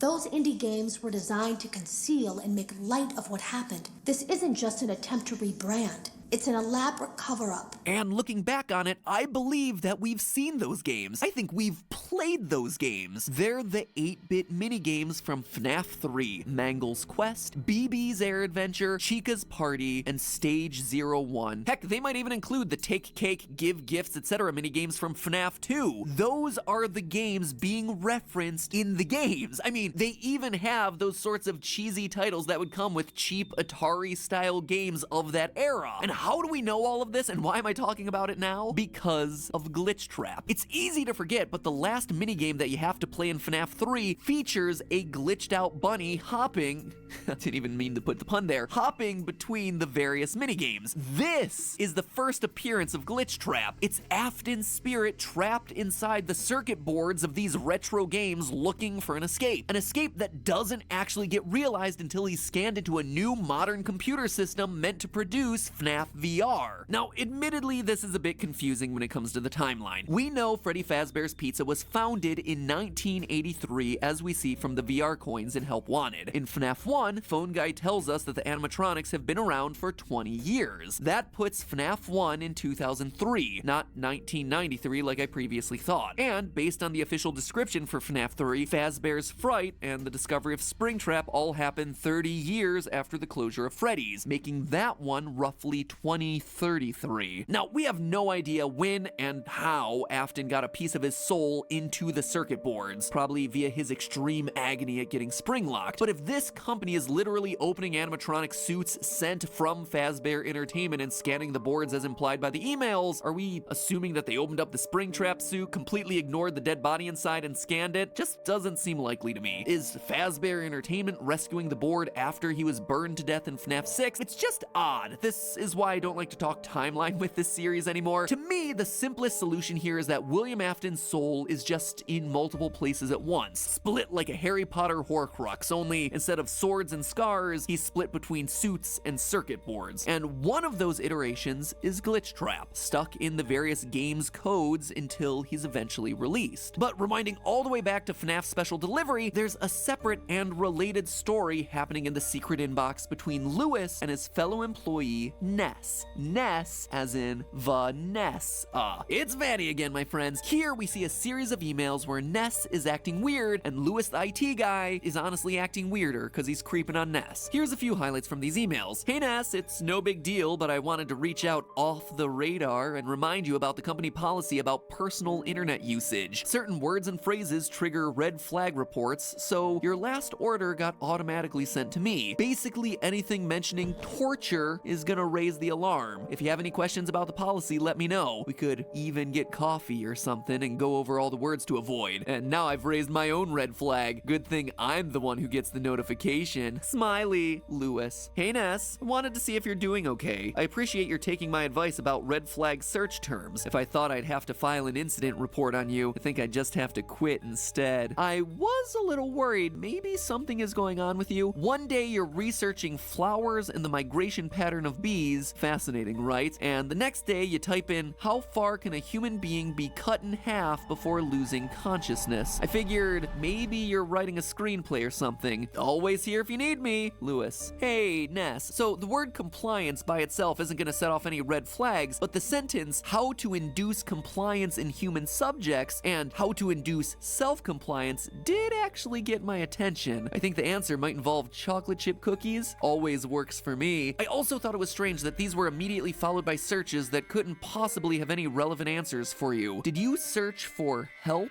by itself? Anyway, my offer still stands if you want to go over the company policy. I'm free any day after work. We could grab dinner or coffee if you want, Lewis. Oh, Lewis, when you say stuff like that, it makes me a sad panda. But HR violations aside, these conversations tell us a lot about Vanny's mental state. She is sharing control of herself with Glitchtrap. That's why we get references to her searching the internet for help. It's part of her psyche crying out for anything, anyone who can save her, anything that'll provide an escape. It's also why it's so important that Lewis calls out the searches for inducing compliance in human subjects and inducing self-compliance. That is Glitchtrap, searching for a way to gain complete control over Vanny, over her psyche. This further confirms something that we talked about in my last theory on Vanny. In that episode, we talked about how she's a reluctant follower, that Afton isn't in complete control. On Scott's Voices.com page, where he tends to hire out actors for the various vocal roles in the game, Vanny's listing was for a character named Reluctant Follower. So this woman is clearly a devotee, brainwashed or controlled by Afton to an extent, but a part of her is actively fighting back, hesitant to do what he asks, which makes me think that in Security Breach, we may be able to save or redeem her. In fact, knowing that may help us out with the gameplay. Maybe it's a secret or a true ending condition. That, my friends, is what I believe to be the big twist that awaits us in Security Breach. Wait, as I finish this video, of course, new statues just dropped with important lore reveals, so let's just talk about these real fast. With Gregory hiding inside of Freddy, definitely looks like my idea about gameplay being a version of hide and seek is absolutely confirmed, or maybe Gregory is just piloting an 80s era bear-shaped Gundam suit. Either way, I am totally living for it. As for the other statue that just dropped, looks like Vanny is gonna be taking a page out of the Afton playbook, the classic security guard by day and serial killer at night. Old habits die hard, I guess, but in Vanny's case, here's my question. Is she gonna remember it? My guess is no. I think it's gonna be a classic case of Jekyll and Hyde. But who knows? I guess we're just gonna have to wait and see what it is. I hear that some big things are coming to this franchise before the end of the year, and I'm not just talking about all that cool new merch we dropped, which, as one last reminder, is all available right below this video. But hey, that's just a theory. A game theory. Thanks for watching.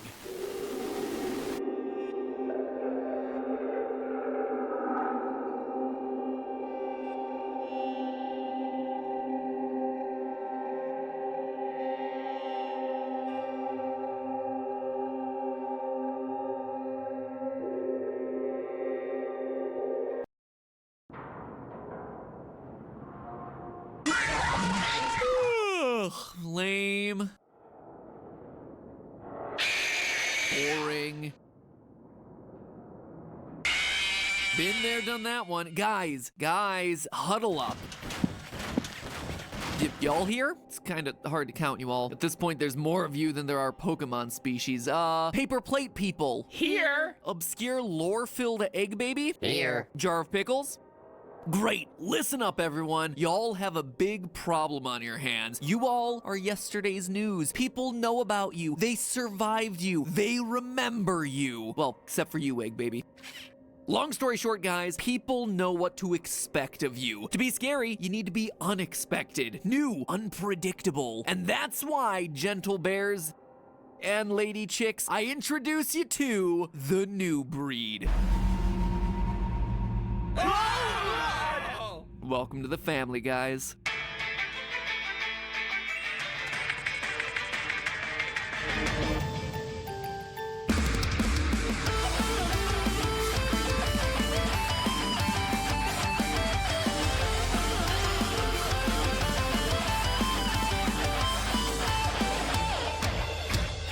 Internet, welcome to Game Theory, the show where my waistline is extending faster than the FNAF universe. When it comes to Five Nights at Freddy's, I've made no small deal about how huge this franchise has gotten. I mean, if you're looking to keep up with all the lore, this year, 2020 alone is home to not 1, but 5 new book releases. As if 7 main games, 4 spin-offs, and the Still in the Works movie weren't enough. But there was an announcement made by Scott earlier this year that I've been wanting to talk about for a while. An announcement that, to me, isn't just important to this franchise, but is important for all of gaming. Between all my jokes about how much I hate the franchise and how complex the lore has gotten, I've always said that the way Scott has crafted these games and how he's managed to run his community is perhaps the smartest, most modern way of making a video game. From the very first Five Nights game, he understood that the current age of gaming is all about sharing your experiences, that no 2 playthroughs should ever be alike, that obscure screens, jump scares, glitches, minigames, all of it should appear randomly and with very small probabilities so that people can go online and ask their friends, wait,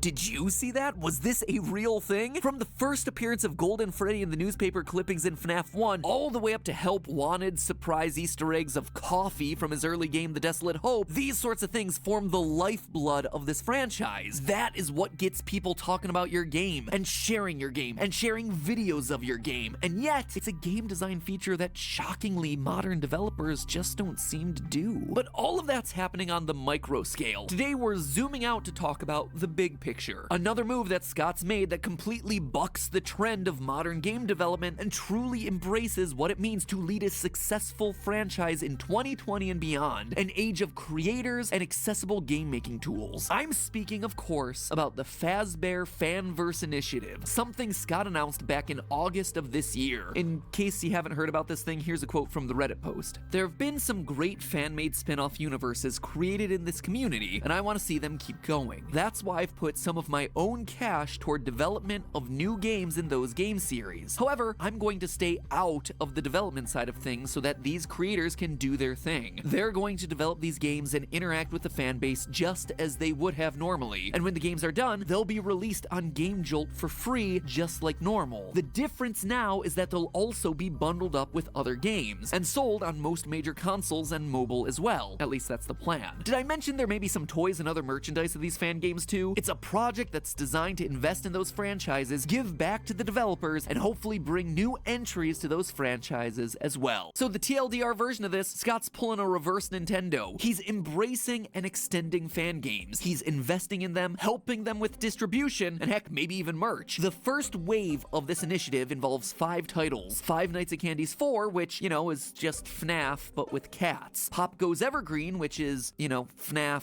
with rodents. One Night at Flumpty's, which is FNAF with eggs. The Joy of Creation, which is FNAF, but on fire. And FNAF Plus, which is, well, it's just FNAF Plus. That is obviously a big simplification of all these games just for the joke, but you get the point here. They're all spin-off games with the basis of Five Nights at Freddy's. Now, all of this sounds well and good, right? I mentioned that it seemed like Scott Cawthon was taking the initiative to embrace and extend existing fan works, and those are words with warm and fuzzy vibes, but they're also words that have, well, they have themselves a history that's a lot less warm and fuzzy than you might think, thanks to a third E that's less mentioned, extinguish. That might sound harsh and seem like it's coming out of nowhere, so let me explain what I mean with all this. I think it's necessary to talk about another company that publicly took the embrace and extend approach and what it meant for the evolution of an industry and how Scott is taking a similar approach but turning it on its head. Ladies and gentlemen, it's time for a lesson on everyone's favorite game theory topic, antitrust law. Antitrust law seems to be a hot topic these days, with Facebook robot Mark Zuckerberg and Twitter CEO Jack Dorsey getting grilled in front of Congress this year not just once, but twice.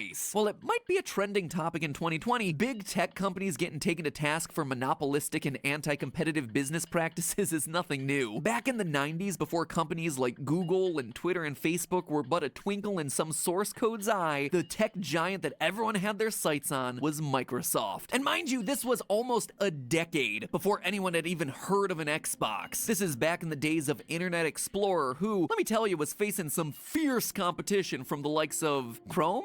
Firefox? Heck no, this is the 90s, baby. Their competition looked a lot more like Netscape Navigator and Mosaic. And Microsoft resorted to some, not so pleasant, and as it turns out, not so legal tactics in order to edge out the competition. During the 90s, Microsoft was public about their strategy of embrace and extend. The basic idea is that you start by finding something that someone else has made, like a technology standard, a protocol, or a tool of some kind, and say, cool, we're gonna embrace it and start using it ourselves. And then you extend upon it by saying, well, this thing that someone else made is cool and all, but we're gonna make it even bigger and better. We're gonna build our own proprietary technology on top of it, and people can begin using our version of that old standard. Steve Ballmer, who at the time was the executive vice president of Microsoft and went on to be president and later CEO, described it in an interview with the New York Times. Quote, new products and services should simply be extensions of the old. Whether it's me or the guy who replaces me because we don't do well, we'll keep coming, and we will do well. Yeah, I'd say you did pretty well for yourself, Microsoft, and largely because of this embrace and extend motto. Heck, according to one article I read, a Microsoft employee even wrote a song titled The Battle Hymn of the Reorg that ended with that exact phrase. The song goes a little something like this. Oh, our eyes have seen the glory of the coming of the net. We are ramping up our market share. Objectives will be met. Soon our browser will be everywhere. You ain't seen nothing yet. We embrace and we extend. Man, and I thought I was nerdy. On its face, the policy of embracing and extending tools and protocols made by other people seems generous, right? You're adding to what's already there. But what this hides is the fact that once you take an existing standard and extend it with your own proprietary technology, you own the part that you're adding. And not only that, you're replacing the original public open standard with your own version that you alone have control over, effectively taking ownership over a standard that someone else created. And when Microsoft talked publicly about the first two E's, there was a hidden third E that they didn't like to mention in public, extinguish. Because once you've extended the old standard with your own proprietary additions, having effectively hijacked something that someone else had made, you now have control that you can use to extinguish the competition. By the way, that third E, extinguish, isn't just speculation on the part of Microsoft haters. Though Microsoft never talked about it publicly for obvious reasons, an investigation by the US Department of Justice found that the motto extend, embrace, extinguish was used in Microsoft internal communications. And considering that the entire court case centered around the fact that Microsoft was allegedly using anti-competitive practices to bar other companies from competing with them, the fact that they were literally trying to extinguish the competition didn't work all that well in their favor. Pro tip, if you have a business strategy that's evil and illegal, try not to use words that make it sound evil and illegal. And then don't use it in company emails, you doof. The Microsoft example is a bit technical, but it's easy to see examples of a similar strategy used in the entertainment world if you look at Disney. Rather than creating their own original stories, they began by embracing folk tales and classic stories in the public domain, like Sleeping Beauty, Beauty and the Beast, Cinderella, and The Little Mermaid. No problems there. They were open and available for anyone to use. Then, they extended these classic fairy tales by creating their own animated versions of these stories with their own spins on them. But then, they effectively extinguished competition by replacing the original work with their own. And when it comes to protecting their own characters and copyright, Disney is fiercely controlling. Unlike Microsoft, Disney has managed to do this without breaking any laws. Technically speaking, they just lobby to change the copyright laws. Mickey Mouse is a 92-year-old character at this point, should technically be in the public domain by now, except for the fact that the laws seem to mysteriously change every time his copyright is set to expire. Strange coincidence, huh? Couldn't possibly have anything to do with the millions of dollars that Disney's spending to lobby Congress every time it happens, could it? Nah.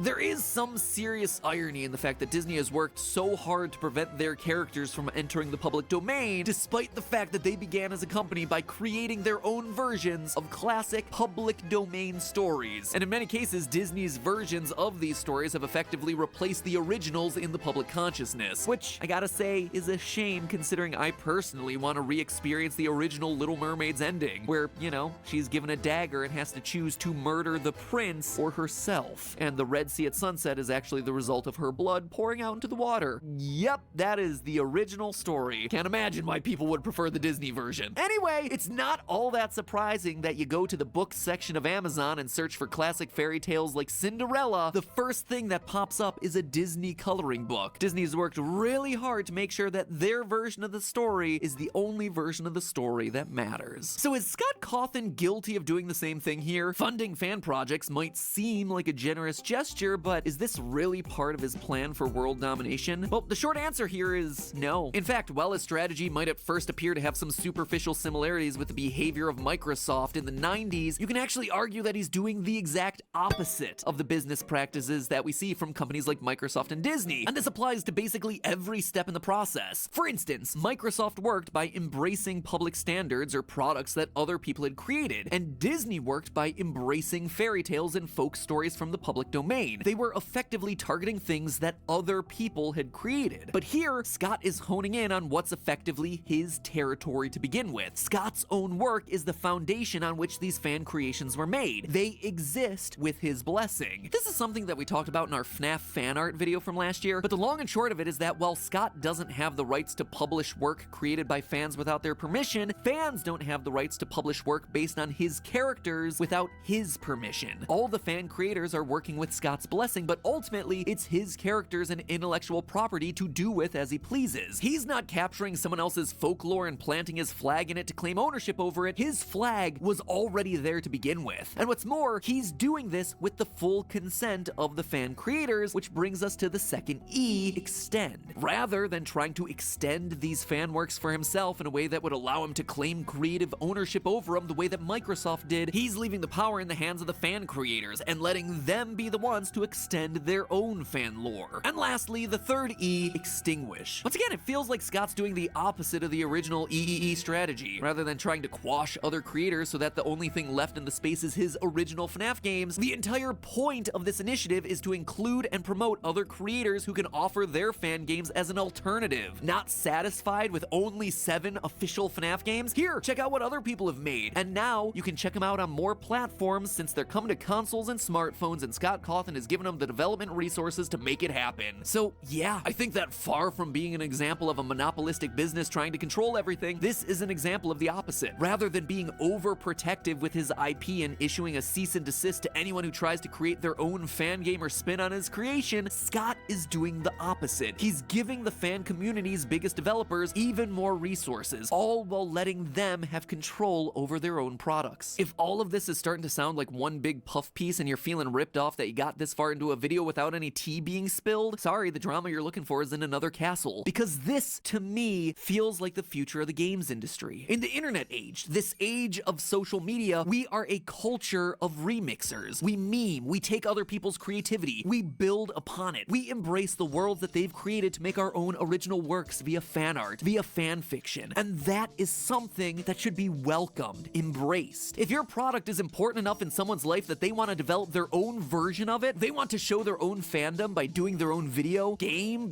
whatever, that is a compliment. You hire them, you bless their work, you be a mentor to them, whatever it is. I can't help but think about Sonic Mania, which was created by a team known for their work in the Sonic fan game and ROM hack communities, and Sega gave them the keys to the kingdom to produce what's probably the best canonical Sonic game in recent history. Now contrast Scott and Sega's behavior with Nintendo, banning Twitch live streams for games that were paid for and played on release day, shutting down fan games because they were worried about it competing with their own products, shutting down tournaments run by people that are still really passionate about a multiplayer game that was originally released back in 2001. Sorry to pick on you, Nintendo, but I wouldn't be doing it if I didn't think it was deserved. These are bad moves. When games like Pokemon Uranium or another Metroid 2 remake come out, you just kill them. You stomp on them. What could be, and are in many cases, fully fleshed out games made by creators who spent years putting them together out of a love for your work, you put them through a shredder. Congratulations, you protected your IP, but you killed the love of your community in the process. And from a purely financial standpoint, heck, you could have just embraced those projects. Could have hired those people on, you polish them up a little bit, you had 2 quick and easy money makers. If you're thinking about it from just the pure cold-hearted dollars and cents, that is money you left on the table. Period. I'm sorry, times have changed and the industry needs to change with them. With so many scummy, exploitative, and downright crummy business practices that exist within the gaming industry, it can be easy to lose sight of the positive stories, the companies that are doing it right. And if we're able to recognize the more positive examples of how some companies are able to succeed by doing the right thing, maybe we can get just a little bit more of that sort of thing. FNAF is a huge example of a game that isn't just a game, it's a community of fans that pour tremendous amounts of love and effort into making their own content. Whether it's the Let's Play videos that first brought the game onto the scene during its early days, or the people that have gone the extra mile and been inspired to create their own fan games. The Fazbear Fanverse Initiative is a great example of what can happen when fans love a game franchise, and the franchise is willing to love them back. I just wish more people were paying attention. But hey, that's just a theory. A game theory. Thanks for watching.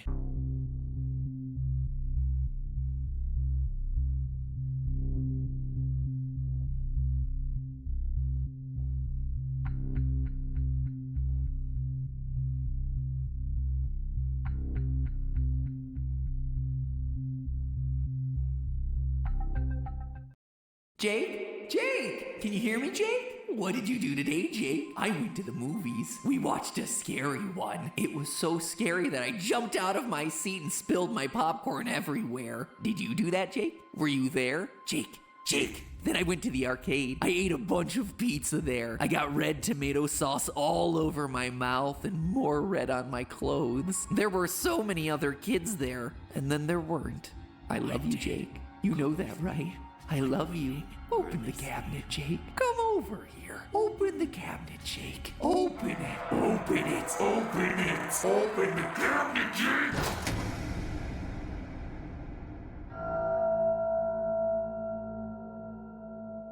Hello, Internet. Welcome to Game Theory, where today the theory is coming from you. That's right, just because we're all still waiting for Security Breach to release doesn't mean that FNAF theorists out there have been twiddling their thumbs. In fact, the lack of a new game has prompted the community to go back and comb over all the pieces that were in place for us before. Pieces that we might have overlooked or missed the first time out. And it was this thorough re-review of the clues that prompted what may be the biggest fan theory to blow up in over a year. And that's saying a lot since 2020 was full of us connecting massive pieces of this franchise's lore. I mean, with the help of Fazbear's Frights, throughout last year's videos, we managed to pinpoint the year of the missing children's incident as 1985. We solidly connected Foxy Bro to Michael Afton. We even concluded the high likelihood that 2 spirits are trapped inside Golden Freddy, not just one. Our vengeful spirit Cassidy, as well as our Bite of 83 victim, the Crying Child. But have you ever noticed that that kid doesn't have a name? I mean, it's been 6 years since he was introduced into the the franchise in FNAF 4, and we still don't have any hints as to what Crying Child's name might actually be when he's, you know, experiencing literally any other emotion. Wait, is that Crying Child? But no, that's Happy Child, and that's Angry Child, and that's Confused Child. That's Apathetic Child. That is Passionate Child. Nope, not that one. Ooh, is that Emotionally Repressed Child? Hashtag relatable there. But really, take a moment to think about that. We know the puppet's name, Charlie, and her father, Henry. We know that baby was originally Elizabeth Afton. Purple guy / Springtrap is William Afton. Other purple guy is Michael Afton. There's the missing children's incident victims, Jeremy, Fritz, Susie, Gabriel, and Cassidy, the vengeful spirit, who is at least one of the things trapped inside Golden Freddy. I mean, there is a name for pretty much every single character in this franchise, except for this one kid. The one kid who, wouldn't you know, was also important enough to have the first on-screen death of the series. Feels like we should probably be able to solve this one by now, right? Like, we should probably have gotten a name for him somewhere along the line, or at the very least, the means by which to solve for his name. The pieces have got to be in place for us, right? Well, today might just be the day where we solve exactly that. One Reddit user named Wolfie1740 Kingdom thinks that they've cracked the code to finally solve the final name of the FNAF mystery, to finally give the Crying Child, the Bite of 83 victim, a proper identity. So break out your tambourines, theorists, because it's Morty time. It's a theory review. Leave your theories in the comments below. I'll pick my favorites in the next episode of Morty. Now, today's theory starts where all the best theories begin, dabbing Chica. That's right, folks, we're back to the most important lore item in the whole franchise. Not any of the novels, certainly not the games. Those are just afterthoughts at this point. Nope, it's back to the children's activity book, FNAF Survival Logbook. In a past FNAF theory, we had a huge revelation about how this thing works. Basically, there are 3 people present within this book. There's Mike, who's alive and always writes everything in red pen. There's Cassidy, who haunts the book and speaks in ghostly faded text, but there's a second spirit here, the Crying Child, who's forced to communicate by actually altering the words that are found in the book. The example that proves it is right here. Cassidy says, "The party was for you," and the Crying Child responds on page 89 by altering the text of the book to read, "It was for me." We know FNAF 4's party wasn't for Mike, and we know Cassidy wouldn't be saying this to themselves. As such, it must be Crying Child acknowledging what Cassidy has said. Same thing here on page 59 with Cassidy asking, "What do you see?" and Crying Child answering on page 109, "I can't see." Again, altering the actual print of the logbook. So that alone was pretty huge, and it went a long way to supporting the theory that both Cassidy and Crying Child possess Golden Freddy. And that alone would be pretty awesome, but it still leaves a major part of this book unsolved. You see, on page 95, there's a loose thread that's never been tied up, one that has personally driven me crazy for years. It's a grid where you're told to draw an 8-bit Foxy. Just another random activity in this children's workbook, right? Wrong. The grid is numbered, and you can see in faint print that you're supposed to put letters into the squares, with the first few already being put in. So in our quest to solve Golden Freddy's name years ago, we collected the page numbers where the phrase "my name" appeared, we added them together per the instructions hidden in the book, and then we plugged those coordinates into the Foxy alphabet grid to get the name Cassidy. Good game, everyone. Let's all treat ourselves to some orange slices and give ourselves a pat on the back for solving another piece of the lore. Except that's not how it worked. You can imagine my surprise and confusion when the numbers got plugged into not the alphabet grid that was clearly being telegraphed to us, but rather the word search.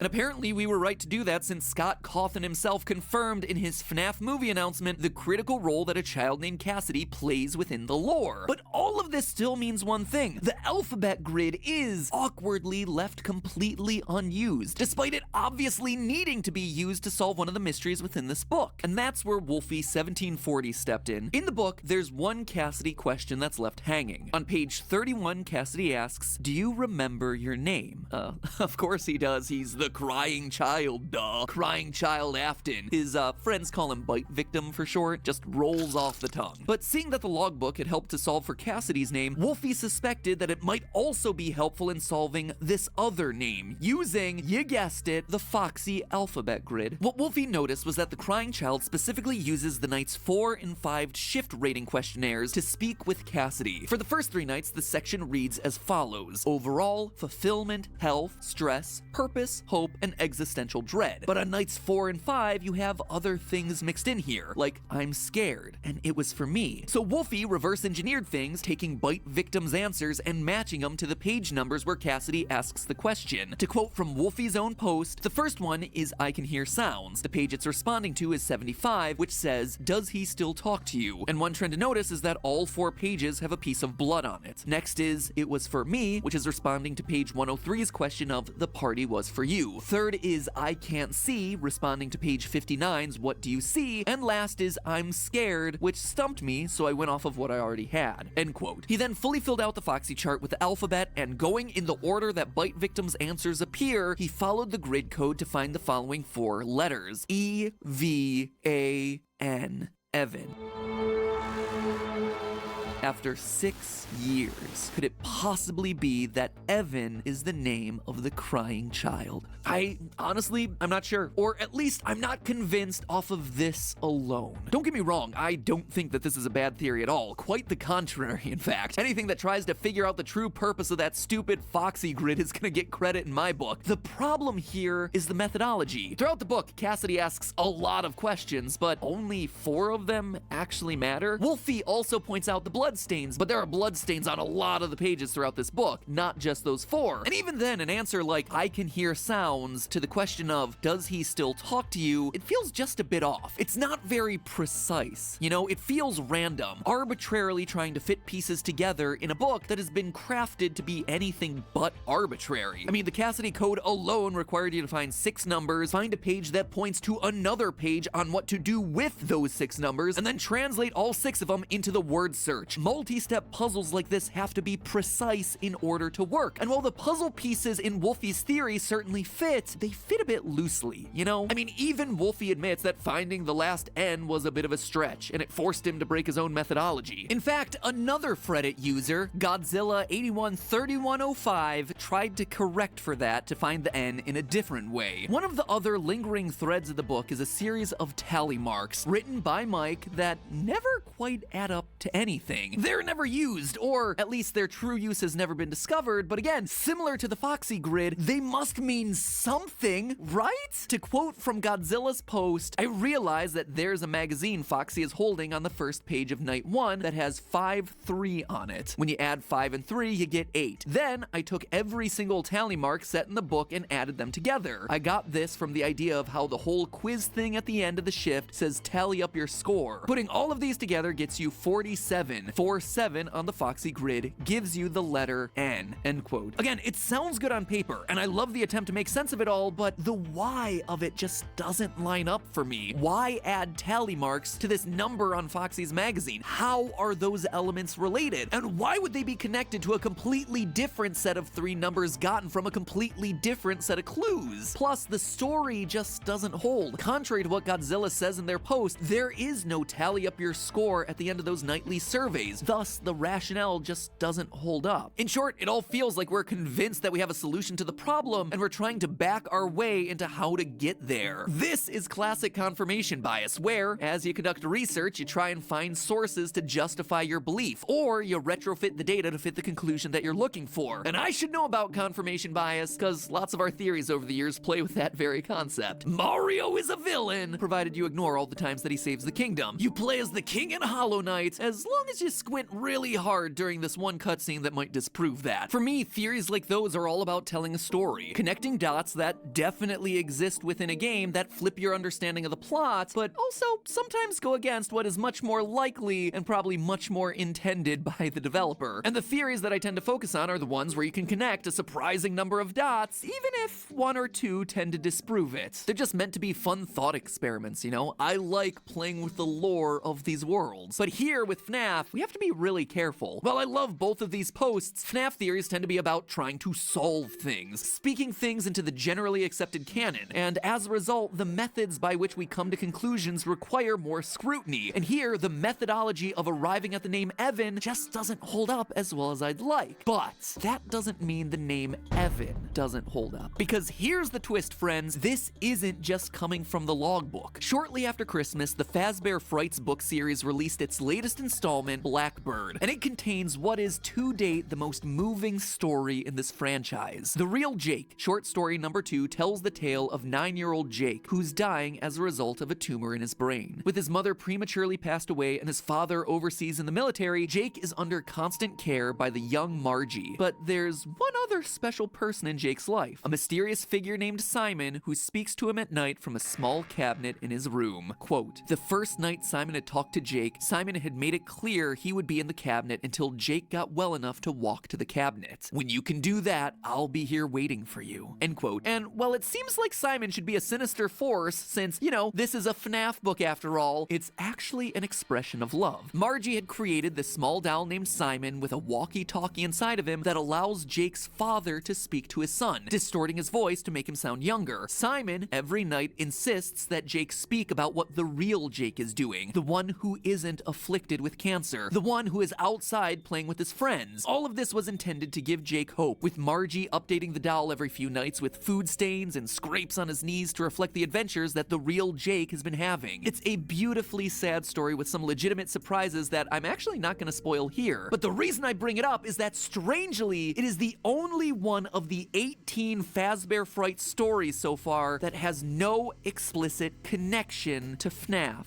At all. Zero. Every other story thus far has mentioned a Fazbear pizzeria or connected back to a familiar animatronic in some way. This one doesn't. Yes, it does have some lore connection to the ongoing Stitch Wraith storyline, but the lack of anything FNAF stands out like a sore thumb when every other story thus far has connected back in some way, which is why the name of Jake's father stands out so strongly. Jake's father is named Evan, which alone is interesting, but becomes much more noteworthy when you consider that he has a brother named Michael, his only living family. And not only that, this is how Michael is described in the book. Quote, he's a little different. He's intense about making money and he's really good at it. Just the way he is can make him seem like he's not human. So he's like a cyborg with bad programming, end quote. Two brothers, one named Michael who gets compared to a human-robot hybrid. Where have I heard that one before? Father, it's me, Michael. And that's just the surface level stuff, friends. Looking deeper, this is a story about a father communicating with his son via walkie-talkie, just like we see in Sister Location. Heck, you see him communicating through the walkie-talkie that is in a plushie. In the real Jake, it's Simon the doll with a walkie-talkie inside of him. In the games, it's psychic friend Fredbear with a walkie-talkie. Both children suffer from a severe head wound, Jake with his brain tumor and crying child with the bite of 83. In the story, Jake goes on to possess the Simon doll, only for him to then pass on to the Stitch Wraith, sharing that endoskeleton with another soul named Andrew. In the games, could it be that our crying child dies in the hospital and goes on to possess psychic friend Fredbear, which then somehow gets him passed into the Golden Freddy suit, where he then shares it with another soul named Cassidy? And all of this is happening in a story that has no connection to FNAF, but very clearly has a connection to FNAF. I'm just saying that the absence makes it all the more conspicuous. In short, I'm not convinced that the FNAF survival logbook is solved or anything like that. Right now, I'm just not sure the methodology for arriving at a final name is really as solid as I'd like it to be to enter my personal headcanon. But strangely enough, the name Evan feels like we're onto something. It has some very compelling evidence to support it from the real Jake story. So at this point, I want to hear from you. Let me know. Are you sold on the crying child being Evan alongside his older brother Mike? Or is this yet another example of Scott trying to bury the lead a bit and confuse us by using the same name a bunch of times, shoving Michael in a bunch of places where he doesn't belong? All I know is that I can't wait for the next book coming out in March. At this point, forget Security Breach. It's all about those sick book drops, my friends. Because let's be honest with ourselves. At this point, uncovering the lore of FNAF requires more reading than your typical JRPG. But hey, that's just a theory. A game theory. Thanks for watching. And hey, if you missed our first quest to solve the security logbook, that video is on screen right now. It properly conveys my frustration with the series. And if you're interested in joining us on our ongoing quest to solve all the mysteries of FNAF, make sure you bite that subscribe button. Your frontal lobe will thank you, because let me tell you, the last time I told you I was stumped about a puzzle in the security logbook, less than a week later, Cassidy was solved. I wouldn't be surprised if something similar happened this time. In the meantime, my friends, I'll see you all next week.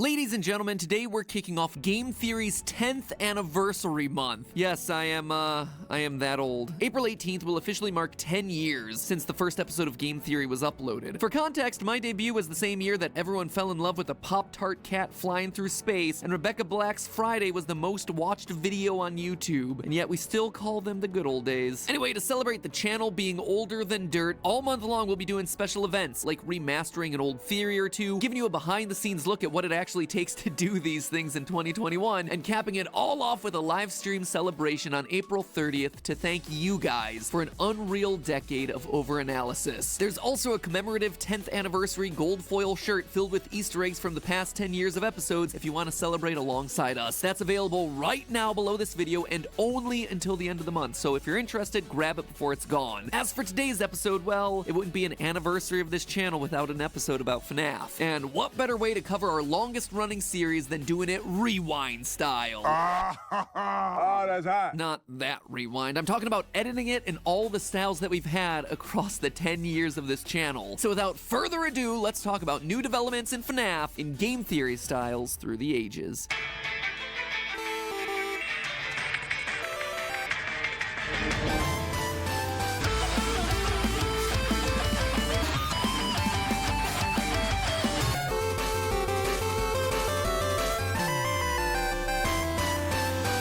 Hello Internet, welcome to Game Theory, gaming's tangential learning experience. In the past few months, we've gotten a lot of new FNAF content. A gameplay trailer for Security Breach dropped, 2 new books that I haven't talked about yet, and there was even a bunch of images from the game revealed as part of a charity stream. And sometimes, dear Webiverse, you have ideas, random thoughts that are floating around your head, but not enough to make a full theory out of. Maybe enough for a game hypothesis perhaps, but not so much for a fully fledged theory. So today I'm gonna nab those little theory nuggets hovering around my head and serve them up on a delicious platter for you to munch on. In true Fazbear Frights fashion, I'm gonna present to you 3 mini theories covering the upcoming Security Breach, the twists I expect that we'll see in the game, and where the franchise might be headed next. Because I think the information is starting to leak out. With delays in this new game causing it to lag behind, I think other parts of the franchise, especially the books, are starting to surge ahead, and might already be giving us clues as to life after the breach. So without any further ado, hop aboard, friendos, because this theory train is about to leave the station. Woo!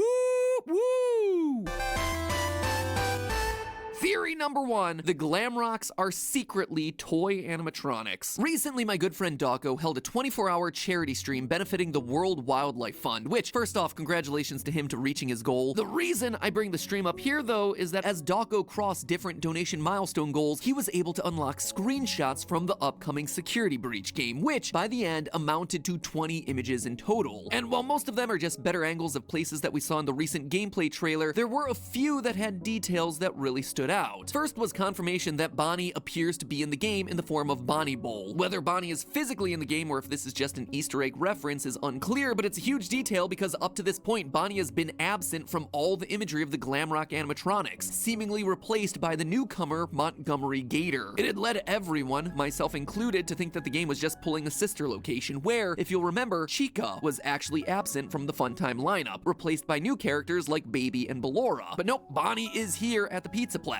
If not physically, then at the very least from a lore perspective, leaving the only missing face from the core 4 to be Foxy, and we'll get back to that in a minute. Other interesting shots included a view from what appears to be inside of Montgomery Gator's mouth, and while this certainly could be a walkway to a different part of his Gator Golf section of the restaurant, considering we see decorative heads on the walls and different photos from the stream, the view from inside this mouth just doesn't line up for me. It feels too high up to be a walkway, too closed of a mouth to have humans walking through it like they'd be walking through a golf course. Instead, and admittedly this is a bit of a long shot, could this be an indication that we're actually going to be riding inside of Monty at some point in this game? It might seem outlandish, but it actually fits with what's already been leaked out about this title. In case you weren't aware, Funko Pop leaked out this statue of Security Breach, where we see our character Gregory hiding inside of Glamrock Freddy, indicating that at least one of the animatronics, Freddy himself, will be working alongside us to survive against Vanny the Killer killer rabbit, so why not the other animatronics too? Looking at the characters side by side, we see that both Freddy and Monty seem to have a similar build and the same flip-open chest cavity. And consider this, we're stuck in the Pizzaplex, meaning that we'll presumably need ways to unlock different sections as the night goes on. Maybe one way to do that is by unlocking new abilities from the animatronics themselves. We see in the gameplay trailer that Monty is able to break through locked chain link fences. Maybe instead of him using that ability to chase us, it's us inside of him using it to access new parts of the park. Kind of like Zelda, except, you know, animatronic murder themed. Like I said, bit of a long shot, but admittedly it'd be a pretty interesting gameplay mechanic that kind of aligns with stuff that we think we know about this new title, so just saying. However, the biggest reveal came with the last picture, where we see a shattered version of Glamrock Chica abandoned in what's labeled the sewer. And while that alone alludes to some darker sections of the game, it's how she's dismantled that I wanted to call attention to. Chica has no beak. And as anyone who's been on this 6-year ride alongside me might remember, Chica missing her beak in this series is a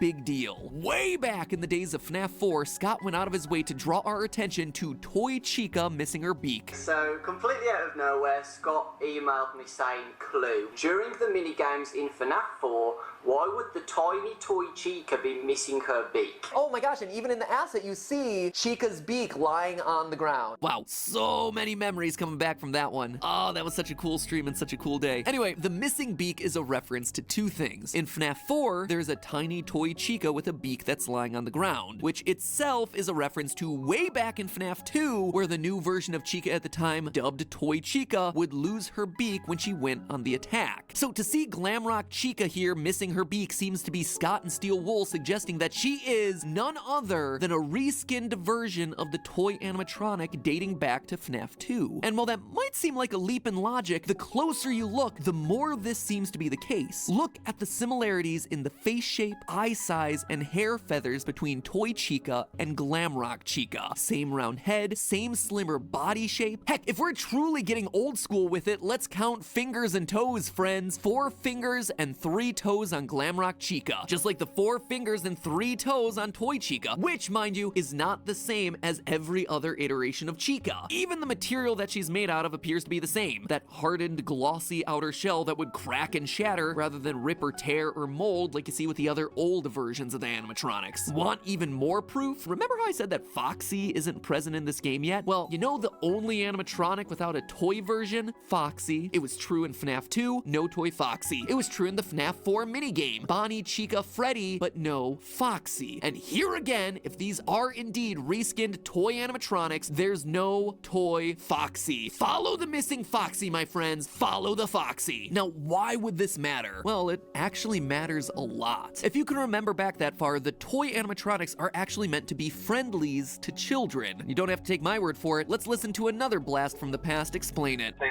spent a small fortune on these new animatronics. Facial recognition, advanced mobility, they're all tied into some kind of criminal database so they can detect a predator a mile away. Someone may have tampered with their facial recognition systems. The characters have been acting very unusual, almost aggressive toward the staff. They interact with the kids just fine, but when they encounter an adult, they just stare. They interact with kids just fine. The reason they attack us in the game is that we're an adult, a security guard that looks an awful lot like William Afton, but kids are fine. Again, if Security Breach is all about animatronics helping Gregory against the threat of Vanny, this makes perfect lore sense. Gregory is a kid. The toy animatronics are designed to protect kids. Coincidence? I think not. Between the visual similarities, the missing Foxy, and the lore connections, I think that this one might just be a slam dunk. But hey, that's just a theory. My first theory of the day. We've still got 2 more to cover. Theory number 2, Elizabeth Afton is the real villain. Over in Bookland, things are getting weird, which, you know, when it comes to a series where a rotting flesh suit filled with robot spaghetti is normal, is saying a lot. We'll get around to me being impregnated by a video game and giving birth to a baby rabbit in the next mini theory, but first, I wanted to touch on a security breach theory that I've been banging on for about a month now. The fact that we'll need to redeem Vanny the killer for some sort of good ending in this game. I feel like the evidence for this has been pretty convincing thus far. Her being called a reluctant follower in FNAF VR's audio recordings, the fact that in FNAF FNAF AR, we have a series of emails from a character named Ness, as in Vanessa, Vanny, actively searching for such contradictory terms as help and how to induce compliance in human subjects, indicating Glitchtrap's control over her is not complete and she's trying to escape his grasp. There's more, but I've covered all that in much more detail in a previous theory. Suffice it to say, I feel good about that theory as it applies to Security Breach, but now we're getting even more evidence from outside of the games, via the most recent Fazbear Frights book, The Cliffs. At this point, we're at book number 7, so you're probably aware at how these things work. 3 short horror stories set in various corners of the FNAF universe, followed by an epilogue that continues an ongoing narrative about a creature named the Stitch Wraith, with Scott telling us that details from these stories will give clarity to the lore of the games. So what's new this month? In the latest epilogue, we have a lot of things going on. William Afton, having just spontaneously exploded his body in a previous story, now possesses a bunch of trash and machine parts. He's basically acting like a vacuum, sucking in everything around him to create, no joke, a giant 15-foot tall trash rabbit that the book calls the Afton Amalgamation. And if you think that sounds weird, yes. Now, I am not gonna sit here and say that we will at some point in this series be forced to fight a giant trash bunny possessed by a serial killer. No, the reason I bring Trash Afton up is that what he does in the book seems relevant to our ongoing Vanny theory. Quote again, "The problem was that when the trash monster stabbed the detective, it infected him with the spirit of the horrible man who animated it." For sure, Afton's spirit would fill the detective with evil, but what if it did more than that? What if it killed him? Jake had to get the infection out. Afton, at this point in the lore, is just an infection, a virus that needs to be extracted in order to save the host's body, and it can be transferred just by a touch or a small wound. And so yet again, we get even more evidence for innocent people getting Afton infused into their bodies and needing to be cleansed, just like I've been predicting with Vanny this whole time. But there's another reason that I want to talk about this epilogue. Sure, the main action of the story is focused around our heroic detective teaming up with a Stitch Wraith to use the screaming mask of the puppet to destroy the giant Afton trash bunny, which is every bit a fever dream insane as it sounds. But while all of this chaos is going on, there's someone else running around controlling things behind the scenes. Baby. Throughout the battle, we continuously catch short glimpses of a long-necked female animatronic. This, my friends, is Baby. The long neck is actually a callback to book 1 of the series and her story to be beautiful. Anyway, she fuses up with the Afton Amalgamation until they start using the puppet mask against it, at which point she pieces out. And it's only then, after she leaves, that Afton loses. We get confirmation of this in the final sentences of the story. One final quote: "The awful man's spirit wasn't as powerful as it had pretended to be. Afton's spirit was barely hanging on to this reality. Something besides Afton had been controlling the trash rabbit, and whatever it was worse." The real threat here wasn't Afton at all, it was Baby. She's the one at the end of the story who escapes to fight another day. She's the one who leaves the cliffhanger. And that, my friends, is weird. Let me explain myself. I think everyone, Scott included based on his Reddit posts, was surprised when Security Breach didn't come out last year. And just like the Marvel Cinematic Universe, when you have an elaborate connected lore, release dates lining up matters a lot. Except for one problem. When the ship is already sailing and there are so many companies and moving pieces and agreements involved, changing launch dates becomes really hard and potentially really expensive. To my knowledge, the book release dates never really shifted despite the game getting delayed. So could this epilogue be a preview of what's coming after Security Breach? Think about it. In the Stitch Wraith story, Afton is doing what we expect him to do in Security Breach. He's acting like a virus infecting someone, in this case Vanny, who then needs to be cleansed. But then Fazbear Frights effectively ends Afton's story. It outright calls him weak. He's defeated by the mask, and it sets up Baby to become the ongoing big bad moving forward. What I'm saying is that what if this book was supposed to come after Security Breach had been released? But now, because of the game's delay, we're getting a preview of what it's setting up moving forward. In the trailer for Security Breach, we get this line: "There is more going on here than you realize." Maybe there really are some new tricks up this game's sleeve. But what could Baby be working on moving forward? Well, for that, it's time to talk about theory number 3.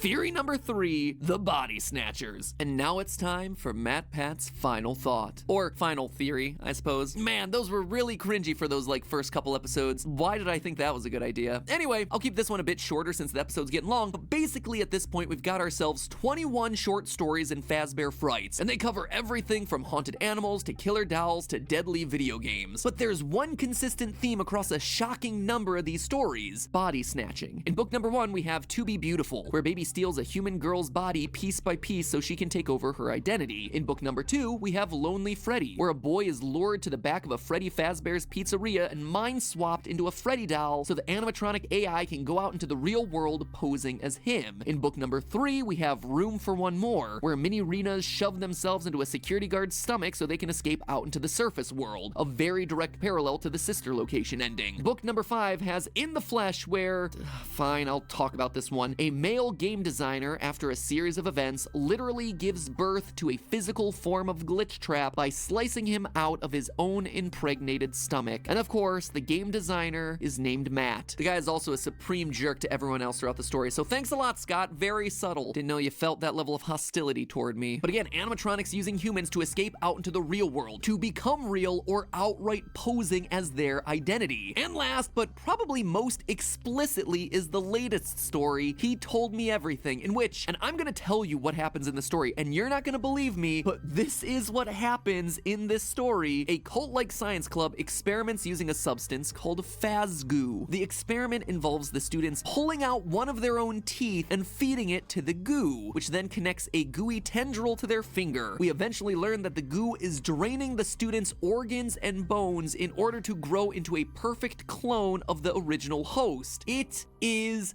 odd, and it really feels like it's pushing the limits of what can and can't exist in the FNAF universe. Now, could all of this just be recycling the same ideas for horror stories in a series that now has an enormous number of installments and is in constant need of new content? Absolutely. But it is the strongest recurring theme in the book series, and one that, when coupled with the Afton infection concept, seems like it could very well be the next logical step for the games. Think of it like Prop Hunt for FNAF. Who's real and who isn't? You don't know, you gotta figure it out. We've exhausted what one killer can do, so why not an army of killers? Besides, animatronics posing as real people is already something that Sister Location opened the door to, so if you have the ability to infect the masses, that's a new direction to take things, I guess. I'm just saying, we've had bad animatronics, looks like we'll have good animatronics, we've had people stuffed inside animatronics, we've had animatronics stuffed inside people. Now in the books, we're on a regular basis having animatronics turning into people. So why not an army of AIs inhabiting flesh-stolen suits? And if I'm right, and Baby is indeed filling the villain role for the series moving forward, seems like the sort of thing that she'd totally be into. Skin suits helped her escape Sister Location. She is literally able to be a body double for the protagonist Charlie in the original novel series. She's not a killer like her dad, she's a copier, a girl who's upset about dying young and losing her humanity early. So why not try to regain it back while creating an army of body snatchers to come along with ya? But hey, that's just a theory. 3 game theories. Thanks for watching for 10 years, guys. By the way, theorists, if you're worried about some creepy animatronic possessing you through your screen, then you'll really love our sponsor for today's episode, NordVPN. With Nord, you can rest easy knowing that no reanimated Lapin-themed serial killer is gonna steal your identity, because Nord is keeping your information safe behind a wall of next-generation encryption. Not only that, but Nord has a strict no-log policy, meaning that your data is never being stored or saved anywhere that you don't want it. In fact, if anything, Nord makes you into the god of the interwebs, shattering the global barriers that prevent you from seeing your favorite content. For instance, one of my favorite YouTubers is Derek from Veritasium. He was recently on the British show QI, which is available on Netflix in the UK. Not doing me a lot of good here in the States, but with Nord, in one click my internet appears like it's in jolly old England, and I can see my friend doing his across the pond cameo. It is that easy, my friends. Same thing with RuPaul's Drag Race UK Season 2, which is fantastic, by the way. I struggled to find it here in the US until I hopped across the pond with the help of Nord and binged the whole season in one go. I am a hardcore Bimini Bon Boulash and Lawrence Chaney stan. Today, NordVPN is offering you theorists a special deal. You can get a huge discount on a 2-year plan plus an extra month for free by going to nordvpn.com/MattPat, MATPAT, and then using the code MattPat at checkout. And it's risk-free with Nord's 30-day money-back guarantee. So go to nordvpn.com/MattPat, use the code MattPat to get that deal, or just click the link in the top line of the description below. And in the meantime, I'll see you all next week for another special anniversary episode.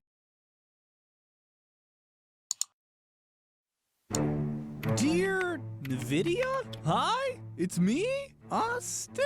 Do I have that right, NVIDIA? I mean, I did write this script and I'm reading off of it right now, but NVIDIA doesn't make games, do they? Okay, all right. You know what? Let's just cut the crap. You saw the title, carefully crafted out of only the best organic farm-to-table bits available by Amy and Jason. No need for me to ramble on incessantly or talk about my personal life at all. This is gonna be a long one, so let's stay focused and on topic.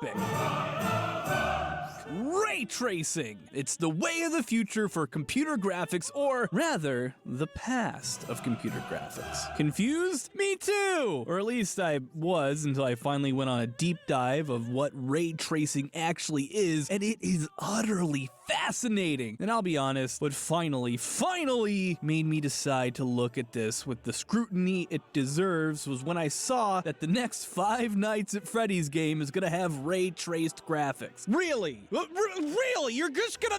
No, okay, you know what? And Fortnite has it too. Not that you can really tell the difference between ray tracing and rasterizing. And since I currently have an RTX 2070S in the mail? Question mark? Come on, K-West, please don't be a scam. It is high time I find out what this stupid thing is and why it seems to be everywhere all of a sudden. They even ported it into the Quake engine of all things, which means... Wait a second. Just give me...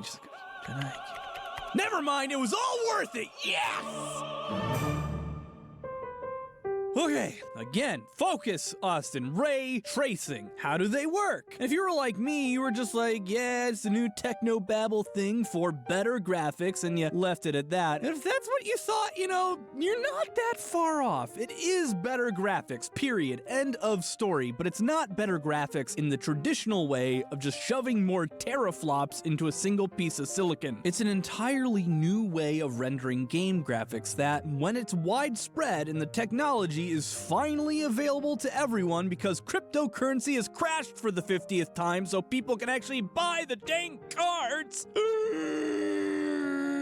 It will make gaming a heck of a lot more enjoyable and immersive. Probably, or it'll take a nosedive into oblivion when someone finds a way to make rasterization 1,000 times better. But there's the key, right? Rasterization. Actually, that is a good idea. Let's take 2 giant steps back, because if you're anything like me about a month ago, you never really considered how graphics get from your game to your graphics card to your HDMI cable to your screen. You can probably handle how it gets from the screen to your eyes though, right? It's light. Anyway, if you're an idiot like I was and have no idea how computer graphics work or how they've worked in the past several decades, you really cannot understand why ray tracing in real time is such a big deal. So first, rasterization. Rasterization is not the only way to do true 3D graphics. There's also voxels, which we're just not going to get into, but I know if I don't mention it, someone in the comments will, and oi! Anyway.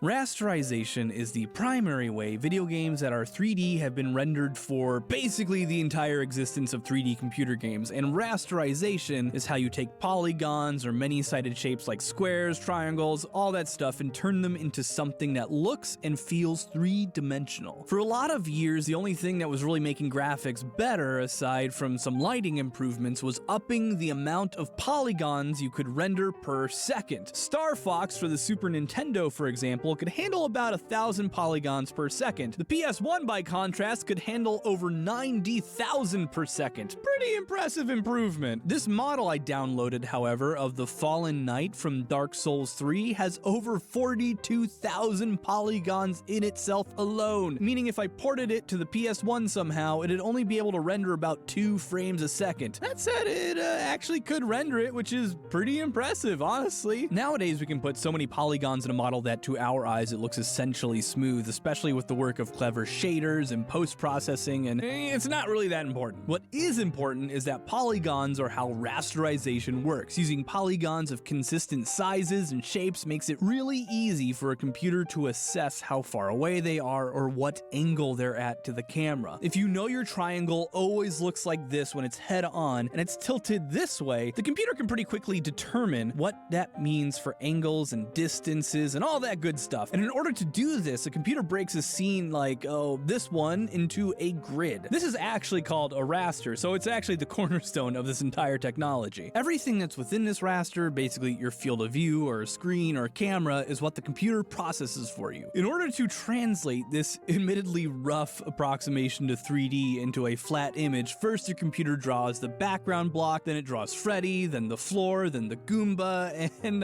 something looks wrong here, doesn't it? Yeah, it's definitely wrong. Everything's in the wrong order. So have the computer render stuff closest to furthest? Well, no, it can't really do that either. I personally do not know why. I am not a computer scientist, but computer scientists tell me that you cannot do this. Instead, your computer does something really clever. It stores the depth as its own separate image, where things that are closer are a darker color than things that are further away. And for any given pixel, it will only draw the pixel for the object that's darkest in that spot. This is what's called a Z map, or a Z map if you're from not America. Appropriately colored, this is what that looks like. And here, let's even show it with super low res to make it really obvious what's going on. This is what the scene looks like with a 16 by 12 grid. Your computer will go through and grab a Z value for everything that's on screen, which would look like this when it's done. Remember that closer objects are darker, and darker gets preferential treatment. When your computer goes from left to right, top to bottom, rendering pixel by pixel, picking the color, using the Z map as its guide, only renders a pixel for an object if its corresponding Z pixel is on screen. And when it's all done, it looks like this. With more complicated 3D examples, which I can actually simulate in After Effects. Hey, Tanya, get the lights! That's better. Most modern rasterized games use what's called Gouraud shading, or sometimes Phong shading, which lights individual polygons by a certain amount relative to how far away they are from the light source, or they're occluded by something and they cast a shadow, and that is rasterization technology. And it's carried us from Battlezone in 1980, a game which rules, by the way, all the way, well, honestly, to every new release that's coming out today, and it is very good at what it does. All these things I mentioned, polygons, a Z-map, Gouraud, and Phong shading, plus some very specific post-processes that are designed especially to make the images this combination of processes produces look good. All these things combined are what we call rasterization. Take all the polygons hitting a given pixel location, pick the closest polygon and toss the others, color, shade it, anti-alias it, and all that jazz, and spit out an image to your screen. A simple, linear process that we call rasterization. And if I have time at the end, I will rant more about why I think that is a terrible name. But in the meantime, rasterization is not quite perfect. There are limitations. For instance, these specific rendering technologies have difficulty rendering reflections, which it turns out is kind of a huge deal. You can maybe at best get 1 or 2 reflections before the engines start to melt down. That's enough for a convincing mirror or water reflection or a window, but that's about it. And this is a big problem if you're trying to create realistic lighting conditions because, well, that's simply not how light works. In the real world, light from the sun, your monitor, your phone, lights, all of it is bouncing constantly from surface to surface, losing energy as it does until it eventually, I don't actually know what happens at the eventually. The very last photon bumps into something and gets absorbed. In any case, light bounces a bazillion times before this ever happens. It also passes through some objects and changes as it does, being bent this way and that. Some wavelengths are absorbed and it becomes colorized. I mean, just look around your room. White surfaces are casting the light of colored objects near them, appearing slightly the same shade. And all this light that's bouncing this way and that way is getting focused in past your pupil to little receptor sensors, also known as cones and rods, in the back of your eye. This information is beamed to your brain and decoded as an analog image, an incredibly unreliable one at that. And this is where ray tracing comes in. And it came into the scene a lot sooner than you might have expected. In 1980, let's just go back in time for a moment. It's just a jump to the left.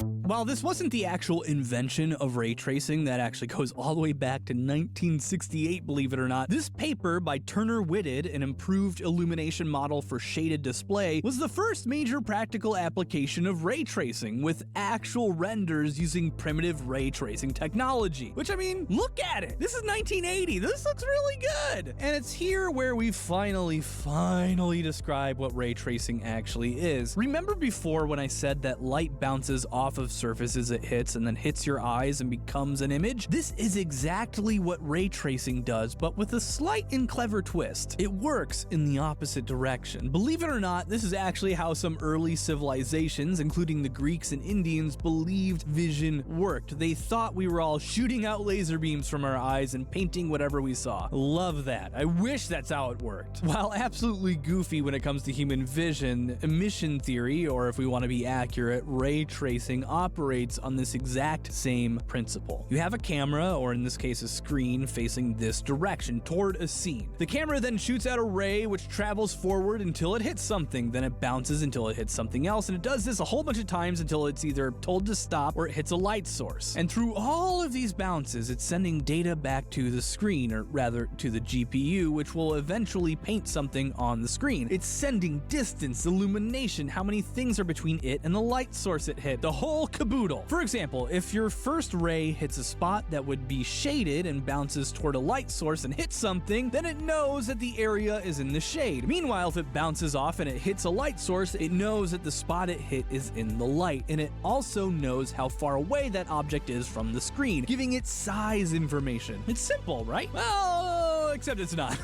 One ray will at best give you 1 pixel of information, sometimes none at all. It could bounce off into some place outside the scene and just tell you nothing other than how far away the spot it hit is. It's not very useful. This is why ray tracing uses a lot, and I mean a lot of rays. The RTX 2070S can, in theory, output 7 giga-rays per second. That is 7 billion rays! That sounds like a lot, right? Oh, not even close. Ray tracing, which, by the way, the name comes from the fact that this technology has to keep track of the path rays take, aka trace them, has been used by movies for like ages. Pretty much all Pixar movies use ray tracing, and they've been using it for a while because of the amazing pictures they're capable of making. In 2006, Pixar rendering software developers wrote a paper detailing the processes and innovations they used to make the movie Cars, and in section 8 they say they shot out 100 million diffuse rays, 37 million specular rays, and 26 million shadow rays, just to render this demonstration image with a maximum reflection depth of 4, meaning rays could only bounce 4 times before no longer retrieving data. This picture took 106 minutes, or just over an hour and a half to render. Just one picture, one frame. Granted, this was only done on an Apple G5 with only 2 gigahertz of processing power through 2 cores and 2 gigs of memory, but ray tracing in movies has only ever gone up, and the barriers to using it in games and real times has been a steep one. A game has to output a picture just about this size in HD every 33 milliseconds at minimum. Closing the gap from 106 minutes to 33 milliseconds is not as easy as it sounds, even if you take into account today's computers being faster by a huge margin. Modern computers would have to speed this process up by at least 19 million%, 380 million% if we're talking about 60 frames per second here, and that would be to produce an image that looks like this. It's pretty good, but would you want to play a game that's just like, what, you and 15 old cars just sitting, just hanging out? I mean, I'm probably the only person who wants to, and I'm nuts!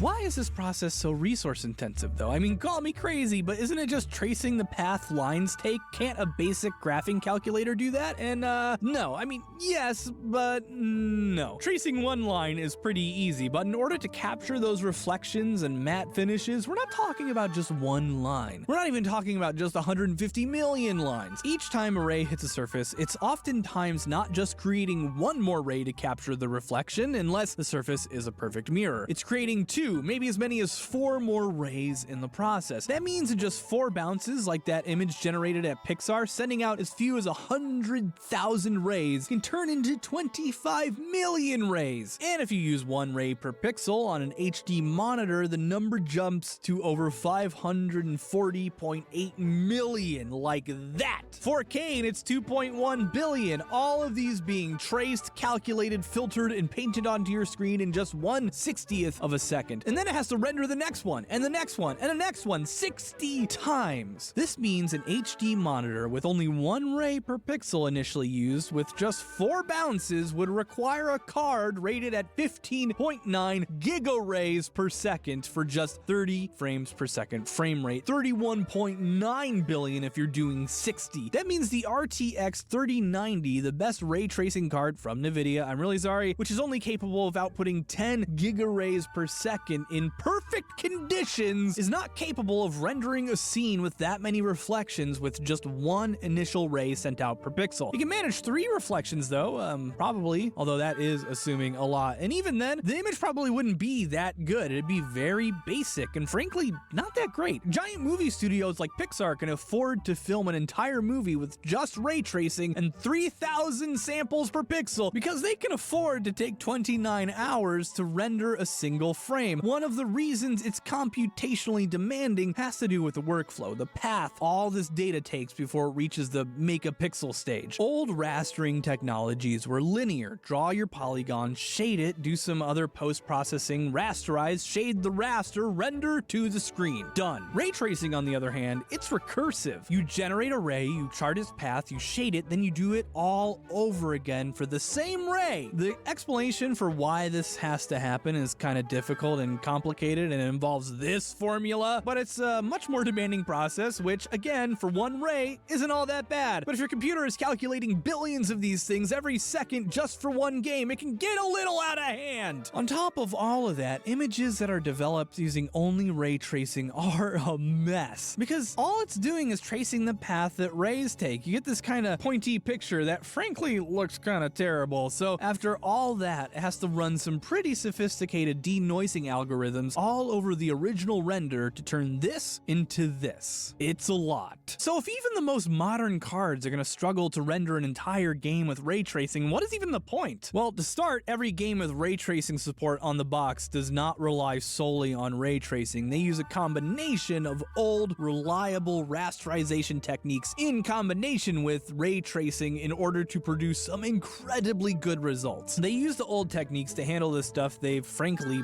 always been really good at: depth, angles, and relationship to the player, while saving all that silicon melting ray tracing processes just to handle lighting and reflections, because rays are capable of all the things normal rastering isn't. Color bounds from surface to surface, multiple reflections, dynamic shadows that form naturally. These are effectively impossible without painstaking light mapping using traditional methods. But with ray tracing, it's a snap and it looks way better. I don't like to future predict a lot, but I know when ray tracing was first announced to the consumer market years ago, there was a ton of speculation about whether or not it would take off, with good reason too. Ray tracing, as we've gone over, is a computational nightmare. So what's the benefit? Well, it works. It's an incredibly reliable way to render graphics. It starts to take computer graphics out of the world of polygons and texture maps and more into the world of cinema, with cameras, f-stops, and real lights, real depth of field, not simulated. It can also make game development a lot easier. You place a light and it behaves like a light should. I think ray tracing is here to stay in the mainstream. I really do. The question becomes, will we ever have games made solely with ray tracing? And I don't know the answer to that. Mixing traditional rasters with ray tracing saves a ton of resources, but who knows? Maybe someday NVIDIA will slap a ton of ray tracing chips in their cards and we'll be playing real-time Pixar games. Not anytime soon, though. And that is ray tracing. Holy smokes. You know what? That's the bare bones explanation. There's a lot of stuff I just glossed over for the sake of making this video not 30 minutes long. And if you want to know more, there's a ton of really good stuff out there. I'd start with NVIDIA engineer Eric Haynes' lectures on the topic, which themselves are brief if you want to know more. It's where I started down this rabbit hole, although it's not where I ended up. Didn't I promise a rant? God, this is a long video. Okay, I'll do it really fast.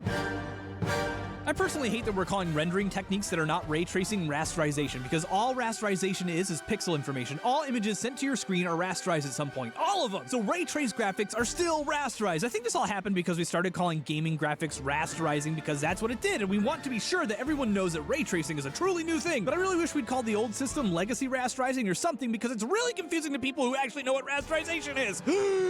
Sincerely, Austin.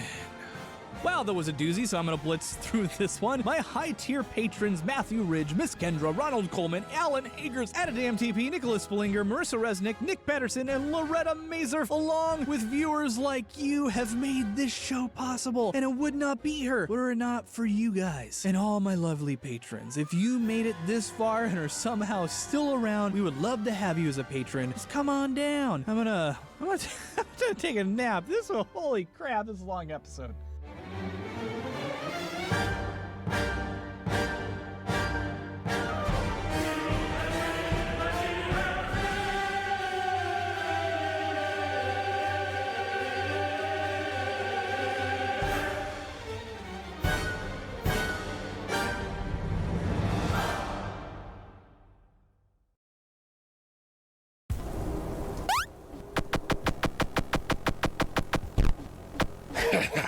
You stupid ghost, thought you could get revenge on me? Do you know who I am? I'm William Afton. I always come back. I am Golden Bonnie.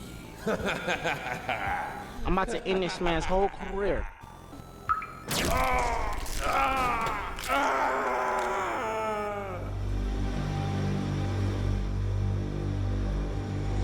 Hello, Internet! Welcome to Game Theory, the wet springlock suit clamping down on your subscription feeds. And oh my gosh, guys, finally, after all that waiting, after being patient for so long, after all the delays, it has finally arrived. It is here. A brand new Freddy game just released where we finally get to go up against Vanny the Killer Bunny. Here it is, Security Breach. Furries Rage. Didn't know it had a subtitle. Apparently it's about an onslaught of angry furries on the attack.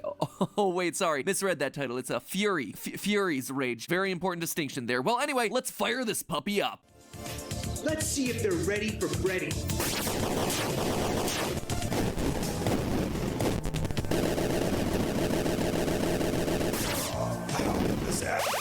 I'm so good looking. Not quite what I expected on multiple fronts. A game-long apology for all the delays with the real security breach. They're gonna kill me. They're gonna kill me when they find out that I have to delay the game again. What am I gonna do? You can tell that Scott's feeling a little guilty these days, huh? Also, apparently he sleeps in a fairy tale bed. Learning a lot about you with this one, Scott. Anyway, just because the official game is still TBD doesn't mean that there's any less to theorize about. We've got a new book, we've got secret bosses, and we've got a lot of pent-up theories behind the floodgates just waiting to pour out. So today, I'm doing another roundup of short FNAF theories, some looking back to the past, some looking ahead towards the future, and some that are so out there that, well, you're gonna see when we get there. So open your minds, your hearts, and your hollow animatronic chest cavities reserved for the bodies of dead children, because I'm shoving theories in everywhere. Theory number one, we definitely play as Michael Afton in FNAF 3. In the newest Fazbear Fright book, Gumdrop Angel, released at the beginning of May, we as always have our three main horror novellas. The first is the title feature, Gumdrop Angel, a tragic tale about a girl who transforms into a giant gummy bear piñata thing that gets eaten alive by a swarm of saliva-mouthed kids at a Freddy's birthday party. Talk about your hygiene concerns. This one became a whole heck of a lot scarier reading it in the aftermath of a global pandemic. But as you might imagine, not a whole lot of lore to be found in a story about a sentient gummy bear. Our second story, Sergio's Lucky Day, is all about Balloon Boy, or should I say Lucky Boy, a doll who's wearing a propeller hat and holding both a balloon and a sign that says, "I'm a lucky boy." In this story, our main character Sergio finds the doll and ends up buying a lottery ticket because of its advice. The next day, Sergio finds that he won himself $600,000. I won a lottery! That's great. It's a story that's a bit confusing because the doll does seem to offer good advice, encouraging Sergio to leave a job that he hates, leave a girlfriend that he hates, upgrade his life in small ways, all things that improve Sergio's existence. But as a result, Sergio becomes obsessed with the doll, asking it for advice on everything, including how he can look good for his big high school reunion. Lucky Boy suddenly takes the chance to turn evil and tells him to remove his ears, scalp himself, cut off his eyelids, chisel his lips, trim his nose, and remove and reuse other body parts to become taller. killer. As you might imagine, Sergio makes a big impression at the reunion. Again, not a whole lot to say here since it seems so tangential to the character from the games. I'm assuming that this is going to end up being connected to the upcoming Book 9 story, The Puppet Carver, but we're just going to have to wait and see. And just when you thought that this book wasn't going to deliver on any lore reveals, we get to our third story, What We Found, which is quite literally just a retelling of FNAF 3. Stop me if this one starts to sound familiar. A night security guard working at Fazbear Frights, a horror attraction themed around the murders and disappearances happening at the Freddy Fazbear Pizzeria franchise, begins suffering from severe hallucinations the day the crew brings in a Springtrap suit found hidden in the walls of a different building. Hudson, our night guard, winds up trapped in a pizza oven and gets roasted to death at the end of his shift. It is really sad and also a really obvious parallel to the events of FNAF 3, right? But here's the thing, it also really feels like it's meant to confirm for us that Michael Afton is who we play as in FNAF 3. If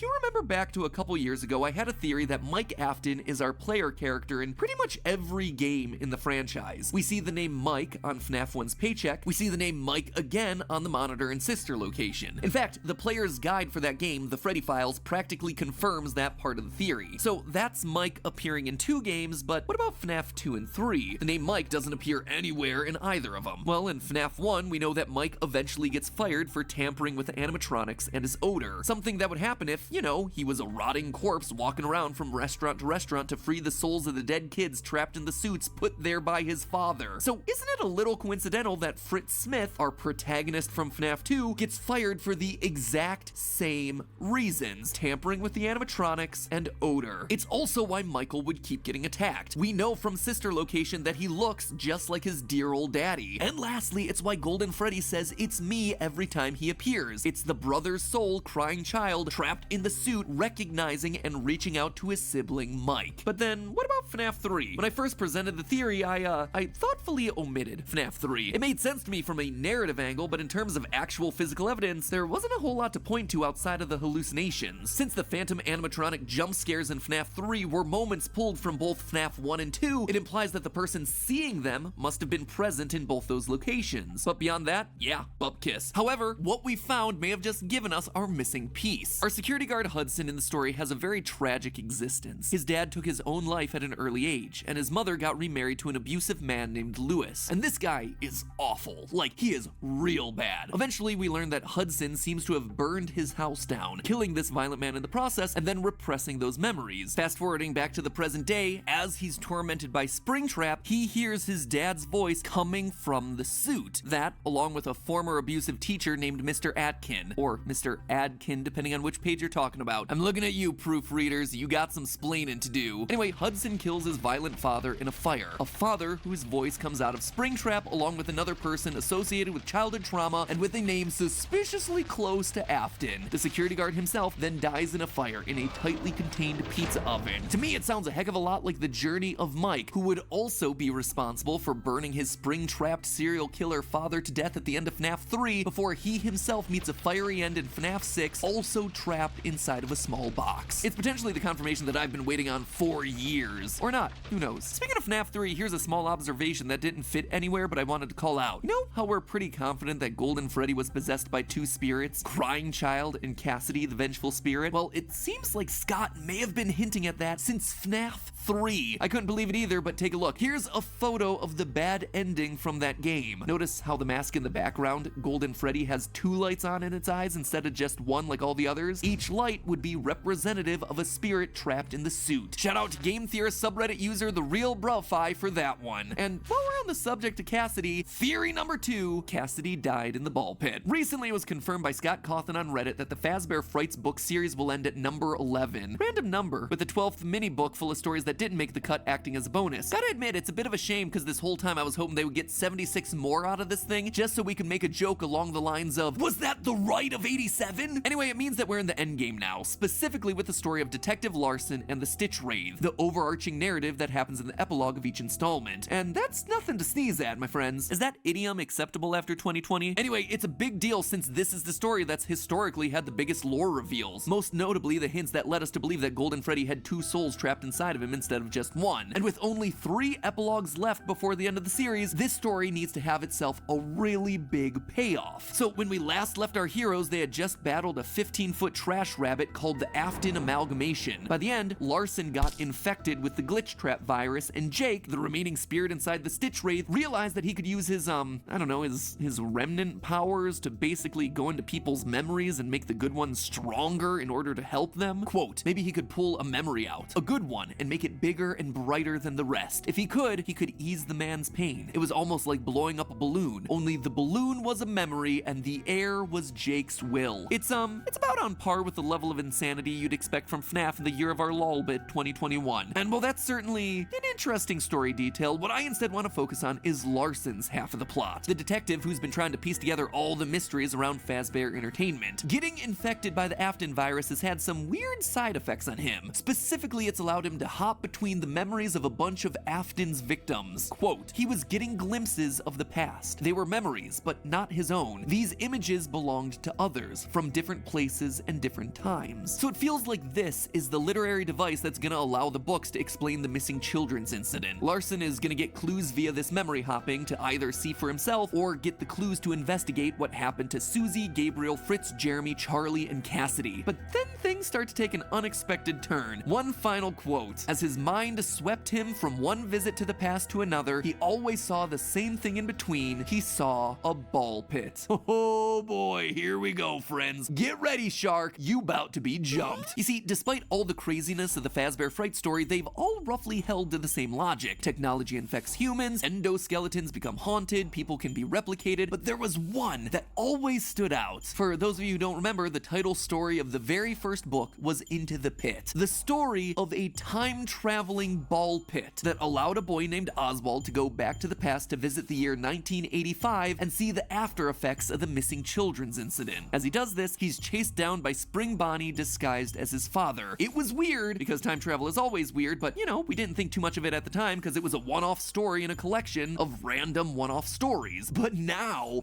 my friends, we're coming back to it. Of all the 24 stories that Fazbear Frights has had, this is the one that the big overarching narrative of the series suddenly deems important enough to come back to for some reason. The time travel ball pit. And that's not our only clue that this thing's important. Remember Security Breach, Furry's Rage? More like MatPat's Rage at this point, because not only does the game include a dabbing Chica, but it also features a secret boss battle if you complete hard mode. A secret boss battle against this. A slithering reference to FNAF 4's confusing lore. Chica without her beak, the 6 a.m. alarm clock face, the FNAF 4 locked box, what appears to be an IV bag in the back there. Basically, in this one sprite, we have Scott acknowledging that the real final boss of this whole damn series is figuring out what FNAF 4 was trying to tell us. It's also him poking fun at the FNAF 4 dream theory, considering the thing's name in the source code is Dreamgeist. But of all the stuff that's hidden inside of that head, there's a few random round objects that don't really fit anything from FNAF 4. Are they Easter eggs? Or maybe they're balls from a ball pit, considering that balls and ball pits have never once been important to this series. And in the level where you fight the Dreamgeist, we see screenshots from previous games, sister locations blueprints, a camera feed from FNAF 1, again implying some level of time travel, or spanning across time, because remember, Dream Theory came out before Sister Location was released, which makes that FNAF 5 blueprint reference really stand out here. Now, by no means am I saying that there's time travel in the games or anything like that, but the sudden reemergence of the ball pit in Fazbear Frights opens up a few interesting possibilities. One, that Cassidy died in the pit. Remember, the vengeful spirit has powers that go beyond all the other spirits, to the extent that it's able to trap Afton in a state between life and death. So if anyone or anything is gonna imbue a ball pit with time powers, Cassidy seems like the one to do it. And we know that someone did die in there because both In the Pit and the latest epilogue make a point about the pit's sticky balls. Get your mind out of the gutter there, people. Quote, he studied the plastic balls. The substance covering the plastic surface looked like blood. Old blood. And here I thought the worst thing that happened in a ball pit was getting pink eye. Fire up the Golden Freddy in the ball pit thumbnail, boys. 2, that the series is gonna end with Larson and the Stitch Wraith using the ball pit to save the missing children from Afton and release their spirits. Why would I assume something like this? Well, giving Larson memory powers would be enough to tell the kid's story, let him see glimpses of their trauma, clues that lead him on an investigation. The ball pit, though, becomes necessary if the story plans on him physically interacting with those kids. So I wouldn't be surprised if the ending of this entire book series is unwinding the thread that started it all. The missing missing children's incident kids are saved, which, in the process, undoes all of the other horrific stories that spin out from the Fazbear pizzerias. In the process, Scott retroactively gives all the sad stories from the Fazbear Fright series a happy ending. And finally, number 3, Detective Larson becomes Afton in what is a self-perpetuating time loop scenario. Oh, sure, you all laugh, and trust me, I think it's dumber than YouTuber boxing. But hear me out here. We have ourselves a character, Larson, infected by, as the book puts it, Afton's darkness. We also have ourselves a ball pit that allows him to go back in time for some reason that's gonna be important to the narrative. So what if Larson winds up going back in time to investigate, only for the darkness to take over and turn him into William Afton, setting all the events of the story into motion? Who knows, maybe we truly do exist in the darkest timeline and Scott Cawthon gave the green light to a story that allows Afton to be a creation of his own future self. Tell you what, it would explain how Afton was able to create such futuristic advanced robotics when he was literally in the early 80s, because that's something that will never get explained. Like I said, that theory is real dumb, but you know, it is on the table. I wouldn't put it past this series. Time travel opens up all sorts of dumb decisions, and time loops are real hot right now. And heck, we do see a lot of ball pits in that new trailer, one that comes complete with a day-night mechanic. Huh?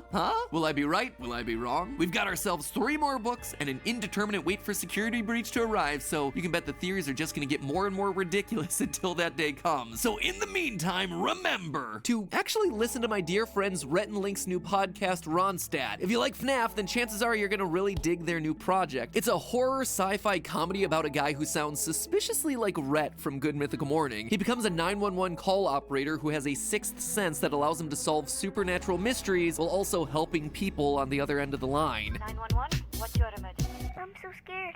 There's this thing, and it's after me. Kind of like Ghostbusters meets Doctor Who. And even for me, a picky podcast connoisseur, it's really enjoyable. So check them out. I am super, super proud of the work that they're doing on that series. I want to give it a little bit more love because it's definitely worth your time. It's actually from the same people who make Markiplier's podcasts, which if you haven't listened to those are also really good. So just high quality audio content right into your ear holes across the board. Anyway, I dropped a link for them down in the description below. Go check it out, especially if you're in the mood for something that's still a bit FNAFy, but a little less jump scare intensive. And always remember, it's all just a theory. A game theory. Thanks for watching.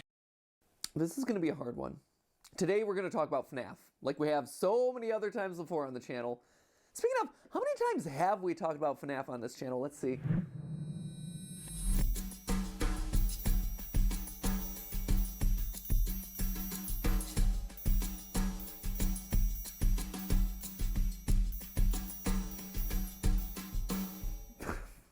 $43. Oh, jeez. For some reason, I thought it was more. Wait. Oh, that's what it is. If you add the game theory videos and all the partner shows, we've technically done 49 episodes on FNAF. And let me just say, this is not the big 50th episode that I really anticipated. For those of you who don't know, FNAF has been in the news a lot lately, and not for any good reasons, like the release of a new game, or them finally deciding to make the obvious call and cast me as phone guy in the upcoming movie. Hello? Consider that my audition reel, Blumhouse. I would also be willing to accept the role of Purple Guy. Phone Guy, Mad Pat, Scott Cawthon. No, the reason it's been trending on Twitter and blowing up all over the blogosphere have centered around the creator Scott Cawthon and his recent decision to retire from the series. You heard that right, friends. Scott, my longtime nemesis, is stepping down. Only one will remain standing, and that one is me. He's actually retiring with plenty of money, so who's the real winner here? It's not me. As he himself said in his final post, and I quote, "I've had a blessed, fulfilling," it took me a minute to find it, I'm sorry. "I've had a blessed, fulfilling, and rich career. I've tried to make some good games, let the debate ensue, and I've witnessed the creation of possibly the most creative and talented fan base on the planet. But here, on the 7th anniversary of the first game's trailer, I realize I miss a lot of things that I got to focus on before FNAF became such a success. I miss making games for my kids, I miss doing it just for fun, and I miss making RPGs even though I stink at it. All this is to say that I'm retiring," end quote. He then goes on to thank everyone for their kindness, say that he's excited to spend time with his family, and assure everyone that FNAF is going to continue under the guidance of someone of his choosing. Scott, consider this channel my application for the role. I'm here for you, buddy. all kind of joking, but also kind of not joking aside, this alone would be a huge deal, right? One of the most successful indie developers of all time stepping down from his still mega popular series after 7 years, with a book series still being released until the end of the year, a new game on the verge of being released, and a movie that's still in the works. I mean, he takes his victory lap around the internet as everyone celebrates his work, and he fades away to go spend time with his family doing whatever it is that indie devs do with their piles of cash. Buy a cereal wall, a candy room, bacon every day for breakfast. I don't know why I think that, but I just imagine that bacon is something that rich people have for breakfast every day because it's like the best food ever. But that's not the complete picture of what's going on here, because it's actually the circumstances around his retirement that caused the hashtags to trend. You see, in the days leading up to his announcement, word had gotten out that Scott had contributed sizable amounts of money to various political campaigns in the years between 2016 and 2020. Using the website OpenSecrets.com, an independent nonprofit that tracks U.S. political donations, users learned that Scott had contributed around $42,000 to various political campaigns. Now, that on its own might not have been all that newsworthy. No, what made people sit up and take notice was who he had contributed funding to. Republican candidates like Ben Carson, Mitch McConnell, Donald Trump, controversial political figures whose voting histories had been anti-civil rights over the years, especially as it relates to the LGBTQ communities, which, you know, a large portion of the FNAF fan base is. And I've seen a lot of people online responding with a "so what's the big deal" to all of this news. But you have to stop and actually think for a minute about the position of a lot of the LGBTQ fans of this franchise. This revelation understandably hurt a lot of members of the FNAF fan community, considering that Scott's franchise has been this welcoming and inclusive space for them, one where a lot of people have found the ability to express their unique identities, to know that their support of these games and their game's creator, especially the financial support that comes with that their dollars had wound up funding campaigns for people who are looking to withhold or remove their rights, to fund the elections of people who would forward legislation that treats them as less than human. Yeah, that's gonna feel really horrible. It's gonna feel like a betrayal. It's gonna feel like you had funded your own worst enemy. At first, people thought that Scott's account must have gotten hacked, right? There was no way that he could have done this, or at the very least that maybe he donated to a blanket Republican fund where his dollars had gotten funneled into individual campaigns without his knowledge. But no.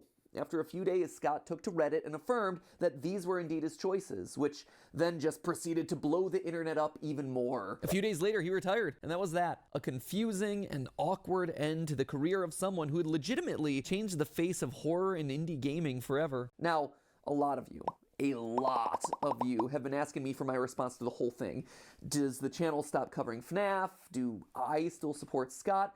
How do I feel about all this? How should you feel about all this? And honestly, there is a lot to unpack here. A lot. One of the reasons it's taken me so long to respond is because I've had to sort it all out in my own head.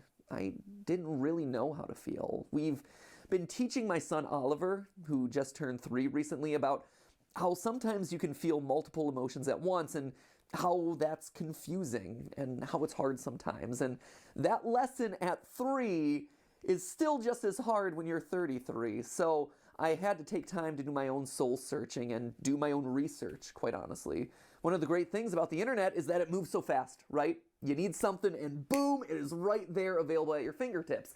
But one of the awful things about the internet is that boom, it moves so fast. There is no time to think. Everything requires an immediate response, a hot take, your knee-jerk reaction, a headline. Search trends last for like a day or two at best. New game releases are like old by the end of the week. New video? Well, gotta be the first to like and comment without actually watching what it's about. There's no time for thoughts, for research, for introspection if you're gonna be part of a conversation, or no time to look back and actually analyze the data. I mean, heck, by the time that you bothered to finish reading Scott's response to all this drama, he had already posted his retirement. So, since this is going to be a long and tricky episode to say the least, let me start off by making it crystal clear that I am pro-LGBTQ rights. And you don't have to take my word for that. I was in theater for years before I started doing YouTube, and it is difficult to be a narrow-minded bigot in that industry.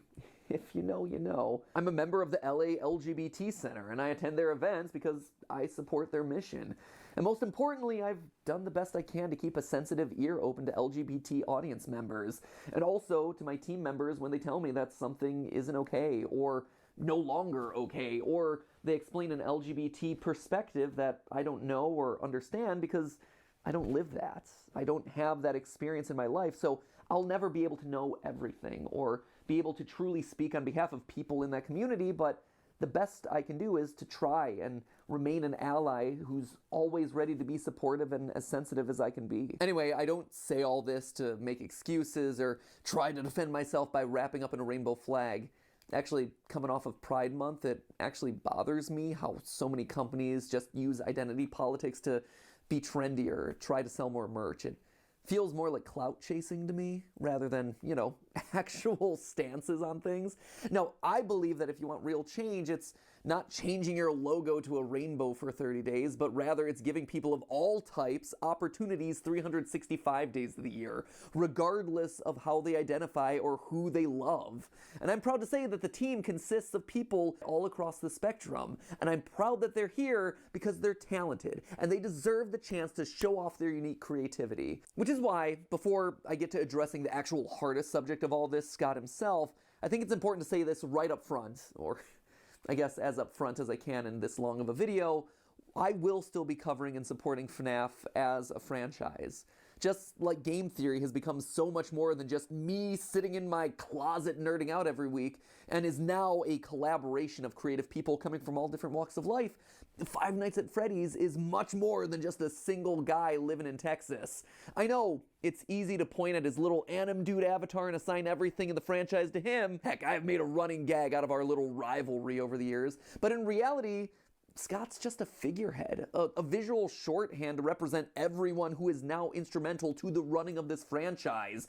All the authors and illustrators of the books, other game developers, merch companies, the Fazbear spin-off universe of fan games, each employing dozens of people who use the franchise as their launch pad for their livelihoods, or as their own personal creative outlet. By not supporting the franchise as a whole, I'm not supporting those creators. And even more importantly, it's also that I wouldn't be supporting the community itself. The people who still do find this franchise as a safe haven, a source of entertainment, a source for their unique creative expression. Scott said it in his retirement announcement. I read it earlier. I've witnessed the creation of possibly the most creative and talented fan base on the planet. And he's not kidding. There are so few fandoms like the FNAF fandom. I mean, what other franchise has so many darn fan games dedicated to it? And to me, these fans are the lifeblood of the community now, of this entire franchise now, not just Scott himself.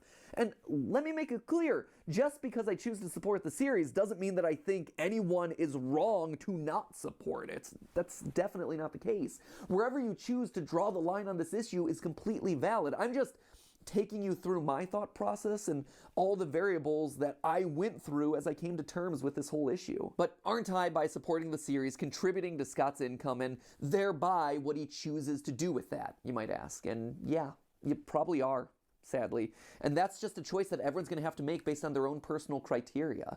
To me, the good of supporting the community around the franchise and the jobs that it creates is worth whatever minor impact that Scott may be able to enact in the political sphere, which is an issue we'll be getting to in a second.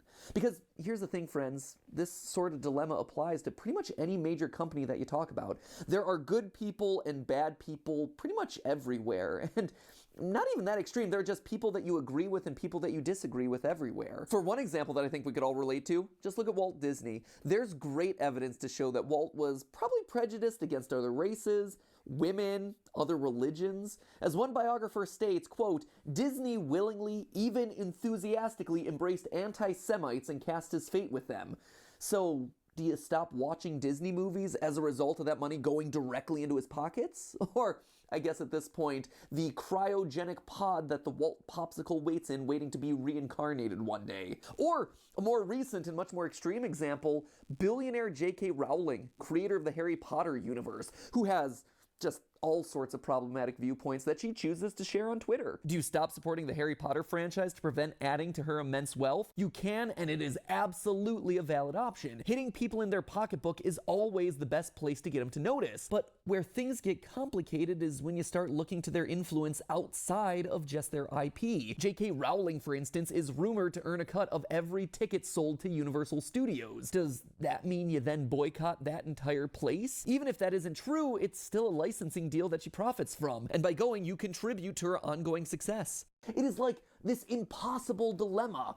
I think the TV show The Good Place actually summed this issue up best. These days, just buying a tomato at a grocery store means that you are unwittingly supporting toxic pesticides, exploiting labor, contributing to global warming. Humans think that they're making one choice, but they're actually making dozens of choices they don't even know they're making. In my mind, it ultimately amounts to a personal choice where you have to weigh the good of a decision against the bad. As YouTube video essayist Lindsay Ellis said in her examination of whether you can support Harry Potter without supporting J.K. Rowling. Because of her wealth and influence, she's going to be believed more than the lived experience of trans people. And while you can absolutely control the way you read or engage with a text, you cannot control the way an author uses their money and influence. And if LGBT rights are something very important to you and you think Scott is dangerous to those, then him stepping down from the franchise and removing himself from social media dismantles a lot of the things that could make him dangerous moving forward. So you can always weigh that into your consideration of how you're going to view the overall franchise. Again,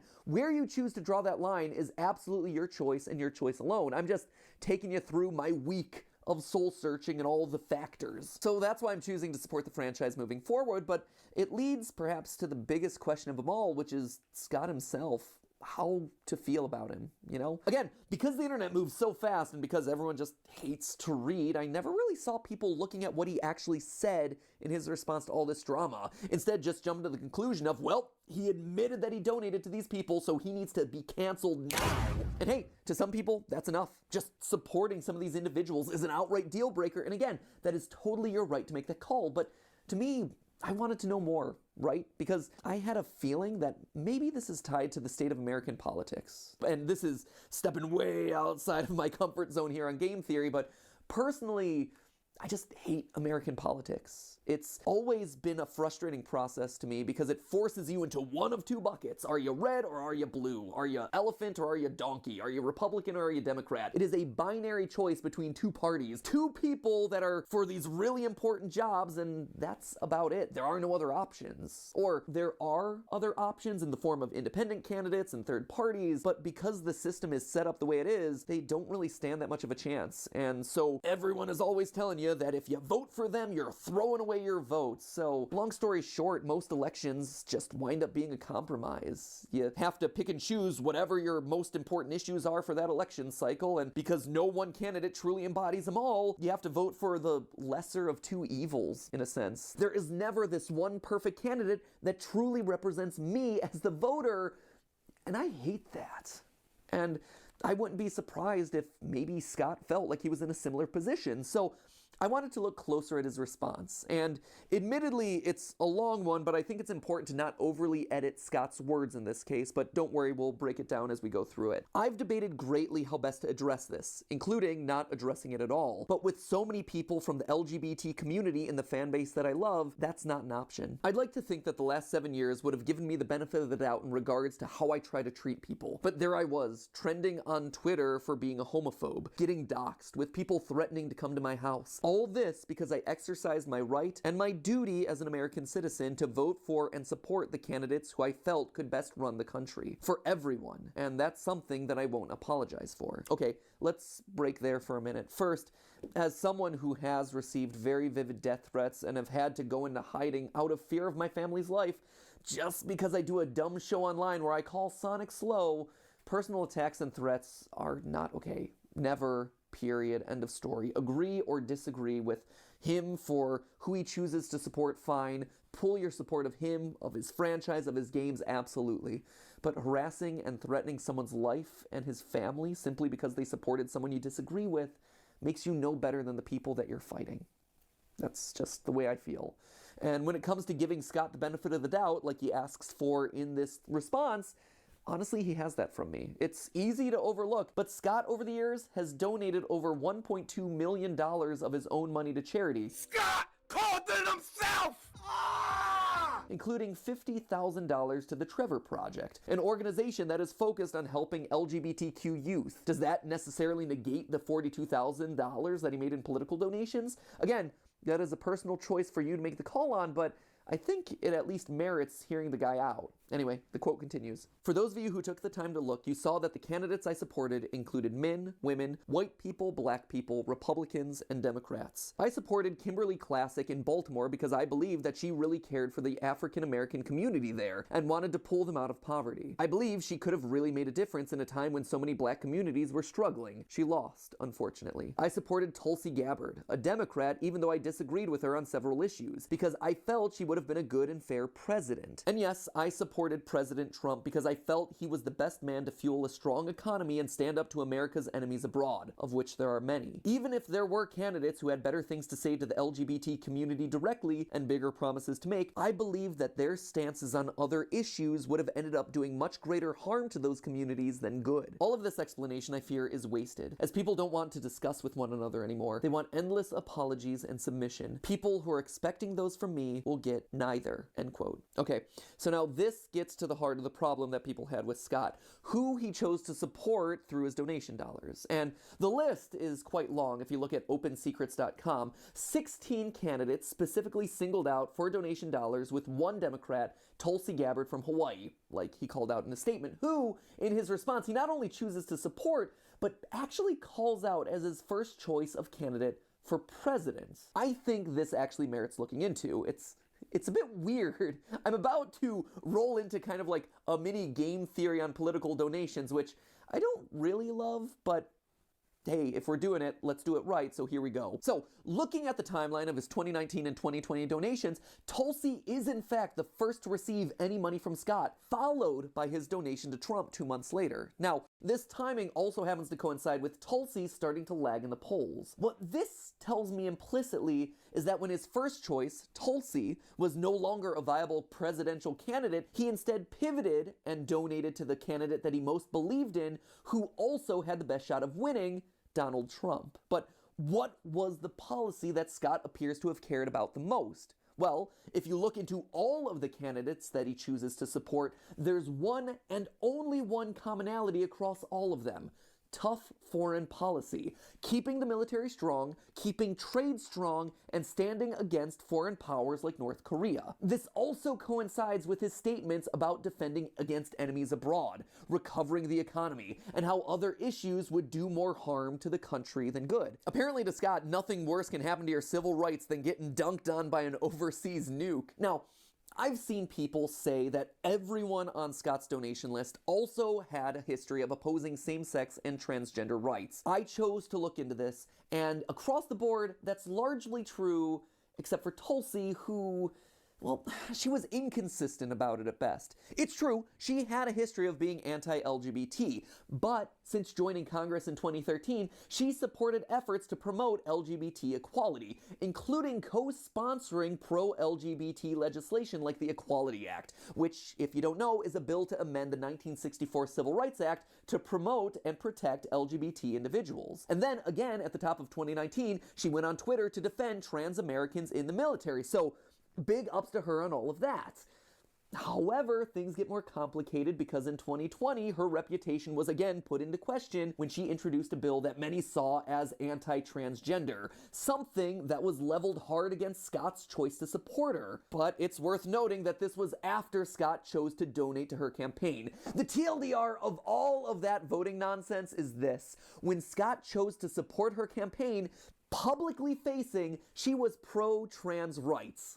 That's it. That's the best I can put it. Outside of that, the only commonality that I could see across pretty much every candidate that Scott chose to support was keeping the military strong. Now, to be sure, Not everyone places the same emphasis on that issue or considers America at high risk. People on the other side of this issue may believe that the bigger threat is personal rights of people who are already in the country. Again, I am not here to decide that issue or pass judgment on anyone's priorities.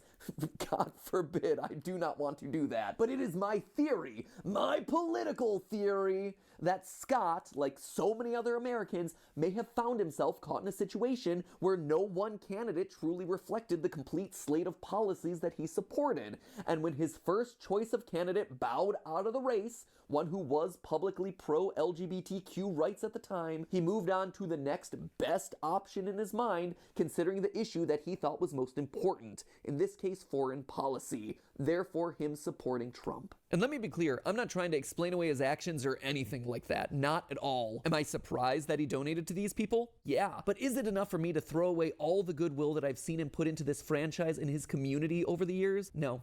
It's not. Like I said, a donation is a donation, and to many that is more than enough to condemn him. But I just thought it was interesting in my research and deserved to be called out when talking about this really complicated topic. I think the challenge here is that life isn't black and white, red or blue, and that the internet a lot of times struggles with nuance. It struggles with those gray areas. I gotta be honest, I'm sad that this is how everything wound up. Seeing scottgames.com go dark after years of me checking it for updates or digging into the source code for hidden clues, it was a sobering moment. It was a sad moment knowing that it was dead now, as a fan of this franchise and as someone who respects all the work that Scott's done. But I think the solace that I have, and what I would encourage anyone out there who is struggling with this to look at, is the net good that this series has provided. Regardless of Scott's political affiliation, his true beliefs, whatever they may be, this series has been a source of security and identity for so many people over the last 7 years, and it will continue to be that moving forward for even more. Life just isn't a game of absolutes. Life is all about trying to do the greatest good with the hand that you've been dealt, and the good that is spawned out of Freddy and his friends, for creators, for fans, for gaming as a whole, it's incalculable. My last few theories have had this recurring theme of, it's a new era of FNAF, the old story is dead, we're on to the next iteration of this franchise, blah, blah, blah, blah, blah. And I gotta be honest, now that rings true more than ever. But I assure you, I'll be here with you for the ride. But hey, that's not a theory, honestly. That's a fact. I am going to be here with you for the ride. But this is a game theory. Thank you for watching, and thank you for staying open-minded. I'll see you in the next one.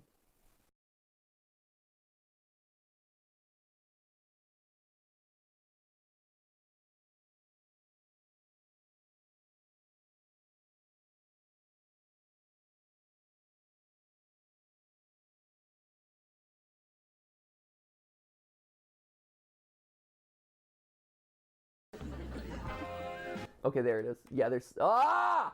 Oh, this is cool. Okay. Wow, and it's only for a frame. It's literally one frame. Wow. What? Oh, this is creepy as all get out. What is this?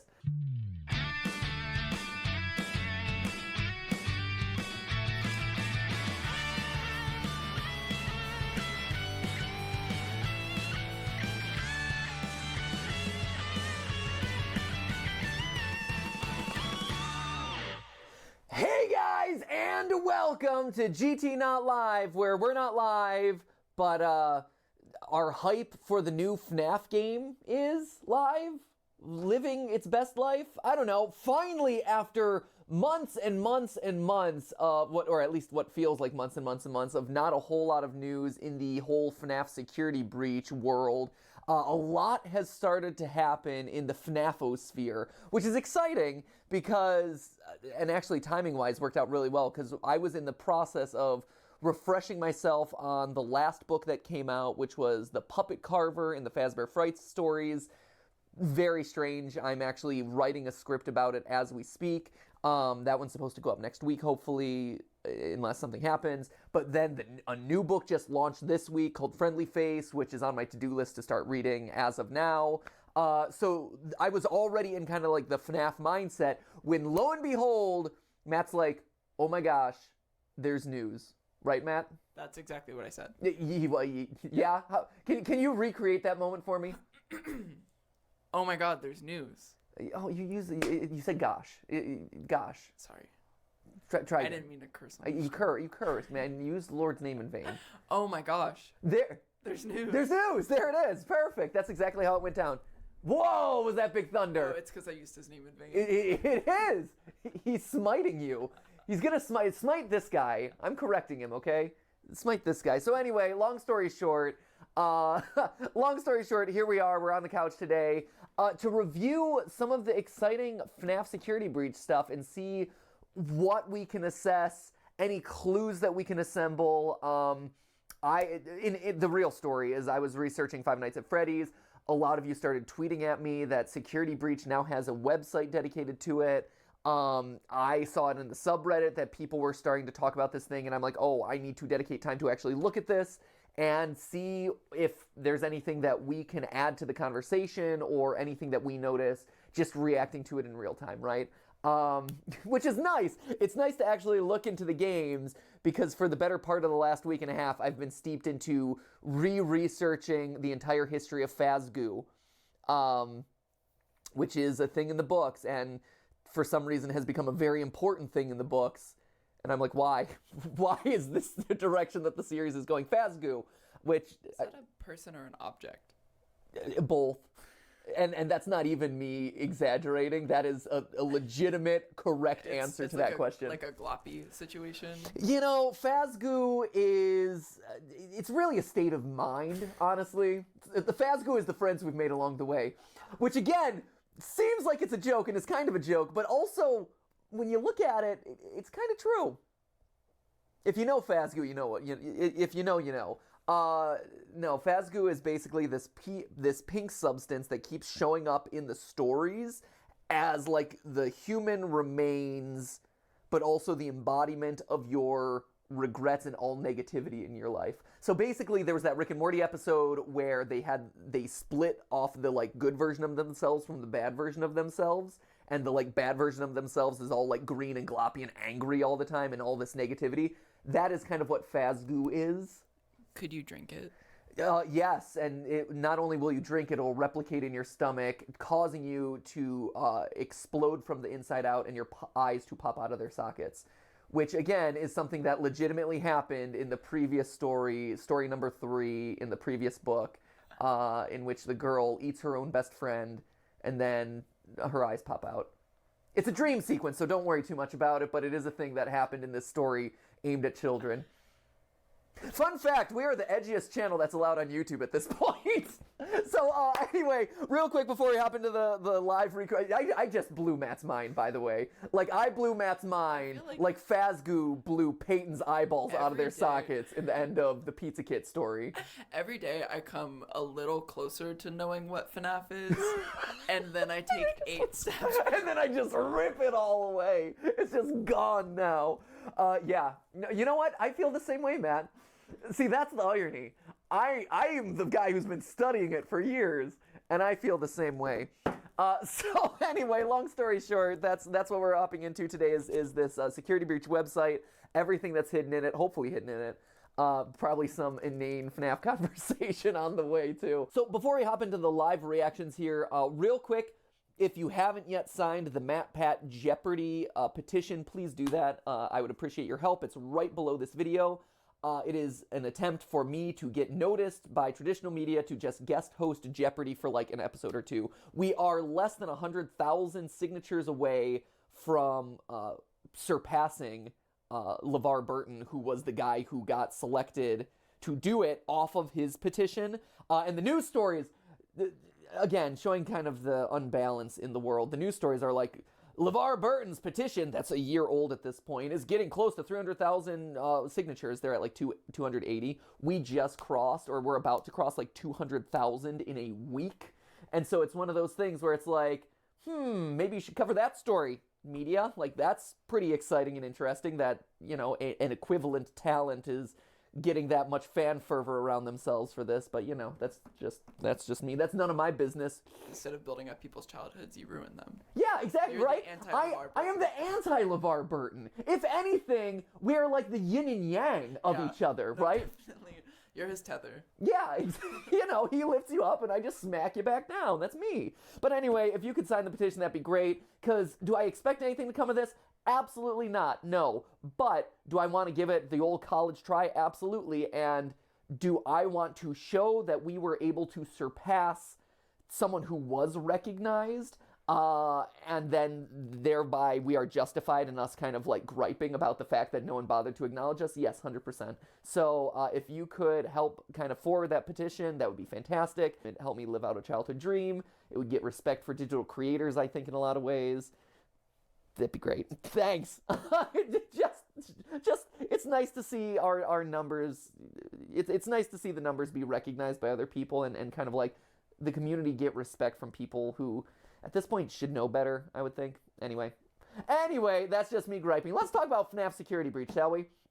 So let's hop into this. Matt, you have the website pulled up here. So this is the website, right? Yes. I haven't gotten a chance to check this out yet.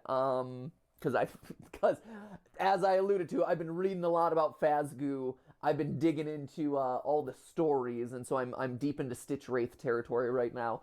So it's nice to actually go back and revisit Security Breach. So, okay. So what do we got here? We got mysterious website. Immediately, my mind goes, ooh, stay hidden. Glitchy hover text. That's always exciting. Immediately, my mind goes to, what other hover text is there? My mind goes to, what can we brighten about this? So I'm going to want to pull up Photoshop. Do you have Photoshop pulled up? I do. Great. Excellent. I'm glad. Good. There it is. Anything I can click on? Boop the nose. Not boop the nose. Got pizza box here. Got a phone. So glad to see fan always represented. They're on the right track. Good job. Good job, Steelwool Studios. Making sure that the true enemy of the FNAF franchise is present, which is the fan. Phone. You know, very, very obviously that we need that. We're in, it seems like a security booth of some sort. I'm assuming this green button, ooh, question mark, question mark, question mark, question mark, is going to do something here, so we'll save that for a second. What else can I click on? Anything else that I can hover, click on? Ah, oh, there it is. There's that boop the nose. Stay hidden. Stay hidden. Yeah, okay, so not too much to interact with. We know all. Well, I would hope so. You are developing the game, so glad to hear that you do know all. I'm assuming this is just going to open their website, right? Oh, their YouTube channel. Okay. Huh, okay. Here, we'll be back to here in a second. I don't know what else Steelwool does. That would be good to know. Real quick, let's print screen. Check this out. See if there's anything over here. Okay.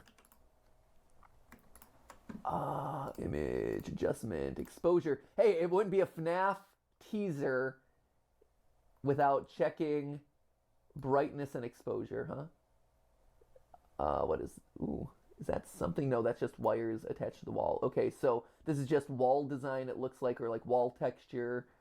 And these are wires coming out of the TV and kind of looped in there. For a second, I'm like, ooh, it looks kind of like a face, but it's not. Nothing really under the computer. Nothing. I was wondering if there maybe was something under the desk because it's so dark. Doesn't really look like it. Let's do just a basic. We'll just do a basic brightness real quick. Just because sometimes that reveals something else. Nothing really. Okay, so it doesn't really seem like there's a whole lot hidden in the darkness. I love the fact that this, to me, every time I see it, does look kind of like something peeking out from behind the screen, but it's not. I've been playing these games for far too long. I've been overthinking these games for much, much, much too long. So there we go. So nothing really hidden in that. Again, before we hit the button and get to that, let's do a quick... I was going to say, let's do a quick right click to check out the source code, but it says you can't save this. Oh, that's cool. That's really fun. I like that a lot. You can't save that. Well, this is where I beg to differ, Steelwool Studios. Let's see if I can do, what would that be? So usually what I would do is I would open up source code or like image source or things like that from a right click, but instead we can do, what would it be? It would be developer tools is the right way to do that because that'll show me the editor. Okay, so there's always a way to see the source code. What do we got here? Anything? So it's a YouTube frame. So there's going to be a YouTube video that plays in here. Nothing exciting. Just some containers to set this all up. Cross origin. Okay. Yeah, there doesn't seem like there's a whole lot. Google Tag Manager. Security Breach TV. Yeah, this is just all for the... And then, well, Helvetica. Good choice. Always a good choice. A popular font. It's actually Kanye West's favorite font. Fun fact. Did you know that, Matt? I feel like that's a factoid that you would appreciate. I did know that. Did you really? Yeah. How'd you learn that one? I have a useless database of Kanye West information in my brain. Really? Yeah. Huh. Well, accessible at any time. Oh, there you go. Kanye, yeah, fun fact. I learned that through a series of conversations with people who had worked closely with him and given him presentations, and his management team told them like in advance, Throw like, it in oh, Helvetica. got Helvetica. And then when Kanye sat in the room and watched the presentation, the immediate thing that he said, like on page 1, he's like, oh, Helvetica, good choice. like that was it. Unironically, didn't know it was coming, but that was a thing that he outright commented on initially as soon as they started. That is cool. Where did you learn that? Like some Reddit page. Really? Yeah. Huh, that's funny. Yeah. We had conversations with one of the teams that eventually like worked on his digital strategy or something like that at one point, and they were like, "Oh, let me tell you some Kanye West stories," and we're like, "Yeah, that sounds like fun." And that was one of them about the presentation that they gave to him about Helvetica and the color that he likes, which is a certain tone of navy blue. Huh. Yeah, those were the two important. Like, otherwise he would walk out of the room immediately or something. I don't know. Anyway, it's wacky stuff.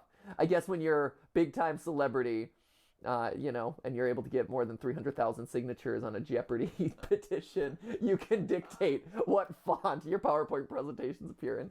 Okay, so cool. I'm liking this, but as far as like what hints is it giving me, what lore is it giving me, I'm not getting a whole lot here. Right, I'm in a security office. It's fun. Let's see what we actually got for the button now, and see what the screen does. Okay. Oh, it's a YouTube screen. Hold up. Okay, so this just kind of flips it back and forth. Study friends on tour. Okay. It's like Scooby-Doo. It's like an old Hanna-Barbera cartoon. Because he had the Mystery Machine and things like that. Oh yeah, this is classic Hanna-Barbera. This is a glitch. We'll have to rewind and check that out. It looked like there was something there. Want to join our band? Oh, I was wondering if they would actually get him to talk. That's funny. God, the canned laughter. I was not a big fan of the old Hanna-Barbera stuff. I mean, granted, it was past my time anyway, so it wasn't an error. This is classic, though. I appreciate them riffing on the trope. Which makes me wonder, is this at all pointing to the era? Is this found in an archive? Oh, someone's watching. Huh. Okay, the reveal of him being an animatronic. So they're real animals, surprised by him being an animatronic? I don't know. Wow, Freddie, your voice is very different and unexpected.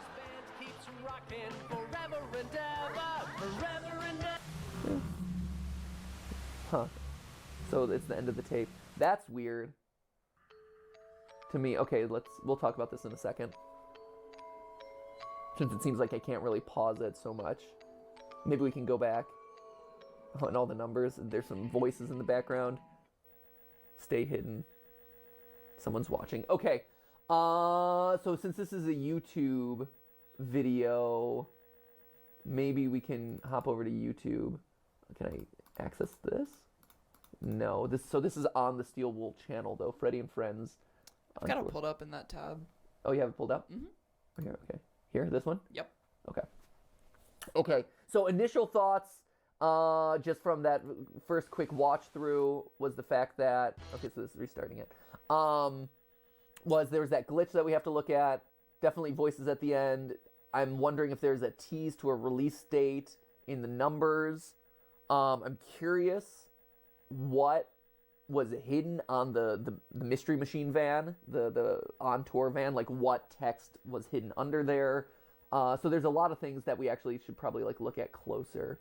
Oh, and also that ending thing, which seems like it should be tracking lines. So for those of you who didn't grow up with VHSs, especially like classic VHSs, you know, sometimes the tape would get askew, or it would cause, you know, it would kind of glitch, or it would have kind of artifacting from being old or worn or out of alignment.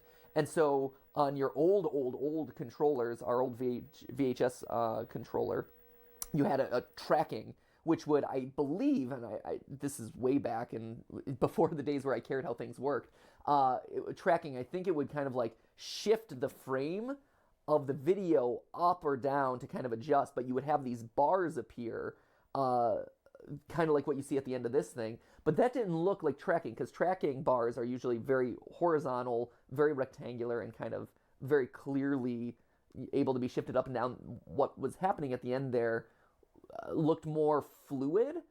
I need to look at it again. It makes me wonder if it's either a hidden image that needs to be like squished or compressed in some way, maybe stretched, or if it's something else. We'll give it a look.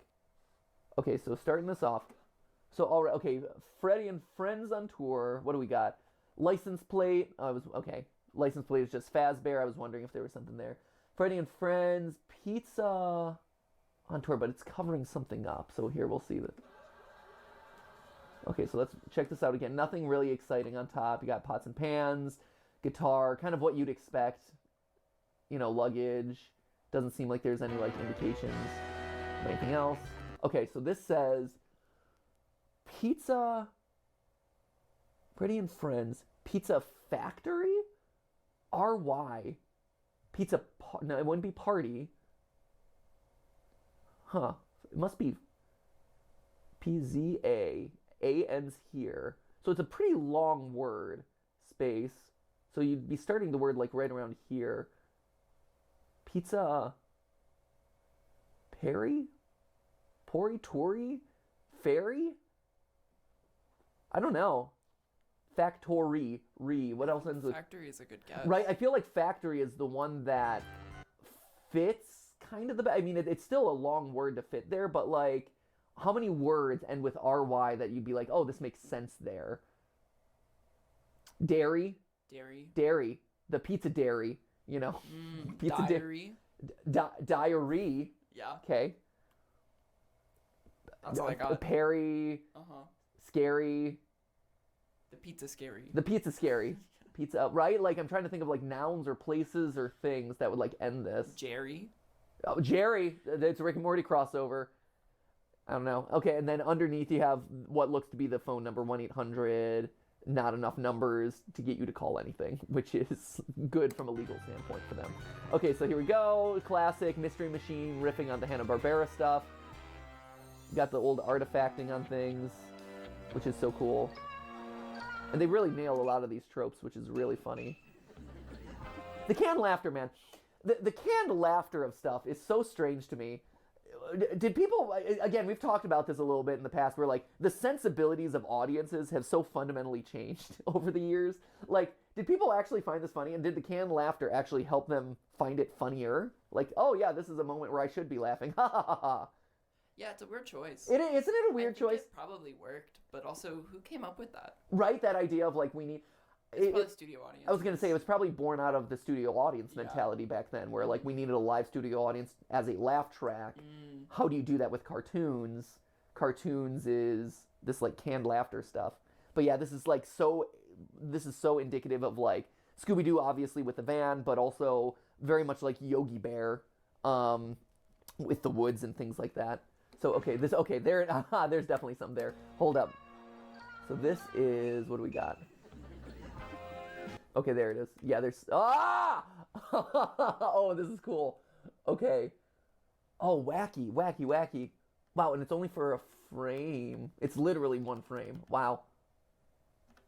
What? Oh, this is creepy as all get out. What is this? What is... I mean, immediately you see, like, white face big mouth, and you think the puppet, but there's more than one. And it's got teeth, which Puppet usually doesn't have, but, you know, consistency is... consistency across different installments and updates and character designs is something else. Interesting. So what do I see? I see there's him, but there looks to be another 1, 2, 3 and a half. 1, 2, so you would say 1, 2, 3, 4, which would be what? Freddy, Foxy, Bonnie, Chica, and then maybe Golden Freddy, because he's always the one who's the 5th character, and also is usually depicted with one eye as opposed to 2. Like if you think back to FNAF 3, the FNAF 3 ending, you have Freddy, Foxy, Bonnie, Chica masks, and then there's the Golden Freddy mask in the background, but with only one eye lit. So the fact that there are 4 heads here, plus an additional one with one eye, seems to suggest that. I see this ear, what looks to be like an ear right there. Here, hold on a sec. What can I do? Let me print screen here. Where's my Photoshop again? Let's do a new one. Photoshop. Okay. Oh, that's weird. Is this? Oh, there's that's weird. Alpha Z groups? Alpha Z groups. Alpha Z groups. Okay, here, let me think about that for a second. Let me keep going down the thread that I was real quick, and then maybe we can think about Alpha Z groups and what that might mean. Where is... Here it is. This is sharpen. I wanted to sharpen this real quick just because there's very clearly a blur filter that's been put on this. So I just want to see if we sharpen this a little bit, if that's going to help at all. That's one pass. It might have been a bit too extreme. It may have sharpened it too much. Whoops. Hey, come back. Did that help at all? Not really. It did make the shapes a little bit clearer, but it didn't really do a whole lot to differentiate. And it looks, so this guy and this guy up here look like they're largely the same in terms of kind of like head shape. It's weird that you have this kind of like, this makes me think of like lobotomy or someone's head getting chopped right here to do like a brain operation. They also, real quick, let me double check one other thing here, because this is also making me think of, what's this? What do we got here? What was it? Where is it? What would it be under? It's security breach. PS5 exclusive something or other. It was was it the teaser trailer? No, teaser trailer was the first one. This is exclusive. Shoot, it was the NVIDIA thing. NVIDIA Shield. We'll just do NVIDIA. It was the trailer that everyone was mad about because it was not good. Like, people were so hyped for this thing that was going to be revealed as part of this big NVIDIA presentation. Yeah, this is it. This big NVIDIA presentation, and then it ended up being just like more footage of what we had already seen, right? And not this guy. There was a guy back here I noticed at one point. This guy. So you see this guy, and I've been wondering about these other robots. You see how he kind of has what it looks like if you were to kind of like take this. Yeah, we can't really get a good shot of him. But you notice the head here, where it has the same line across the top of his head. Oh, wait, there it is. Oh, that's actually a good moment where he kind of like looks at us. Right there. So he has what looks to be kind of a similar eye shape, and definitely that head right there, with that pretty pronounced headline. And there's another one back there. Yeah, and then it's just kind of another segment here. Okay, so to me, as I look at that, I could see this. So a couple things here. One is, wow, look at, there's 4.5 of them. That's kind of interesting. Maybe they're indicative of the spirits or skulls or skeletons of dead kids or all of them are versions of a puppet that have been shoved into an animatronic suit. Maybe. But also I see this, and especially that line right there, and I think about, and they all are roughly the same. Do they have different shapes? This one looks like it has teeth, but is outside of a head, so I'm not 100% sure. But I also see these, and it made me think of those kind of service robots that, might also turn on you over the course of this game, right? So maybe at a certain point, those robots become evil, and they turn into this, and kind of maybe attack you en masse. So a couple directions there. And again, maybe it is. Maybe it's just a bunch of puppets, marionettes, which doesn't seem to be the case. They look a bit too different from the puppet, but maybe. Alpha Z groups. Alpha Z groups. That's interesting. I wonder if this is maybe, I don't even know. Like, first off, just to satisfy my own curiosity, I don't think this is the case. But again, let me just, this is something that we're saving for later, Matt, I'm assuming. Great, good to know. Good to know. Alpha Z. Start. Alpha Z is an open source tool for program analysis. Love the Venom. Oh, Alpha Z, here it is. Alpha Z doing some Venom trailer analysis. Okay. I don't think that's it. What is this one? Alpha. I'm just curious. This is nothing. Alpha Z is an open source tool for program analysis. Okay, yeah, this is nothing. Alpha Z groups, just out of curiosity. Yeah, no. And then what about like code? Or like decode? Yeah, this is, it doesn't scream out to me as any sort of NATO alphabet or anything like that. Like, I was trying to think, is there a code, like Alpha Z code, like where you're doing a number swap or letter swap or something, but that doesn't seem to be the case. So really, and then what would it even be doing? Like, these are real words. I'm not decoding anything. There's nothing that's suggesting a code. So to me, maybe this is the group that has, or like the collection, since it's groups, right?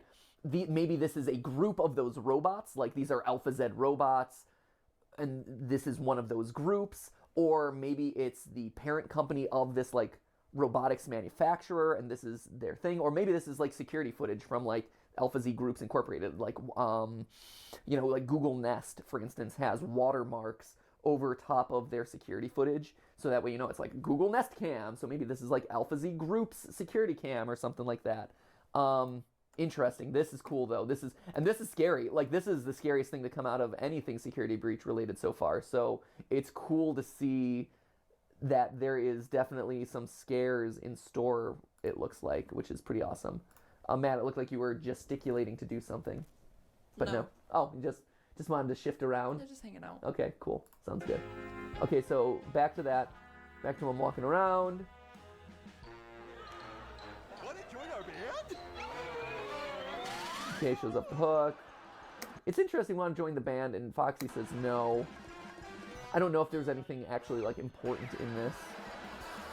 Foxy the Pirate, you got your classic Scooby-Doo chase through the doors, appearing in different doors.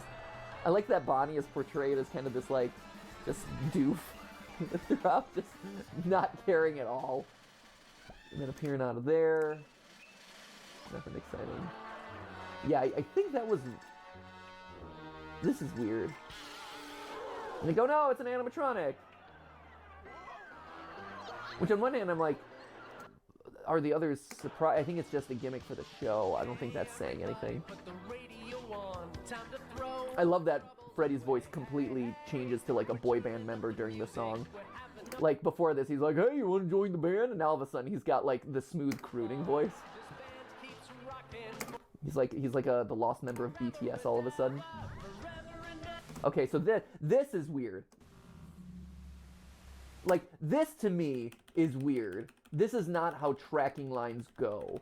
And here's the thing. There are very easy ways to do tracking effects. Like, we do it all the time. You know, I like, to be honest, like, we do a lot of, like, old-timey VHS glitches, effects. There are, you know, there are plugins that can do this sort of thing. There are lots of ways to accomplish a VHS style, like, retro effect.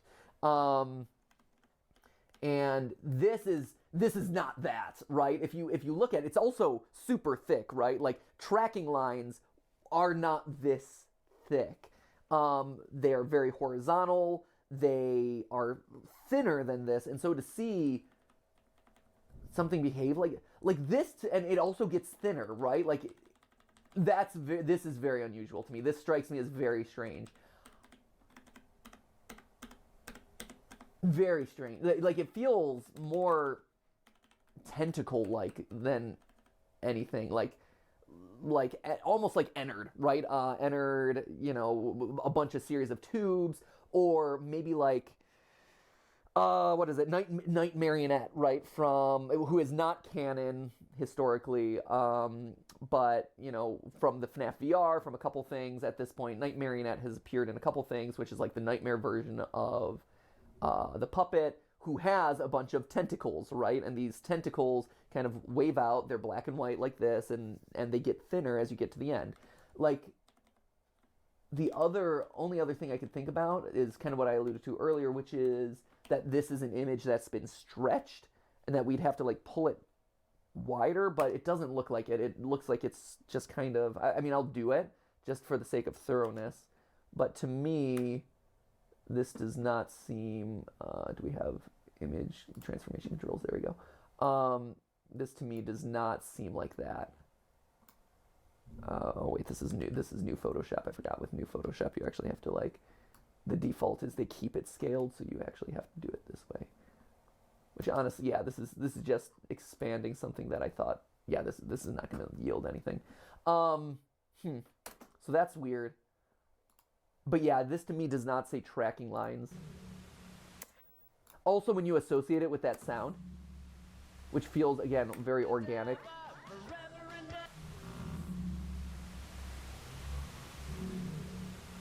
Right, that feels like an organic monster rather than tracking lines or anything like that. And then lastly is this thing. You have the different parts of him flashing at different times, which is interesting. Okay, so here's the numbers. There's a lot of different directions this could be. Does this say a word, back? The bottom looks like A, like F.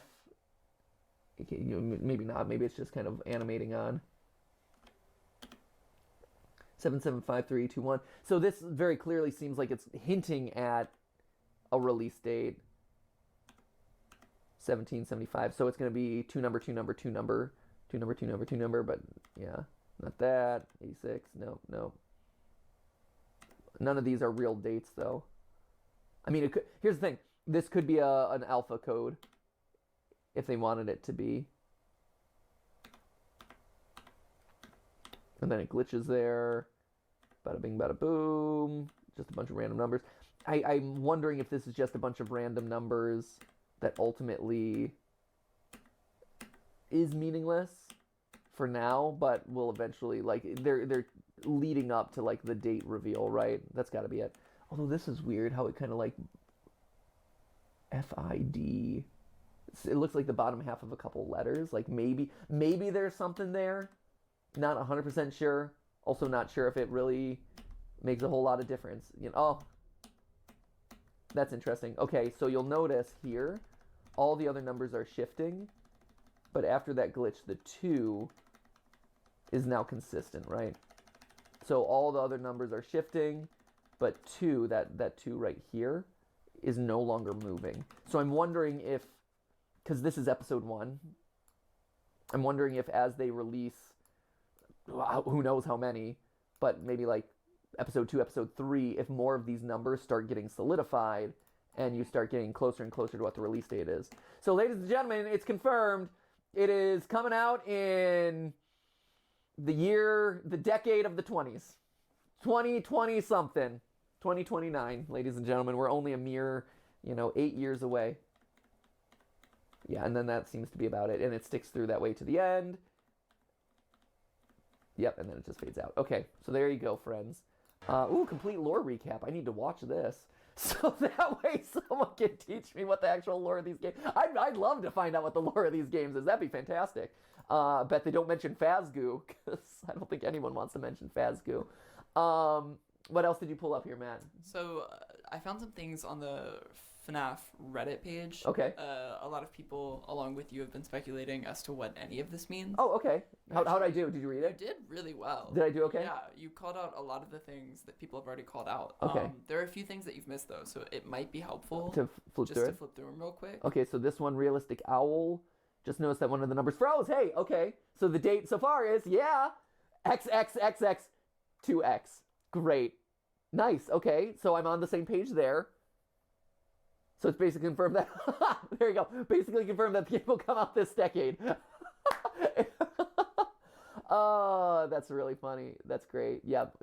Well, that'll be interesting, right? Day, month... Is it day, month, year, or is it month, day, year? To me, I think because what Steel Wool is... I think it's US-based. It would be month, day, year. And that's, I think, historically how FNAF has done it. So we'll see. What do we got? I'm not saying it's night... Okay, so someone...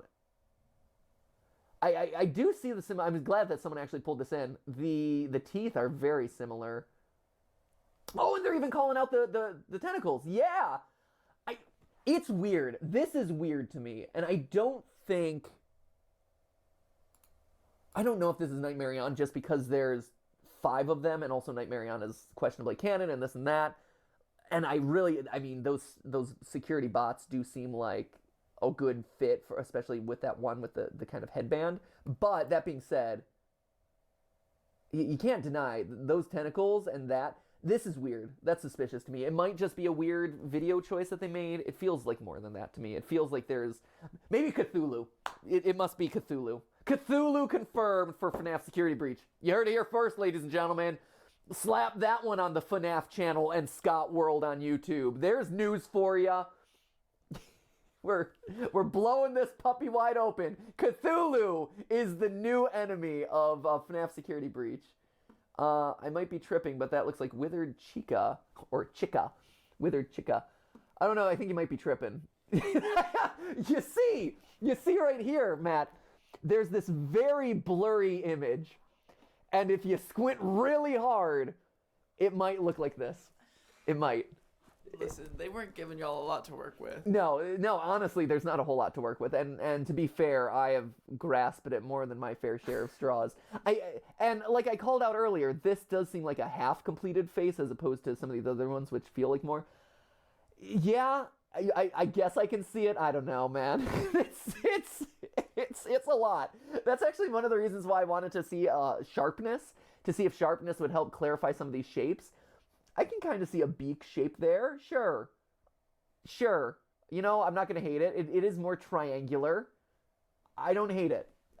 The more I look at it, the more I'm convinced. And I don't know if that's just me convincing myself or what. But sure. And, you know, to be fair, that also coincides with me being like, wow, there's 4.5 faces. Maybe it coincides with 4.5 masks. So, good on you, Rococo80217. That's actually 17 hours ago, so 802. You know, fighting the good fight, all the doubters out there. How do people like this one? It does. Yeah, I mean, my friends fully analyzed the image and noticed that others look like the Wizards, especially the one on the right, which looks like Withered Freddy, which honestly, again, like, I noticed that there was an ear here. Maybe the same thing. Steel Wool, maybe, okay.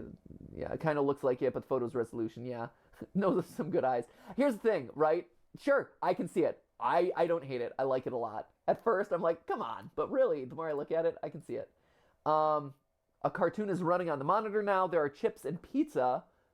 Someone has started working there. Okay, so this must have been out for a couple days, so they've been updating it. So now there's pizza and chips. That's cool. And these look like the chips from FNAF VR, which is cool. That's a cool kind of continuing thread. Oh yeah, someone's working. And it does look like, is that a Freddy face on the pizza box? Which makes sense. That's cool. At the end of the video, there's a slow voice. Can you figure out what it says? Here. The video's yeah.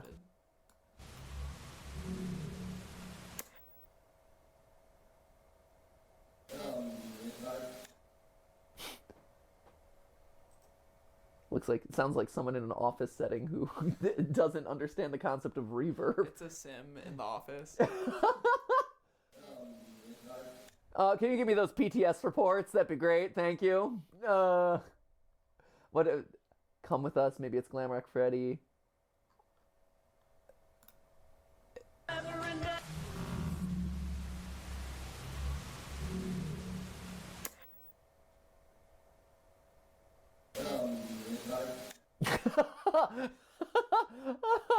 I know what it says. It's saying, make sure you sign up to the Matt Pat for Jeopardy petition. That's what it's saying right there. Yeah, it's one of those things where, like, some of the sound stuff at the end, it's definitely worth an analysis and speeding it up, changing the pitch, something like that to see if there's anything there. I don't have the Audacity and all that pulled up today because that's always a little bit more complicated of a process, but I could see that. There's definitely been stuff in the past that's definitely been hidden in audio files, so I wouldn't be surprised. The buttons' names changed. The button images name changed to Don't Press Us and Seriously Don't Press Us. Huh. That's interesting. Don't press us. Seriously don't press us. So that's talking about the button to turn on and off the TV. That's interesting. I wonder if by pressing the button we're unleashing whatever the tentacle monster is, if that is even a thing. That's fascinating. That's cool that you're able to look this up. How are they seeing this? I'm curious. You can't save it. What is this? Yeah, it could be just a joke too. I could see that. Like, hey, stop looking at the source code of this file. That could be a thing. Black pipe thing doesn't look like... It does. I agree. Black pipe thing doesn't look like static. It moves too fluidly. What do people think? It looks like a stretched image. I said that, but maybe not. Flashback to when we thought Ennard might be some sort of tentacle abomination. It could be. It feels like tentacles. Something slithering around inside the tape. It's Phasgoo! Actually, that's not true. Phasgoo is canonically pink, so it is not Phasgoo. Step down, Phasgoo fandom. Not this time. The tape being recorded over. That is true, though. In the books, there is a lot of mentions of things slithering through walls, being kind of unseen, crawling through vents, things like that. It could relate to something there. Here's a list of all the visible purple numbers. Oh, cool. Good job. Well done. I checked all the numbers, and all of them should be correct. Well, there you go. That's all the numbers, but see how 2 becomes very consistent. Yeah, I mean, we could dump these into a code file at some point. I don't think it's worth it. My Afton fan club is 69420.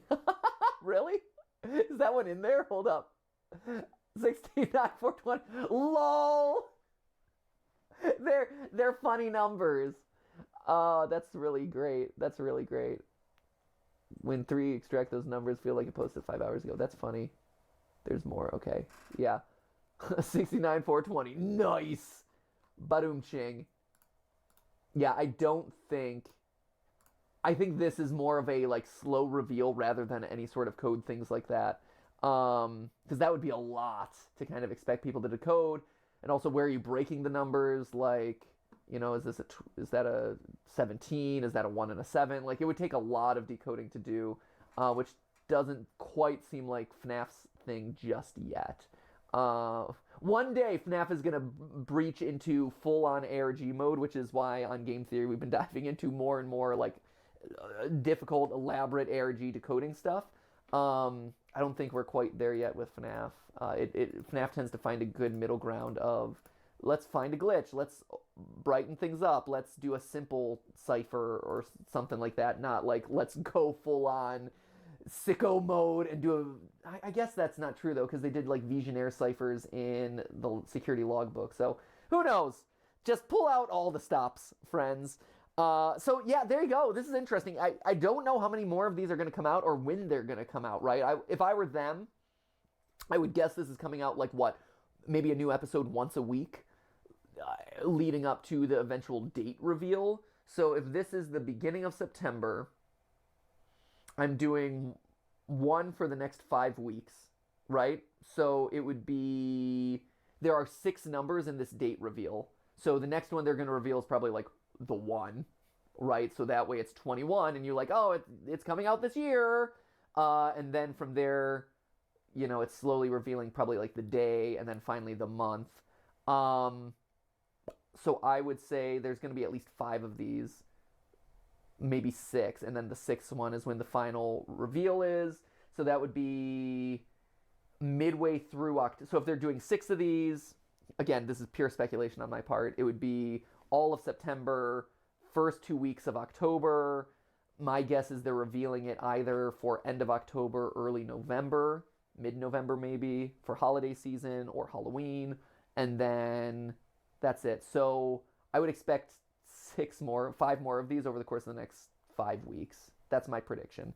And who knows? We'll be here to analyze them all with ya and slowly screenshot things and pontificate in real time while encouraging you to try and get me to be Jeopardy host.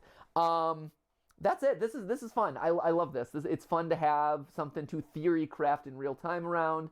It's like I said, it's cool to have someone, you guys out there, to just listen to me rant about Phasgoo for a little bit because it is weird. I mean, look at this thing. This is the book that I'm currently reading, Matt. Is this not a book that it screams, read me?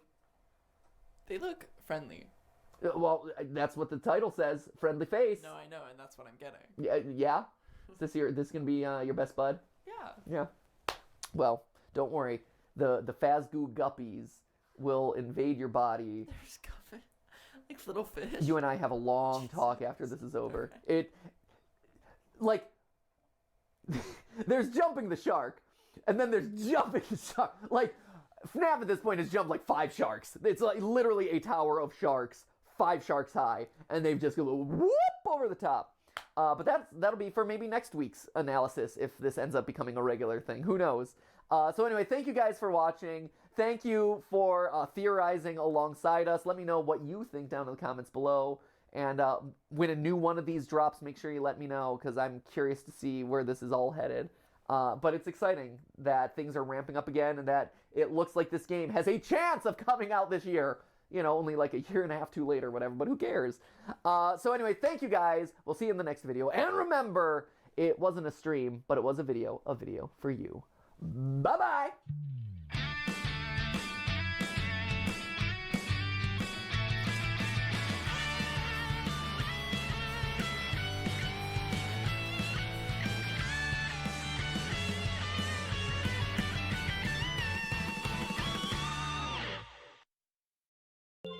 All right! New Five Nights at Freddy's book drop. Let's see what's new to talk about in the world of FNAF.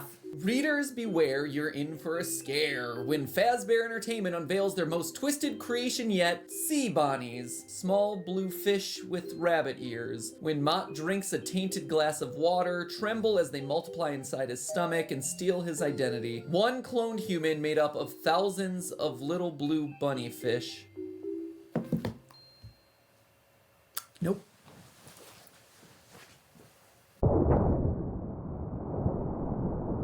Hello, Internet! Welcome to Game Theory, the show that asks, have you signed my petition to make me the host of Jeopardy yet? I just need about 80,000 more signatures to get to our goal. And whether or not you know or even care what Jeopardy is, just know that your signature on that petition is a way to help support me getting to live out a childhood dream of mine. While also just a huge vote of support to all of your favorite digital creators who often get overlooked and tossed aside by mainstream media. As a great example of that, our petition, when it crossed 200,000 signatures in a week, got covered by one blog. Huge shout out to Newsweek, thank you for recognizing a digital creator's value in the world. Meanwhile, an older school celebrity whose petition took nearly a year to get to the same place got tons of articles all over the place. Just saying, iniquity in this space is a real thing. Anyway, it's not like I'm gonna be leaving the channels or anything like that, if anything were to come of this. So if you have any questions, those are all answered down in the description along with the link so you can go and sign it. Push me over the goal. I just love to show the world yet again why this community and why digital creators as a whole are worthy of attention and respect. I know you guys are. I'm fighting on all of our behalves and I'm gonna keep shoving it down people's throats until they start to listen.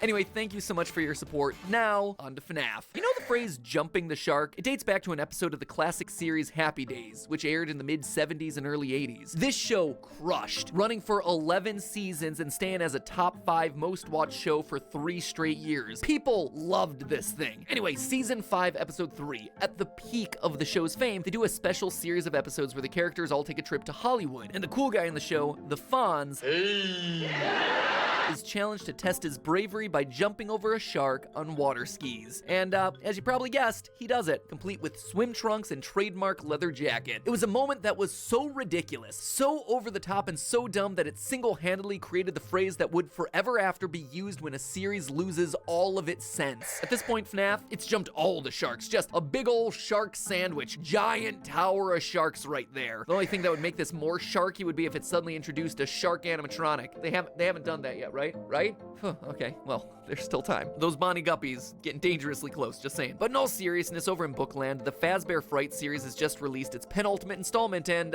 it's weird. Tiny rabbit guppies that steal your identity. A pink substance called Fazgoo that hunts you down and steals your identity. Animatronics that body swap you in order to steal your identity. There's a definite pattern in these stories, isn't there? Could animatronics stealing identities and humans not actually being themselves be somehow important to the lore of the series? Certainly seems like the books are beating that point over our heads. And honestly, this points to a larger trend here. For as crazy as these stories have gotten, and believe me, they've really gone off the rails at this point, there's definitely still merit in them from a lore-solving perspective. Because, as I'm about to show you, for every story about underwater rabbit guppies swimming around in your insides, there's another one or two that get you asking brand new questions about both the past and future of the franchise. So go ahead, take a break from eating your best friend that happened to fall into a vat of pizza sauce, something that yes, also kind of happened in one of these stories, and consider the following 3 theories ripped straight from the pages of the books. Theory number 1, Chica started as a mediocre melody. In Fazbear Fright's book number 9, The Puppet Carver, we're told the story of Jack, manager of a failing pizzeria named the Pizza Playground. Yeah, it's not actually a Freddy Fazbear establishment. And you see, that's an important detail since every other pizza place in the Fazbear Frights book series has tied back to Freddy's in some way. But for some reason, this one is deliberately different. What's also noteworthy about the Pizza Playground is the restaurant's animatronic band, which, we're told, breaks down frequently. These things are straight up busted. The roster includes a banjo-strumming country pig, a bear creatively named Baron Von Bear, 2 other unnamed creatures that have already broken down, and a, quote, weird bird thing. Now, if the words banjo pig don't jump out to you, well, congratulations, you have a richer and more fulfilling life than I do, because when I hear that phrase, my mind immediately jumps to one thing: the mediocre melodies. The crew of broken animatronic rejects able to be purchased way back in FNAF 6 Pizzeria Simulator. A crew of animatronics consisting of a banjo-playing pig, an off-brand Freddy Fazbear ripoff with a southern accent named Ned Bear, a talkative hippo, a cute young frog, and an overdramatic elephant. They're characters that we all brushed off at the time because they just seemed unaffiliated with anything Fazbear related. And then they came back, returning an ultimate custom night where they collectively gave voice to Cassidy, the one you should not have killed, as evidenced by voice lines like this. Everyone underestimates me, but then they turn their back and I'm like, boo, and they're like, what? Sorry, queued up the wrong clip. It's this one. This is how it feels, and you get to experience it over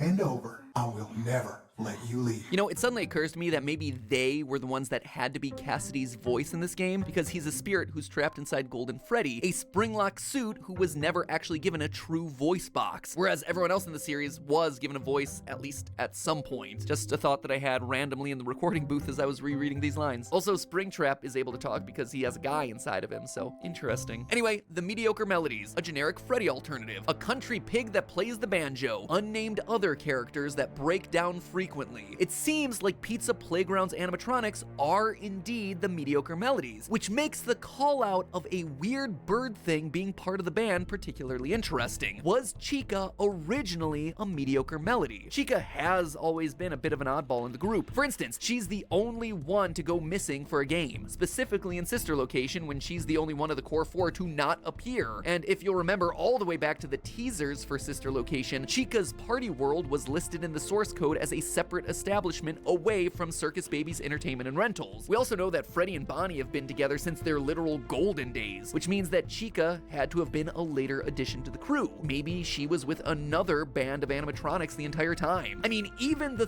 theming makes more sense with the mediocre melodies. Something about chicken animatronic wearing a bib just fits better alongside a farm-themed banjo pig and bear with a southern drawl. Kinda makes you wonder where Foxy the pirate comes in now, huh? Anyway, the reason I bring all of this up is that for for a long time, I've suspected that Chica is the key to the whole timeline of these games. No joke, I've literally had an email in my inbox for years addressed to myself reminding me to follow the missing Chica, since her coming and going from the lineup seems important, but up until now I've never had enough dots to put together in a timeline. We've known for a long time that she was the first to get stuffed with the little girl Susie.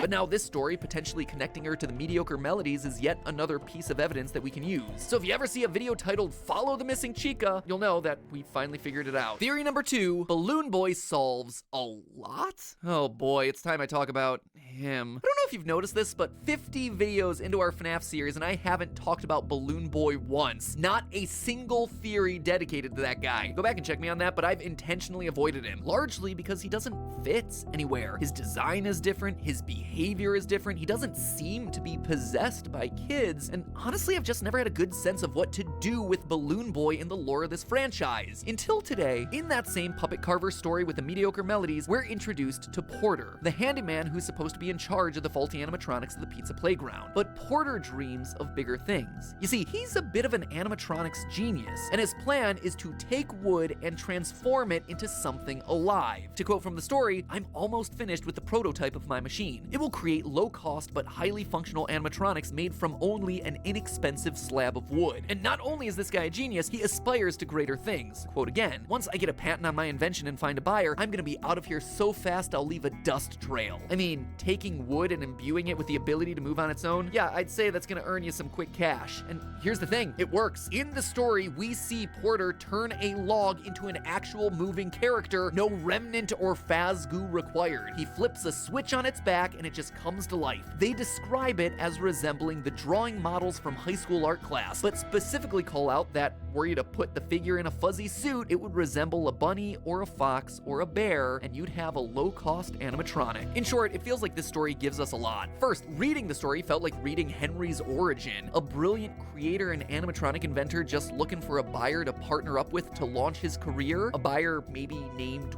William Afton. Seems to me that Henry was a college engineer with a great idea, and his earliest experiments were in the form of these living wooden dolls. This, in turn, explains both Balloon Boy and the mini-renas. Remember, the book described his wooden puppets as resembling the drawing models from high school art class, which, if you're not familiar, are these guys. That is why we have so many living dolls wandering around these pizzerias that don't seem to have spirits inside of them, only able to say basic words like, "Hi." Hello? In short, Balloon Boy isn't an animatronic, or at least not in the way that we all consider animatronics, as, you know, living robots with dead children's souls trapped in them, infused with remnant, all that good stuff. Taking it one step further, this might even have timeline implications. Wooden dolls appear in pretty much all the games currently thought to be the earliest in the timeline. FNAF 2, of course, with Balloon Boy, but also very heavily in sister location. On the main console, there's a marionette named Little Joe, a doll named the Magician, a gypsy figurine, and a series of human heads. Ennard's mask, Music Man, the mini-renas, Baby, Ballora, even the puppet's face all seem to stem from this era of Henry's creations. It seems to me that the wooden dolls and marionettes were all designed as he was trying to develop the look and feel of the Funtime animatronics, leading up to the eventual opening and immediate closure of Circus Baby's Pizza World. As a reminder, Baby's Pizza World has never actually appeared in a game. Rather, we know that it exists based on hidden website text, and that it was closed down due to a quote-unquote gas leak, which is just PR speak for Afton's daughter getting nabbed by Baby, and the characters got retired down into the basement, which would eventually become Circus Baby's Entertainment and Rentals. The only game that happens earlier than these two is currently FNAF 4, and wouldn't you know it, that's also the only one without a Balloon Boy appearance, or rather a questionably canon appearance since Nightmare Balloon Boy was in it briefly as part of the Halloween update. Long story short, perhaps the appearance of Balloon Boy and the other wooden clown-faced characters marks the start of William and Henry's partnership. I know a lot of people tend not to believe me when I say that a lot of evidence points to sister location happening early in the timeline, but I think all of this is yet more fuel to that fire. And while we're on the subject of William, theory number 3, William Afton is a stepfather. At the beginning of this theory, I made the observation that a huge number of Fazbear Fright stories have a theme of identities being stolen. At this point, it feels like it appears once in every book. The other massive theme that keeps recurring in these tales are single-parent households, dads abandoning the family and just straight-up bad dads. Lots and lots of bad fathers. Up through the 8th book, 12 of 24 stories feature a single-parent home. Just to run through some quick examples, in the book Step Closer, there are 2 stories that have a dad up and leave the family. 1:35 a.m. is about a foster child that had an abusive foster dad. The New Kid, another abusive dad who left. The Cliffs is about a single dad losing a son. Breaking Wheel has the character Reed, who has a single dad who's, quote, trying his best. And in the short story What We Found, which is basically just a retelling of FNAF 3, Hudson loses his father when he takes his own life on account of mental illness, only to wind up with Lewis, yet another abusive stepfather. To me, this is not a coincidence. It's the books yet again trying to point our attention to a common theme in the game, that Afton may not be the father that we've assumed he was this entire time. At this point, we're fairly certain that the orange guy from the FNAF 6 minigame Midnight Motorist is Purple Guy, who is also William Afton, and we see that he's far from a caring and compassionate father, banging on doors, yelling at his son, making threats. Shock of all shocks, a guy who moonlights by kidnapping kids and running experiments on their remnant soul juice isn't a father you want to go into the backyard and play catch with. Whoa, who would have saw that one coming? But the fact is, the books seem to be alluding to another layer in this, that he isn't actually Crying Child or Elizabeth's biological father. It would explain why Baby in both the Silver Eyes trilogy and Fazbear Frights feels a cold distance from her dad. Not just that he's lost in his work, but that he's not interested in her outside of what she can do for his experiments. That might be why he actually prefers Henry's daughter to his own. It might also explain Afton's relationship with the Crying Child, how we've suspected for a while that Afton might have been running experiments on him, torturing him with animatronics and supervising him with surveillance cameras from his underground office. Taking it one step further, remember that story of Hudson whose dad took his own life? Well, Henry in both Silver Eyes and FNAF World is shown to take his own life. And Hudson in the Fazbear Fright story is a very clear parallel for Michael Afton. So could Michael Afton have started as Henry's son, only to wind up as William's stepson? Think back to the Sister Location cartoons. Clara, the baby isn't mine. An undying vampire in purple repeatedly saying, "He's not my son," in between every night of that game. I mean, it is a big swing when it comes to theories, but I think there's at least some interesting parallels there to consider. Supporting this, we've also yet to see any adult females in the Afton household. Now, I've speculated that Bellora's song is about a wife leaving her husband when he can't escape his own grief, but who knows? That song could be related to Henry's grief at the loss of his daughter Charlie. In the original novels, we're shown that Charlie dies, and that Henry loses his mind with grief, leading him to eventually take his own life. What if the line about an empty tomb isn't William's sadness, but rather a song about Henry's? And that in the aftermath of his death, his kids go to William, his partner. Oh yeah, speaking of Charlie, did you know that the puppet's name officially was Coils the Clown for a while? It's true. In the story Jump for Tickets, we're introduced to a character named Coils the Clown who, quote, has a lanky body with lemon and lime stripes. It has long arms, 3 fingers, and a face that looks like a crescent moon that turns upside down when it's sad. And just like the security puppet in the game, Coils the Clown is canonically responsible for roaming around the restaurant looking for intruders and gets sad when a child dies accidentally on his watch. Again, like everything with all the books, there's definitely some changes that have been made, but the thought of the puppet having an actual name and that name being funny like Coils the Clown made me pretty happy, even though it was a small thing. So there you have it, friends. 3 more theories to chew on down in the comments below and on the Game Theorist subreddit. You can bet that I will be reading all of your thoughts, so make sure you keep them coming. I don't know if any of these will lead to massive lore revelations, but hey, they were things that I thought were at least worthy of calling out and thinking about. And all of this is without even mentioning the stuff that's happening around Security Breach. I mean, have you seen the new images coming out of their secret website? It's pretty terrifying stuff. Still early days to be sure over there, which is why I didn't want to comment on any of that yet, but you can bet that we're starting to get close to the actual release of a game in this game franchise. FNAF season is upon us yet again, and finally I'll have a game to talk about rather than more books. So stay safe and watch out for any misfiring animatronics tied to security databases. In the meantime, remember, it's all just a theory. A game theory. Thanks for watching. You know, we joke about it a lot on the channels, but FNAF really has taken over my life. I mean, if I'm not gonna scour all 10 Fazbear Frights books for lore the second they're released, then who's gonna? Recently, though, I've been trying to broaden my horizons by consuming content that isn't FNAF related. I know, shock of all shocks. I'm actually dipping my toe into the world of modern independent cinema. You know, things like Willy's Wonderland, the Banana Splits movie. Oh,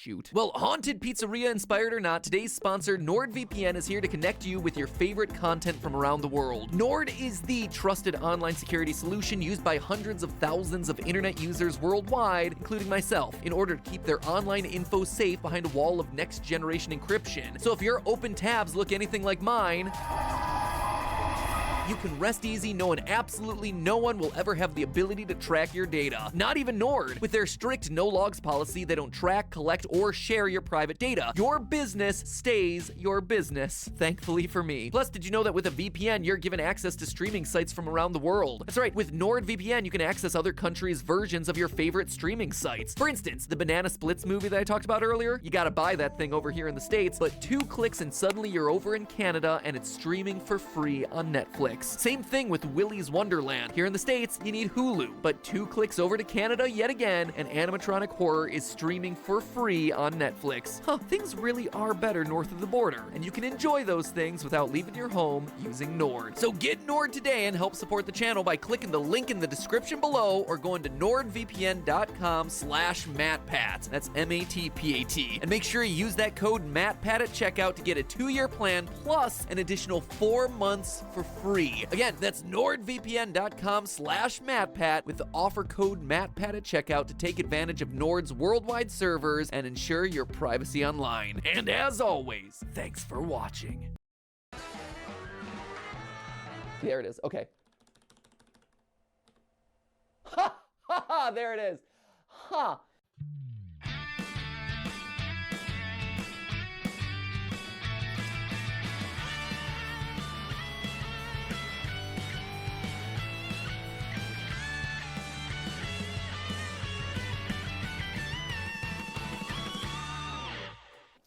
Hey guys, and welcome to GT Not Live, where it's another day and another opportunity to do FNAF speculation, because apparently, the last teaser for FNAF Security Breach, this release of this brand new website, I think came out about like a week and a half, 2 weeks ago, and we're like, oh, every week there's gonna be a new episode of this Freddy Fazbear's Pizza, like this old Hanna-Barbera style cartoon.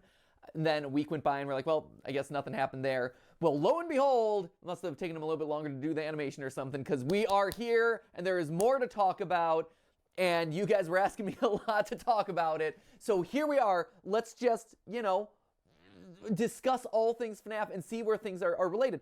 And real quick, I think it's particularly interesting because going into Security Breach, I felt like I had a really solid understanding of what this plot was going to be, right? Based on where the series had gone to and the clues that we had been kind of seeded through all the other stuff up to where Security Breach was first supposed to release, like last year, right?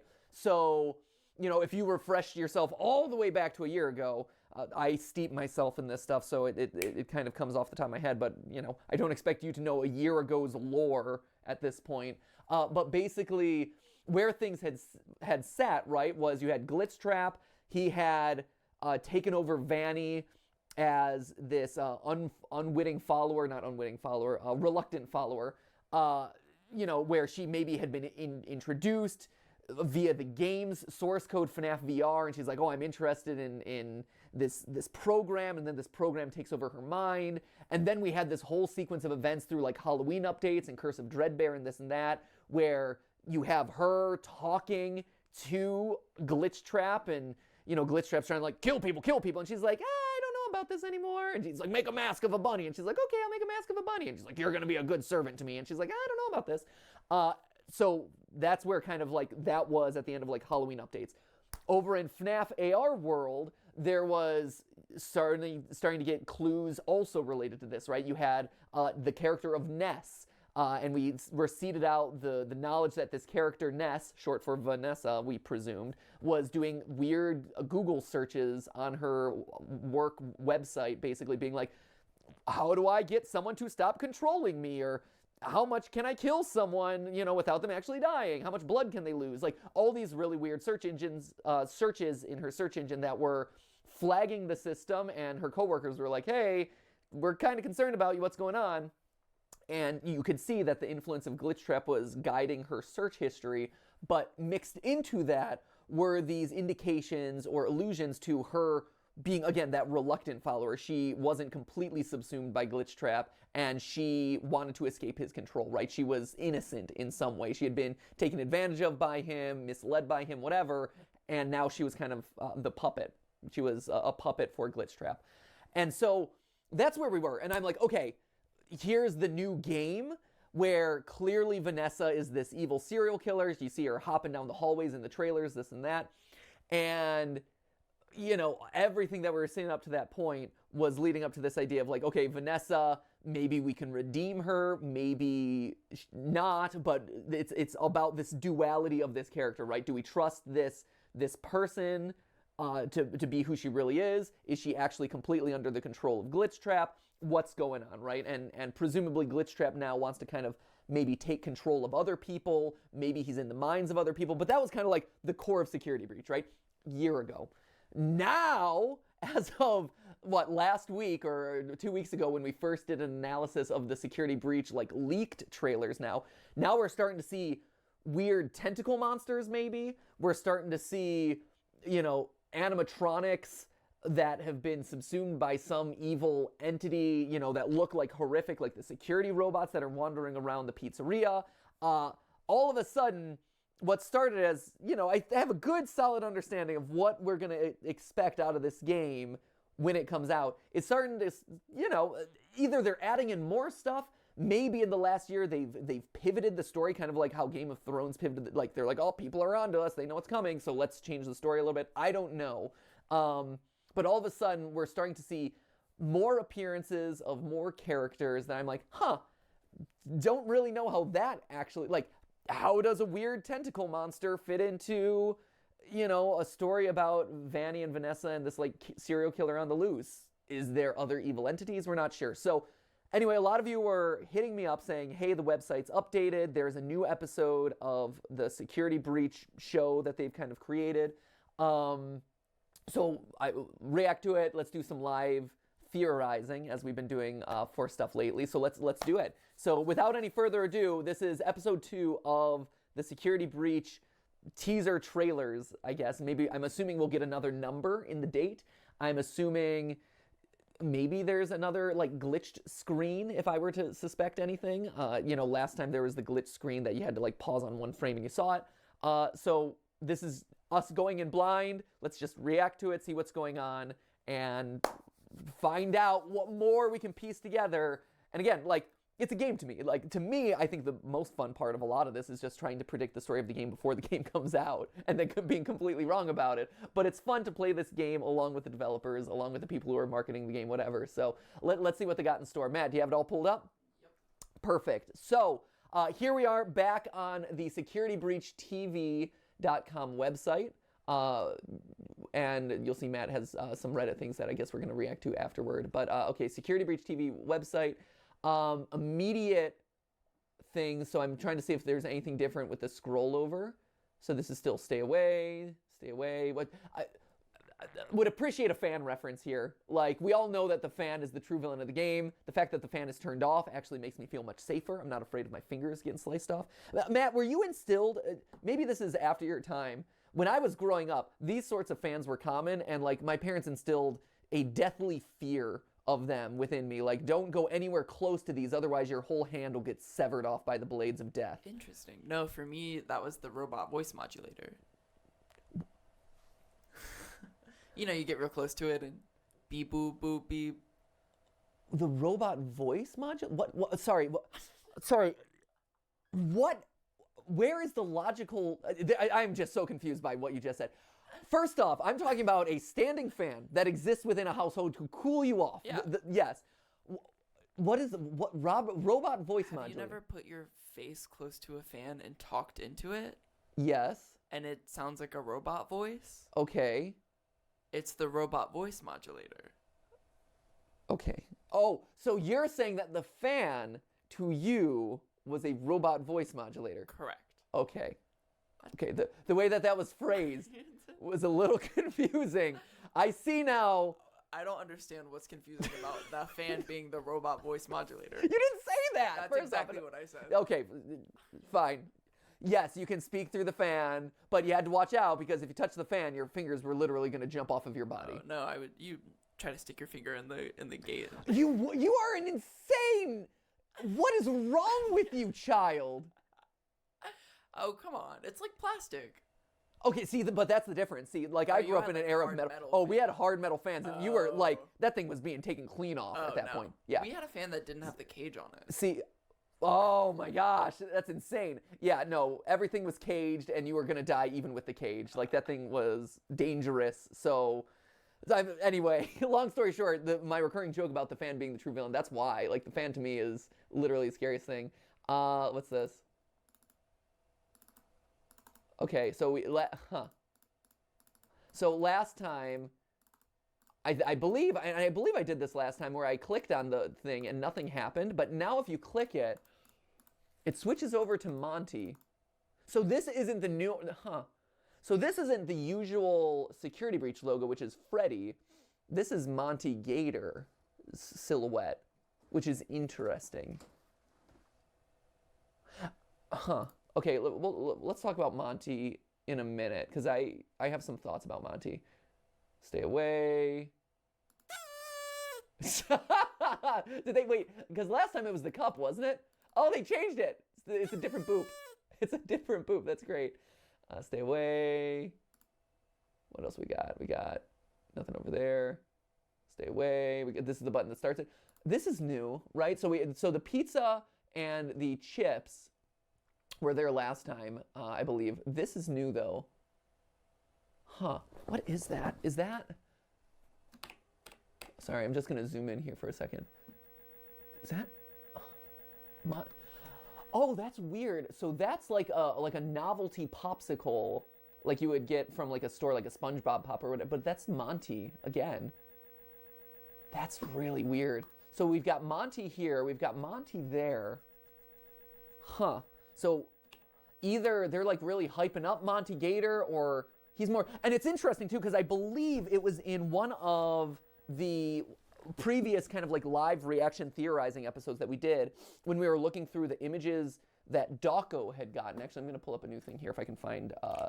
Okay, this contains potentially sensitive content. Okay, that's why. So, here are the images from this charity live stream that Dawko did, and Steel Wool was giving him these images, right? So, this was 1, 2, 3. But the reason I'm pulling this out is because when we were reacting to these live, I remember something about Monty Gators stood out. That's Project Hex, that's his thing. Let me see if I can find it real quick. This is his Gator Golf. There was something about his booth, I remember, because each character, there's a lot of Monty Gator stuff that they released. Maybe it's because he's the new guy, maybe it's because he's interesting. I said this was weird because it seemed like a weird perspective. Like you see elsewhere here that there's a slide or maybe like a lazy river court kind of thing. But here we're looking outside of his mouth, so maybe we're inside the suit, which is odd. Glam Rock. There's a bunch. Wow, he got a bunch of images. It's really cool. It's a beautiful game. I'm so excited to see what it actually looks like. So this is Chica's. Chica's looked fine. Everyone has their green room, right? Chica's looked fine. It was... here's Roxanne Wolf's looked fine. This is Monty Gators.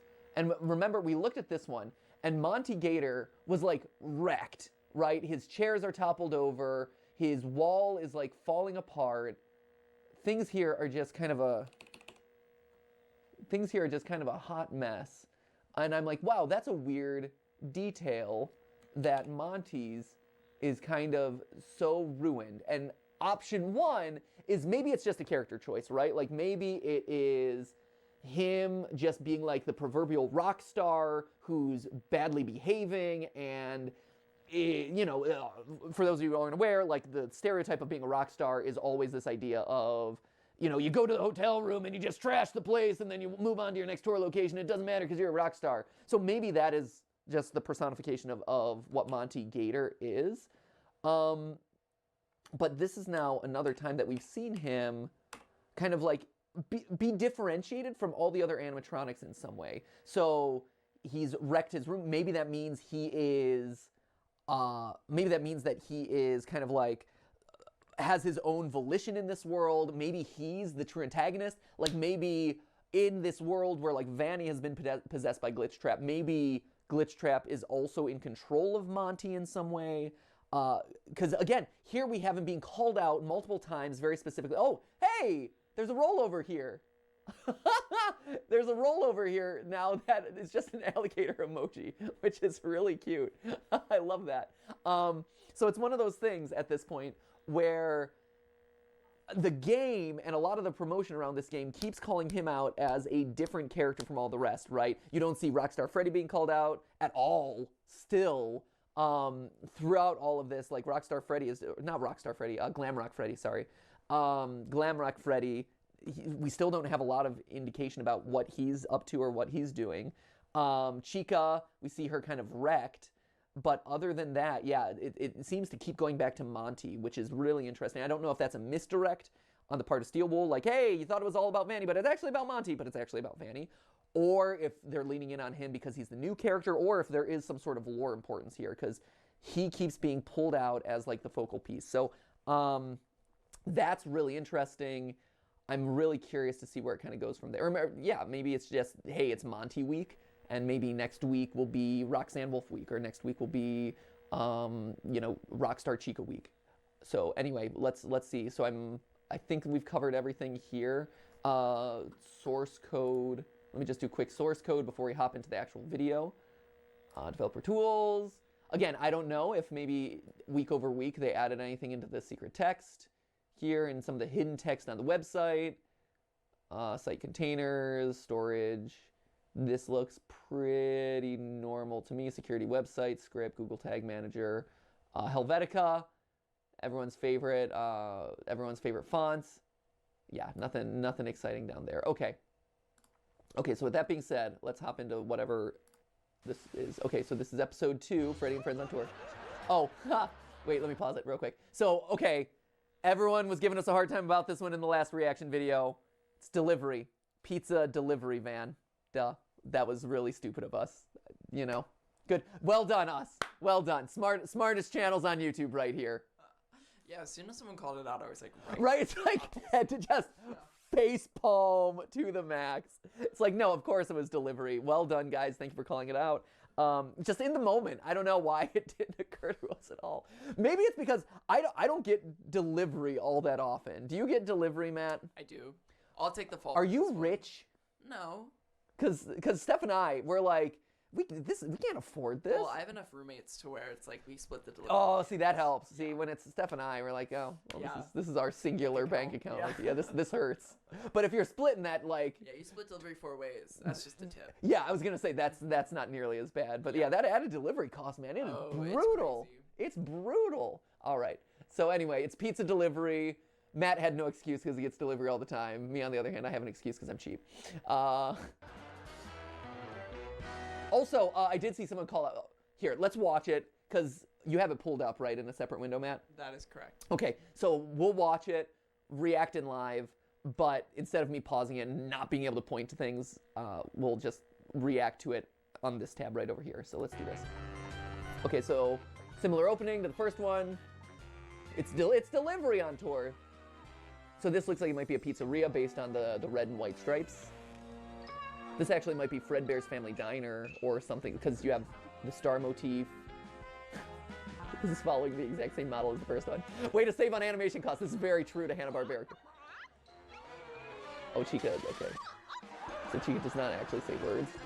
Good to know. Yeah, this is the exact same thing as the first. Even this sequence is the exact same thing. So, true story, to save on animation costs, wait, oh, there was a glitch, wasn't there? Hanna-Barbera would do the exact same thing, where they just like recycle the same running sequences and put them against different backgrounds. Even this is him popping out of like, what, a barrel or something last time? Oh, a flower pot, I think it was. He's an animatronic the whole time. Okay. No reaction. Okay, so this is largely similar. Gonna go for a ride to the pizza shop with our friends. We're jumping and rocking till the sun goes down, and the moon is shining forever and ever, forever and ever. Uh-huh. Oh, weird. Okay. Huh. All right. See, and it's a different logo. You can't save this, it's still a thing. What's gonna stick here? Ooh, the one stuck and two stuck. Okay. All right. So, a lot to talk about there. So first off, now let's hop over to this. Okay, so it's delivery. We know someone called this out, and I saw this on Reddit after the first episode, and I thought it was interesting. I don't know if it's true, but I thought it was interesting at least. Where someone's like, "Is that the FNAF 4 box?" It's similar. It definitely looks very similar, but it also looks like a general case that it could be. I'm not 100% sold on it. I like the idea. Trust me, I like any time a Chekhov's gun can pay off in some way. I'm not 100% convinced, but I like the thought. Maybe that'll be our personal headcanon for this one. Freddy and Friends on Tour. It's interesting to know that, again, like just reinforcing the idea that Foxy is not actually part of the band, really, which is an odd little detail, and kind of goes to what we talked about in our most recent FNAF theory, where it's like, hey, we know that Freddy and Bonnie have been together since the very beginning, or at least since like very, very early days. Those were the first two connected, right? But Foxy and Chica, you know, they're later additions to this crew. How did they come to this crew? Where did they come from? It's something that we've never really stopped to think about or talk about, because at the very beginning of the series in FNAF 1, they're presented as this unit, right? These 4 animatronics that have always been together. But looking at the history of the franchise, the evolution of those characters and where they join is something that we've never done a deep dive into. And especially with Chica, there's been some clues seeded out that, like, hey, maybe she was a later addition to this crew than you might have expected, or she didn't quite fit in, or maybe she was part of the Mediocre Melodies or something, or Chica's Party World, or some other thing that got subsumed into the Fazbear brand, which is cool. I've always sat on doing a theory, maybe one day I will, but sat on doing a theory of like the actual business structure of Fazbear Entertainment, because it's like, this is your umbrella corporation, and these are your like subsidiaries, and this is your sister location. Like, ever since the release of Sister Location, I'm like, man, we should do like an episode that just looks at corporate structures and use Freddy Fazbear's as, you know, our jumping off point into like, what does it actually mean to incorporate? Because, you know, that's something that a lot of YouTubers have to figure out and go through as like they go from just like, I'm doing this in my basement to like, hey, I'm hiring employees. We have to like follow actual business practices. And I think a lot of it does apply to the narrative of Fazbear, right? Where Fazbear Entertainment, how does that relate to Freddy Fazbear's Pizzeria, its offshoots, sister location, Circus Babies? Is it owned by the same Umbrella Corp? Is there another corporation on top of that? All of that. There's interesting business elements woven throughout this whole thing that actually has bearing on the timeline of events, which is something not a lot of people have talked about because it's boring, maybe not as exciting, and also not as in your face as like, hey, there's an animatronic that's about to chomp your face off, but might actually lead to clues in much the same way that like, hey, let's analyze the paychecks and see like, if that was minimum wage, when would that have kind of set us in a timeline standpoint? Like I said here, this looks to be like a small pizzeria situation here, with that classic like red and white stripe. So maybe this is kind of like a riff on Fredbear and Friends, or like a Fazbear Family Diner kind of thing. Fredbear's Family Diner. That's kind of solidified too, like the old wood paneling of the walls. You know, these sorts of like comedically large star doors reminds me of the sorts of things that you would see in like a Chuck E. Cheese, where like, oh, here's our character mascot coming out of his booth or whatever. Again, it feels like this might be and also the iconic checkerboard floor, right? So even though throughout this it feels like we're in a generic building, this looks like we are in an early version of one of the Fazbear pizzerias, or one of these characters' pizzerias. The checkerboard floor, the stars. I'd be curious if this is, this feels like it's just identical, right, to the first one? There's a glitch here? No, there's a glitch here in the first one, not here, okay. You'll notice this time I remembered that we have closed captioning on, because like we've talked about in other franchises, it's never been done with Freddy's, but with other franchises, when there's a YouTube component to it, like Walton Files, when we did live reactions there, closed captions sometimes hold clues. So I was curious to see if there might be any secret clues in the actual closed captions of these. Right now, I haven't seen anything. I also didn't see any in the first, but maybe moving forward there could be. Hint, hint, steel wool if you want to find a new place to hide stuff. There it is. Okay, so they're running. There was a glitch when they were at the doors, right? It was somewhere around here. There it is. Okay. Ha! Ha ha! There it is. Ha! So it's Monty Gator again. Okay, so expecting that there was going to be a glitch, I pulled this up. All right. So what do we got this time? We've got... So it's, again, it is Monty being called out yet again. So it is either full-on Monty week, or there is something special about him that's causing them to continually, like, single him out as a character. This feels like one that we might want to actually bump up the vibrance just to get more saturated colors here. Nothing much. It is interesting. He's, again, look here.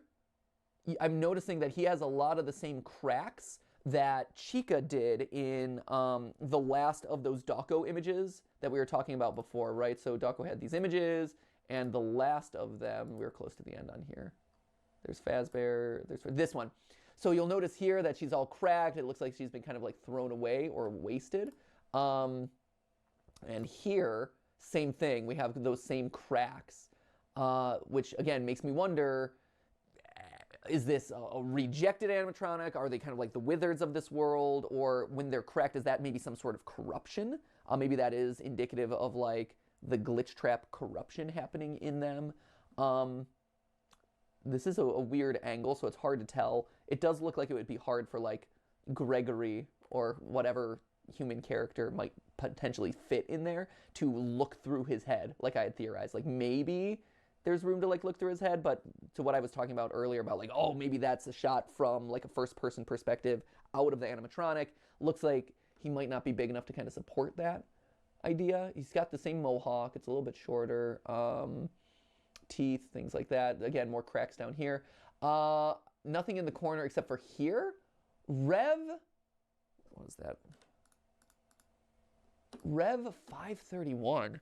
So last time was what? Alpha Z groups, Alpha 6 groups, Alpha Z groups 6? I think it was Z. Alpha Z groups. Rev 531.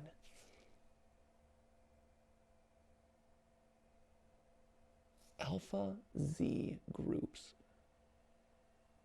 So one of these things, Alpha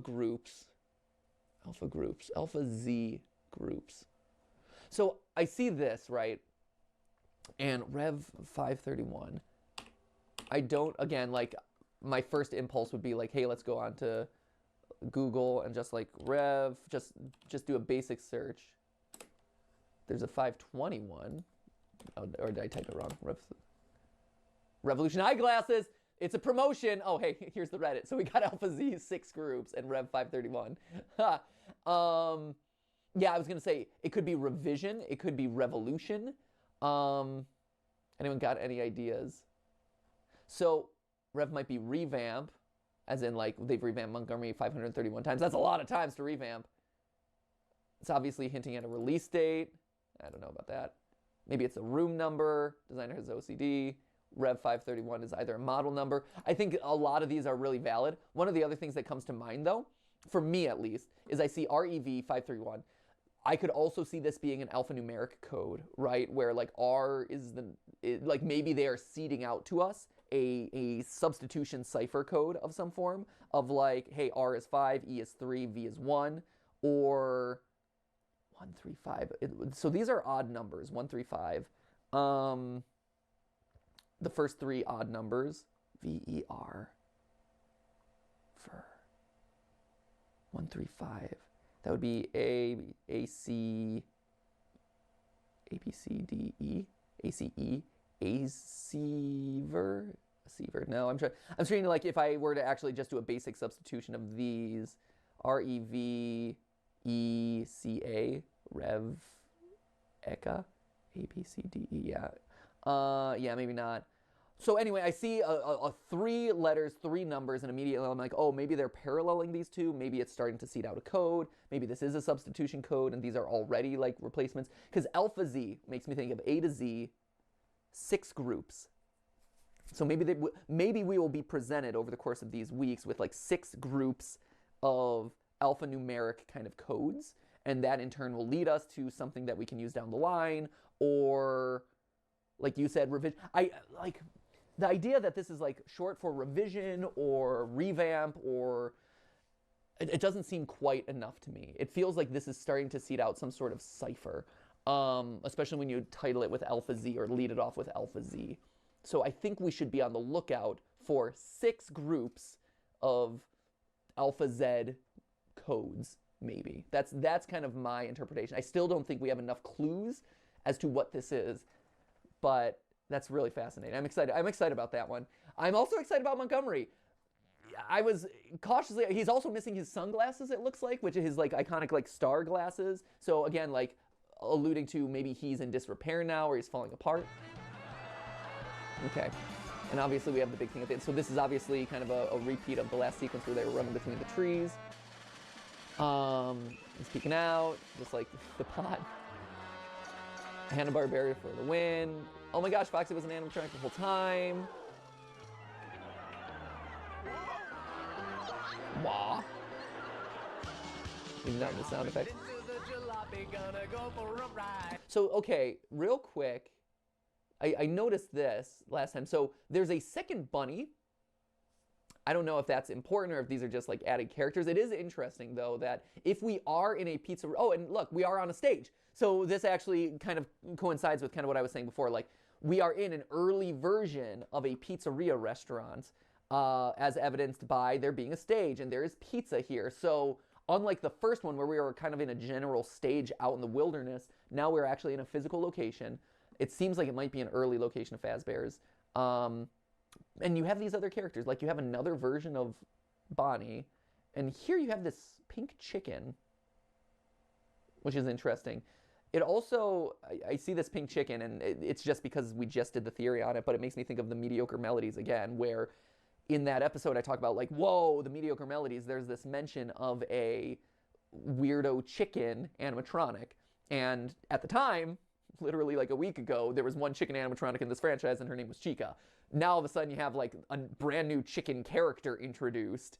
So maybe this is a Mediocre Melody. I don't know. Maybe I jumped the gun there. All of those theories were a little bit more stretchy than I usually like them to be, but I liked them enough and I thought they had enough meat on the bone to like chew on that I'm like, this is worth sharing with everyone.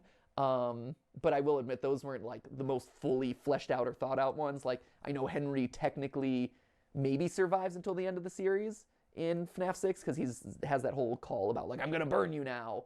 But who knows, this is a franchise where people are like reborn multiple times, so was it actually him? Who knows? Hopping in the Jopley, going for a ride. We're jumping and rock until the sun goes down and the moon is shining forever. Okay, so this is it. This is the big draw here. So these are the 2 new animatronics that were teased out in the very first teaser of this game, right? The sun guy and the moon guy. Do they have names at this point? I don't know. Let's see. Yeah, okay. So this very clearly confirms, to me at least, that they are one and the same. Like that repeated flash there. And I mean, look, just their design too, right? Like the sun guy has a moon face. Like that kind of tells you like this is just the day-night cycle of this guy. Maybe he helps you during the day and then he attacks you at night. Maybe he attacks you all the time and he just changes his look, which honestly wouldn't surprise me at all. It's a cool design. I love that transition. And it makes me think that like his little sun spots will kind of like fold back in, during his transition or whatever. I don't know. Is he helpful? I don't think he's helpful. I think he's evil. They're all evil. All the animatronics are evil, right? All right, security breach. And then the last thing was obviously the date here, which, okay, so if the 1 and the 2 are now solid, so we know it's the year 20-something, assuming it's this year, 10, or it's not going to be October. I say that this is what, like, I'm predicting that this is going to be November, like, or mid-November. Right, it's got to be mid-November. So I'll clear my calendar, guys, for mid-November. That's what we'll do. Okay, So that's it. Let's see. So Matt, you pulled up a couple things of people reacting. I did. Okay, let's see what you got. So it's just the Fredit coming straight from you from the Fredit. Yeah, there's a ninja. Your banner's got a ninja reference. Okay. I haven't seen the most updated version of, I guess. Okay, here's the link to the episode. What do we got? I'm starting to notice a pattern. Swiper, no swiping, 42. Is the pattern that it's the same cartoon every time? Is that what it is? Because that's definitely a pattern. Notice a pattern. The trees, the doors. Oh, ha, ha, ha. Okay, so 1, 2, 3, 1, 2, 3. Oh, see, this has more than that one, though. You're right. There's definitely a visual pattern. I would hesitate to draw the actual parallels there. I like the comparison, though. Like, you're totally right, and it is definitely a repeated motif. I don't think there's enough right now to kind of validate, like, oh, yeah, it's one and the same. I think that's just a cool coincidence slash a just, like, design aesthetic, right? I wonder what flavor Monty Popsicle is. So someone else noticed the Monty Popsicle, yep. By Queen CJ. Yeah, what flavor is Monty Popsicle? The thing is, those novelty pops, they're never good. Oh, I like them. You...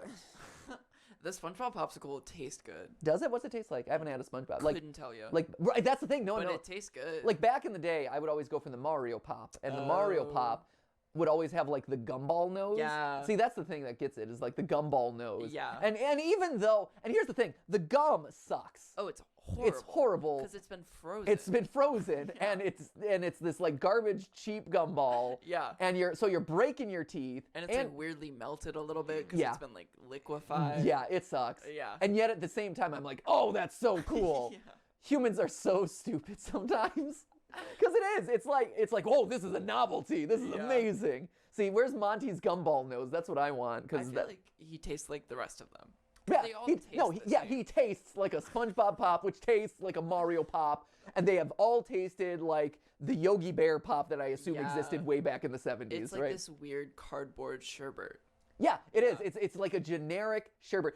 Nowadays, so I you know, with Ollie being 3 years old, we have a kid, and so we're re-exposed to, like, these products that are specifically oriented towards kids, like these Pops are. And you have, like, it's unicorn pudding. And you're like, what's the flavor of this? And you're looking at it, and it's like, it's unicorn. And you're like, unicorn is not a flavor.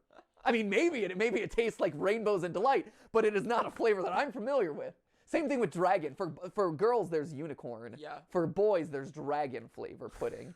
And it's like, dragon is not, and I taste it, right? Because we've gotten them both, and I taste it, and it's like, it is generically sweet. Do they taste different? The dragon and the rainbow? They do slightly. Really? Yeah, the unicorn tastes, like, if I were to most compare it, it's like cotton candy, right? It's like a less good version of cotton candy. And Dragon was real general. Like, Dragon, I had a really hard time pinpointing. It's so weird that we've gendered flavors. Right, isn't that weird? Like, that's well, it's so crazy. It's less that the flavors are gendered, and it's more that the color palette is gendered, which in turn begets flavors. So the unicorn flavoring is pink and light blue, right? Which is girl colors, and as a result, when you see light blue, in general, that's associated with, like, cotton candy look, right?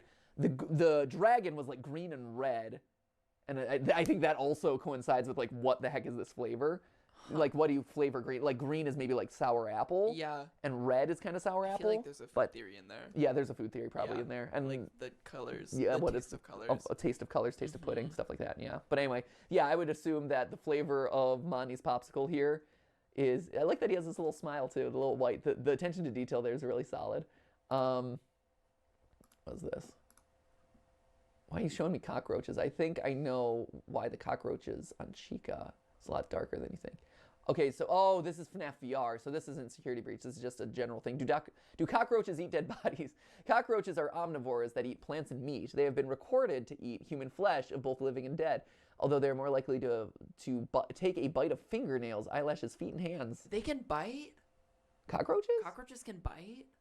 Sure. No, I don't like that. No? Did you know that? I guess I always kind of assumed that they could. Like, they got to eat somehow, right?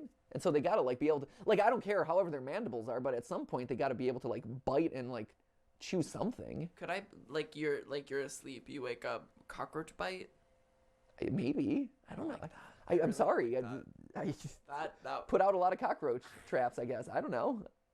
I haven't come across that many cockroaches, I guess, in my life that I'm like freaked out by Welcome them. to the South. It does. They are everywhere. I have noticed, like Panera the other day, I'm like, "Ooh, there's a cockroach in the corner. That's not great." My high school is cockroach infested. Yeah, well, I mean, in California has all sorts of weirdo bugs. It's terrible. But yeah, I do notice that the bugs here are a little bit different. But this is interesting. I appreciate the attention to detail, right? There are cockroaches crawling through Chica because there are dead bodies, presumably stuffed inside this animatronic. That's cool. That's a really good pull. I love that factoid. That's the sort of thing that is just a fun, like, you can't build a theory about it, but it's just a fun, like, if we didn't know that there were dead bodies stuffed in the animatronics, it'd be like, here's this cockroach. So that's a really cool observation. The bass is back. Really fun. I like that one a lot. Here we go. Similarities between the broken Monty and the old leaked designs. Ooh, old leaked designs, which could possibly be the finalized designs. Same eye holes. I guess. Yes. Identical teeth. He is an alligator. I mean, we've seen Monty before, haven't we? We've seen versions of Monty here somewhere, right? Is this identical back jaw shape? Yep. Color is more similar to that than the trailer. Okay, so his coloring is a little bit more similar to the trailer. Same face curve. Okay. Yes, the alligator animatronic looks similar to other versions of the alligator animatronic. Shorter mohawk, maybe? Oh, wait, there's 3 images